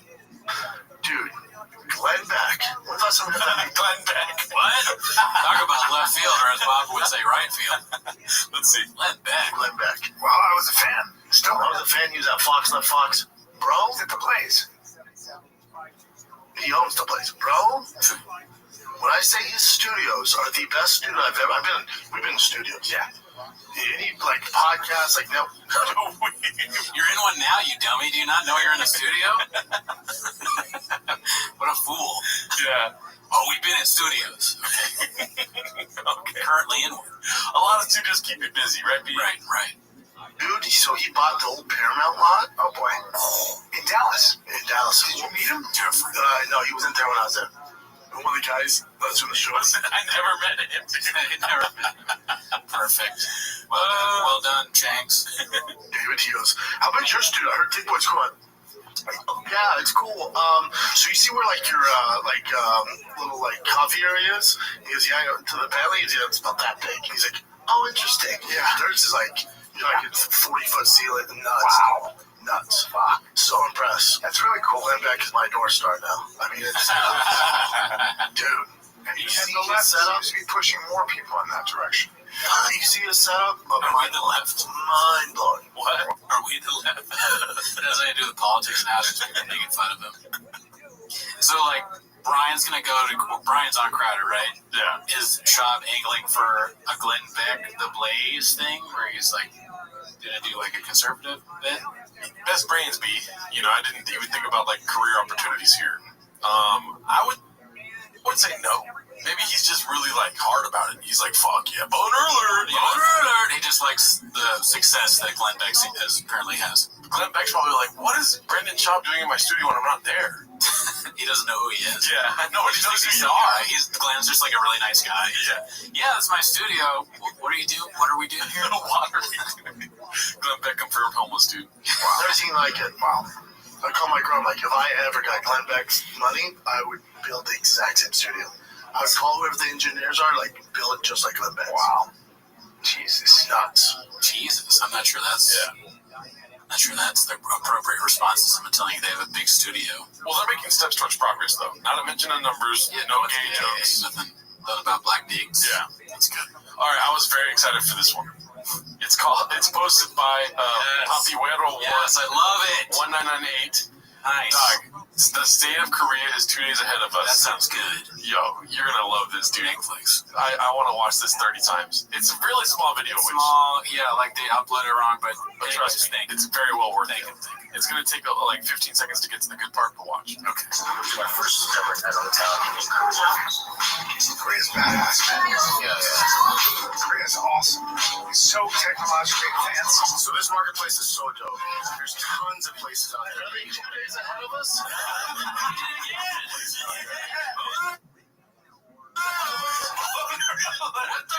What is he? Why does he keep doing this? Australia is 7 days ahead. Korea is now 2 days ahead. Why are all these countries so far ahead of us? That's what we doing here, dude. Yeah. America sucks. We need to work harder. We get that work ethic so we can get on the same page as Korea and Australia. It has to be a bit, right? There's no way he thinks that. I don't know, but shout out to the Australian cats. Shout out to the Korean cats. Yes. Thank you. Oh, cheers. Meow, meow, dude. I don't know how that was good. All right, so this one's posted by No Cauliflower 4577. It's called Oops with the title I Can't Talk. Let's see. After a big part. If it's over a joke, it could possibly inflate, your ticket sales. But if it's over some all right. behavior, talking about ticket sales, baby. Marketing geniuses, 4 of them. Audio's king, so this podcast is killing me. Okay. You're finished. Kind of finished. I mean, Khalil's got 2 sold-out shows at the Beacon. Does he? Yes. After the Dalia. I mean, really? He's still doing a sold-out. Did something? Whoa. I didn't know that. Yeah. Wow. I mean, his fans don't care. Now listen, and it sounds like he sold out 4 shows at a middle school too, which I thought was a little weird. But he's what you call Black Friday shopper. He shows up a little too early to the store. You like saying so? There's definitely an overcorrection, but as long as we can realize it's an overcorrection, That's what we got to do. Now, we should be the guy who gets corrected. I think all I'm saying is this is gonna sound preachy, but get just as angry as the dudes who are maybe still torn and selling out 2 shows in the Beacon. I'm very angry at that. You know who is going to that show, ironically? The ladies. Giannis. We got some ladies in the crowd tonight. Giannis Papas, he'll let you be. Yeah. I'm opening. Not a neat and clean world. The boy's mother ended up finding it. Finding it? What do you mean? Any snapshot goes away, right? How they? He probably saved it. You can screen record, take screenshots. Special time. You gotta know that that's gonna happen. Wow. Nick episode. Blockbuster. I mean, that's one of the most epic moments in podcast history. Yeah, it's pretty wild. When it comes to epic moments, T-Fat K has a lot of them, dude. Yeah. I mean, that's why there's 100,000 of them or whatever. Niedermeyer, hardworking guys. Yeah. The kitchen is always open. Yeah. You think it's closed, but then they come out with a dish. You're like, wow. Thanks, man. But yeah, shout out to all the diddler hate. I don't know what else to say. Funny. Yeah. It's kind of redundant at a certain point, but also that's the only way that he's going to get in trouble is if people keep talking about it. I don't think anything lawful is going to happen, right? I don't know anything about that, B. Me neither. We discussed the podcast here. You're right. And you know what? I'm ridiculous. All right, so this one's posted by Max Powerbike. It's called Casey Affleck pleading with Bappa to stop fighting. He had tears in his eyes. Let's see. He found out I was a fighter, and he had tears in his eyes and was telling me to stop fighting. Oh, Casey Affleck. Wow. I don't need to do this, man. Yeah. You have so much going for you. You're a smart kid. I see you around. He's a smart kid. Aren't they the same age? How old is Casey Affleck? He's 60 years old. Let me try to find Listen, you're a smart kid. He's giving a speech like in Good Will Hunting. Every time I turn on the UFC, I hope you're not there. Let's see, Casey Affleck age. Let's check it out. How old is You are a numbers guy, so fucking shit. I think it's 4. Make it bigger. Yes. Let me see here. 47. Okay, well then that's more. I mean, 47, 39.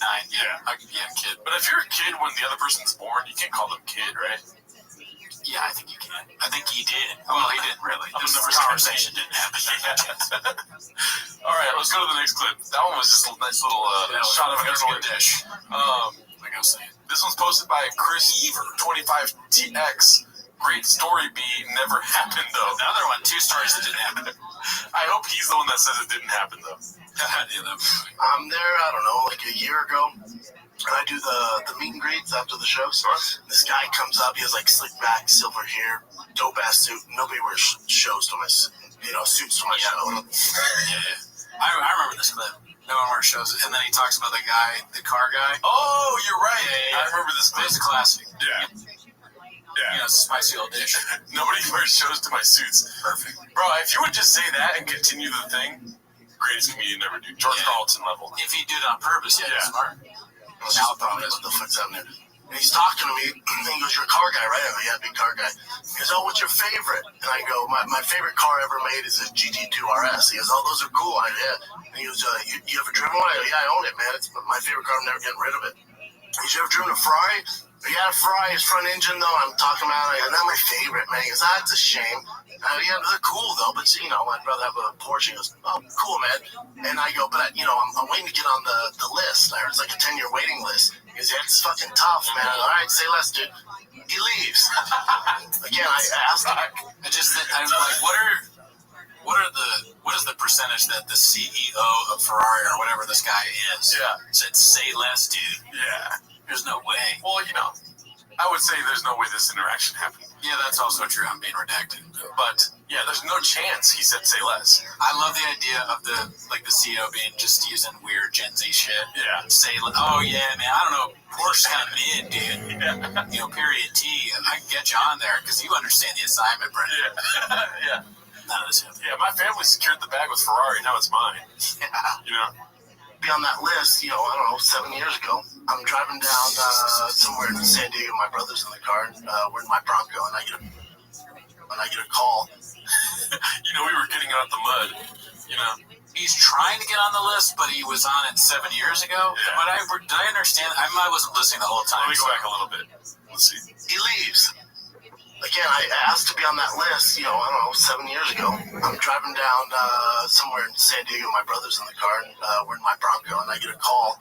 And they go, "Hey, it's Ferrari North America. You got allocated a Ferrari. You got pushed to the front of the line. You allocated Ferrari." That guy was the head of Ferrari North America, and he was the biggest fan. He was just a big fan of Shop?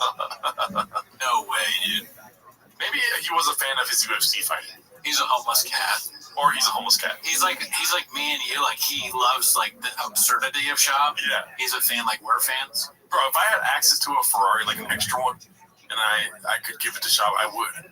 That would be the perfect way to sort of make up for us, like, ripping him. Yeah. Because I assume if he knows about us, he's sort of unhappy with some of the things we do. Troll defenders. He wants to troll some people to beat us up. So I would say, like, listen, like, I understand that, you think I'm blockbuster and a lot of stuff I do is out of pocket. Oh, yeah. But I got a Ferrari for you. Yeah. Does that squash it? Can we be... How'd you get the Ferrari? Out the trenches. Yeah. The CEO of North America is a big fan of Toros. He called me up. He was like, "We put you to the front of the line because 7 times a week we watch." But the only thing that throws me off is that he tried to get on, and it's like, bro, you probably can get on the list. Just throw a deposit down, right? I don't know. I have no idea how that works, but yeah, maybe anybody can get on the list. You might have to throw some kind of deposit, like you said. What's the percentage of the likelihood of it happening, that whole interaction? 30%? Good. Yeah. I agree with that, 30%. All right, let's go to the next one. This one probably definitely happened. All I do is lie to you. Yet again, dude, he's coming through, dude. He's just in his mom's basement, dude, just scrolling, watching all the shows. Absolutely. This one says, Slob goes over the Thick Boy Squad break. Did we already watch this one? No. He says he went nowhere, but he was somehow grinding. Okay. Let's see. I think I already watched. What's up, fam? Monday morning, we are back. The whole Thick Boy team went on a little vacation last week. I didn't. I was here. Casey was here. Jen was in Tokyo. No, damn it. Not Tokyo. Do you think there is a chance that he's like? Do you think he's happy he like didn't do the European tour? Yeah, I think so. Or is he kind of like it's kind of like another hit to his? Well, I said yeah, I think so too quickly, but because I see it both ways. Yeah. On the one hand, if you look at his stand-up, traditionally he hates being home with the Mexican and the kids. You know, he feels trapped because he's always like Nina Fauci, Nina. I mean, there's hot Cheetos everywhere. Hot Cheetos everywhere. Yeah. But on the other hand, going to Europe is a big trip. You gotta be all over the place. Get vaccinated. You gotta get vaccinated. At any moment, your team could mess up. Yeah. It doesn't matter if you're in Ireland or Scotland or Denmark, the DA could get recalled. Yeah. You never. I feel bad because the way he said, like, me, I was just here. It's like, oh, man, you could have been in Europe, bro. Why was he there? He just did the whole thing by himself? He just still did shows? I don't think he did show. Like, that's what the clip is saying is, like, he was grinding. So he's just staying in the suit. Why doesn't he spend it with his family? I don't know. Maybe, like, game planning. You know what I mean? I thought he wanted to show Tiger how to swing or whatever. Oh, you're right. I don't know. Well, that's grinding. That's a grind, baby. You know what I mean? Oh, dear. Seoul, South Korea, man. Also, too, he said, like, he went to Japan, right? And he's like, Korea. There you go. How was it? It was amazing. Was it dope? Yeah, it was amazing. And the food's good, everything is great. Food's amazing. Just walking around is amazing. Family was great. It was just a beautiful time. Really? Yeah. How long were you out there? 5 days. It takes like a day to get there and a day to get back, so 5 days. Beast. Yeah. Glad you had fun, buddy. Do you feel refreshed? Was there a good break for you? It was a beautiful break, so thank you for that, too. It was thank your boss for a beautiful break, for sure. Yeah. Brian? That's weird. Is he like a very strict boss or something? I don't thank my boss for making thank you. Yeah. Well, maybe I don't know. Maybe I'm nitpicking there. I mean, it's more of a chin choice than a demand, I think. Yeah. His choice was to be like, thank you. Also, their podcasting beat. I'm going to be honest with you. When I was watching, yeah, it's true. It's just throwaway lines. But when I was watching it, I was looking at Brendan. I was thinking, like, he's thinking of a way to say something about it being Asian the whole time, but he couldn't think of one. So he's like, that's why he's like this. He's like, don't say Asian as shit. Yeah. He's just like, oh, okay, good. Yeah. You had a good time. He's thinking like there's so many gay people in Korea. Missed opportunity. Yeah. Did you meet Jamal? It was in Jerusalem or some shit. I don't know. Israel or some shit. Brian was gone for 10 days. George went back to Chicago to see his mama. He hasn't been back since. Tall George went to Nashville with his brother to do the tight end U thing, which is cool for him. I mean, Case, we're here, baby. Case here riding, baby. No dudes. Case played golf, I assume? Yeah. Golf and work, man. That's what we do, Daddy. Daddy. Well, impressed that he had a memory that memorized all where people were, so good for him there. Yeah. Best brains. Was that with or without Kratom? Oh. Help him out there? Maybe a little bit of alpha brain. All that stuff. But no, yeah, I'm glad they're back in the studio. We were kind of worried ourselves that the break was going to go prolonged. Yeah.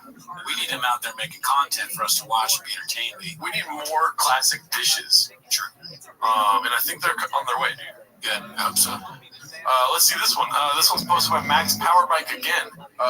It's called Shab Getting Wrecked on Comedy Central by Megan Gailey for his shitty takes on Game of Thrones. Hilarious. Remember I asked Megan to be on the show at that wedding.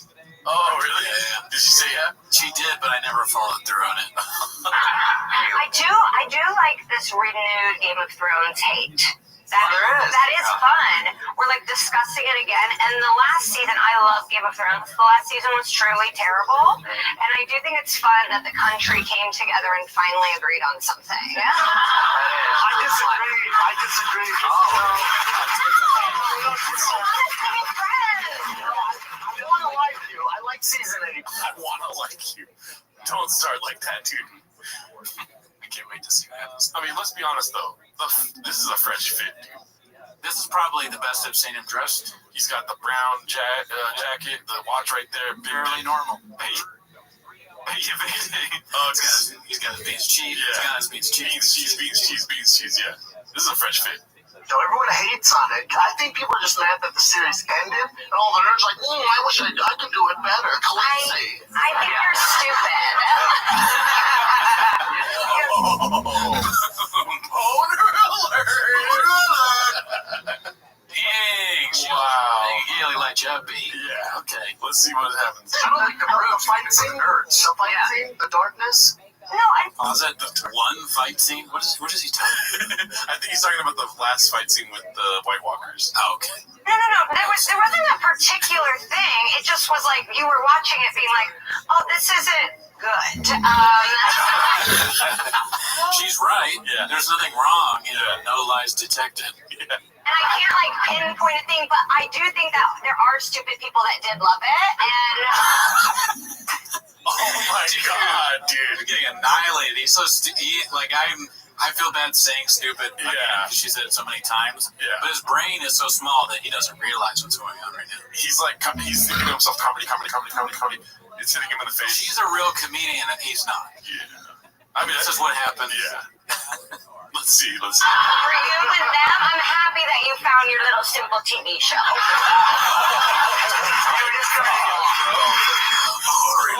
Really, dude. Whoa. Oops. Wow, dude. Moron. It's an indefensible position. I don't know. For most people, I would think to say it's good. And that fight scene with the White Walkers was terrible. Yeah, dude.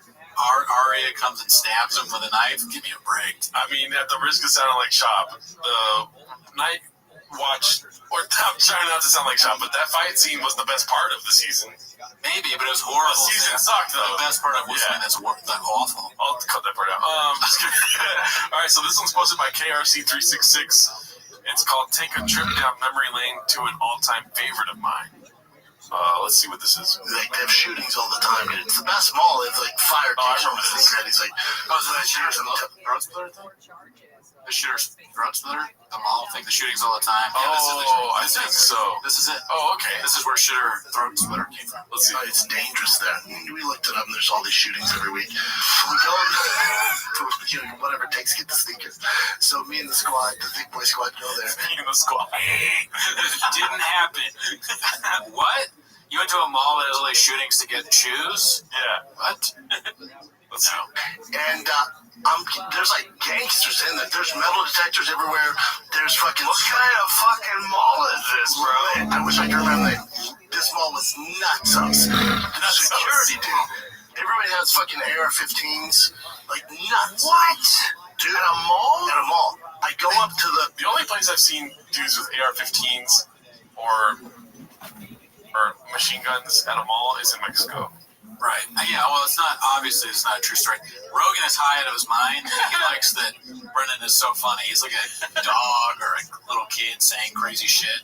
So this is the appeal for Rogan, I think. Yeah. If I put myself in his mind, he's like, what'd you say, Brennan? Yeah. Dude, when we have Brennan over, he says these outlandish stories that make no sense, but we all laugh because he's like we're doing right now. Yeah. You're right, dude. Yeah. Toe is the first homeless cat. That's a good one. The guy, he was a fan, and he was like, "Oh, what's up, B-Shop? What you doing here, man? What's up, man? Why do you guys have AR-15s?" He goes, "Oh, dude, last week they were cutting throats in the bathroom."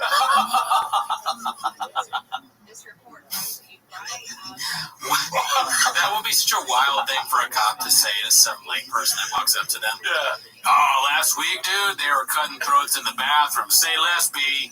He's like doing weird Chavisms, dude. Yeah. They went into the restroom and understood the assignment. They cut throats, B. Yeah.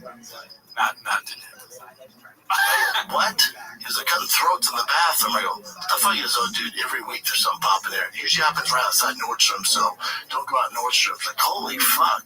So there, like, like Jordan does it happen in the bathrooms or at the Nordstrom? You're safe at Macy's. Yeah. That's what he's saying. Yeah. Neighborhood in the mall is the bad neighborhood? Yeah, Nordstrom's is the bad neighborhood in the mall. Don't go by Nordstrom.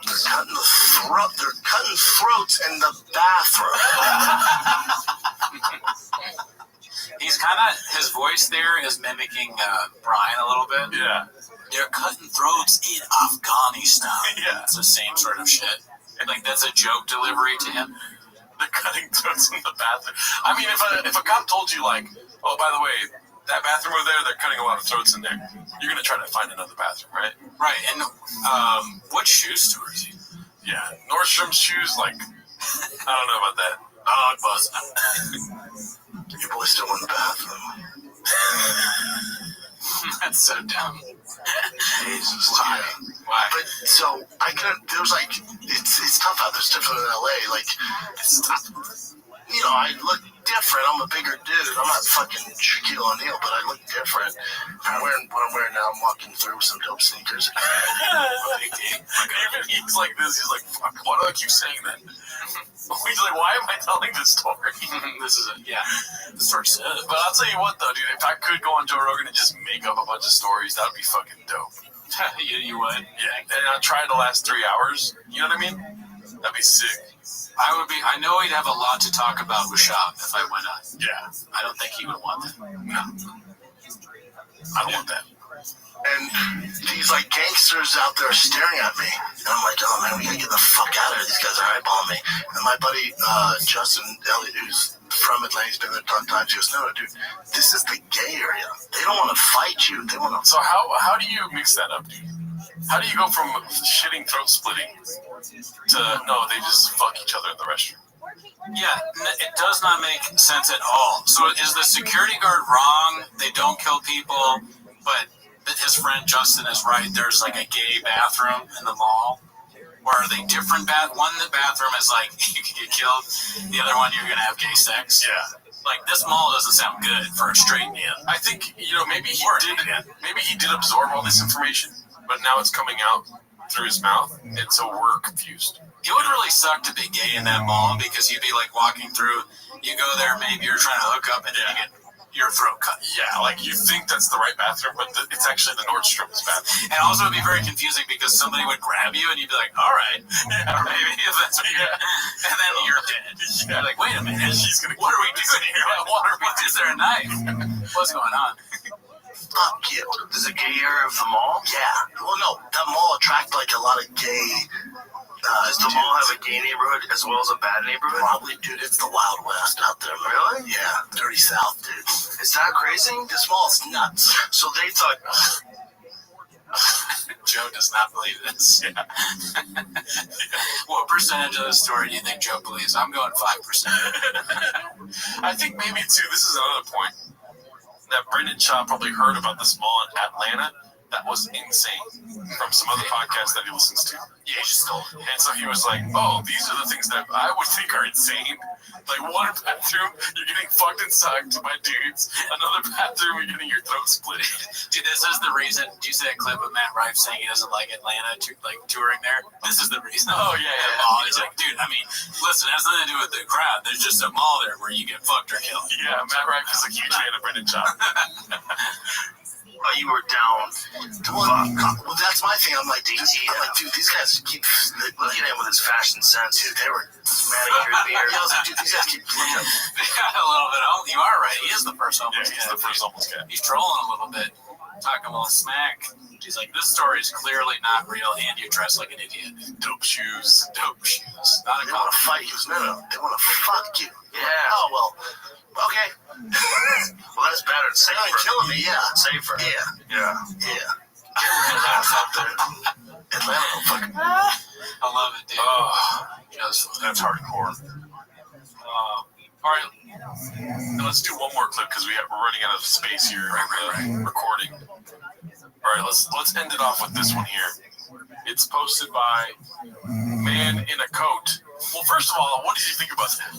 I mean, we kind of talked about it while the clip was happening, but I mean, it was great. I pray for Joe's and Brendan's relationship. Maybe it's going through a tough time right now, but I wanted to get back to that special. Yeah, I hope not. It's hard to tell what's real and what's not. They're like, he's not at the mothership.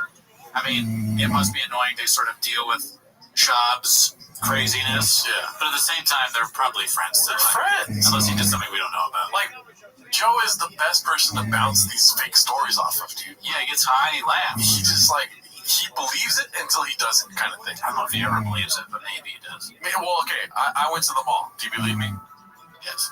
I had to go to the restroom. Do you believe me? Oh, yeah. They're slitting throats in that restroom. Do you believe me? Yeah. See, he believes it either, and but he rides that wave of like that bell curve of believing him for a little while, and then until he's making this face where he's totally in disbelief. You know? I don't know what a bell curve is. Oh, like I don't either. I'm shocked. I'm redacted, dude. Anyways, we want to see more Shab on JRE, dude. Absolutely. 7 times a week. All right, so this one's posted by Man in a Coat. It's called Joe Rogan Calls Into the Pod. Look how excited Papa is. Probably the second time they spoke that day. I don't know what that last part means. Let's see. Right? Because I'm the man. I'm the man on the house. That's the police. That's Joe Rogan. What? Joe Rogan calling. I love it. Let's get back to the program, you net lovers. How famous is Joe Rogan? Oh, by the way, my friend who just called me. I mean, What? They're trying to shadow ban us, dude. You see it? Shadow banned right now. It's messed up. Let's see if we can play this. Joe Rogan called in, they shut down our show. Let's see. that's Joe Rogan. What? Joe Rogan calling. I love it. Let's get back to the program, you net lovers. How famous is Joe Rogan? Oh, by the way, my friend who just called me. Well, whatever. I mean, it's clear that YouTube is shadow banned us there. Reddit, dude. And it's because of our connection to this, to Reddit, and well, not to Reddit, actually, to Shab himself. Yeah. All right. Well, the last clip wouldn't play, so that's it. Have a good week. We'll see you next week. Bye later.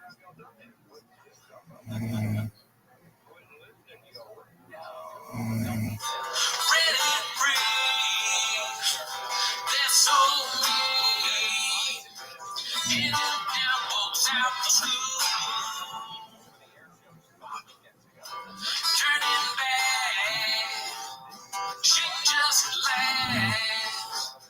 Real drinks, not that bad. Any friends? Don't make sense. In the party studio. Trucking on. She laughs alone. And his bits make fun of the show. But oh, how it feels so nice. Lying here with collaborative on you. And you can hear me when I say, holy, darling. Hold me closer, little Lester. Is it true that you go both ways? Walk me up next to my truck. You had a busy tragedy. Hold me closer, little Lester. Is it true that you go both ways? Walk me right up next to my truck. You had a busy trashes day. It's time for my favorite time of the week. When you get to hear Papa try to speak. When he surprises to me, you better act big. Watch 10 minutes of Shab. All right, welcome back to 10 Minutes of Shab. Thanks for tuning in. As always, join the Patreon. We have new content up there. We do have shows this week. On July 1st, I'm at Fourth Wall in Hollywood. July 5th, I'm at some tap room in El Segundo. You can check out socials for that. And then July 26th, I'm at the Setup in Culver City at Citizen Market in Gerardo, where you at? July 19th, I'm in San Jose at the Improv opening for Jesus Sepulveda. Shout out to him.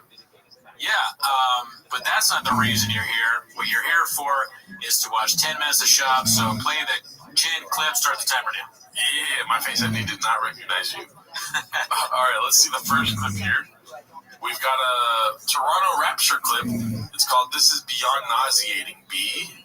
It's gonna hurt your My wife put it in perspective for me. I was complaining about, not having a big black dick. I was We're off to a good start, right? Classics, back to the classic.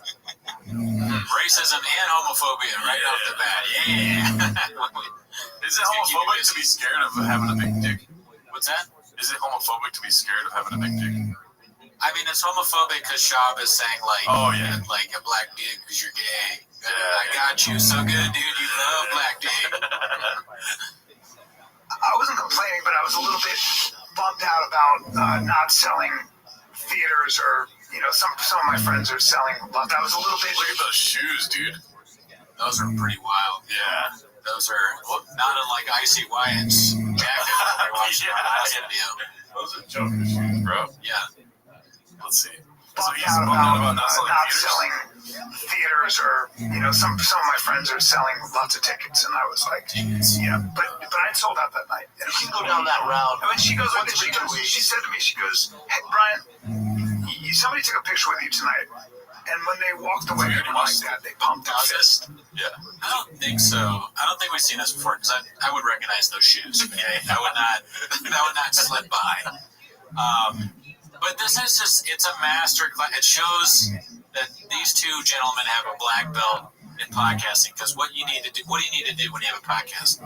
Call your co-host gay. Yep. Say they love black men. Then get right into like ticket sales, how well you're doing. Talk about like, is there enough people at the show? When the show, like, how good it is to like what you need to do to get people to go in there. That is what you need to be something that people want to watch. I mean, why are you even saying that? Everyone knows that. Everybody, it's so dumb. It's like, what are we doing? What do I do in here, Bob? What are I doing here? What are I doing here? Going full shot. Yeah, but it's like, be a little. She goes, "That's be thankful for that, and that's a big deal." And I never do that, and I never. That's almost impossible. I have a huge problem with it. That's almost impossible to do. It's like if you're a Navy SEAL and you're in the middle of war, you're like, dude, we're some badasses. And you're like, what? No, this is what we do, dude. Yeah. I'm a big dude. That's what Navy I can't get by those shoes though. Those are wild shoes. He's too old for that. I mean, obviously, you don't even need to say that, but I bet they're comfortable. Wears them. Babe, I don't even think they're comfortable. Really? Could you imagine if your dad wore that? Your dad just shows up. Where'd you get? Who sold you these? Yeah. Go back to the store. I mean, I can't talk. There's plenty of clips of me with bright yellow shoes, but they only have one color, or yellow. That's it. Those look like comic book shoes, like something like Magneto. Well, not Magneto, but like a superhero would wear. Yeah. In their suit. When it comes to shoes for you, 8 inches? No, I'm just kidding. What kind of shoes do you like? Just solid black, solid white? No, I mean, I'll mix up the colors, I guess, but I don't normally do like wild colors like that. Yeah. Standard Vans. Yellow, black, pink. That's like all the shoe. Green. Yeah. A little highlights green. It's a lot. Yeah. It's a lot for a shoe. Your shoe starts looking like an energy drink. I mean, yeah, look at the energy drink. Exactly. Yeah. That's where the red flags come in. Yeah, he gets the energy. You got this in a size 16? I got a big black dick. The bullet's fine. Who gives a fuck? That's what we're used to this. So it's an extreme example with the Navy SEALs. But it's just more grateful. Yeah, the pink shoelaces. Yeah, there's pink in there. It's a lot. Yeah. Wow. I'm trying to think what that looks like. I don't know. Like gum or... You're right. They're kind of like Joker shoes. Yeah. You said an NBA contract. Yeah, you're right. And I need to be more thankful for where I'm at. I mean, and I try to practice. You should be in theater. So you're talking in comedy. You're a monster. You're the one that taught me stand up. I'm super grateful for that. Out of everyone, no one gives you the credit you deserve. We've been over this. You're the reason I can afford private school for my kids for doing stand up. That's all Brian Callen. You're the one that pushed me. You should be a theater act, and I having towards people for it that you're not. I'll figure it out. I'm not there yet. You should be there. And it bothers me you're not. He's gonna start crying over this shit. Let's talk about black dicks. We're starting crying. He thinks Callan deserves a bigger crowd than he's getting. Yeah. Why don't you use some of your marketing genius to help out your boy? Yeah. Right? You sell tickets. I mean, you do cancel tours without saying why. But yeah, Shaw, that was a weird clip there. I guess it's nice that they're friends. They clearly have a good friendship going. Yeah. But, yeah, I mean, Callan, he's just not that funny. Yeah, if I'm being honest. He's not that good at stand-up. So, but you can still sell out huge theaters like that, though. You don't really need to be that funny. I think Callan is funny. I think Brendan Schaub is a black hole. I think Schaub is funnier than Callan. Oh my god! He doesn't make me. Callan's whole bit is that voice. Yeah. I'm a man. Yes. Yeah. Oh, and like he just does that over and over again. You're right. Every clip is him doing that. Oh, really? Afghanistan. Well, that's not even a bit. That's just him knowing how to say that country, right? I guess. Afghanistan. For some reason, the way he does it, it makes it seem like he wants you to know that he knows that. Yeah. Which is obnoxious. Well, my favorite thing is obnoxious comedy, dude. Speaking of obnoxious comedy, this one made me laugh pretty hard. It's posted by All I Do Is Lie to You. It's called the infamous Happy Hip Blow ad read from the deleted app. I guess they deleted this live stream. So have you seen this yet?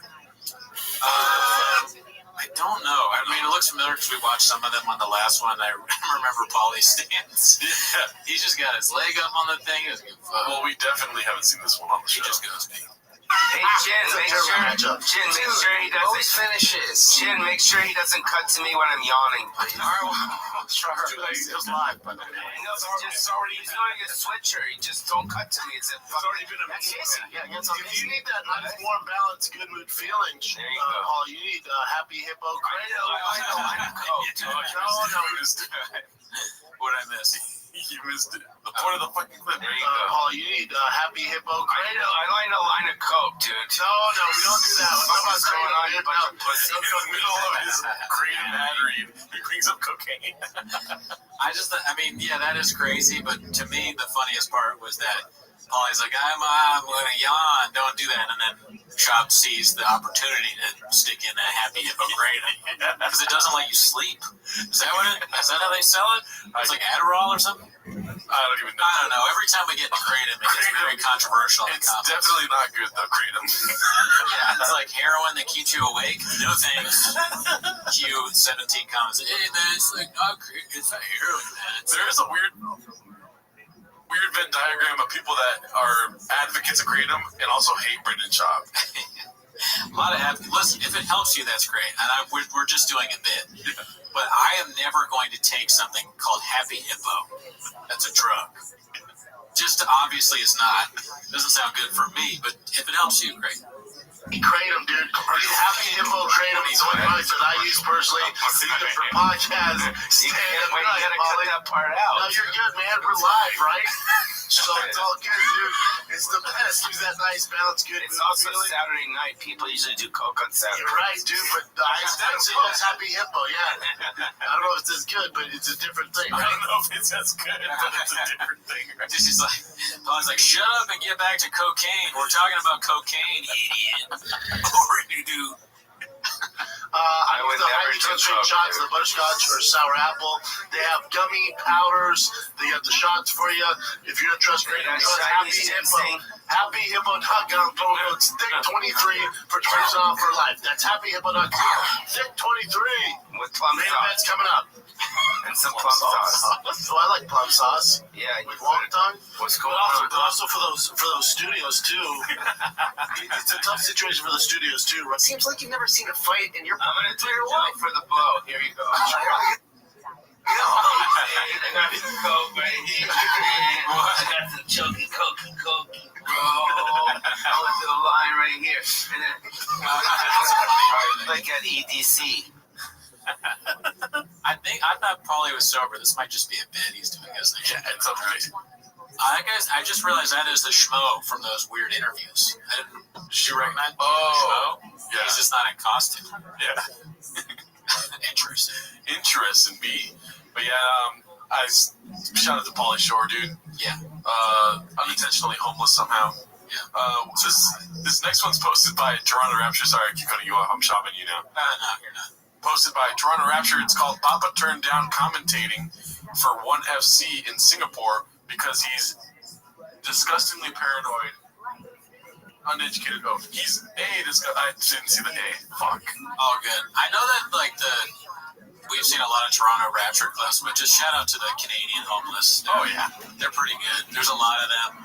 They're chopping up clips every 7 days a week. They're working the walk hard. Yeah, it's almost like they're Australian. Singapore, I remember if you spit or something, hang you. Singapore, crazy like that. Yeah. I know that's what one championship with drugs, you got hung. Dude, one championship was asking me to commentate in Singapore. I'm like, oh, it's me. I know you're afraid, but it's like, wait, I can't be outside? How about the best food in the world? I can't be outside, bro. That's his first thought in Singapore. Singapore seems like a crazy, destination to go to, right? Yeah. In my mind, I'm like, wow, that's really far and way different. Yeah. But in his mind, he's like, where? I can't pee outside? Can't pee in the sink? No, what do they do to you in Singapore if you pee in someone's sink? I know, but if I fart on the bus, am I going to jail? Probably. I thought that was funny. funny. Going to jail for those shoes in Singapore. I thought that part was funny. If you fart on the bus. If I fart on the bus, do I go to jail? Chewing gum. You might be chewing gum. We're in your hair long. Lee Kuan Yew. He was a benevolent dictator. He's still there? Nope, he died. I think his son's running the shit. Is he the same? Do I He knows so much, He's just so smart. Yeah. But it doesn't translate into laughs. Lee Kuan Yew goes down as one of the great figures of certainly political history in some ways. But you can't have long hair, big dick? I'm screwed. Yeah, he was like, no, oh my God.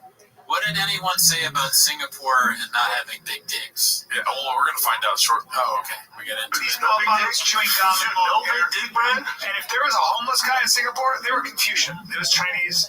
It was Confucius. Like the harmony, clean, orderly. I mean, it was incredible. Chick, can you look if you have a big dick in Singapore? I think because if I'm going to jail for that, lots of you might be right. Big dick. You might be. But yeah. Let's just do it for fun. Average size. I don't know. Is it true that Singaporeans may have short penises? What in the fuck are we doing here? I don't know. Not totally true. My Singaporean dude. Perfect. It's about 5 inches on average. Well, I'm crushing everybody. Dude, I'm Godzilla in Singapore, daddy. Yeah. Alright, what do you got, Jim? He's like, all right, we got the dick joke in. Let's move on. So many dick jokes in this episode. You guys, they might have big dicks, but they need dick juice for it to work. That is a good point. I didn't even put those two together. Right, juice, not even the pills. Yeah. I think it's strange that they're taking juice. That's my take on this. Pills are fine. Juice, you need juice? That's a little, I don't know. That's dicey. Yeah, dude, I'm not gonna pharmaceutical juice my dick hard. If you have to drink something to get hard, it's time to just figure stuff out. Go to the therapist. Figure it out. You gotta take a big swig of something, figure it out. Yeah, if you're How'd it fucking go? If you have to drink dick juice, drop one of the podcasts, dude. Like, get rid of one of the podcasts. Yeah. Too many podcasts. Yeah. Right. Maybe. All right, so this next one's posted by All I Do Is Lie to You. It's called the Gringo Poppy Hour. My girl can cook, but it's only authentic Mexican shit. I know what it is. And my girl's ever been in Camden, she's like, we'll cook spaghetti, penne, pasta. How many Mexican dishes can you cook? And that's what I learned. I was like, where's the burritos, where's the tacos? That's not Mexican. Reno, red chili. He cooks all the time. Well, that's just I don't eat. That's what I'm listening. But is it always Mexican food? Only spaghetti, penne, pasta. Yeah, I'm like the audience right now. That's fine. That's actually the lining of a cow's stomach that they eat. I go, Daddy's on the road too much for you. You can still use cow's stomach. Oh, really, dude? So one of the reasons I'm not touring so much in the summer is I told myself I'm going to dedicate myself to him for baseball. Smells in the house. I'm like a refugee in my own house, man. I feel like a refugee in my own goddamn house. Your girl doesn't cook? No. She doesn't. And we talked about this. She cooks strawberries. And she cooks strawberry. What does that mean? That makes no sense. That doesn't make sense. In fact, people are like, fuck up. I can't imagine Shab eating fruit. She cooks strawberries. Shab's just so dumb that I can't imagine him eating any fruit or vegetables, really. And I think we've seen him eat a banana or talk about it. Wasn't he like? There's one clip where he just randomly was like, "Can I get a banana or something like that?" I just don't believe that he eats fruit. That's my conspiracy. Look it up. Find the clip. All right, so this next one's posted by All I Do Is Lie to You. It says, Barn Door says he's going into business with Aaron Rodgers. And a little tag right there. I don't know if you saw that. Max J. Let's see here. Yeah, why don't we invite him on? Comedian, former MMA fighter. This guy does not want to talk to him. He's like, let's avoid. I mean, we can't. Let's just have him on. It looks like not only does he not want to talk with him, but it looks like someone forced him to wear that hoodie. There's like, do I have to? They're like, yes, you do. You have to sell the merch. Like, my podcast is going downhill. I've abandoned my podcast. Sell the merch. Sell the merch. That's a good one. Brandon Schwab. The Aaron Rodgers thing. You were just hanging out with Aaron Rodgers. Yeah, that's my boy. Okay. So the drug thing, is that what you were doing? Ayahuasca. No, I was out there just to go to dinner with him and Aubrey Marcus, who started on it. I'm really close to Aubrey. I've known Aubrey for like 12 years. So I did want to ask about this. Yeah, so we have a project. We're starting the three of us together. And then I was out there for that, but they're like, hey, come to this conference. I didn't know what I was getting into, but it's pretty cool. Okay, awesome. So, wait, he's there with a guy from On It, and they're going into business with Aaron Rodgers? Yeah. Well, they agree on the vaccine stuff. Yeah. So, you know, starting a successful business, one of the things you want to do with like-minded people. Yeah. Same cultural values. I mean, big picture, dude, I cannot wait for Aaron Rodgers to go on T-Fat-K, dude. Yeah, there's going to be some good clips there for sure. And I hope we see Aaron Rodgers become homeless. I don't think so. More than likely, it'll be like Schaub and Callan, like, so when you got canceled by the media, right? You know, because they're all like, and then Schaub's like, you got a big dick. I know this guy has a big dick. Through all the classics. I mean, honestly, I'm shadow banned, so I understand where you're coming from. Yeah, there you go. Yeah, the media's like making up lies about us based off everything that we said and did. But you know how, like, people, you could visually see that they're homeless, but they're trying their best to, like, keep the relationship public and nice. You know what I mean? Like, Howie Mandel, for instance, we know he's homeless. He doesn't really say anything. Yeah, he just rips on him. Yeah, he just rips on him. Yeah. I can't wait. He's the only one brave enough to bring up the mangina to his face, so that was pretty funny. Yeah. He does his homework. You know? If you have Howie Mandel on, he's gonna. If he came on here, he'd make fun of your pubes and my teeth. We'll be out of business, though, if they start 10 minutes of shop with him and Aaron Rodgers. Howie Mandel and Aaron Rodgers? No, Brendan Schaub and Aaron Rodgers, dude. They're going to do 10 minutes of shop. Like, Schaub's going to do 10 minutes of shop? Dude, that's the way that in our business. That'd be amazing. You know, okay, so this one's posted by Toronto Rapture. It's called This Is Tough Listening, B. If Donald Trump goes to prison, what happens to America? What a great start. I feel like getting a glass of wine and, like, taking a sip. Getting the time light a candle for this one. This is like, if Donald Trump, like, what could possibly come next? What's the over-under on mentioning penis, dude? Yeah, you have to guess. Like, is America gay then? Or no? I don't know. I have no idea. Okay, so let's make a bet right now. I think I'm willing to bet that he doesn't mention penis. If you're willing to bet that he does. I don't. Yeah, I think he's gonna mention penis. Yeah. All right, here we go.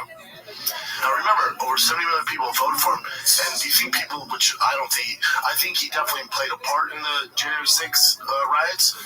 That was definitely good. If you lock up a former sitting president, so let's go through it. Hold on, Pete. Yeah. Oh, yeah. You know history. You're the best person to ask this. You know history.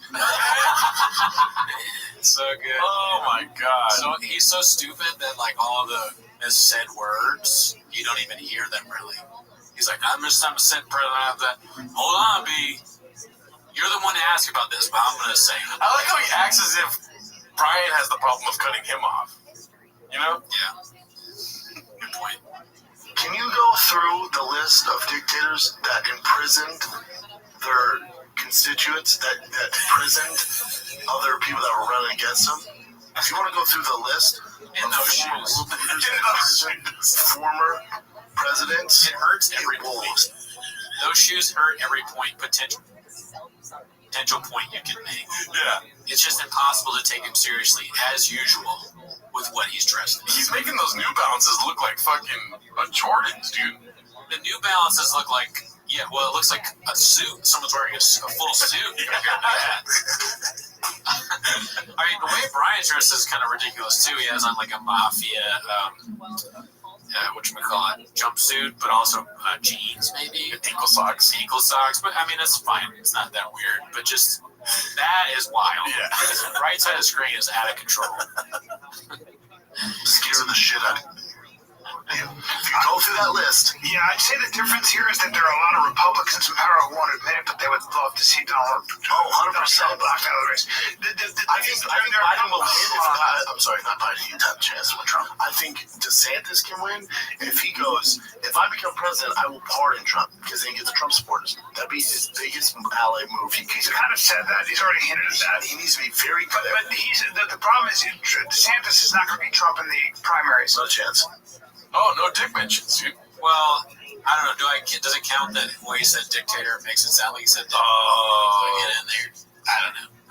Well, you comment below. Let us know. Different. But yeah, I don't even know. So this is a tough listening. Ron DeSantis, he comes on the mic. He has like a big press conference. He's like, I want to announce that I have a new part of my campaign. From now on, my campaign's gonna be different. And then Schaub comes out and gives him advice. That's what he wants advice from. That's like, remember how Donald Trump had that video grabbing by the pussy? There's gonna be like some clip of Ron DeSantis listening to T-Fat K. They're like, oh, we cannot have this man be president. When you're famous, they just let you say anything. Need a mic. Who is John Hanford? All right, so this next one's posted by All I Do Is Lie to You. It's called How About Now, Papa? So it looks like it's a long time ago. What is it, circa 2016, 17? That does look like a long time. I've already seen this clip, and I get a very Addies vibe. Well, this is Papa dressed in like that GIF where he's like swinging the bat. Yeah. It's that sense of not knowing the unknown is so scary. It's a screaming Addies. So, but in comedy, I can kind of control it. I know if I work my ass off, that I'm gonna be able. I know what's gonna hit. I have a few tricks I know that's gonna hit. If I'm in a tough spot, I know I can get the crowd back. And also, if I bomb, cool. I'll go over to the comedy store, or the Improv, and do something else and redeem myself. Isn't the crowd like an unknown? Not really. Funny's funny. Black, white, Asian, Mexican. Funny's funny. Right. Nothing. I can't say when a comedy's done. This crowd, man. Like you see It's the crowd. This is probably something he said. Yeah. Like I see him as the guy being like the crowd. He is adding up. You're right. This is the side effects of Adderall for sure. No breath in between thoughts. I feel bad while I watch it because maybe he did kick the addiction or whatever, but addiction. But this does give off very like I'm high on Addies, got a baddie, waiting at my drug. Can't wait to text Mark. Yeah. Can't wait to text the baddie. Just got a fresh shipment of dick juice. Boom. You know what I mean? I got Mark on socials, responding to DMs. Hey guys, our socials. And this is what you get. This is probably like the peak of him being completely fucking ignorant to everything else around him. Yeah, zero self-awareness. It's not the crowd. It's material, bro. They paid money to laugh. Not only do they pay money to laugh here, they're also full of booze. Yeah. You can't make them laugh. You're screwed. Yeah. Fuck my life. But yeah, any thoughts on that? I mean, just very obvious Adderall usage there is what comes out to me. So, I have nothing else to say. I just want to say, Papa, I'm proud of you if you're off the Addies. You know what I mean? Oh yeah, get off that. Get off the Addies. Like, you need to stay around, Papa. You should just have that clip as a favorite on his photo app. And just watch it and be like, I don't need Addies today. Yeah, he should be watching it like never again. It should haunt him. I mean, it's funny to watch him like that, but for his health, for your health, Papa. Don't whatever you're taking in that clip, stop it. Yeah. Because Happy Hippo doesn't effectively fit. Kratom is not good either, dude. I want to reinforce that idea. All right, this next one's called David Spade, Not a Numbers Guy, posted by Siphon Filter. We're still looking for a shitter throat slitter, dude. Where the fuck is he? We're all ready to go on this. You said that with a tinge of jealousy in your voice. I am very jealous of it. Yeah. She has 26 million followers. How many do you have? I'm not like a numbers guy. The certified homeless. Got him. Caddy. Not much we can say about that one. No, just very well. Very good delivery from David Spade there. And good catch by Siphon Filter. I didn't even know that. I didn't know Papa was on Lights Out. Cats are everywhere, B. All right, this next one's posted by All I Do Is Lie to You. We gotta acknowledge the fact that we're watching a lot of All I Do Is Lie to You clips, dude. Yeah, he's doing good. A lot of work ethic. That white boy that works too much? Yeah. Question mark? You don't matter, but this clip is called "That Time Papa Lost Containment on His Buffalo Bills / NFL Narrative." Trying to tame Sean Corkle. So wait, where did you play college ball? University of Colorado, CU. Oh, okay. Okay, and then you got drafted by the Bills? I signed as a free agent to the Buffalo Bills, and then I went through training camp with the Buffalo Bills, pulled a hamstring, they put me on IR, and went back home for rehab. They released me, and then I had other offers like the Dolphins, the Jets, and I think what people realize about the NFL is like once you see how the hot dog is made, I go, holy shit, dude. You can't see it, but off screen he's going like this. Yeah, one thing I don't get, I don't know if some people have probably said this already, but it's impressive to do UFC. It's impressive to like win fights in the Ultimate Fighter. Yeah. I don't know why he has to. It's also impressive to play college football. Yeah. Why lie about the other stuff? It's just not. It's not worth it. And I do want to address, there was one comment on the last video, because we don't post and ghost, we read the comments, Pete. Oh, yeah. There was one comment about, like, yeah, I'm down with the show and all this, but I can't make fun of him in his UFC career because he was top 10 and all this stuff. And I completely agree with that. I've said it before on the show. I don't know if they've seen that before, but I hate making fun of his UFC career. The NFL stuff is funny because he was never in the fucking NFL, dude. You know? I guess it's kind of funny to see somebody get knocked out, especially the way he did when he's like, yeah, but like, I mean, I don't. It's terrible because it might be brain damage, or whatever, but it is funny. I'm not gonna sit here and lie. But yeah, the constant using of that clip though is like, come on, dude. They do kind of use it a lot. Yeah. But I'm down. I'm here for it, dude. I'm a clerk at PF Chang's, whatever they're called. I'm a hostess, dude. All right, so this one's posted by All I Do Is Lie to You, dude. He's killing it on the channel. Yeah. It's called Diddler Diddler calls out a mispronunciation, and Papa mirrors Diddler. Some people had pets when I was a kid, those sugar gliders. They're like little chipmunks that can fly. Insane. Sorry, what? They're like little chipmunks that can fly. Sorry. Chipmunk. My son says chipmunks. Chipmunk, but you said chipmunk. No, I didn't, dude. You're used to your son saying it, right? I asked you. I said, I'm sorry, what? I said Look chip. at me, and you said chickmunk. And then, no, dude. Chickmunks. Those are the females with big tits. And they fly. Yeah, no, but a chipmunk. Okay. Anytime, I'll let you go. I like how he emphasizes the second, like, nobody brought monk, and he's like, chickmunk. Yes. I mean, it's so much worse because it would just be funny, like him saying that word wrong. They could do like a banter about it. It's kind of funny already. Yeah. But when he says chick loves, like, you have sex with big hooters. It's like, yes. Fucking moron. Yes, later she's, all right, wait. Let him fuck you. Let him titty fuck you. Let's not make any sudden moves. Otherwise, no thank you're gonna die. You gotta let him finish. He's gonna rip everybody's face. So. I'm addicted. What do you think about that one? Well, hilarious way to pronounce chipmunks, and he's in his wheelhouse. You know, because he's talking about sugar gliders, and he's an animals guy.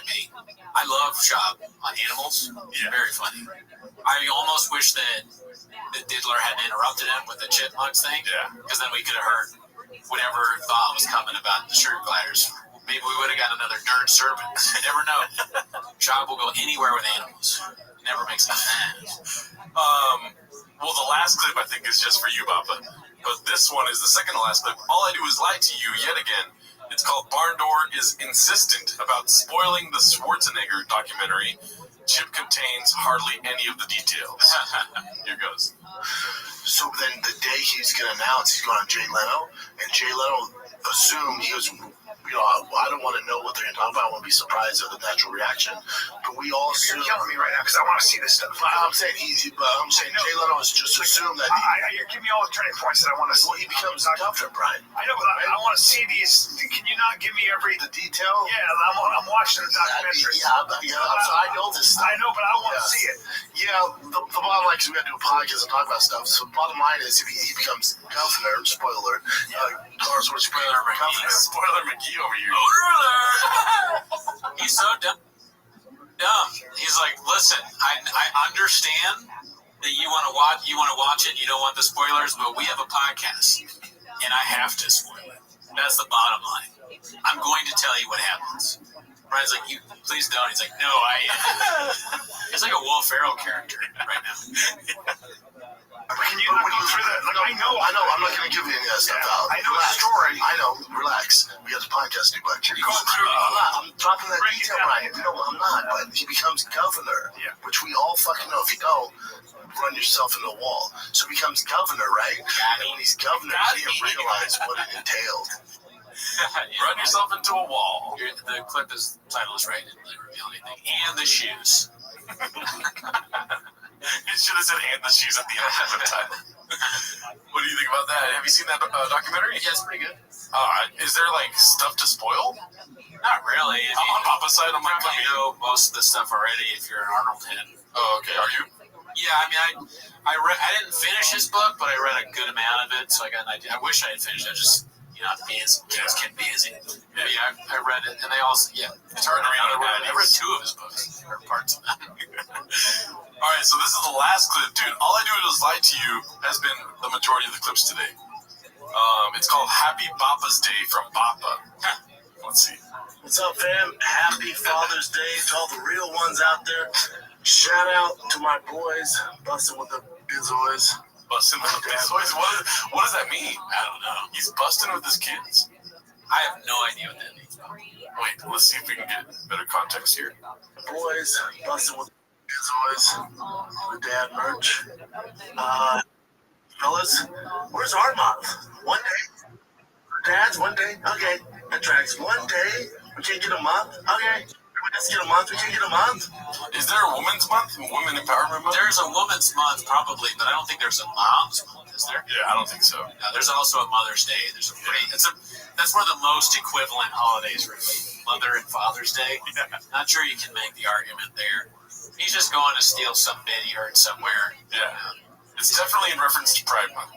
I don't think it's in reference to Black History Month. We don't get a month like the gays, like Ryan gets. Got him. Can you get a month for the dads out there? Okay, that's cool. We'll just take that. I've abandoned my month. Happy Father's Day, fellas. Just announced Covina, California. Your boys there. Last weekend in June through July 1st, Thursday, Friday, Saturday. New club. It's a little theater that they converted into a comedy venue. So come get you some Covina. Let's do it. Tickets at thickboy.com right now. Happy Father's Day, though. To all the real dads out there. Covina, great place. Not really the same as Ireland, England, Scotland, all those European, the O2. I don't think you're going to find an O2 in Covina. Great place, never been. All right, that's the show. Thanks for tuning in. Have a good week. Later.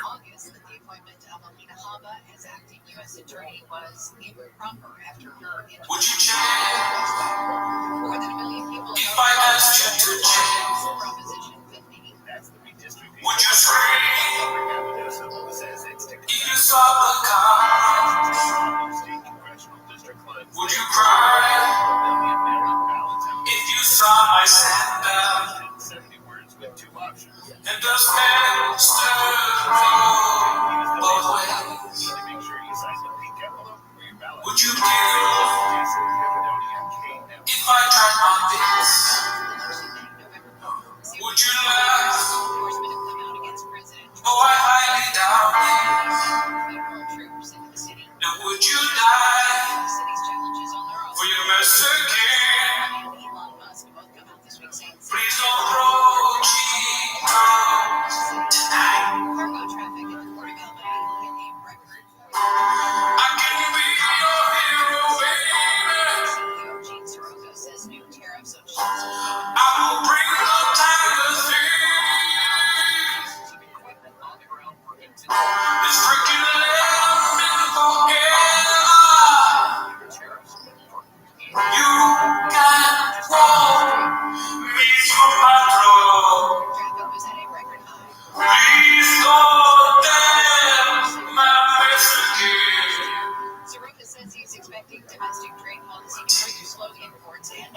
Stop at my favorite time of the week. When you get near Papa, try to speak. When it's surprises today, you better actually watch 10 minutes of shop. All right, welcome back to 10 Minutes of Shop. Wow, we're in our new studio. We got a new setup. It's going to be a lot better. We're going to put stuff up and all that. Also, we have a new producer, Daniel Jimenez. Gerardo left the show, but we have, thankfully, Daniel was one of the best in the game. Thank you. Yeah, just a little redacted bit to start it. I just want to say Gerardo is amazing too, though. Yeah, this is Gerardo. In case you're Gerardo's my favorite. In case you can't tell, if you're so redacted, you don't know. But anyway, as always, join the Patreon, join the Discord if you want to. Both of those. Discord's free. Spotify, everything's on Spotify now. Like and subscribe, rate and review if you can. Thanks to everybody who's on the live. It's a new thing we just did. The live's crazy. We got a bunch of new subscribers. Some days we're gonna start doing that. But anyways, that's not why you're here. What you're here for is to watch 10 Minutes of Shop. So start the chin clip now. All right. Our first clip is posted by Brenda in Scab. Right? Brenda in Scab for Prez. It's called Humble Beginnings. But for the people that are negative or are on forums and create troll accounts. What are you watching? I view those people the same I view a homeless guy critiquing my art or critiquing my set or critiquing a podcast. They do not matter. Because the person who would go out of their way to create that account or to live in their mom's basement or whatever job they're working could not. Dude, what's the matter with living in your mom's basement? Nothing, D. That's awesome. Doesn't count. Yeah. You know, you're just, that's something that if you love your family, maybe stay there. Maybe you're working on going somewhere else, saving up money. The thing that gets me, though, is it doesn't matter. Right after saying, it's like a homeless guy. They don't matter. That's like the beginning of everything, that line. But I don't think he really, to stand up for Shopper, I don't really think he means that. I think his redacted brain, he's trying to say something else. I don't think he literally doesn't care about homeless people. I could be wrong. Yeah. But it sounds really bad when he does that. Like, I can't imagine a worse thing they could say. Yeah. Talking about this guy, these people that have no home and no job, and they're struggling. Maybe they can't eat. They don't have enough money to eat or have a place to live. And he's like, they don't matter. That's so ridiculous. All because you're so mad about comments, which you don't apparently read. Yeah. You're so mad about these comments, but you don't read them, B. And now you're saying the homeless people don't matter, and you don't care about cat profiles. Nice. Nice. Let's finish it off. Not even fathom the amount of work it takes to pull off something, whether it's a set or a good podcast or a business or merchandise or it's just also saying that you don't care while also sounding like you're about to cry. Yeah. You don't care, but you're talking about it for a long time and saying the same things over and over again. Yeah. You care. Yeah. Hey, Brendan Schaub, you care, B. You care. You it does not matter. And I hope my son, I hope other people, they start to discredit those people even more. The type of person that were to go on YouTube and not leave a negative message, to even create an account to be that way. Is he enlisting his son to fight YouTube commenters and Reddit people? I guess. He's raising his 2 kids so that one day they can find out where the Reddit people live, visit the mods' homes. 10 minutes of tweeties. Us too. But at some point, Tiger and Boston are going to find these people. That's why he's having them do jujitsu. Yeah. He's gonna find people like Ryan Joseph and Shitter Throat Splitter and keep them busy. I don't associate with those people. I don't know those people. It does not matter to me. Some people lets that affect their mood or their life. It's mind-boggling. It's crazy to me. What do you care? It'd be the same as if a cat created a profile. That's a good example. Is it? Chin. Come on, Chin. Sell yourself out, B. Damn. You gotta be honest with these people. You don't need yes men. Brandon's got too many. That's the one knock on Chin. He's a yes man. He's never telling Brendan how it is. Okay, you should be telling him how it is 7 days a week. Okay, maybe he meant that's a good example for you. You know what I mean? Oh yeah. You should live by that. Yeah. Anyways, I see. Tears. Okay. Even a homeless guy. If a homeless guy was just creating a profile talking shit, it doesn't matter. They're all the same. What is that? Did he have a bad interaction with a homeless guy that day too? Probably, dude. The homeless guy made fun of his pants. Remember, the homeless guy did make fun of his pants in that old video. Yeah. The homeless guy's like, hey, your pants or whatever. And then Chab goes, hey, you don't have a house. Pause for laughter. He really does have a problem with homeless. I take back what I said earlier. Yeah. He does not like homeless people. All right, let's go to the next clip. This one's called This Lying POS Redact, still claiming to be Bill's alumni.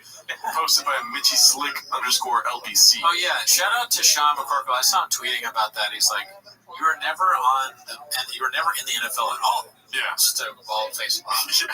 I think we'll get to that later, too. I think I have that pulled up. Nice. Ready?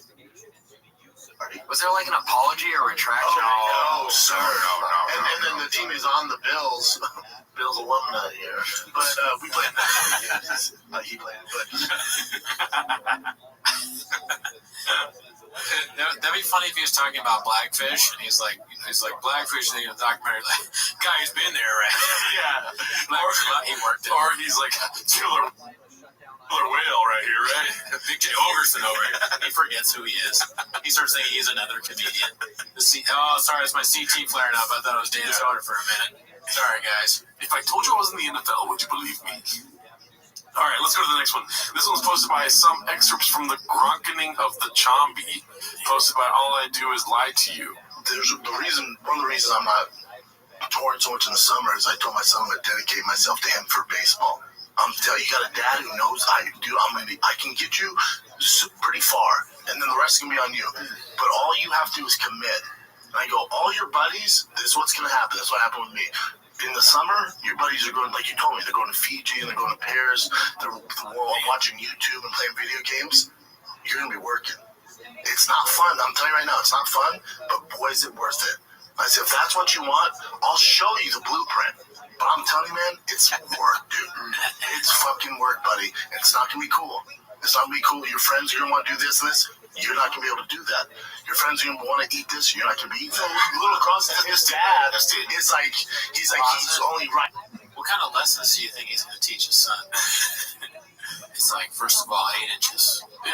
Now, but, I mean, the thing is, Shab is saying this. It's not necessarily bad advice. Work hard, practice.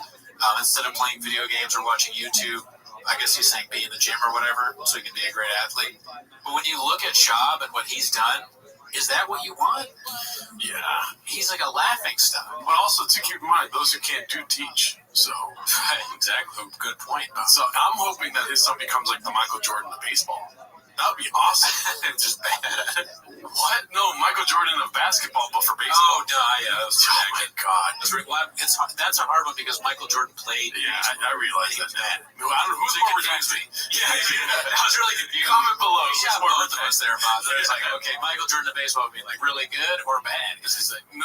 I'm saying like a really good baseball player. Daniel Jimenez is, this is a trial period for him as a producer. So we'll see. We'll see how it goes. All right, let's see the rest of this clip. ice and salmon. Good way to burn from out. the NFL. Oh, it's a disaster. Sacrifice now and live like a king later. Sacrifice. All your friends are gonna be doing all this shit. We're not gonna be doing that. It's a disaster. And then he's like, oh yeah, that's what I want. Because the band kid he was kind of not doing great. And he goes, again. I was like, I don't like that. I didn't say anything because I'm not like, again. You know, I'm like, whatever you want to go, let's go. You know, I'm like, let's go. I don't give a fuck. But if this is what you want, it's this every single day. It's a disaster.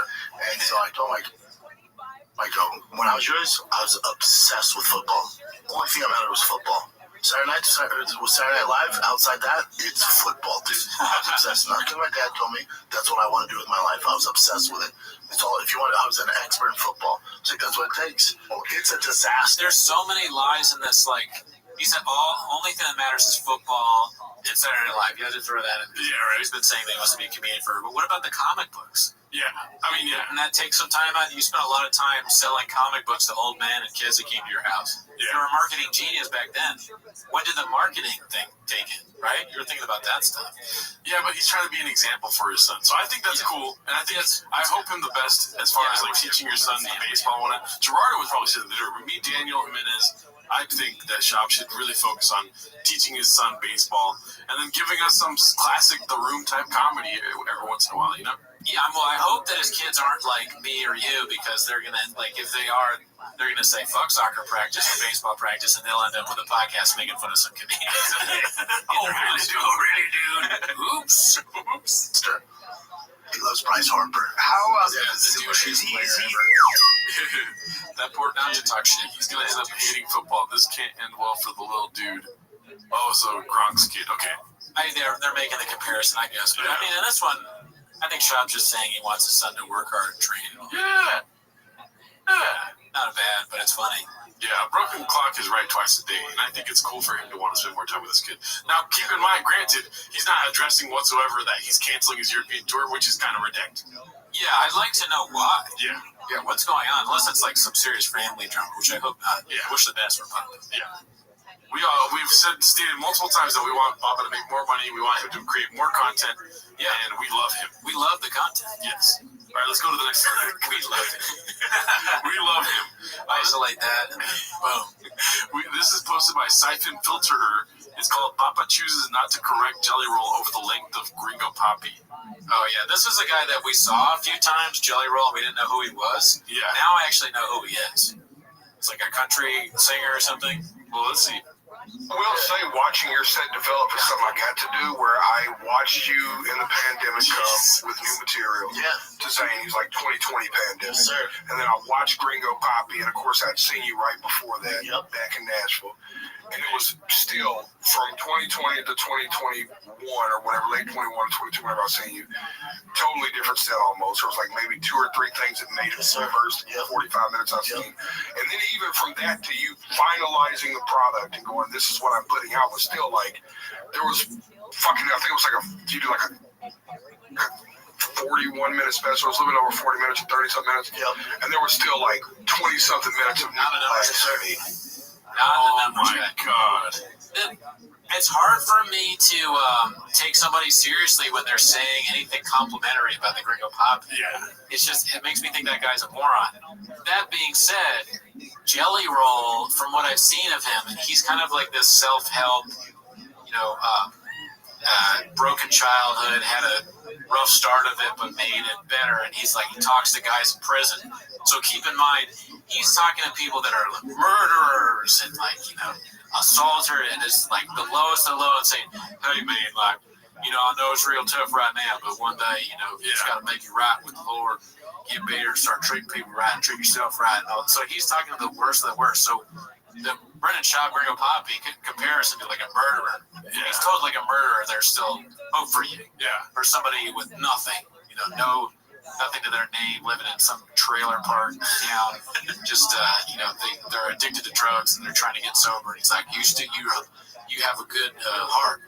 People love you. You don't know it. So when he talks to Shop, it's like it's just a stand-up special. Really. Yeah, that's what's going on there. Yeah, I don't agree with what he said, but no.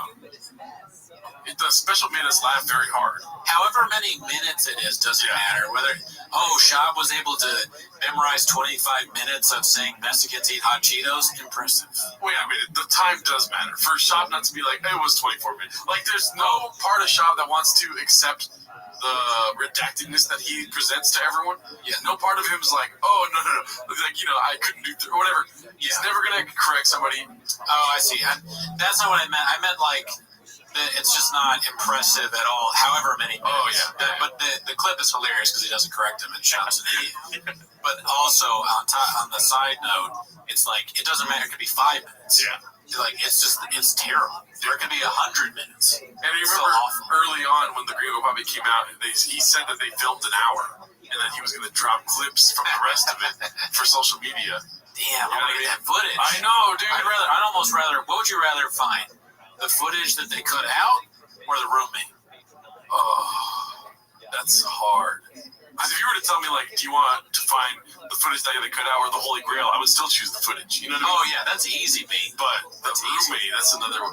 For me, I still want the footage. Yeah. Because the footage is probably, if it's worse than the Gringo Poppy, that's dicey. But there's, like, a fine line of, like, good comedy, right? Because the Gringo Poppy's amazing. It's true. It's because of how bad it is. But if it's worse than that, then you're kind of like, oh, this is just bad. But the Gringo Poppy don't know, though. That's the thing. It's like that you don't know. It's like one of these deep questions in life that you don't know. But we also don't know what happened with the roommate. That's true. That's another thing. Yeah, that's true. That's very true. Well, let's go to the next clip. Let us know what you think in the comments. This is posted by Andy I12. It's called "The Weasel Makes His Escape." Even a screen grab is funny. Yeah. Let's see. Probably if you have to jet, don't feel obligated to use things with me. I'll bet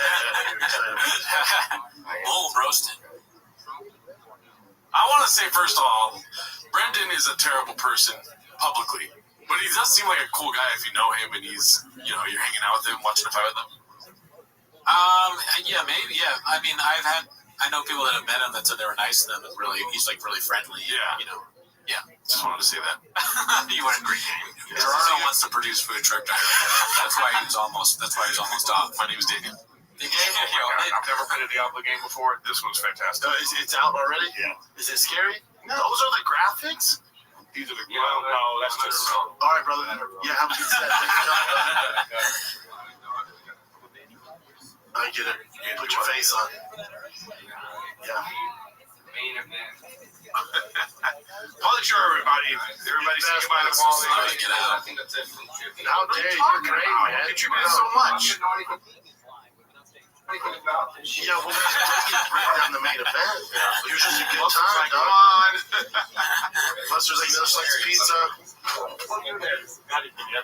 You were the best, brother. Oh, he did it? Okay, love you, brother. I told you. Thank you. Have a good one. That's just a funny way of leaving. Yeah, I gotta go. See, I don't know anything about this. He's been filming the whole time. They've been watching the fight. Yeah, I just don't get it. I didn't do very good. It's still going on right now.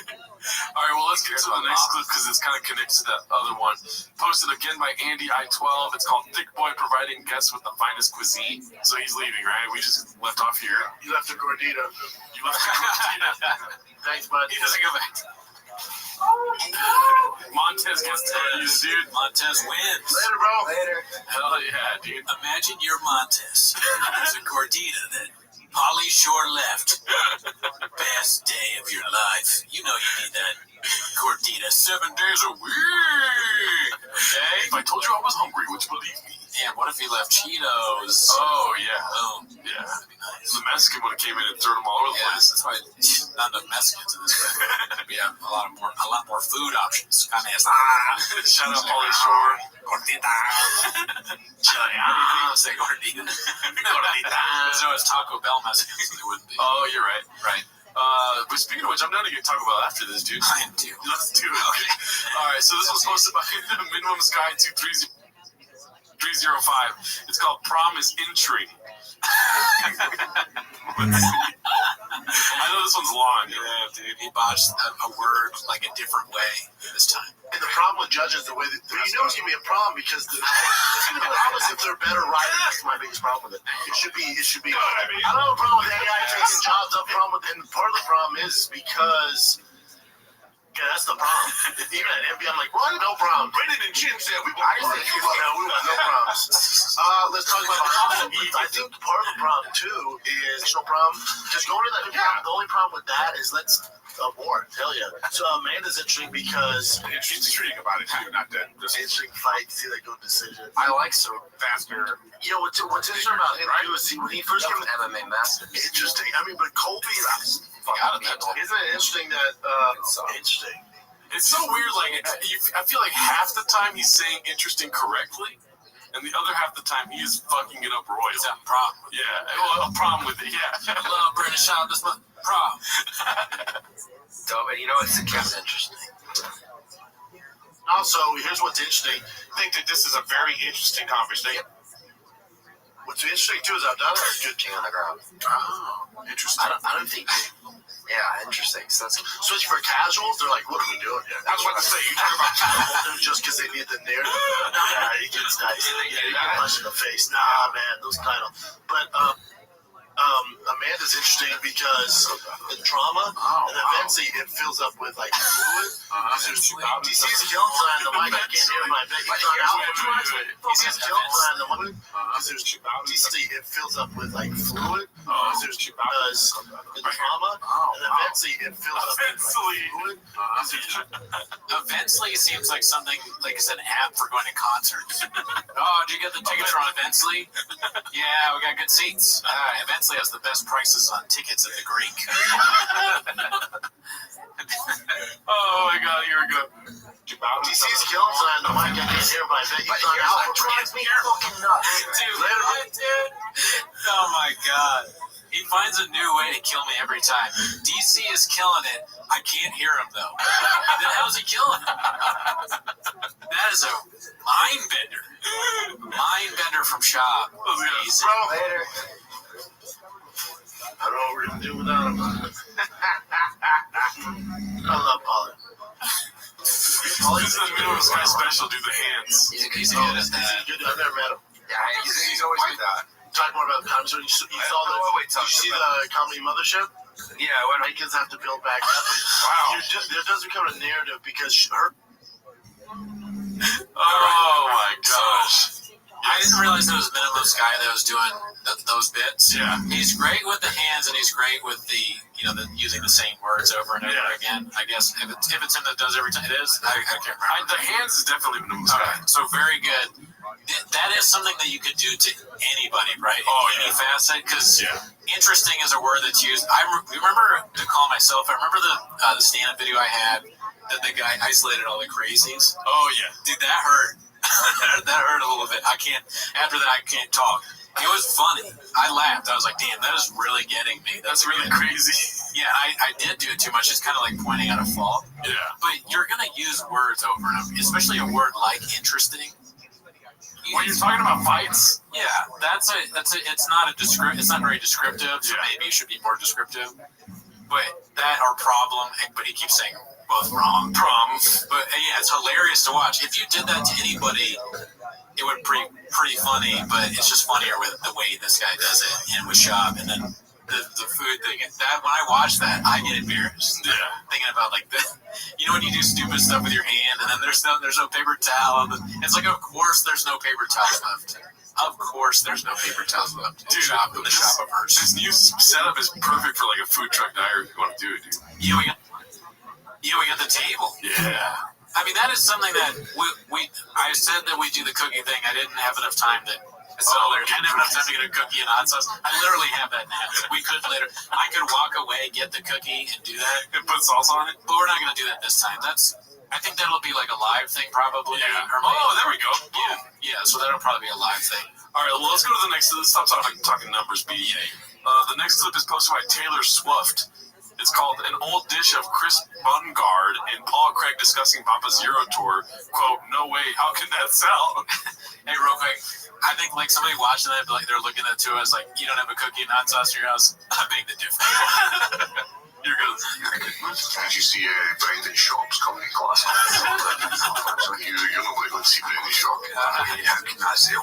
This guy's like Scotland CEO, dude. Sorry, I don't want to talk about Yeah, no, shout out to all the UK and the Scottish and the Irish listeners. Oh, yeah, you're probably loving this right now. So let's hear it. This is going to be hard for us to translate in our own heads. We'll see. Yeah. We'll see. It's going to a few times, I think who's going to that tour?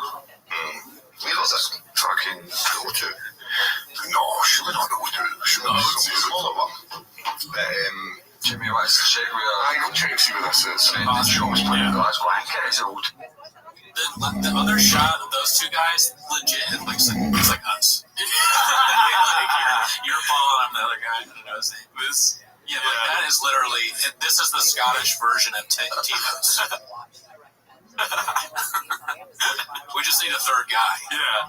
Miguel. Yeah, Miguel. That kind of looks like Miguel. That's hilarious. Okay. It will be. Michael Bisping, just get Michael Bisping sold that as UK UFC figure fans. Hey, Brendan. I mean. So I'm going to show one I haven't been wrong yet. So here's the CV invasion. Here you go. No, nice. Is he right, mate? No. Well, Michael Bisping facing me his pal Michael Bisping right there. That's a different kill, man. So I'm going to show one thing at the Comedy Store. Oh, okay. As I was going inside, he came out outside, right? So all the crowd's waiting to go in. He's came out the door that the punters are going in, stood at the side of the road, always phone out, looking about. Just was clearly kidding on, he was on the phone just to be recognised. Right, and people were like, I've the shop, and I was just like, he's a player. Oh, wait. He said he's a what? Wait, clearly on his phone just to get recognized. I heard that. I understood that part. Yeah. But what is he like? He said he's clearly on his phone to get recognized, and then he said he's a partner? Let's see what he said. Well, anyway, he's a partner. He's a turn around and like people are like, people are like, I don't know what he's saying, but you can tell it's a diss because he's like, anyway. If you put anyway at the end, it's like a Scottish guy, they're shitting on it. Anyway. Anyway. Saying he's an idiot. Here, let's see. Job, and I was just like, he's a play anyway. He's a pie?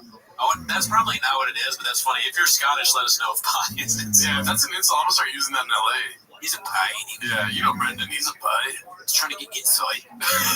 I saw Brendan Schaub coming out and eat his food. And he's clearly just doing it to get recognized and eating it.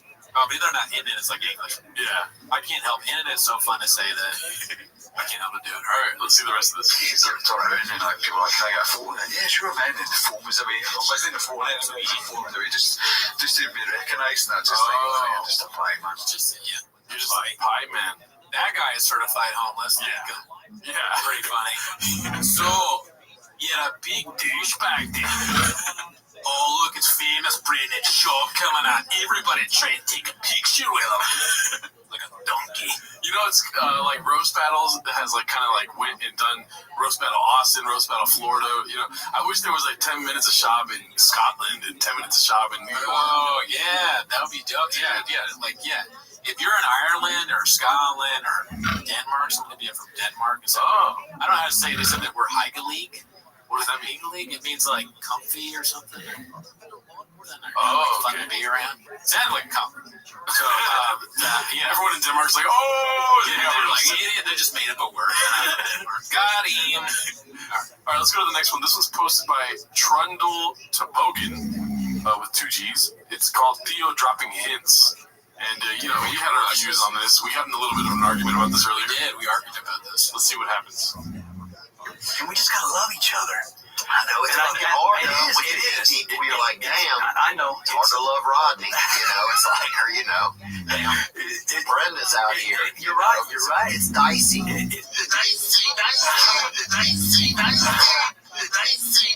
Okay, so you want to say your side of the argument? I have another side to add to it, but I'm saying that this is probably another one of those clips that's edited by Chains to make it. It's very funny. I laughed. I enjoyed it. but it's edited. Because now I watch it again. I don't even think it says Brendan. I think it said Brendan. Yeah, but they're saying that he's but he's saying like, yeah. But I think he's like, Brenda's out here. I do not think that he meant Brendan Schaub. Maybe it's subconscious. Because I think it's edited, I'm guessing. I've also like, we got gotten so hard on that one clip that now I don't trust anything. Okay, so you're used to getting got, so I understand the trauma response here. But in my opinion, I agree with you in that I don't think he's talking about Brendan. I think he's just using names and saying that. Right. But the weird part about it, what I want to say is that it's weird. I don't think it's edited at all. I disagree with you on that. You know more about editing than me. Your ball's deep in editing. It sounds like he was talking that he said Brenda and Dicey in the same sentence. So you can say that he's dropping hints or whatever. Maybe he's subconsciously dropping hints. Yeah. But I think he's literally said Brenda and Dicey in the same sentence. It's possible. I'm also realizing now that it's redacted, I didn't realize Brenda. It's like the other name. It's like what Changs calls him all the time. Yeah. That went right over my head. Username is Brendan is a hack. Red Band talks shop performing at his club, Sunset Strip ATX. Everyone in the chat room. Good. How's it going? Brian, are you booking Brendan shopping? First of all, Red Band needs to get a new camera, dude. This camera's not doing him any favors. Yeah. But I doubt he cares too, though. No, he's rich. Yeah. He's rich. ATX. So they're asking if he'll ever let Shaw perform at his club. Right. I mean, I wouldn't be against it. Brendan probably sells tickets, and I'm in it for the money. No, I mean, sure. There's not many people I wouldn't book. If they can sell tickets, they sell tickets. That's how I look at it, And this makes me wish that John Lovitz had a webcam back when he owned his comedy club. He would talk to the fans. Would the Lovitz comedy club still be around? Yeah. If we had webcams back then. If you guys didn't know, out here in Universal Studios, there used to be a comedy club owned by John Lovitz, and it closed, and it was like a punchline for a while. Yeah, it closed right when I got here, I think. Yeah. It didn't last very long. Thank him. Brendan's not a joke thief, or he's not doing anything like that. Okay, so dicey. Yeah, I'm not sure about that. Yeah. The Bud Light joke seemed like it was stolen. If he said that, though, and then he had somebody come out with fajitas, that would be hilarious. Oh, yeah. Thief or Sutherland? Doesn't steal? Okay. At least I know of him. But I like Brendan. He's a nice guy, so nothing against Brendan. But yeah, I'm sure he would sell that shit out. So if he wanted to, definitely go there. I feel like he could probably do a bigger place than my place. Oh. I mean, saying that Brendan Schaub doesn't steal jokes is like saying that Joe Rogan doesn't slang dick. Yeah, he's slanging dick. It's a lie. Yeah. Also, too, I want to say that I have respect for Red Band. He's probably a terrible person, but he's a sick-ass producer. Oh, yeah, Rogan? Yeah. Oh, yeah. Let's go to the next one. This one's called Papa Confirms Skankfest, posted by Trevor Farted. Great name, dude. Great name. Never seen that one before. Oh, I'm doing Skankfest there. Oh, you're going to do it? Yeah. Oh, that's going to be something. Do you think that that indicates they know about the shop hate? Oh, yeah. Yeah. I think it almost like dawned on him, because when your friend, it's like a friend telling you an achievement, and you're supposed to be happy about it. So at first, he's like, oh, wow. And he's like, wow. Okay. Oh, jeez. Oh, really, dude? Are you doing it this year? Yeah, I'm going to be there, too. Thank God. Yeah. Thank God to make sure. Where's Brian tonight? Callie canceled 2 days ago. He goes, oh, dude, I messed up. I have a dinner. Crowder. Trouble in Paradise? Oh, that's weird. Dicey. What did he say at the end? No, he was saying that Brian's on his shit list. Oh, shit, because he canceled. And they're taking a week off of Fighter and the Kid, which I think is a clip we're going to get to later in this episode. Let's go to this clip. It's posted by Siphon Filterer. Play the chin clip. It's called Papa Cries in His Car on the Way to Film T-Fat K, which might be the saddest title we've read. Oh, I've seen this one. Yeah, it's good. I've been busy, blah, blah. I'll cry in my car on the way here sometimes. What? I'll cry. Oh my God, dude, I love this guy's reaction. This guy down here. Oh, I missed it. Watch when he says, "I cry in my car." Watch his face. Dude, he laughs. Here sometimes. You what? He smiles. He's like, it's like a knowing smile. Like, yeah, me too. He's like, yeah, I heard about that. I don't get paid enough to do that. They don't pay me at all. This is the flappers of podcasting right now, dude. Really? Like, really hard on the way here dealing with the shit we got to deal with. Are you kidding me, dude? Excuse me. Excuse me? I'm gonna add that to my table right now. Always sunshine under above the clouds. All right, let's go. If people only knew. Nobody wants to hear two rich guys complain about how hard their life is. About how much money they have. You know, your employees wish you were numbers guys. You pay them. We heard from Mark, you didn't pay. Yeah. You owe people money, me. Yeah. Do you cry before or after trying to fit in your car? I mean, that's crazy. That being said, I don't want them to be sad, and I hope they're not sad about anything we're doing. Yeah, I mean, we don't count. We don't matter. I mean, we love them. That's true. And also, you know, to homeless guys like ourselves. Yeah. You don't really think about us. Yeah. Yeah. Who would care what someone without a house would they think? I mean, we're in your mom's basement right now. Yeah. I mean, my mom, yes, we're in her basement in California. She's in California now, somehow. All right, well, let's go to the next one. She's great. I've never met her. This is posted by Highlight Numerous. Thank him. And the clip is called Think of Beat. 3 hours. Like, Theo, first time he did call me, goes, man, that's the longest I ever talked to another human being, man. Right. He goes, I haven't talked to my therapist that long. He goes, matter of fact, I don't even have to talk to my mom for 3 hours, man. He's like, what are you talking about? I'm like, well, Rogan's the best to ever do it. Yeah, you don't realize it. Yeah. You're like, well, how long is that? Right. Because Rogan, he's the best in the game because there's never dead air. Yeah. He'll have something. You might not have a clue about it. And he's just like, boom. Yeah. I mean, we talked about Russia and their Ukraine. Oh, yeah. We went into everything. So it was cool. Yeah. Big fan of war about this. We talked about Russia and Ukraine. I love that stuff, dude. There's a famous clip of him. It's another from the Carl Bassett companion episodes where he's like, "Oh, those are Ukrainians who are dead, right?" Yeah, I remember that. And that fight's yeah, there's a punch there. Get him, and I, at my heart, you know what I mean? Because what he's done for comedy, what he's done for these people, and comics. It's just and I know he got a lot of that from my mom, and he kind of feels her, and he's connected to her. So when I'm with him, I don't want to say I feel like I'm with my mom, but I feel like they're like we're all like. Feels like your mom on TRT. Yeah, exactly. You know what I mean? It's just. Epic bomb. I thought you were talking about Zelensky for a second. He's just done so much for comedy. Another comedian, thank him. One of the 1,000 that can do it. Hopefully he's doing okay. It's like, it's just, he cares is what my point. Dude. And that makes me happy. Yeah. And there's nobody who loves comedy more than comics. And comics and giving back and what he's built out there is it's insane, man. Yeah, so, I don't know when I'm there if I just like being with those guys. Yeah. Special place, special people. Yeah. Austin's booming, huh? Austin's booming. Did you ever move out there, Paulie? Because you're in Vegas too, right? Yeah, I'm gonna place out there for like 6 months. You're a wanderer. Right? You've done Wise Guys Vegas, right? He was like right across the street from there too. No, I was out of Vegas. Yeah, Austin's different. Yeah, the end of that clip's kind of blockbuster, but. Yo, how are you? Dude, Brendan he just goes, dude. Yeah. What was I say? Mom on TRT riffs. Yeah. I wish I could have a conversation with Brendan without any of this knowledge of us doing a show or anything. Yeah. Just see what he says. You know what I mean? Probably just very friendly. Yeah. When he meets me, Apologies, I'm not more talkative. I'm sleeping. The Scottish guy was like, he's on his phone. You see him every time. He's like, he's on his phone. He's like, yeah. And I told him, I'm Brendan Shaw from the podcast, The Fighter and the Kid. Just like looks at you. All right, let's go to the next one. This one's called Things Are Different Now B, posted by Modern Chaotic. First of all, thanks all the chefs that have to watch these episodes, dude. When Shaw goes to a new town, he's like, I'm Brendan Shaw. I have a big podcast called The Fighter and the Kid, and I'm new in town. Mulaney Shaw. Yeah, Mulaney Shaw.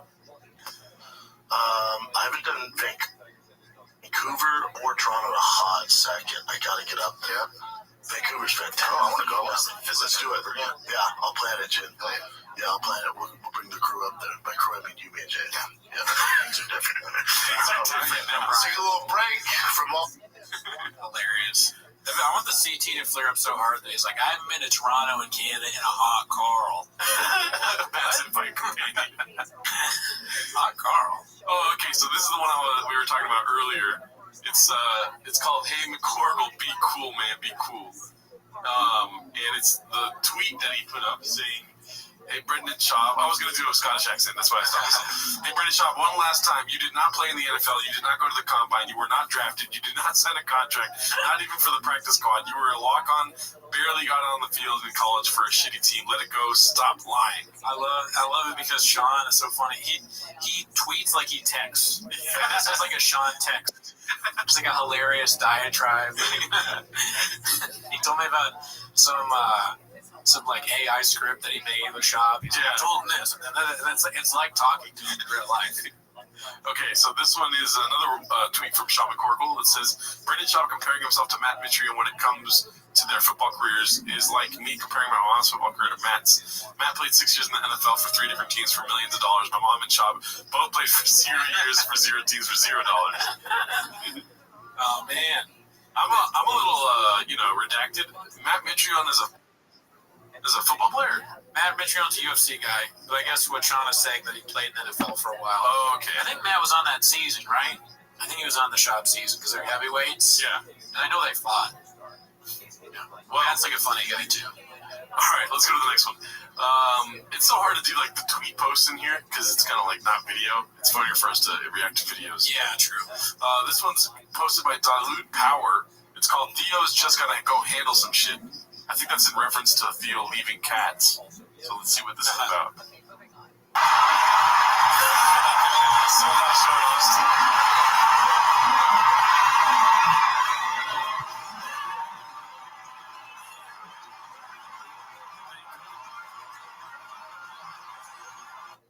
He's really one of the 1,000 that can do it. Yeah. That clip.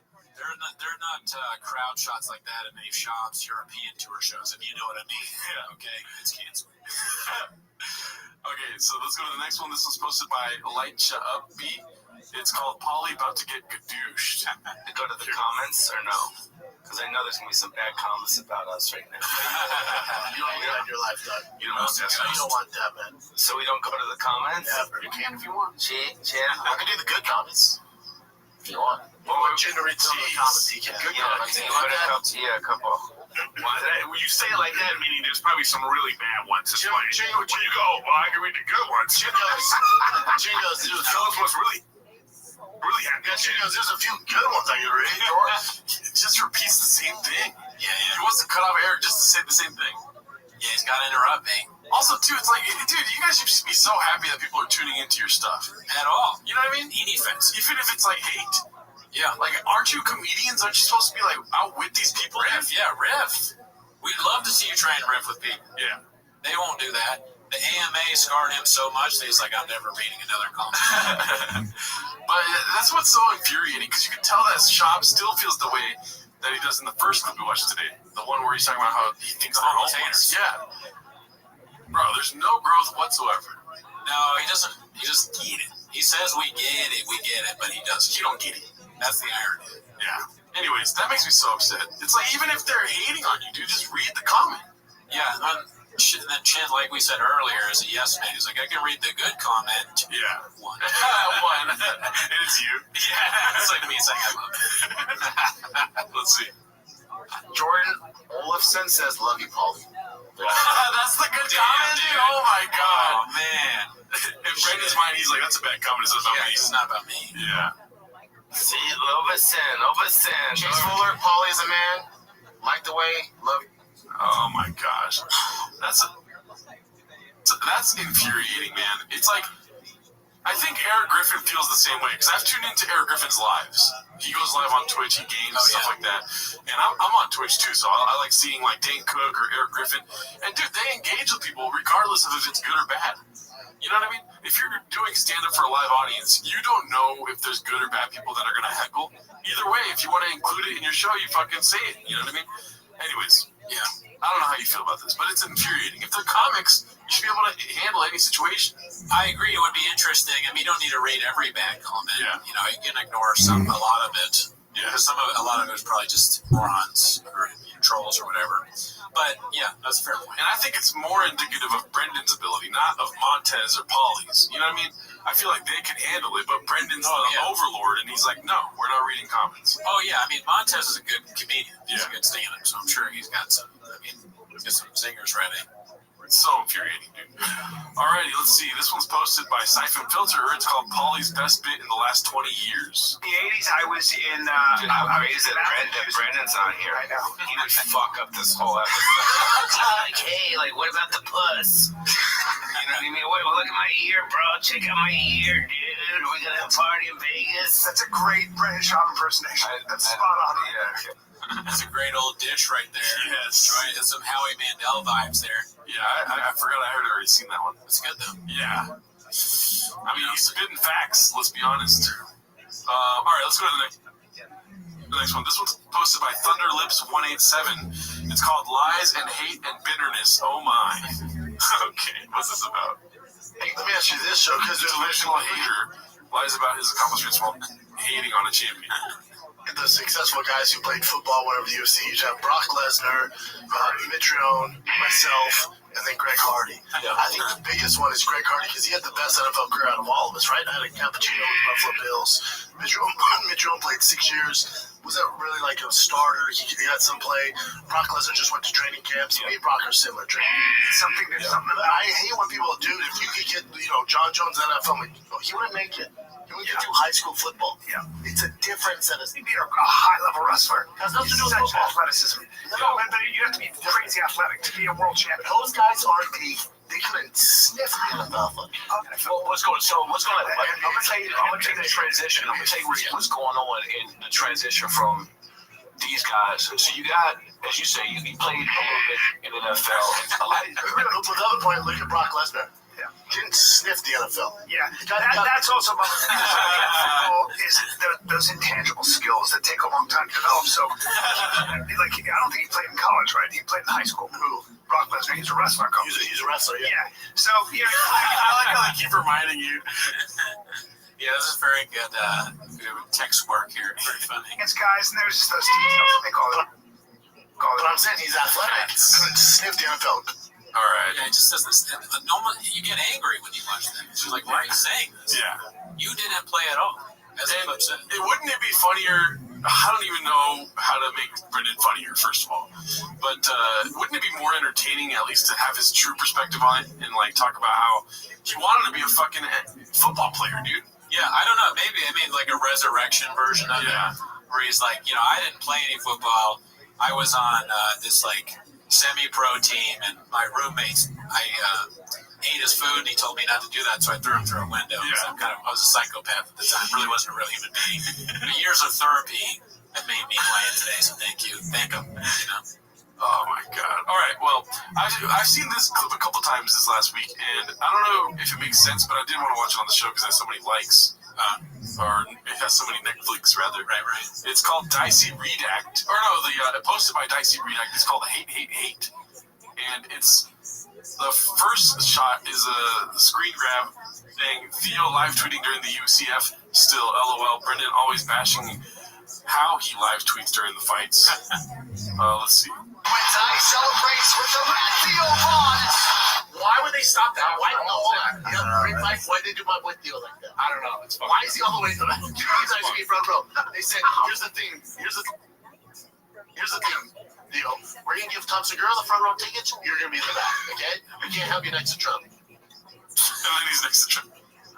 And he's wrong twice because he looked like he was in the front there, kind of, right? Yeah, that's what I'm saying. I mean, I think that's why it doesn't really make sense to me. I think they're saying that was a way earlier fight companion, where he's saying he's not in the front, and now he is in the front, and he is next to Donald Trump. So, okay. Theo just had to handle some things. All right, this next one's posted by All I Do Is Lie to You. It's called The Summer Off of Touring Excuses Are Starting to Appear. All right, let's go, B.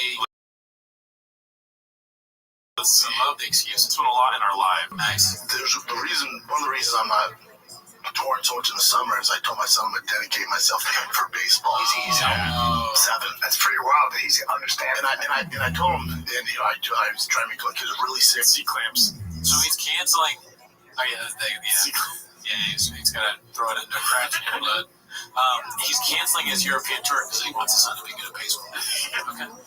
Which is commendable. Yeah, real Field of Dreams moment. Yeah. Playing catch with your dad. But it's coming from the world's notorious liar. Yeah, it's coming from a untrusted source for sure. Yeah. Yes, I was honest with him. I said, I'm committing myself this summer to you, man. It's you and me, buddy. You're waking up with me. I'm running with him in the mornings at 7. I'm running with the hills with him in the mornings. We're doing all the shit. I told him, I said, it's going to be work, man. Yeah. He calls his son man. I tell him I'm going to keep you busy. Brian's like, whoa. But what do you think? Oh, we already talked about it a little bit, huh? Yeah, we didn't know that, or I didn't know that that's the reason he was giving. Yeah. I didn't see that, but yeah, now that makes sense. So he planned out a whole European tour, got all the shows ready in all those places, and then he remembered he had forgotten that his son plays baseball, and he's going to be there to tell his son, hey, practice harder. That's how bad at baseball his son's going. Dicey. All right, so this one's posted by Dicey Redact. It's called the Euro Trip, and it has the tagline of Pain Narrative. Let's see. I know some guys who I think are really funny. They could be great. I think they would be great stand-ups. But obviously, like, it's different. Yeah, that's what I'm saying. I don't understand that aspect. You know how your friend's like really athletic? You're like, dude, I'm picking him first when we play basketball, and he's fucking terrible. That's how, like, it's like, and everyone thinks they're funny. Everybody. But there's a difference between professional funny, like entertaining a crowd, like in Philly, who doesn't want to be entertained and they're drunk and they're rowdy, converting them to having a good time, and then at the barbecue with your family and friends, and you're the funny guy. You know what I'm saying? Okay, so that's what I'm saying. That's a different animal. Brendan has been neither of them. Also, is he having like a stroke and he's starting to think he's Bill Burr somehow? Like, you don't do that. That's what Bill Burr did. You have never turned a negative crowd positive. It's never once happened. Oh, unless it's a crowd full of Changs people. Then they're happy to see you because they're like, here we go. Yeah, more things to hit it. You can watch this live. I love that people are like, we went to the show. It's like, that's hilarious. I want to do it. I do too, so bad. Let's see. But going into the crowd in Philly, it was like, they're drunk and they're like, make me laugh, motherfucker. Which I love. It's like, so what do you do to develop that? How dare they talk about Bill Burr's Philly moment, dude? Yeah. They're referencing that. I mean, all I can think about is Shab. Maybe he wants a drunk crowd because the drunk is like the only way people would be like, hey, this is kind of funny because they're so drunk. Yeah. They've had a lot to drink. Yeah, when you get drunk, you can become a little more homophobic. So Sean is like easier to down. Like, he starts licking his lips like the homophobia is almost there. Someone has like another Bud Light in their hand. Yes, you almost got them right where I want them. Yeah. At the point where alcohol poisoning may turn off their brain. And also, I think what has really helped me out is a practice. You're saying practice. Practice. Like, just getting up, like, it's all about practice. Like, for me, I was thrown to the fucking sharks right away because a lot of my. First of all, isn't it thrown to the wolves? Okay, thrown to the sharks. Thrown to the sharks, dog. Like, stage time was at the Comedy Store. So you're talking about the mecca of comedy. Yeah. How did you get there so fast? Because of your relationships? That, and then also the way I got. That's the only reason. Yeah, there's no other reason. Also, Papa's met his matcher. This guy's interrupting a lot. Oh, yeah. It's like two idiots talking to each other. No offense to that guy. Oh, wait. Offense. Oh, really, dude? He beats me. The comedy is Brian Cal and myself, and Brian was a successful comic before me, selling 7 tickets, whatever. But why? The only people in your corner, you throw tickets at them like on earwaves, dude. Talking shit about men on earwaves. Successful. I guess successful. Selling 7 tickets. You heard what I said, right? No, I gotta probably rewind that. He said Brian Callen was successful before meeting him, selling 7 tickets, but yeah, that's what I'm saying. Live selling what? 7 tickets. He wasn't selling tickets, so I came on. Anyway, he wasn't selling tickets, so he came on. That's what that guy Wayne said. The guy that Brendan didn't pay at first. Yeah. He said that like Brendan would take any opportunity to shit on Callen. Yeah. Like anything he could do. The poster was like, hey, can you make Brian look stupid? Oh my god. And then this is a screen grab of his tour and then canceled next to it. pre-sale code. So that was my first set. Were you nervous? Super nervous because I'm such a comedy nerd, and I know like the legacy there, and like I knew like I'd get some pushback, like getting to the comedy store that fast, stuff like that. Almost said puss. Almost said puss. Walking my truck. That's never bothered me, but it went well. But it didn't go great, but it went good enough where it didn't scare me away from it. Yeah. So I was like, if I work on this, I can do it. And so then I'd go home and I'd do my sit in the mirror a million times, and I'd get up at the Laugh Factory in the Comedy Store, and then remember when I'm a year, 2 years in comedy, I'm getting pushed in there, and I have to follow Joey Diaz and Mark Maron and Joe Rogan and Ron Kreischer and Tom Segura, the best. Ooh, I just watched a bunch of puke coming out of Brendan Schaub's Dude, can you imagine doing the Mr. Whole Foods thing a million times in the mirror? No. There's no way that's true. And also, it's not true. Like, if you were truly, like, dedicated to what you're doing and doing it in the mirror and whatnot, you wouldn't be laughing at your own jokes. It would be kind of, like, tiresome to you. You would just be performing your material. And also, it would be so much better if you were doing it that many times. He clearly didn't try very hard. That's part of the problem. When we were watching the live, I brought it up again. He didn't have his jokes memorized. Yeah. That's why he's stopping and being like, Dallas, you're great. Because he doesn't know what to say then. Yeah. Also, too, I feel for Brandon because maybe he was going through some sort of addiction with Adderall and whatnot at the time. And all that needs to go out the window with your addiction. You need to be honest about what was happening and, like, why it was so bad. But he'll never do that. No, he doesn't see a therapist. Yeah. Anyways, I'll stop. Okay, so this is the last clip for today because I thought it was the diciest. Okay. It's posted by All I Do Is Lie to You. It's called Liz is out of town next week, so Brenda is bailing on both eps of TFATK, and Papa says he and Rinks announcing a theater run soon. Why are you laughing so hard? I was laughing because All I Do Is Lie to You. I think we've done clips from this person before, but that's just such a funny name for the Shopperverse. Yeah. It's just hitting me now. All right, well, you haven't seen this clip? No. Can we take a little break? Yes. Take a little break, really quick. Your brain needs a break. Yep, for sure. I'm taking a break. You're taking a break next week. I'm taking a break next week. The Fine Kid is going dark. Next week there will be no episodes. Brian is in Jerusalem. I'm going to Israel, dude. And Jordan. I'm hitting the Middle East. You're fighting the good fight. Yeah, I'm going to do some stuff. I want to walk in. We can't talk about it. We can't talk about it. Stuff you're doing, we can't talk about it. It's a secret. The Fine Kid is off next week, so stay tuned. And we will be back the following week with some more fun podcast. Oh, yeah. But we got some big news coming from me and Brian, little theater run here. We'll have announcements for you. Oh, yeah. Next close one, Shop and Friends Festing, July 28th. One show only 8 p.m. And then I'll be around at Laugh Factory Saturday. I'll be doing sets all next week in LA. Yeah, there you go. What do you think? I want to hear Cooney's thoughts on this. So, when he said Israel, my redacted brain was like, oh man, he's going to go to Israel and get some like assassins to take us out. Yeah. That's why Brian's going over there. I'm just kidding. We don't count. It don't matter. And then going dark Brandon not being around for a week. I don't know. I actually don't have any thoughts on this. What do you think? Well, first of all, my thoughts on it is not addressing the Euro tour cancel whatsoever, right? Yeah, that is redacted. I mean, he's supposed to be in Europe right now as we speak. Yeah. And there's that one post in Chang's about this one guy can't wait in Belfast, can't wait to go see Brendan tonight. And the title was like, is somebody else going to tell him or whatever? Hey, Seamus. Got some bad news for you. What's up? Oh, I'm sure it's fine as long as it's not the Brendan Child's not coming. If it's not that, then you don't really care. Yeah. Oh man, well, are you sitting down? Yes, I am. The tour is canceled for Brendan Child. Oh my god, this is the worst thing that's happened to me since the Tropes. Maybe too far, but I mean that's not real. But it's just unbelievable. Like even with Shop being the way he is, unbelievable that he just does not address it whatsoever. There was another post in Chang's when I was going through the clips to see which ones we were going to watch for today, talking about how unheard of this is.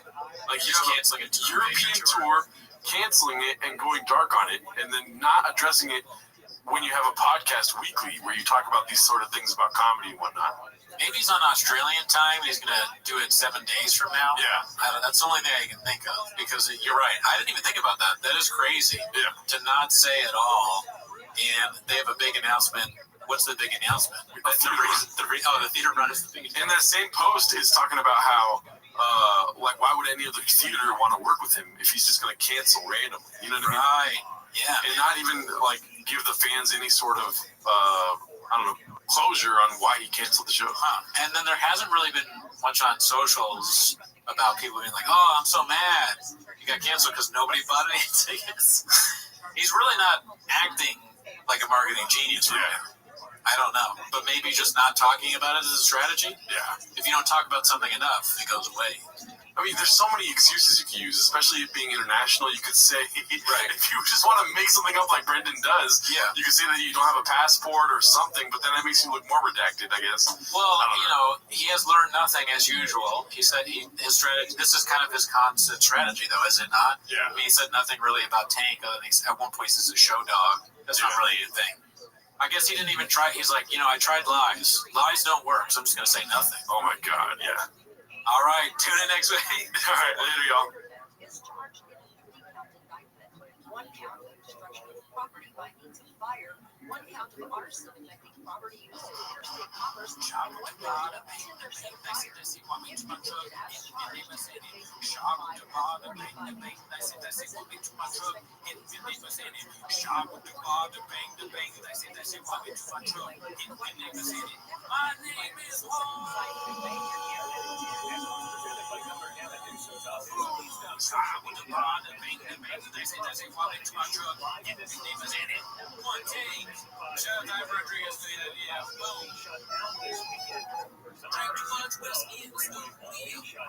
Ice coffee and wrong diet.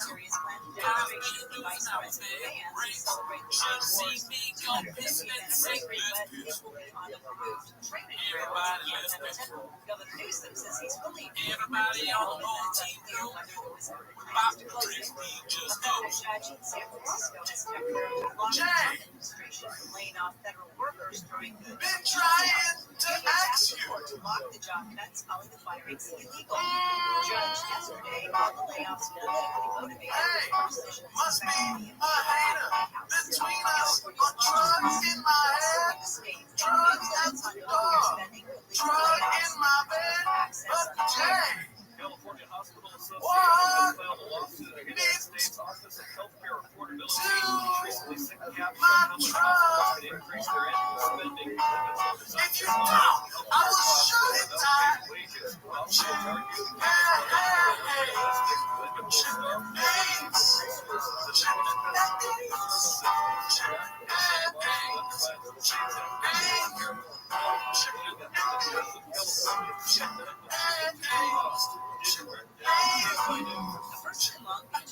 First person in the country to have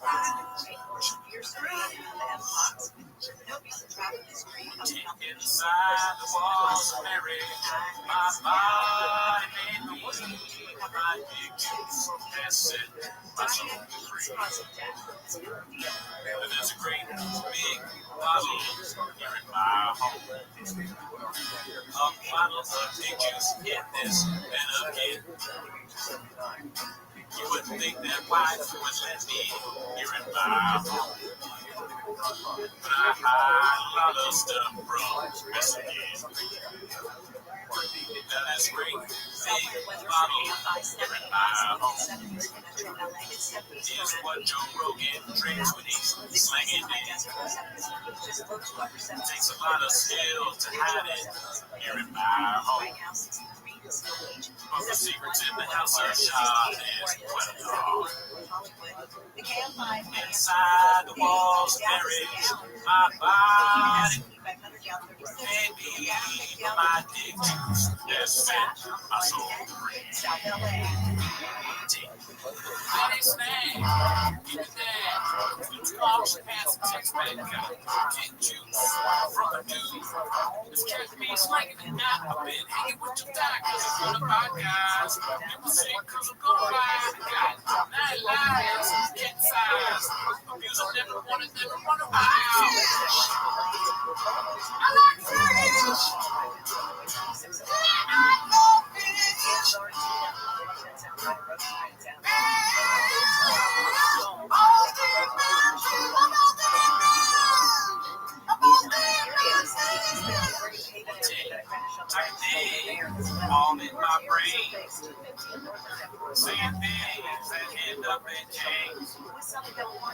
I'm a dummy, and I don't know why. Who's a selfie when my grandma died? Track of things, shut it down. Don't know if rhymes don't stay around. Is it happy or is it free? Whatever it is, hey girl, come walk with me.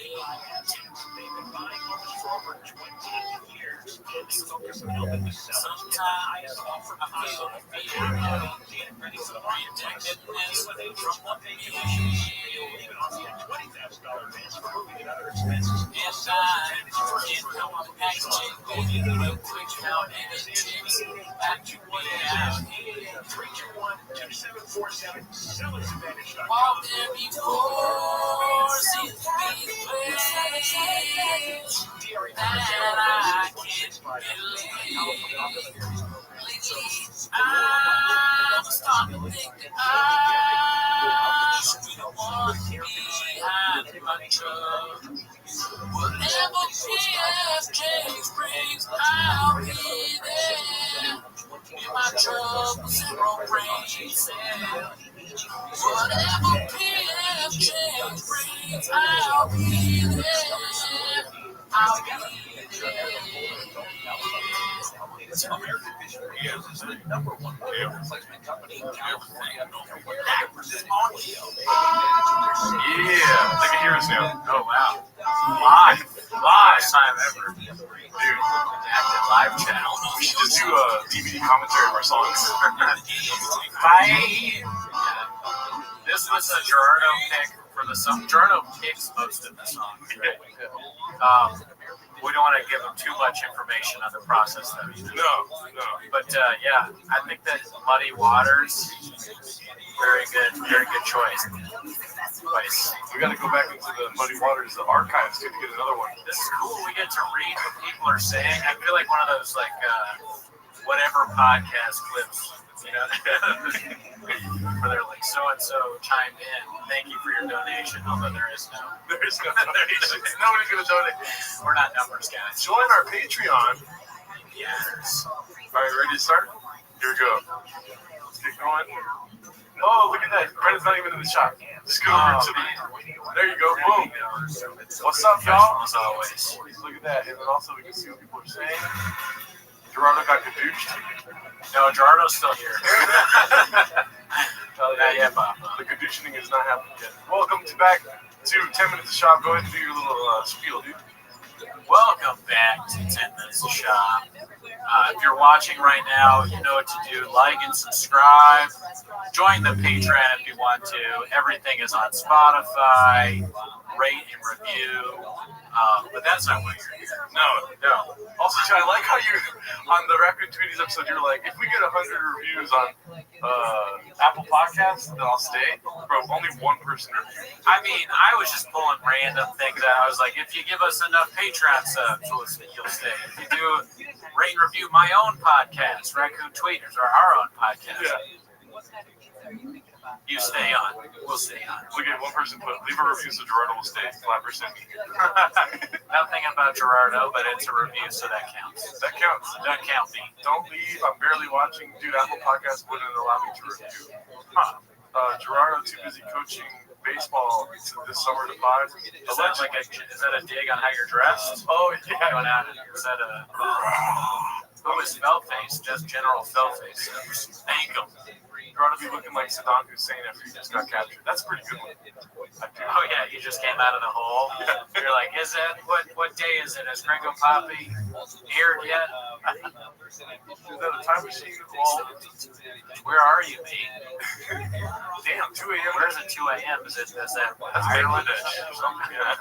The continent or the state? I don't know. So I wanted to ask you, what's some, because we read the comments, dude. You know, we're not too big to not read the comments, like Reddit shop. What's some usernames that you remember every time you read comments and videos? That's good. I remember Ricky Bobby 420. Oh, I didn't know he was in Europe, though. That's cool.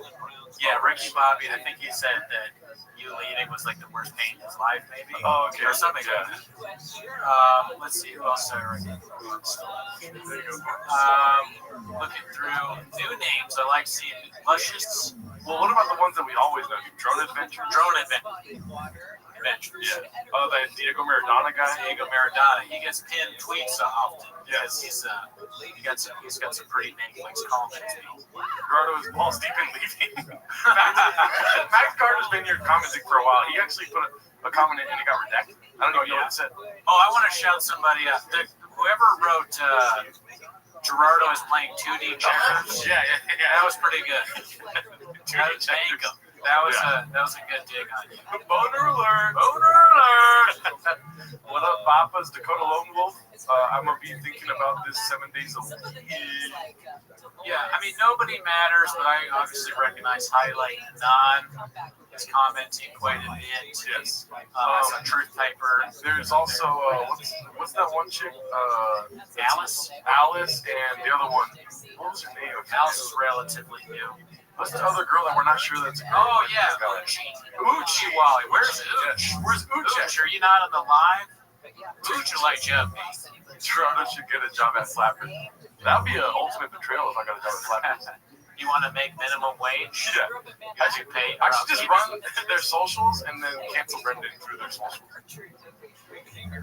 Yeah, I mean. Oh, Highlight Anon, shout out, dude. Yeah, shout out to you. Oh, tons more cowboys always in here. Yeah. Recognize that. But yeah, well, you want to tell people what we're going to be doing today?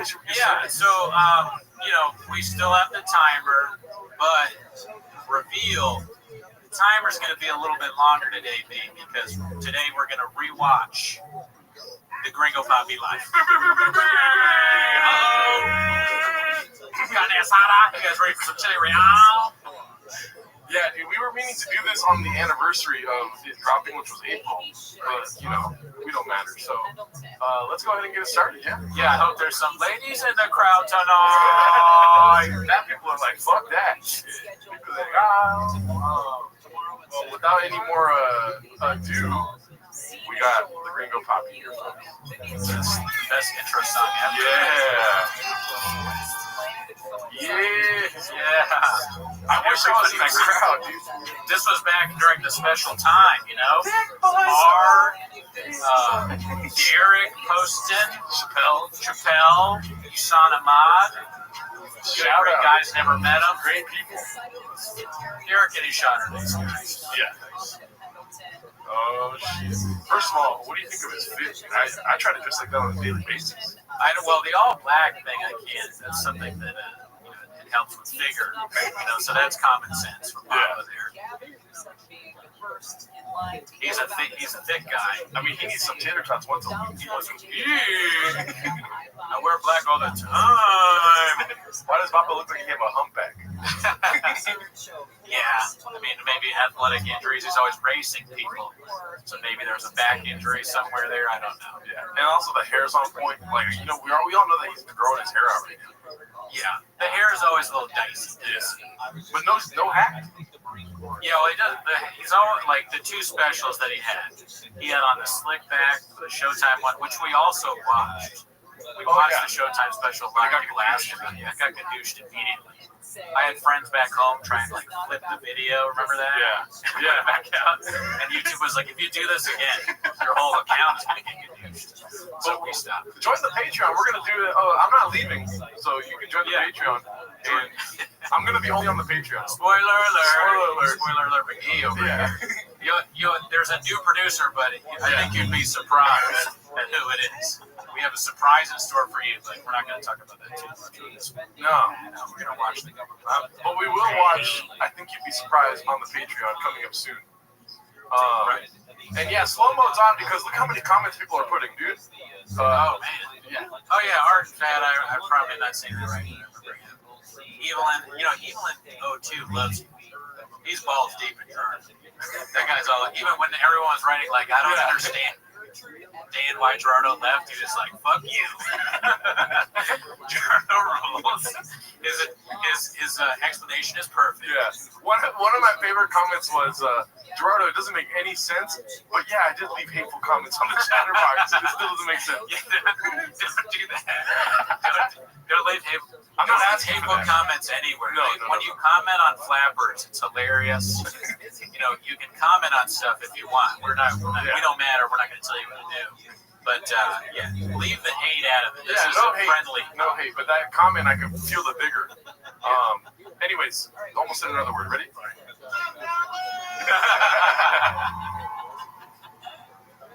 What's up, Donald?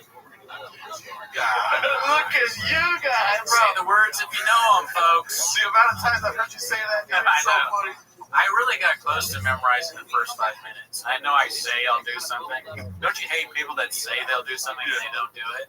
Well, it's a lot to take in. You know what I mean? Yeah. You're not only trying to memorize the first 5 minutes, you want to memorize the highlights. The highlights, which is 26 minutes long. You know what I mean? You want to memorize the whole thing.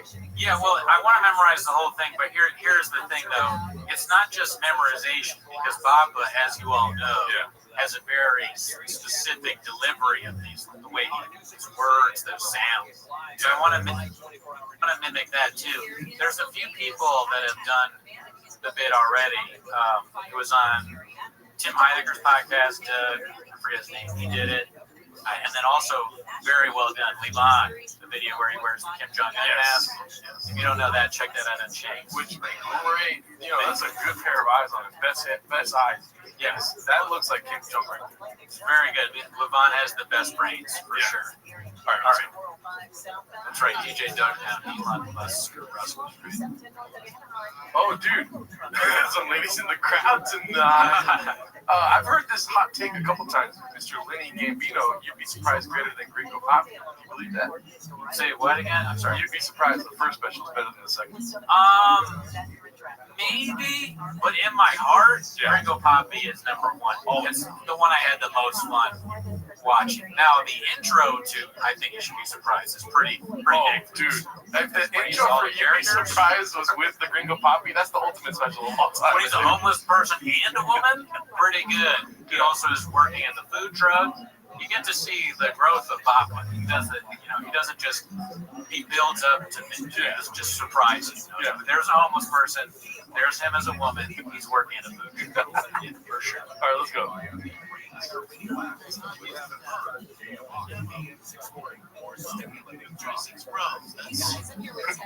That's what I specialize in. Nice. It's a real cock fish. How long does it take for him to say cock, dude? I don't mind it, no, I'm the bro. Yeah. Original name for the specialty. We vaccinated up to 2,000? Are we vaccinated? No. God, no. Mr. Whole Foods is it? Oh, dude, the best dicey of all time, right there. Yeah, the first one, right? Yeah. Was he doing that before? Probably. But I wasn't balls deep in James at that point, so I really didn't know. The Doctor Strange fucking diciness, though. Why? Yeah. What does this have to do with dicey? Yeah. It's really not. Yeah. North Korea with the beach right there, dude. Yeah, dude. When we got dicey. He said the thing. My life will be okay now. Gerardo's staying and stuttering. But if I leave, I will leave if you guys don't leave more comments. If I said Gerardo would leave, tell him to stay. All right, I don't know how to keep up with the comments or if there's good ones. The origins of dicey. Is this the origin? I don't think this is the. I don't know if anybody knows the origins of dicey. Yeah. Hap. I haven't seen Hap around. Oh, shout out to Ivan. Ivan is the one who gave me the idea for Bob Went to Bob. Oh, yes. He's probably the only listener that's picked a song. Yeah. I mean, people have suggested songs, and maybe it's gotten into our head. But glad I took that suggestion. No, he said dicey for a while. Okay. Oh, okay. Well, there you go. Thank you, Dan L. Is Whitney special worse than Gringo Poppy? No, dude. Oh, it is not. I mean, you can debate. I haven't seen it, but nothing is worse than the Gringo Poppy. I want to start doing that though. I want to watch Razzle Dazzle. I want to watch Whitney Cummings jokes. But you can't do this because they're behind a paywall on regular YouTube. Oh, right. We can do it on Patreon. No, we could do it on Patreon, and then don't tell them that we Yeah, we'll get used hard. We don't matter. All right, let's go. Look at that face, dude. The dicey, the fucking hand, dude. Is this in, I want to watch this. So happening. The best quality. I don't know what's happening. I love you, Texas. How drunk do you think he got for, like, I if you're can't tell, filming a but he's special? always drunk. Yeah. So probably. What were you gonna say? He's like, I love you, Texas. You know what I mean? He's nervous to do it, and so he's like coming out like pretending to be really happy. Yeah. Oh, I can't believe I'm in Texas. In LA, all they do is make fun of me for my speech impediment. Yeah. I don't know. There's always one guy. No fucking way, bro. Here we go. Here we go, dude.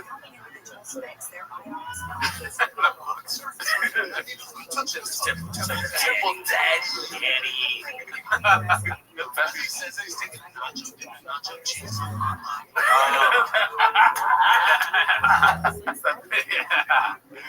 Dipping the nacho and nacho cheese, Daddy. I want to get that tatted on me somewhere, dude. Like that with the names or like the words. Oh no, his face. Yeah. I want the words.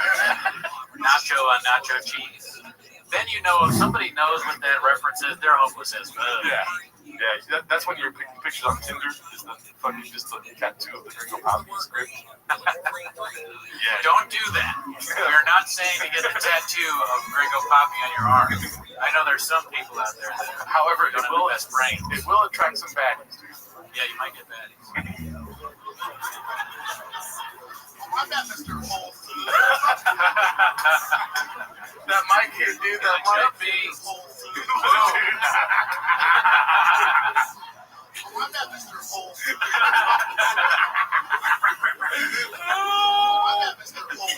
With the whole boots. And the knee tap. Dude, he's an artist. He didn't just hit you with a good joke. He had a knee tap. Honestly, he could have just walked off the stage after that, dude. That's pretty good. Yeah. Just like, all right, that's it. All right, later, Dallas. Dude, that's so great, dude. Team Mo Squad. Most name. There we go. Yeah. Let's not forget the Addy. He hit the shuck and jive. What does that mean? Let's get the feet hit, Dallas. Do you have any introduction? There's some ladies in the crowd tonight. Oh! I was in line at Mr. Whole Foods. I was sniffing or looking up, but I started eating around. Because you know how you get when you got nacho cheese in the nacho cheese. When you're waiting that line. Oh, dude, that's the goal for T-Mos, dude. Let's get 100,000 subs, and then get Andrew Dice Clay and Andrew to talk shit on Brandon Shaw. I would love to. Yeah. I would love to interview Dice. That's like the dream. That's one of the goals. Yeah. You'd be great to have on, of course, Annie. Oh my God, Annie. Don't really know her. Great woman, never met her. Yeah. Amazing woman, never met her. Would you guys like it if we had Annie on? Of course they would. I know, but I'm just trying to engage. Yeah. That's like Kanye West going on stage and be like, y'all want me to sing a song? You know what I mean? Like, and the crowd's like, of course we do, dude. They want, dude, I've heard a couple comments like this. Try Donald J's shop. Right. Listen, the special was 25 minutes long. 25 minutes long, okay? The longest special. That a lot of people are saying it's really good. I never did anything wrong. I never made any jokes about chili round. Okay. I mean, I may have, but people keep telling me I didn't. But I may, and if I did, it would have been funny. Pico de gallo, and do that. My wife, I never said that she's a Taco Bell Mexican. Okay, I said that she was born in California. She is of Mexican heritage. Okay? Never did it. Not once. Rogan is watching. Oh shit, Rogan's watching. Oh yeah? Bro, you guys, bro. You have a line on to Rogan, do you? Is he watching? Joe Rogan, what's up, dude? I wish we had a stool. Oh yeah, we would fuck the shit out of that stool. Joe Rogan's watching. I'm sorry we don't have a stool to hum. Only 1,000 can do it. Cooney unironically has the best Trump voice. I don't know if that's it. That's what it is. Dude, Daniel Day Shop. You know, I was staying up the other night trying to find when we created Daniel Day Shop, but it's kind of like a slow burn because we did it in the New Year's episode. Yeah. But we didn't really hit the day until another later episode. I want to apologize that we haven't watched more clips and watched more movie, like to watch the movie again. Yeah. I haven't. You have? Yeah, okay, well, Gerardo has. I love that. Once I do that, I will have more Daniel Day shop to do.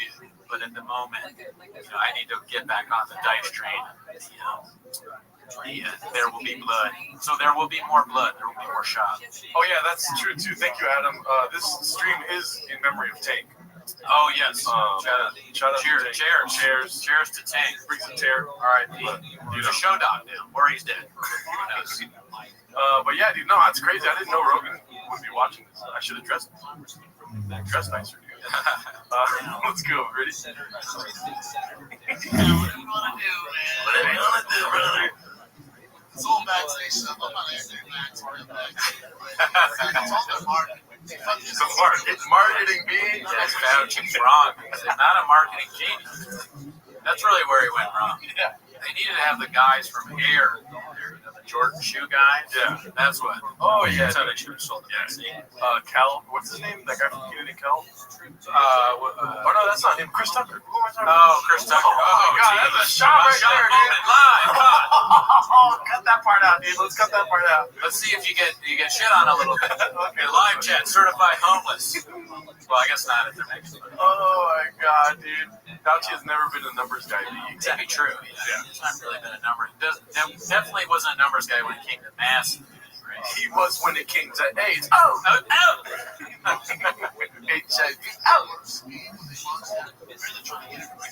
He's a great guy, never been. Yeah. We'll start this part over because I forgot. I wanted to bring this up also, dude.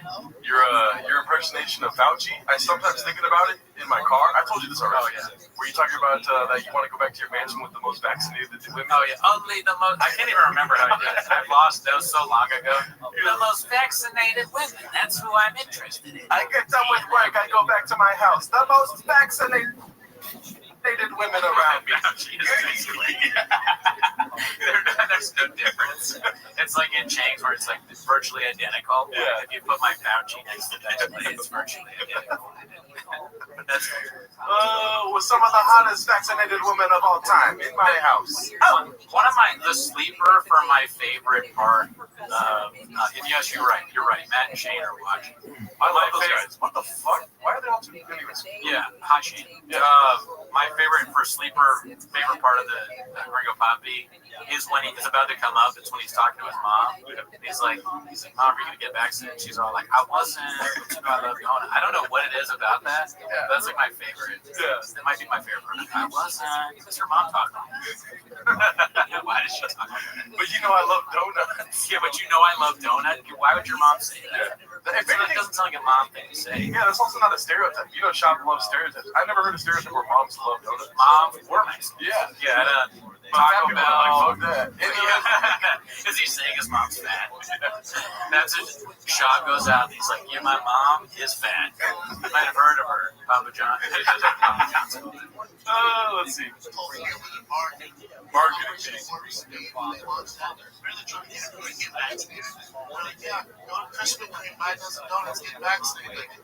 His face, dude. His eyes get weird when he says that. His eyes get a little like drunky. Like crossing. His eyes almost cross. This is the problem, is that you need to watch yourself do stand up a little bit. I'm guilty of this myself. I don't like watching myself. Yeah.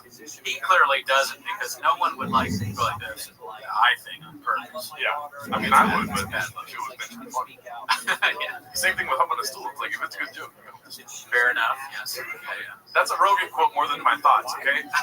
The guy that got like 80 likes from shitting on Bird, he commented again on the last video, just shitting on Bird again. He didn't get as many, but I was like, does he know? Did he watch again? Probably. He probably did it at work. He left the comment shitting on Bird at work, saw how many likes it got home and kissed his wife for the first time in like 3 weeks. You know what I mean? And then she's like, you're in a good, you know that moment in the movie? You're in a good mood today. What happened? Oh, I can't tell you, babe. Yeah, I can't reveal his homelessness. He should do his own 10 minutes of Bert on the comments. Dude, that would be awesome. That's our first Start your own. Our first sponsor. We're sponsored by 10 Minutes of Bert by this other fool that owned us in the comment section. Yeah, I think he's a fan. I don't think he really. Yeah. He's mad that we said Bert's cool, but I can't tell. All right, here we go.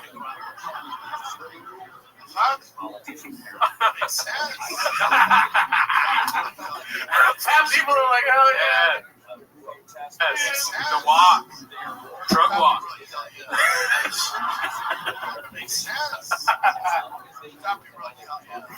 Oh, so fat people, sound off in the comments. Are you ever like, hell yes? You start truck walking towards the donut shop. A little bit of swag in your step. Oh, fat people get a free donut for the back seat. I don't know. This sounds like something that happened. Oh my god, that makes sense. Hell yeah, bro. Show. Hey, don't hate it. Oh, hell yeah. We don't matter. Highlight Anon, shout out. So bad. That makes sense. Fat people, hell yeah. I called my mama to get mama backstage.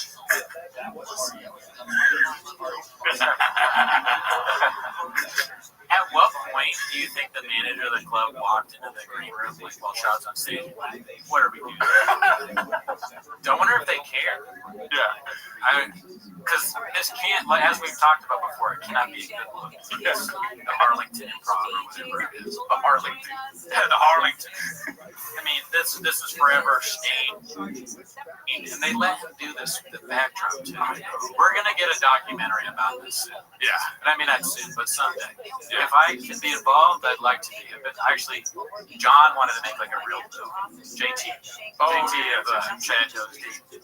He wanted to. He's like, I think he's kind of serious. He wanted to make a movie where people play. I was like, let Keith be involved. Do you want to either play something or write it or do the production of it? I don't know. Dude, I would love to play the guy that got really skinny and started, you know, his what's his name, George? He's the guy that Shot said he looks like he's helping. Yes, I would love to play that guy. Makes fun of his dead mom. Bro, or who else is here? I could play Joey Diaz for sure. Joey? Yeah, for 5 minutes in the fucking belly room, you're gonna suck my dick. Yeah, don't downgrade yourself to Jordan. You want to be stars. Eat another star, man. Cooney could play Burr. That's good. I mean, but where do those intersect, Bill Burr and well, on the AMA, I can't remember whether it was Sean's AMA or one of them. I think Sean might have hinted that Burr does not like Sean. Oh, okay. Yeah. And Burr's in that universe. He's probably been on pod with him. Well, let's be honest. Sean just goes sometimes. Yeah, Sean is just he'll let you up me, but you never know. Sean's got it's a great story too. Ringo Poppy ages like cheese. That's very true. Doesn't cheese only age for so long and then you go to bed? Cooney plays Walsh plays Cooney. That's pretty good, Bob. That's amazing. That is pretty good. Get some. I'll put on a wig for play B-hole. Certified homeless. Oh, Cooney just needs to wear a wig and he can play Dalia 7 times over. Oh, really, dude? Oops. Oh, man. I mean, your impression is really good. I'd have to get like in better shape. Yeah. Working my body movements a little bit. I saw what's called my homie was in your sub who's I think Davin plays in here. Shout out to that guy. Oh, nice. Gerardo plays BGL. I'm alright, dude. It would be funny though if we did a little what's it called, sketch where I'm lifting the car. That would be funny. You have to maybe black out your face. Do that. That would help you play. Yeah, Miguel can play BGL. Put the face out. Pretty skinny ass Miguel. If you've been watching long enough to know Miguel is truly. Oh yeah, you're really homeless, or you're a real raccoon. Yeah, do it with the car. Remember the first dumbass messing all up for free bikes? It's all over the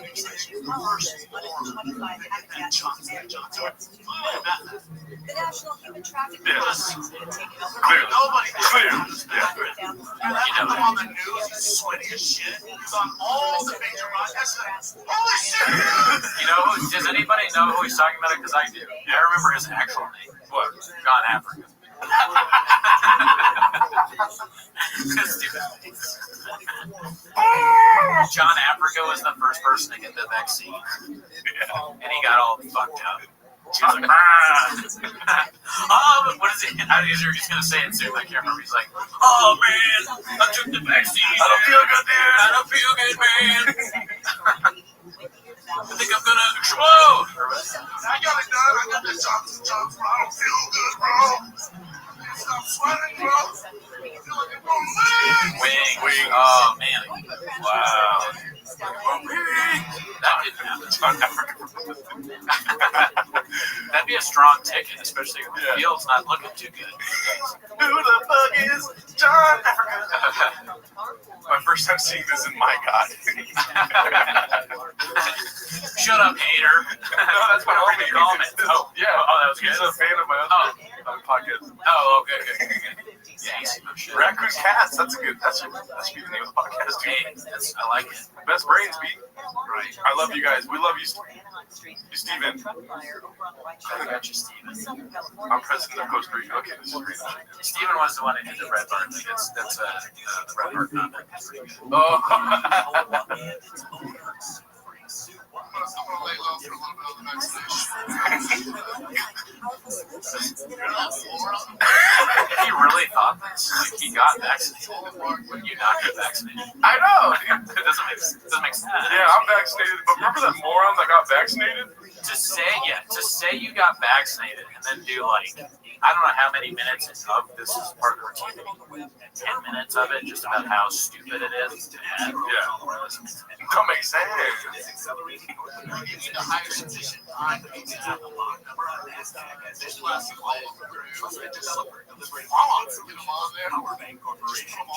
Oh my God. Especially if you talk.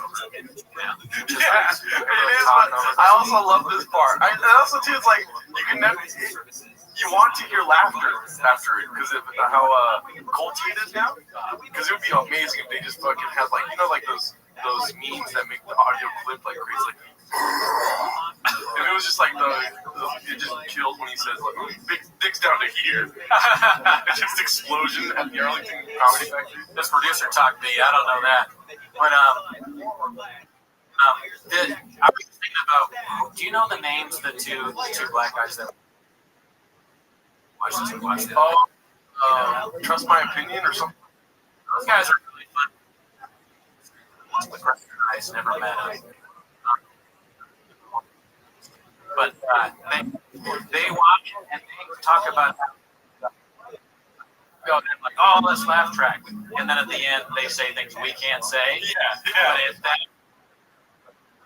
they get up and they're like, kind of like he does in the special because they're so shocked, and then the other guy's like, he keeps rolling his head, taking off his hat. He's trash, bro. He's trash. Oh, we just hit 1,000 views. Numbers.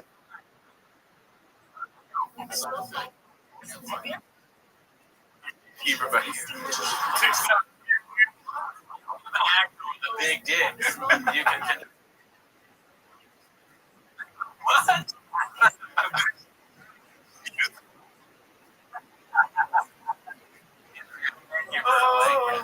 Yes. Oh my God.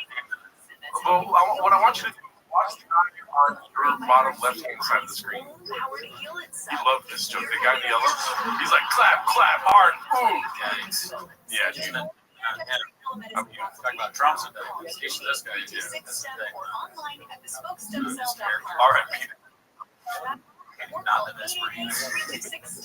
Do his next special Mystery Science Theater. What is that? You know, like the TV show with like robot movies, and they make fun of them. Bad movies, I think. Also, it's a show. Yeah, it was a TV show when we were kids, and then they brought it back with Jonah Ray. And I haven't watched a lot of it, so I don't really know a lot of it. I may have just watched all of it. Oh, okay. But I think that's what it is. But a good show for this.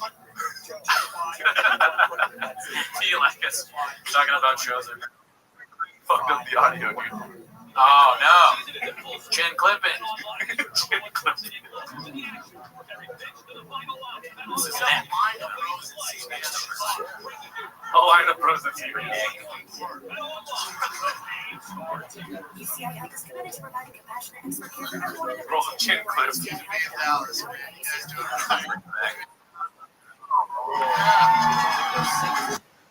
Yeah, as comedians, we all know that feeling, dude. In Dallas? No, when you do a joke and you're like, address the crowd. Because you didn't do that well? That's what you think? Yes. Because I'd have to watch it again, even though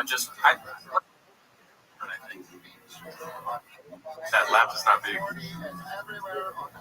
And also that audio cut right there, dude. Possible? Yes. But I still person. I really think he's forgetting what it is. And yeah, so he's just like, when he does that, or when he's thinking about the next bit, he goes back to this like Dallas, almost as if somebody told him like, he's not a very good comedian. You start out a new job, and somebody's like, hey, forget how to do something. Just put the person on hold. Yeah. And his version of putting them on hold is like, just talk about the city for a little bit. Texas. Texas is great. Ladies tonight, okay.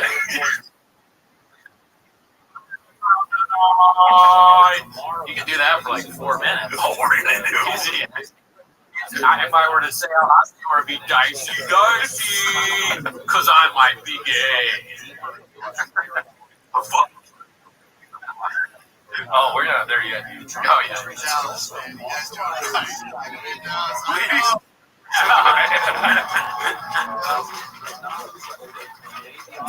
Hell yeah. There's one guy. He uses Dallas in every city. Yeah. His teeth flares up. He's like in Ohio. He's like, I love you, Dallas. Oh, sorry, guys. That's my CT flaring up. Because CT flares up. Just every once in a while. And just, oops. Oh, sorry about that, guys. And if you find lady's got a big old hawk. That'd be funny. How are you, ladies? They're like, that's sterilized. Good, you want to see people at MTH. Yeah, if you for that. He's like, oh, to be where JFK was shot. That's I've seen him laugh. Shout out the Mavericks. Really? My Scottish sounds like The Simpsons. Sorry. Yeah, thank you. I haven't touched a mask since I touched down. It's fantastic. LA is not like this guy looks like that one that guy in the middle. Just like he's tripping on something, dude. LA is like, North Korea. I used to talk about North Korea. Alright, so Aaron, you want tickets for me and my wife? Me and Nate. Beautiful. This guy's talking about North Korea and masks and all that, right? Hey, what? Don't understand it. When's the Timo's Euro tour? We actually had to cancel our. Yeah, we had to cancel our European tour because the team messed up. Strict COVID protocols. And we're gonna spend more time with our kids. Honestly, though, if you guys really want us to get to Europe, then you gotta subscribe. You gotta join the Patreon. We're a bit far from getting to Europe because we are a day off of almost losing the producer of the show. So you need to subscribe and review and rate and all that stuff. I'll go to Europe. I'd love to. I'm trying to get global entry right now. Oh yeah, it's hard to get an interview for that shit.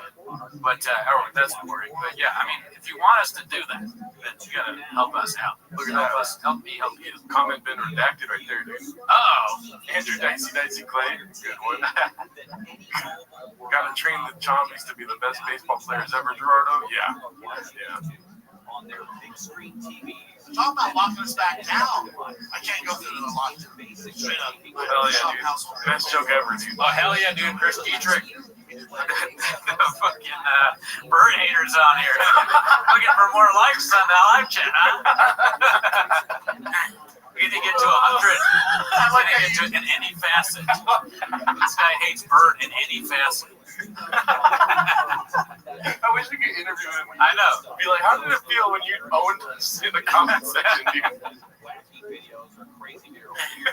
Start a show, Bob. Yeah. All right, I'm talking about it. Don't leave Gerardo.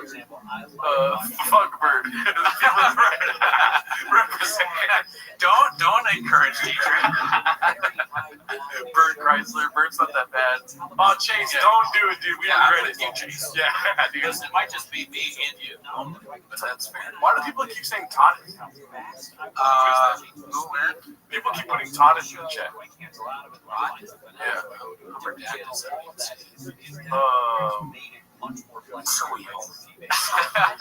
I'm trying to read the long comments. What the fuck?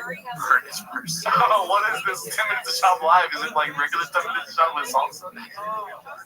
He's not even a real person, Gabriel. What did he say by the eyes?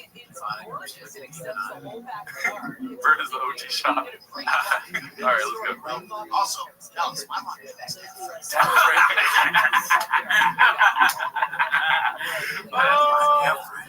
He makes it sound like it's good.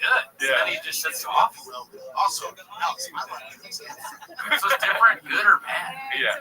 Because in the beginning, different was good. Like chicks were there. Chicks. Yeah. Boys want to bug them, walk up to your truck and all that stuff.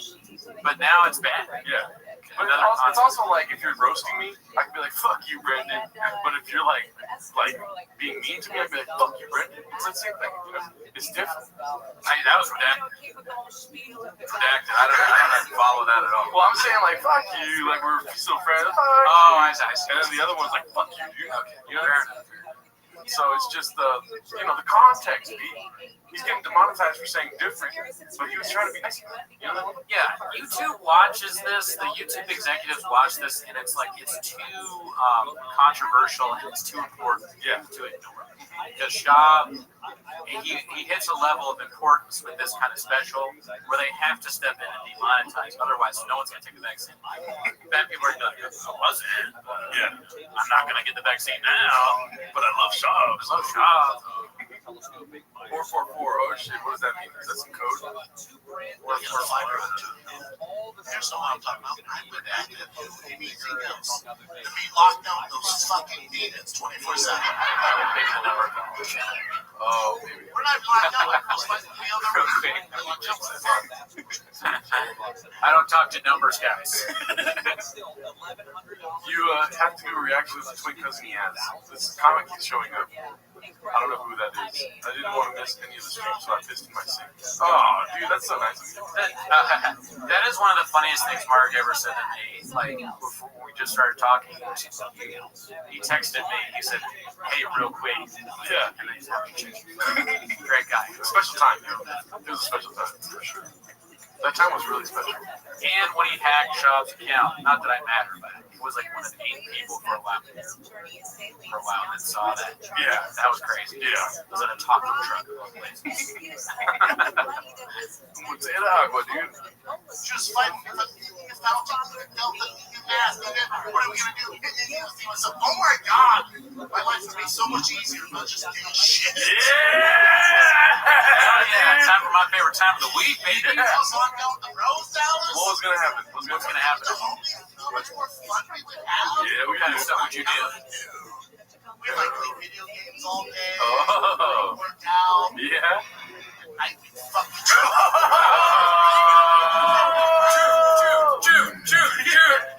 Owner alert! Pride Month, bitch. Welcome to Target, motherfucker. Suck me off, Brian. Oh.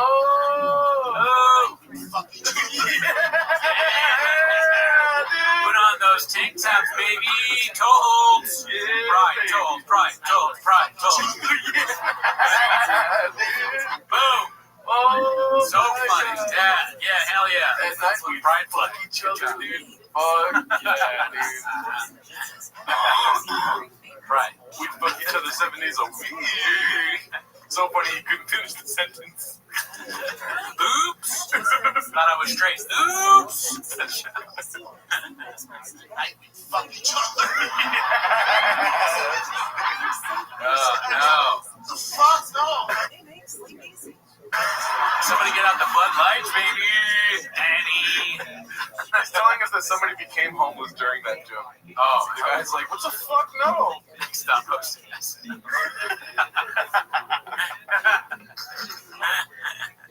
Do you think Schwab has blown someone? I don't think so.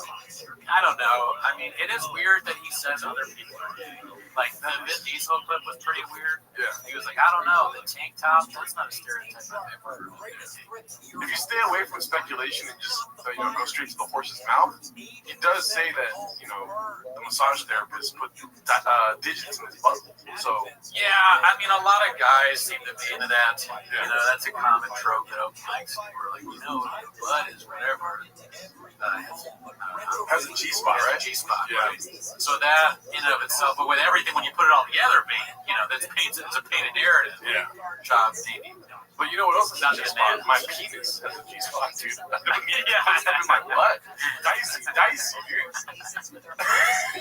Yeah, he jerked a guy off back in the locker room days. Oh, okay, that might be. He's trying to. Dick Winkler is the source of that, so I don't know if I can trust that. The source, we need to ask, is the roommate. Yeah. The roommate might know. G-spot, the G stands for All right, nice. Teacher's been watching for a while. Okay. Teacher is awesome, bro. Man, we just became. Did we just become best friends right now? I purely thought he was a guy that hated Bert, and that's it. Yeah. A one-issue man. Yeah, no, but he's a real raccoon. Fair enough. Oh, we're gonna play video games. Sorry. No, fuck no, I'm not doing that. I'm gonna be like that with you. What are you gonna do, bro? Get old? Oh, hey, there's a question report. Mr. Elon Musk here has been here since the beginning of this. You guys made my day. I'm a full raccoon. Shout out Chris Dietrich, dude. Oh, nice. But Elon Musk said, has any progress been made on the roommate search? Do you want to keep that redacted or? Oh, like mine? No, the roommate search. Oh, sorry, douche. You can say redact that. So, yeah, redact that. Okay. But no, I mean, Sean did say that he found him, but I never texted Sean back about that. Yeah. Which reminds me, text Sean. So, I mean, I can check, but I have a feeling it's very hard to find this guy. I'll never stop trying. Did we find Hitler yet? Right? Did we find Hitler? He's dead. Yeah. Yeah. Did you find I messaged him. Also, Othman messaged him. The fellow messaged him. So, anyways, but yeah, redact that too. Okay. Yeah. All right.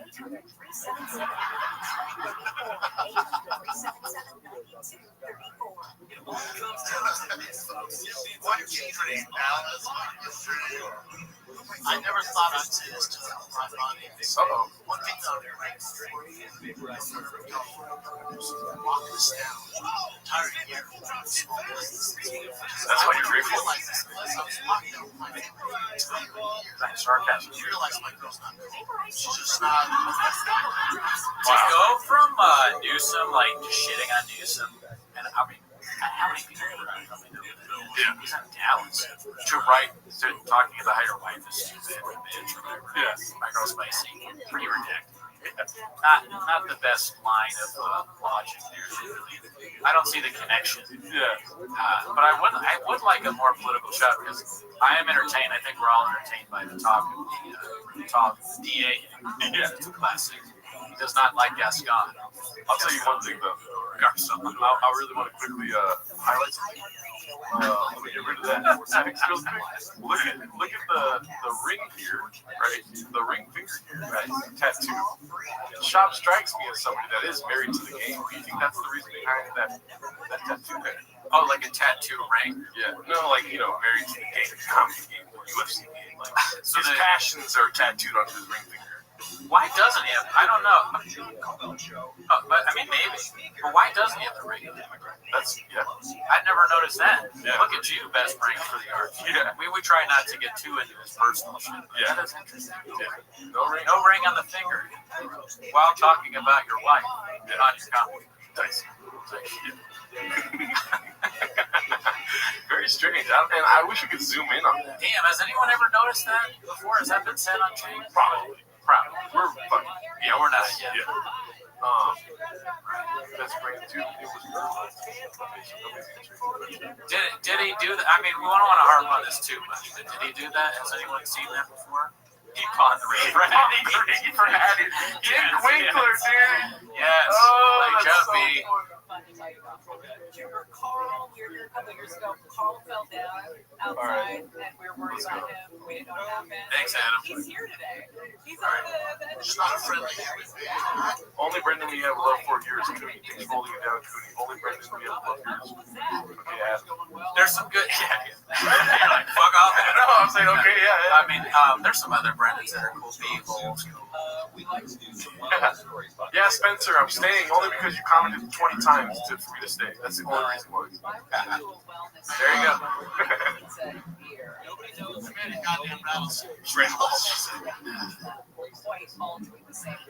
This is my girl. This is my girl, man. This is what I'm dealing with. Yo, now listen, LA's definitely Texas. I just opened my son's school last week. Get to school every fucking year. Just opened his last week. First day of kindergarten. So I got his first day off. It's crazy. It's like, okay, trying back. Change. I'm walking over to school. I'm like, dude, it's my Crop the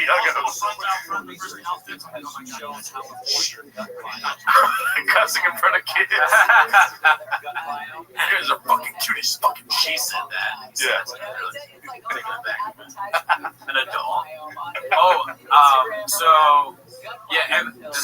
Shout out in the comments if you guys. We also had Alan Strickland-Williams on. Oh yeah. Shout out if you like Alan and check out his stand-up online. Yes. A little bit of Comedy Central B. Yeah, Brendan Walsh. We asked him to come here, but we just found out that the DA got recalled. Yeah. So since the DA got recalled, he couldn't make it. We may have a big.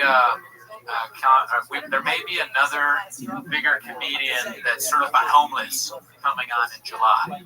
We have word that he's going to do it. Yeah. You know, it's not a sure thing, but he said he was interested. And that's the only reason why I'm staying. Yeah, you want to meet him. You can just go to the comedy club and meet him. Yeah. You want to meet him at my shitty apartment. My house. All right. Oh, and then that's the thing too. Yeah, BGL said that Brendan's the one that cropped the uggos. Remember? Oh, right. Yeah, he's the one that actually cropped the uggos. Mark convinced me that Chop doesn't know who we are. Yeah. But everyone else, like everyone in the store, is like all the door guys. Whenever I answer, like, I mean, they don't know, but they. Oh, Dan Soder would be dope too, dude. I love. We don't know Dan. It's not Dan. No. But you know, I'm sure. Awesome. Yeah, he's hilarious. Big J Orca's son. Who's that? It's not Big J. It's an LA person. It's not one of our guys. Just naming all these New York guys. They're all great. They're great. All right, let's go. Oh, dude, that's a great question. Sorry, I'll go back to the special right now. Have y'all ever covered Dancing in the Dark by Bruce Springsteen? You suggested Bruce Springsteen. I could do so. Oh yeah, Rob. I hope that means that you like the Boss too. I'm a huge Boss fan. I wanted to do which one? Well, my favorite song is Thunder Road, but I wanted to do what's the I forget. What am I thinking of? I'm like so tired from work. I can't. Any other Boss fans? You hate everybody, Shaver. You hate Berg. You hate the Boss. Jeez. No one's one of your guys. Glory Days. Thank you, James. I did all the lyrics for Glory Days, and Gerardo told me to fuck off. No. We'll do it. No, it's difficult. Yeah, I mean, that's a difficult one. I'm down. I just never got into Bruce Springsteen. Atlantic City, there we go. That's not the song, but yeah, it's great. Who else high as fuck right now? Shout out to Steve Moreno. He has a funny joke about that in comment section. What, being high? Yeah. Yeah. That's the punchline. The punchline is who's high as fuck right now. All right, here we go. Oh, just rebound the Pixies parody. Great job, Jerry Rardo. I don't know who that is. That one I couldn't do, and Gerardo did a great job on it. Andy picked it very, very good. Maybe one of the better sounding. Yeah, it was awesome. Cheers to you. Cheers.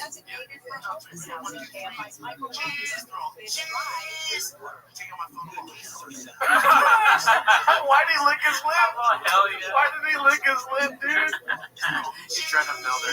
Look at me.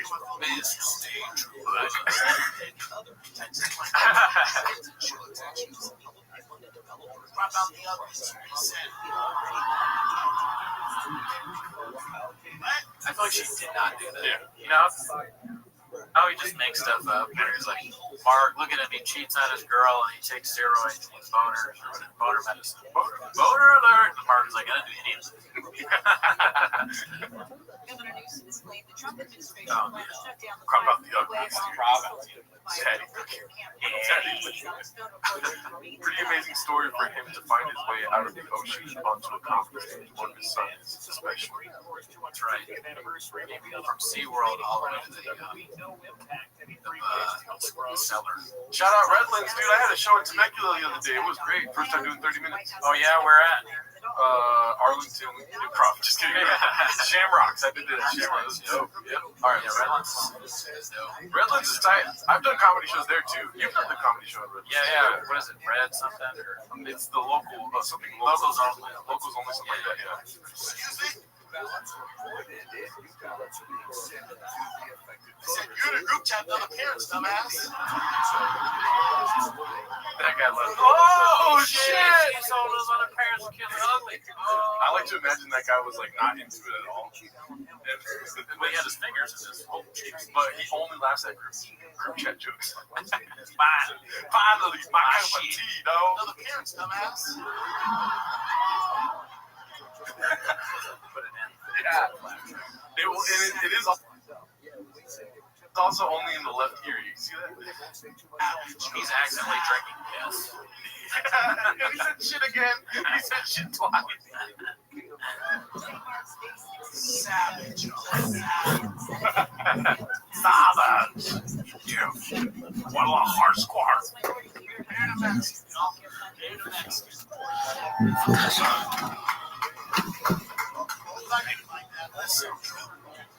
That laugh, dude. I love that when I first watched this, I wasn't sure that he was like, yeah, I thought, especially the Gregor Poppy, I thought he was at least half there. Yeah.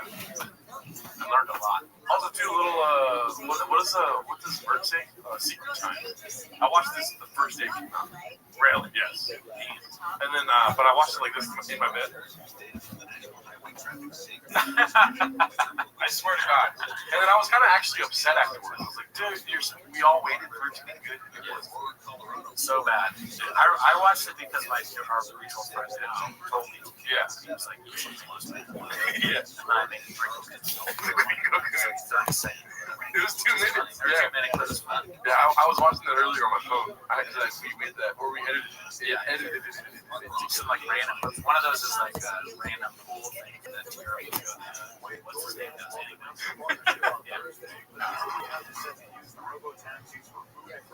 Did you watch Blackfish? No, never saw Blackfish. Oh, of course. I watched Blackfish. I did, but I'm just Jordan, I was only going to tell you not to live 100 times, man. Thanks. I'll take a long time for time, fellas. Okay. Thank you. 144 likes in the chat. Thank you so much. Keep liking, guys. Like and subscribe. Like and subscribe. How many Patreon subscribers can we have? Zero. Yeah. But our Patreon review. Yeah. At least that's free, dude. All you have to do is put 5 stars. Yeah, review our other podcasts. That would be helpful. Yeah. If you want to, anything would be helpful to get us on this hero plan. Tell them why we have such a low rating on. Oh, the reason we have such a low rating is because I'm an idiot and I named it Raccoon Titties. That's not true. I don't think you understand what I'm trying to reference here. Oh, we got into a beef with somebody that lives in Arlington or lives in Virginia. A woman that does dating Oh, right. That's and then right. Her whole fan base negatively rated our podcast. Before we got into the shop stuff, we got into with a TikTok star that randomly lived where I grew up. Yeah. Yeah, you can, if you want to go through it, check it out. Yeah, we're not gonna say their name now. I know she threatened me. Yeah, with legal shit. At least Shop doesn't threaten me. Natalie, shout out Natalie. She's on the Patreon. Natalie's OG. She's a Patreon. Natalie, watch out though, because Coco may read that. Yeah. Get fucked up. Coco's watching. Coco is watching. Oh my God! I said it too. 10 minutes of Natalie. She's going to talk about you and your husband and your family and you ruined her life. Watch out. Oh, let's go. Did you ask her to walk into your drug? Not yet. 300 pages of evidence. Oh, we're missing the best part. Of course. I'm talking about my heart. Born and raised. Came to the States 10 years ago. Illegally. And then cut to the clip of her being like, I was born in Hollywood. Yeah. Real deal, Holyfield. Real deal, Holyfield. Shout out to you guys. We just got 30 subscribers just by doing the live. Whoa. Fuck yeah, you guys are awesome. Welcome. Yes. There's a lot of white girls.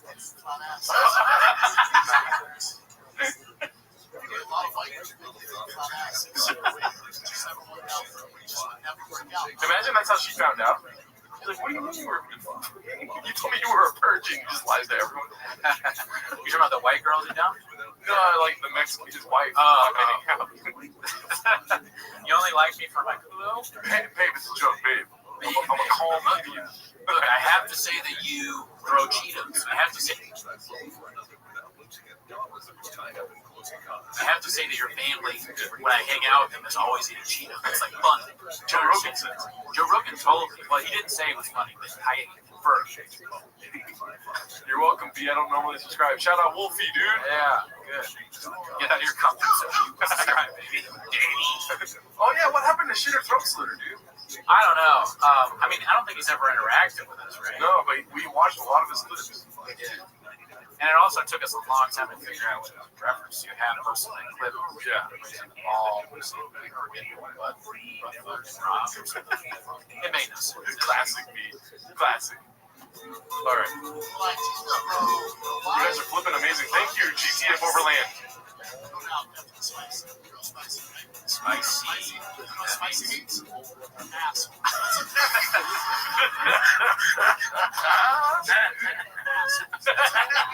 Yeah. And if they're Latino, they got big ass. Yeah, talk about it. Owner alert. I'm not talking about Taco Bell assholes. I'm talking about that one already asshole, dude. Dude, Taco Bell Mexicans, dude. Spicy, dicey.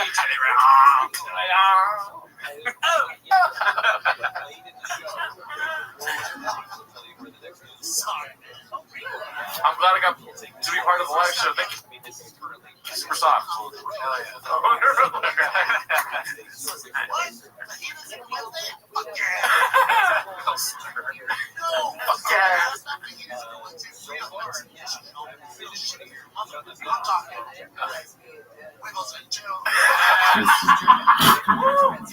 What are we doing? What are we at? Tacos and pollo, baby? Potato de agua. Potato de agua. Is Gerardo Taco Bell or Guadalajara? You can answer that. No, you answer. You answer for yourself. Does he have more specials? Yes, he has one other special. I think I am in between. Right. Do you want to redact yourself and come up with a in between? I'm a Chipotle Mexican. There you go. Redact. You heard it here. You heard it here. Yeah. Chipotle Mexican. Were you ready for that? Fake Mexican. Okay. All right, Shaver. What is that song?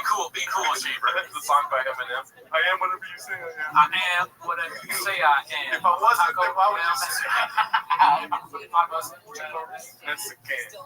Every day I am Guadalajara Scarf. As I said I am. Yeah, he has another special, Jacob, on Showtime called Be Surprised. Yeah, it's good. It's definitely worth a watch. He talks a lot about skinny jeans and his dad. And that was also, So the classic, one of the funniest things ever done. Yeah. Mr. Shaw. Yes. Was Pinko that? Dude, classic. Probably top 10 stand-up jokes ever told behind like Chris Rock. Also, the lore of Changs. I love the lore of Changs, where it's like the beginning, they had to make the word redacted and come up with rules because I think you should be surprised. So many people were commenting, Asian as shit. they had to stop them from doing it. Had to make Yo, what up, baby? saying you couldn't do that because people kept saying Asian as shit. You can't do that on an internet. What's going on, Trey? Oh my god. Against Reddit rules. Amazing. You guys are cute as shit. I mean, we can do it now, I guess. I mean, YouTube's like, come on, like. I don't encourage you to do that. It's funny. YouTube just goes. Beans and cheese are fucking cute. That don't make sense. Are they? Oh yeah, they are. I can't even imagine not knowing the reference because, like, the guy that didn't know, I think you should be surprised. He probably thinks, just from what I said, that Asian as shit is connected to the doctor, but it's not. It's a totally different. Oh, the barber. He goes in to get a haircut, and he's like, I'm gonna go get a haircut, and they're like, Jamal's gonna be your guy. So I'm thinking, like, he comes out, he's Asian as shit. Shit! No, I feel uncomfortable. Jamal is watching. Jamal is watching.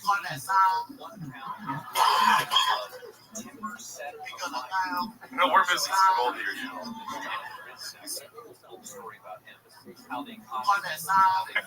His tongue. What you're talking about? Redact.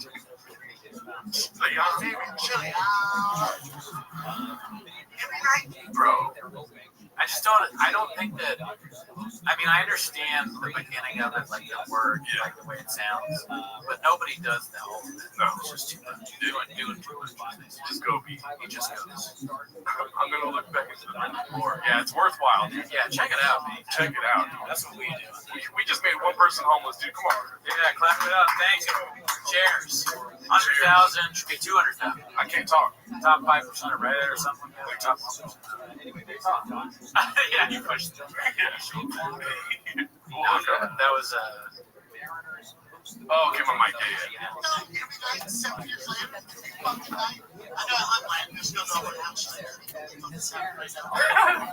Is he not a shortstop for the Dodgers? Shortstop? Yeah. Pretty big for shortstop. I did that 23andMe. I did that shit. Spend a couple million. They said we drop ratings. See that big guy fitting into a shortstop baseball outfit at any size? Like a big guy like that? Top one in our hearts, B. Ooh, yeah. Dude, this could be my favorite special of all time. He thinks he's killing it. Yeah. Like, look at his face.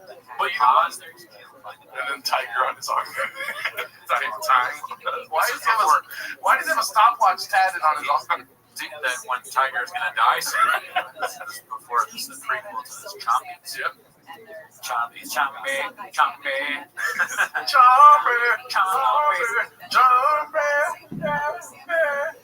I like that comment. He is killing people. Yeah. Can you guys fit it? Absolutely not. Not in any size. Any face.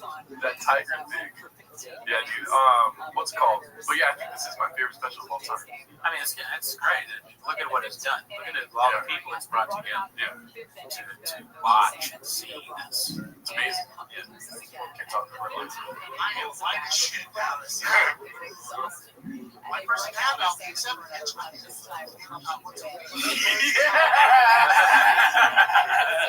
White person handout. That's where we came from. Yes. Yeah. One person handout, except for that. Dude.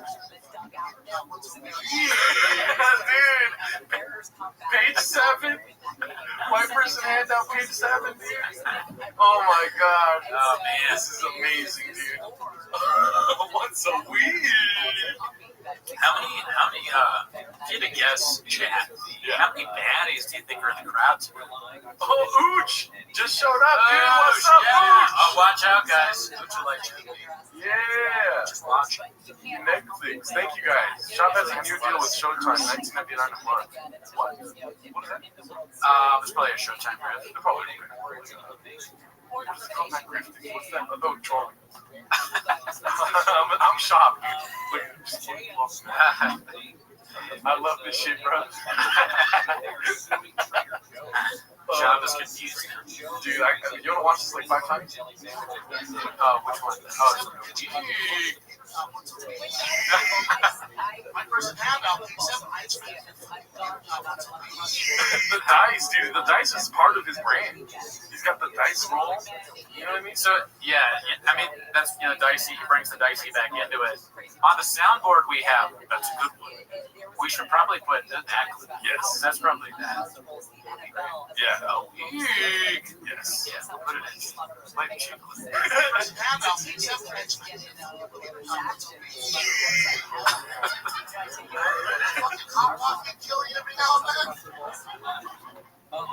You want a hot pocket? Has anyone ever been like, why won't you make me hot pockets to their wife? Yeah. I don't think so. If me and Cooney were married, right, and you're the woman in this relationship, okay.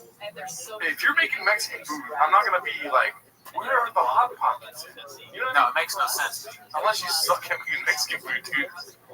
I don't think you can make a taco bad enough. You're like, you know what? I want pepperoni hot pockets. Yeah. That's what you eat when you got nothing else. The fridge. Yeah.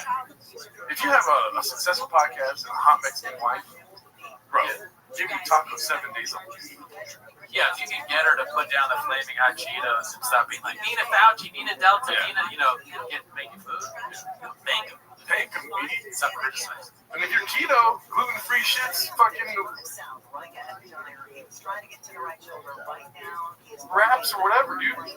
If you're keto, the most important thing is just to make sure that whoever's like making your food doesn't think that it's taquitos. Yeah, that's real. That happens. That does. That's true. I didn't even think about that. So taquito, like Mexicans probably think like the diet. Yeah, a bunch of. If you're a Guadalajara Mexican. Oh, you wouldn't know. You would get the keto diet confused with taquito. Ketos. It's on these. I can't talk. Goddamn, she's serious? That's pretty funny. It's pretty hilarious. Every time they were going, the same time for the curve. Maybe Brendan's not trying to shit his pants. How about that? That part's not funny though. Beans is funny, but that part's not funny. I mean, I think that the shitting his pants, it may be from the CT. Maybe he legitimately thinks that he's eating beans in every meal instead of realizing it's some sort of body issue. Yeah. That's the only reason why I'm hesitant to marry a Guadalajara Mexican, because I don't want to walk around wearing diapers. Sure, shit your pants all the time. The wrist straps don't count. Good point. You should not be shitting. Yeah. Shitter throat split. Keto Reeves. IPS granted. Honestly, I would, beer nips, I would eat tacos every night. Yeah. They're pretty good. Netflix, I don't know if you've tried tacos, ever heard of it? Food trucks, ever heard of them?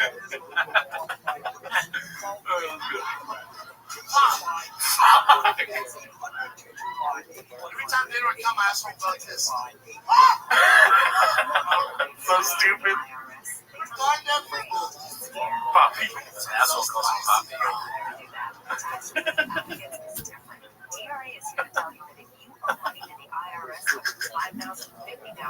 Shout out Ooch.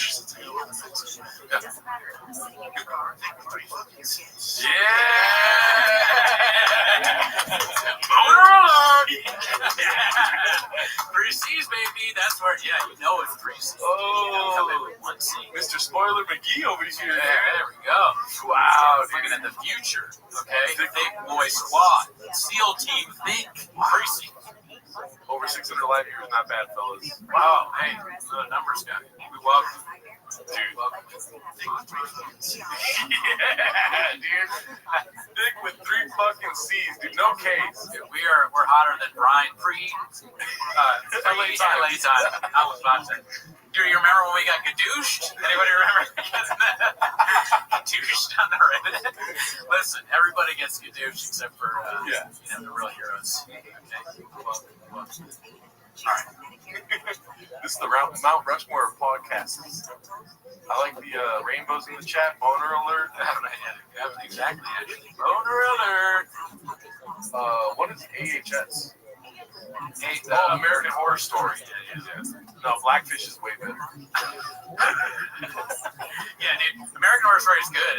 It's a good show. You know, a lot of good seasons. But do they have any fish? Because I don't know if you know this, but Gerardo is balls deep in fish. Balls deep in fish.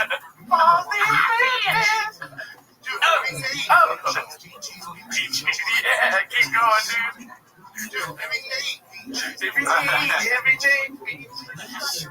Bro. What's in the tank, bitch? I wish that could be my phone background where it was just going beach. That kind of reminds me of the gifts with the red thing. Yeah. Well, she's always sending me like gifts of it'd be like midnight, I get like a random like whoosh. Like, okay. Too homeless. You can be too homeless. Every night. Oh, the way he says night, dude. And then we fuck each other. Hell, man. Are you around?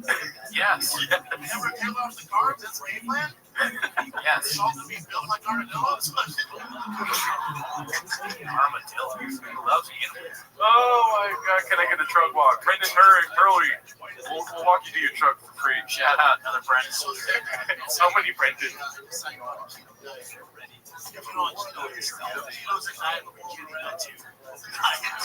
I think I said it last time. Not the worst. No. Yeah, I like a solid beginning. Well, I feel like this special, even the material as redacted as it is, it would be at least 20% better if you wouldn't laugh at any of the jokes. Yeah, maybe. I'd have to see it. That's, on the rewatch of things, him laughing makes you just like, I don't know, kind of feel bad for him, and also just like it could be better with the laugh. Because it's not legit laughter. It's not because you're laughing at like jokes you've already written. They're not new jokes or anything like that. He's not really vibing with the crowd and laughing at that. He's just nervous. That's a great point too. Mexican keto is just cilantro. That's a great point right there. Hey, whoever wrote that, you should have gotten in the Gringo Poppy and written some jokes. Suck on me skunk, or suck on my skunk. Well, wait, these are jokes. Making another person homeless, dude. 1 point. Yeah, there we go. 1.1 on IMDb, right? Gerardo with his Papa shame. Yeah, dude, I am shameful. What? I love Papa. He should have fucked the stool a few times, Poppy. I guess he does in the first special. At the end of that one Joe Rogan humping the stool clip, they show him going, chop up. Too lazy to try does a video on this. He's like, so these guys were watching like the whole I liked it for a little bit, but then the guy that was like built for he started talking about the guy that was like John Belushi. I just don't like it. He's like, supposed to be the podcast. Anyways, if you like it, check it out. I have a video on it. Watch it at the cost. Alright. I do love Too Late. He's great. I do love him. It's my favorite Wednesday at my house. She has her own house. That makes no sense. Well, see, he didn't buy a house from her. Oh, yeah, that's right. I mean, good. Because if he had bought a house, he wouldn't be able to see this great water. He wouldn't be able to do it. You'd be going to his new house. Yeah. Her new house. True. Yeah. Maybe her old house was closer. Thank him. Jordan was part of a great point that she's going to house before the special. Are you guys on Addie's? You caught us. Which we have to take an We're not on Addies, but I will say, listen, yeah, I mean, I wish, dude. I have zero sleep. I don't know if you see the Diet Coke. Yeah. There's my Addy. Yeah. I don't really drink Diet Coke much, but have them at the office, and I get so tired after work. Also, we have more coffee if you want some. I already finished mine. Okay, cool. Let's go. So before I started this keto diet, my girl, hey, you know, I look at mom from Facebook. It's my favorite. So look at that.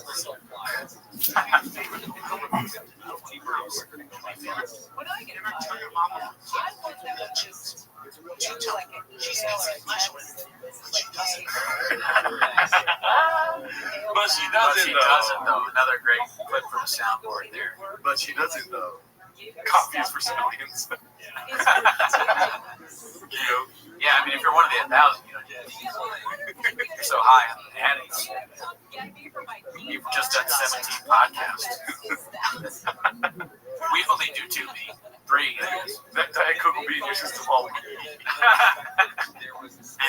Hey, if it's only one, right? Diet Coke is Blockbuster. Oh, no, you're going to get Gadoosh for the Diet Coke. That's what I get Gadoosh for? I don't know. Out of all things. I mean, Bert, I got Gadoosh for Bert. Well, we got Gadoosh for quite a bit. Prince song. Oh, you know the Bob Marley song. I apologize. You didn't even like it. No, you hated Wait, it. did people... They didn't like it. They didn't get me like... I don't know if were there any Bob Marley, if you saw... Yeah. Were there any fans of that song? It was about the roommate. Yeah. My roommate. Now the other reggae song, my best song. Which one? Welcome to Shop. Oh, dude, yeah, we haven't even made that one. We gotta make that with music. Yeah. Because that was great. I want to see how people like the Bob Marley song. But reggae is also like a vibe. Yeah, I'm not really a reggae guy, although I do like that song. My favorite ones are the hard ones, dude. Like Bob with the Shop or whatever. Yeah, that was hard. That was hard to read it. No, like the hardcore. Oh, like metal. Yeah, those are fun. Retardo to the petardo. What? I don't know what that means. Out in the street, they call him Papa. So many good Marley songs you can parody. And maybe the thing about reggae is you have to sing off the beat. I don't. Yeah. As if you've watched, you may have heard. I brought up Gerardo's criticism of my rhythm. Oh, that's on the episode of the Record Treaties. Oh, okay. So I mean, it's true. Yes. I don't really have rhythm. Yeah. So singing off beat is particularly difficult for me. But I mean, I'll try it if you guys want. There's only one company. Ricky Bobby's quick. So, all right, let's go back. Reggaeton is great. Yeah. We both love El Alfa. Cringiest part. Okay, I like the people that are like, they are fans of the show, but they're like, stop doing songs. Yeah. And I mean, what they don't understand is like too many people like it. They're not gonna stop. It's like, I understand, especially the way it started. Full honesty, when we first started doing it, we were like, nobody was gonna like this. We only did it in Sweden. Yeah. But now we're kind of doing it because, like, dude, and it's the funnest part. It is, yeah. It's a lot of fun. Some would say the most fun part of the show. All right, let's keep going. Songs are cool. Fuck yeah. Yeah, we're not gonna stop doing songs. Landslide was the best. Yeah. But no, my favorite is the Smashing Bumpkins. Oh yeah, that's a great one. I'll say this: we have stopped doing some things because of comments. Very little, but I mean, we took down. Well, we do listen to comments. Yes. That is what she says that. She clearly fucking doesn't.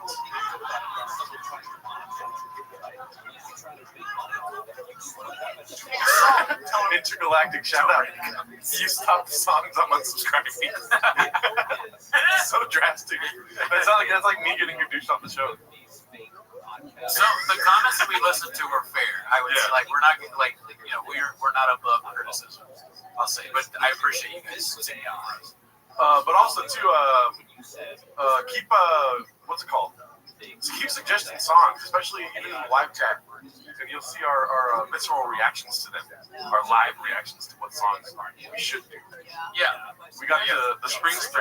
So I mean, now that you've convinced, I appreciate. Thank them for getting Gerardo to open his mind to some pasta. I do like spring. Yeah, Thunder Road. You guys heard the Bapa version of Mad World? Yes. I believe we watched it on the show. We watched them together. Did we watch on the show? I think so. I don't remember, but that was really good. Amazing. Closer by now. Okay, that's a good idea. Wolftail Gun. Yeah, landslide is our best word, right? Yes. We'll also have this to look at later. But keep putting song suggestions because we it's been 53 episodes. This is you and Evil Ellen's first disagreement. He likes the boss. Oh yeah, that's your guy, man. That's one of your guys. Disagreeing with live chat. Who's the best side character in the Bobverse? Great question. I gotta say, I do like that new intern, though, the UFC guy. Oh, the one that did the Charles Manson. Oh, yeah, he's great. That's just like a really nice guy. Awesome. Yeah, I like him. He's got a good laugh. It's hard, though, because I actually kind of like all those guys. Like, I like Chin. I know a lot of people don't like Chin, but I like Chin a lot. And then Chin, that guy's awesome. Yes. Just guys being dudes. I like how he's such a homer. It's just guys being dudes. There's like his boss is showing his penis pissing the sink. Just guys being dudes. You guys never piss in the sink? I draw the line at you showing me penis. I don't want that. The hot chip is the least of my worries. Okay, don't fucking whip out your dog while I'm working. Weirdo. All right, here we go. Since you were working as almost kind of Hey, weeks goes by, your boy hasn't touched the bar. Nothing. I walked in the house last Friday. Nothing.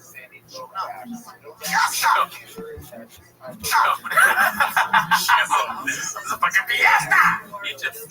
He puts all these different words that shouldn't be in his dialect together. Show enough. Fiesta. It's like black, Mexican, Asian. He's like, he's a redacted. It's not even, doesn't even seem racist so much. Because he's so stupid that it's like he's not even meaning it that way, but it is. Oh, me. How come no one's brought up me? What? There's something that I forget. Oh, it's Favorite food? You know how like feel on around cocaine? I wouldn't do this. Yeah. I don't think it's cool to do material like this. Yeah. I could about friends, but I wouldn't. Right? You know how Gerardo, you know how he's just all fat? Yeah, that would be even worse. I think you need a taquito from left field. You go on stage, you're talking. No wonder, Theo, that your friend goes on his special and he starts talking about how much cocaine. I wouldn't want that. Would you want that? No. I mean, I don't know. Ellen, I don't know if it's white. I don't know if he is. I have no idea. I don't even know if he hates him. But it might be. That's hilarious. I think that person was trying to put oops, but they forgot the P. Oops. Well, you can pause it and talk whenever you want. I gotta go pee real quick. Yeah. All right, we're gonna watch the clip for a while. Like if there was cocaine on you right now, I'd fucking shoot it from right field. You feel me? God bless him. I love that fucking man. That's I am with him. Okay, I don't know. The baseball reference there doesn't make any sense, right? Doesn't make sense. Snort it from right field. There's two reasons why it doesn't make sense. One is that the saying for something that's like out of the blue or out of whack is out of left field, right? So he's wrong there. But then also the sports thing. What does it have to do with sports? Cocaine and right field? I guess baseball players, they kind of do coke. Was that what he was going for? I don't know. What do you guys think? You guys think that Papa would be good at baseball? I wonder. He is on a lot of the same kind of drugs that they are. Addies, right? Performance enhancing shit. Kratom. That kind of shit. Center field. Man, if my friend told people on YouTube that I did cocaine, he would not be my friend anymore. I would leave the podcast. I see it. Oh, he's gonna snort soup. Take it to the snout. I get it around it. I see it. So, Mama.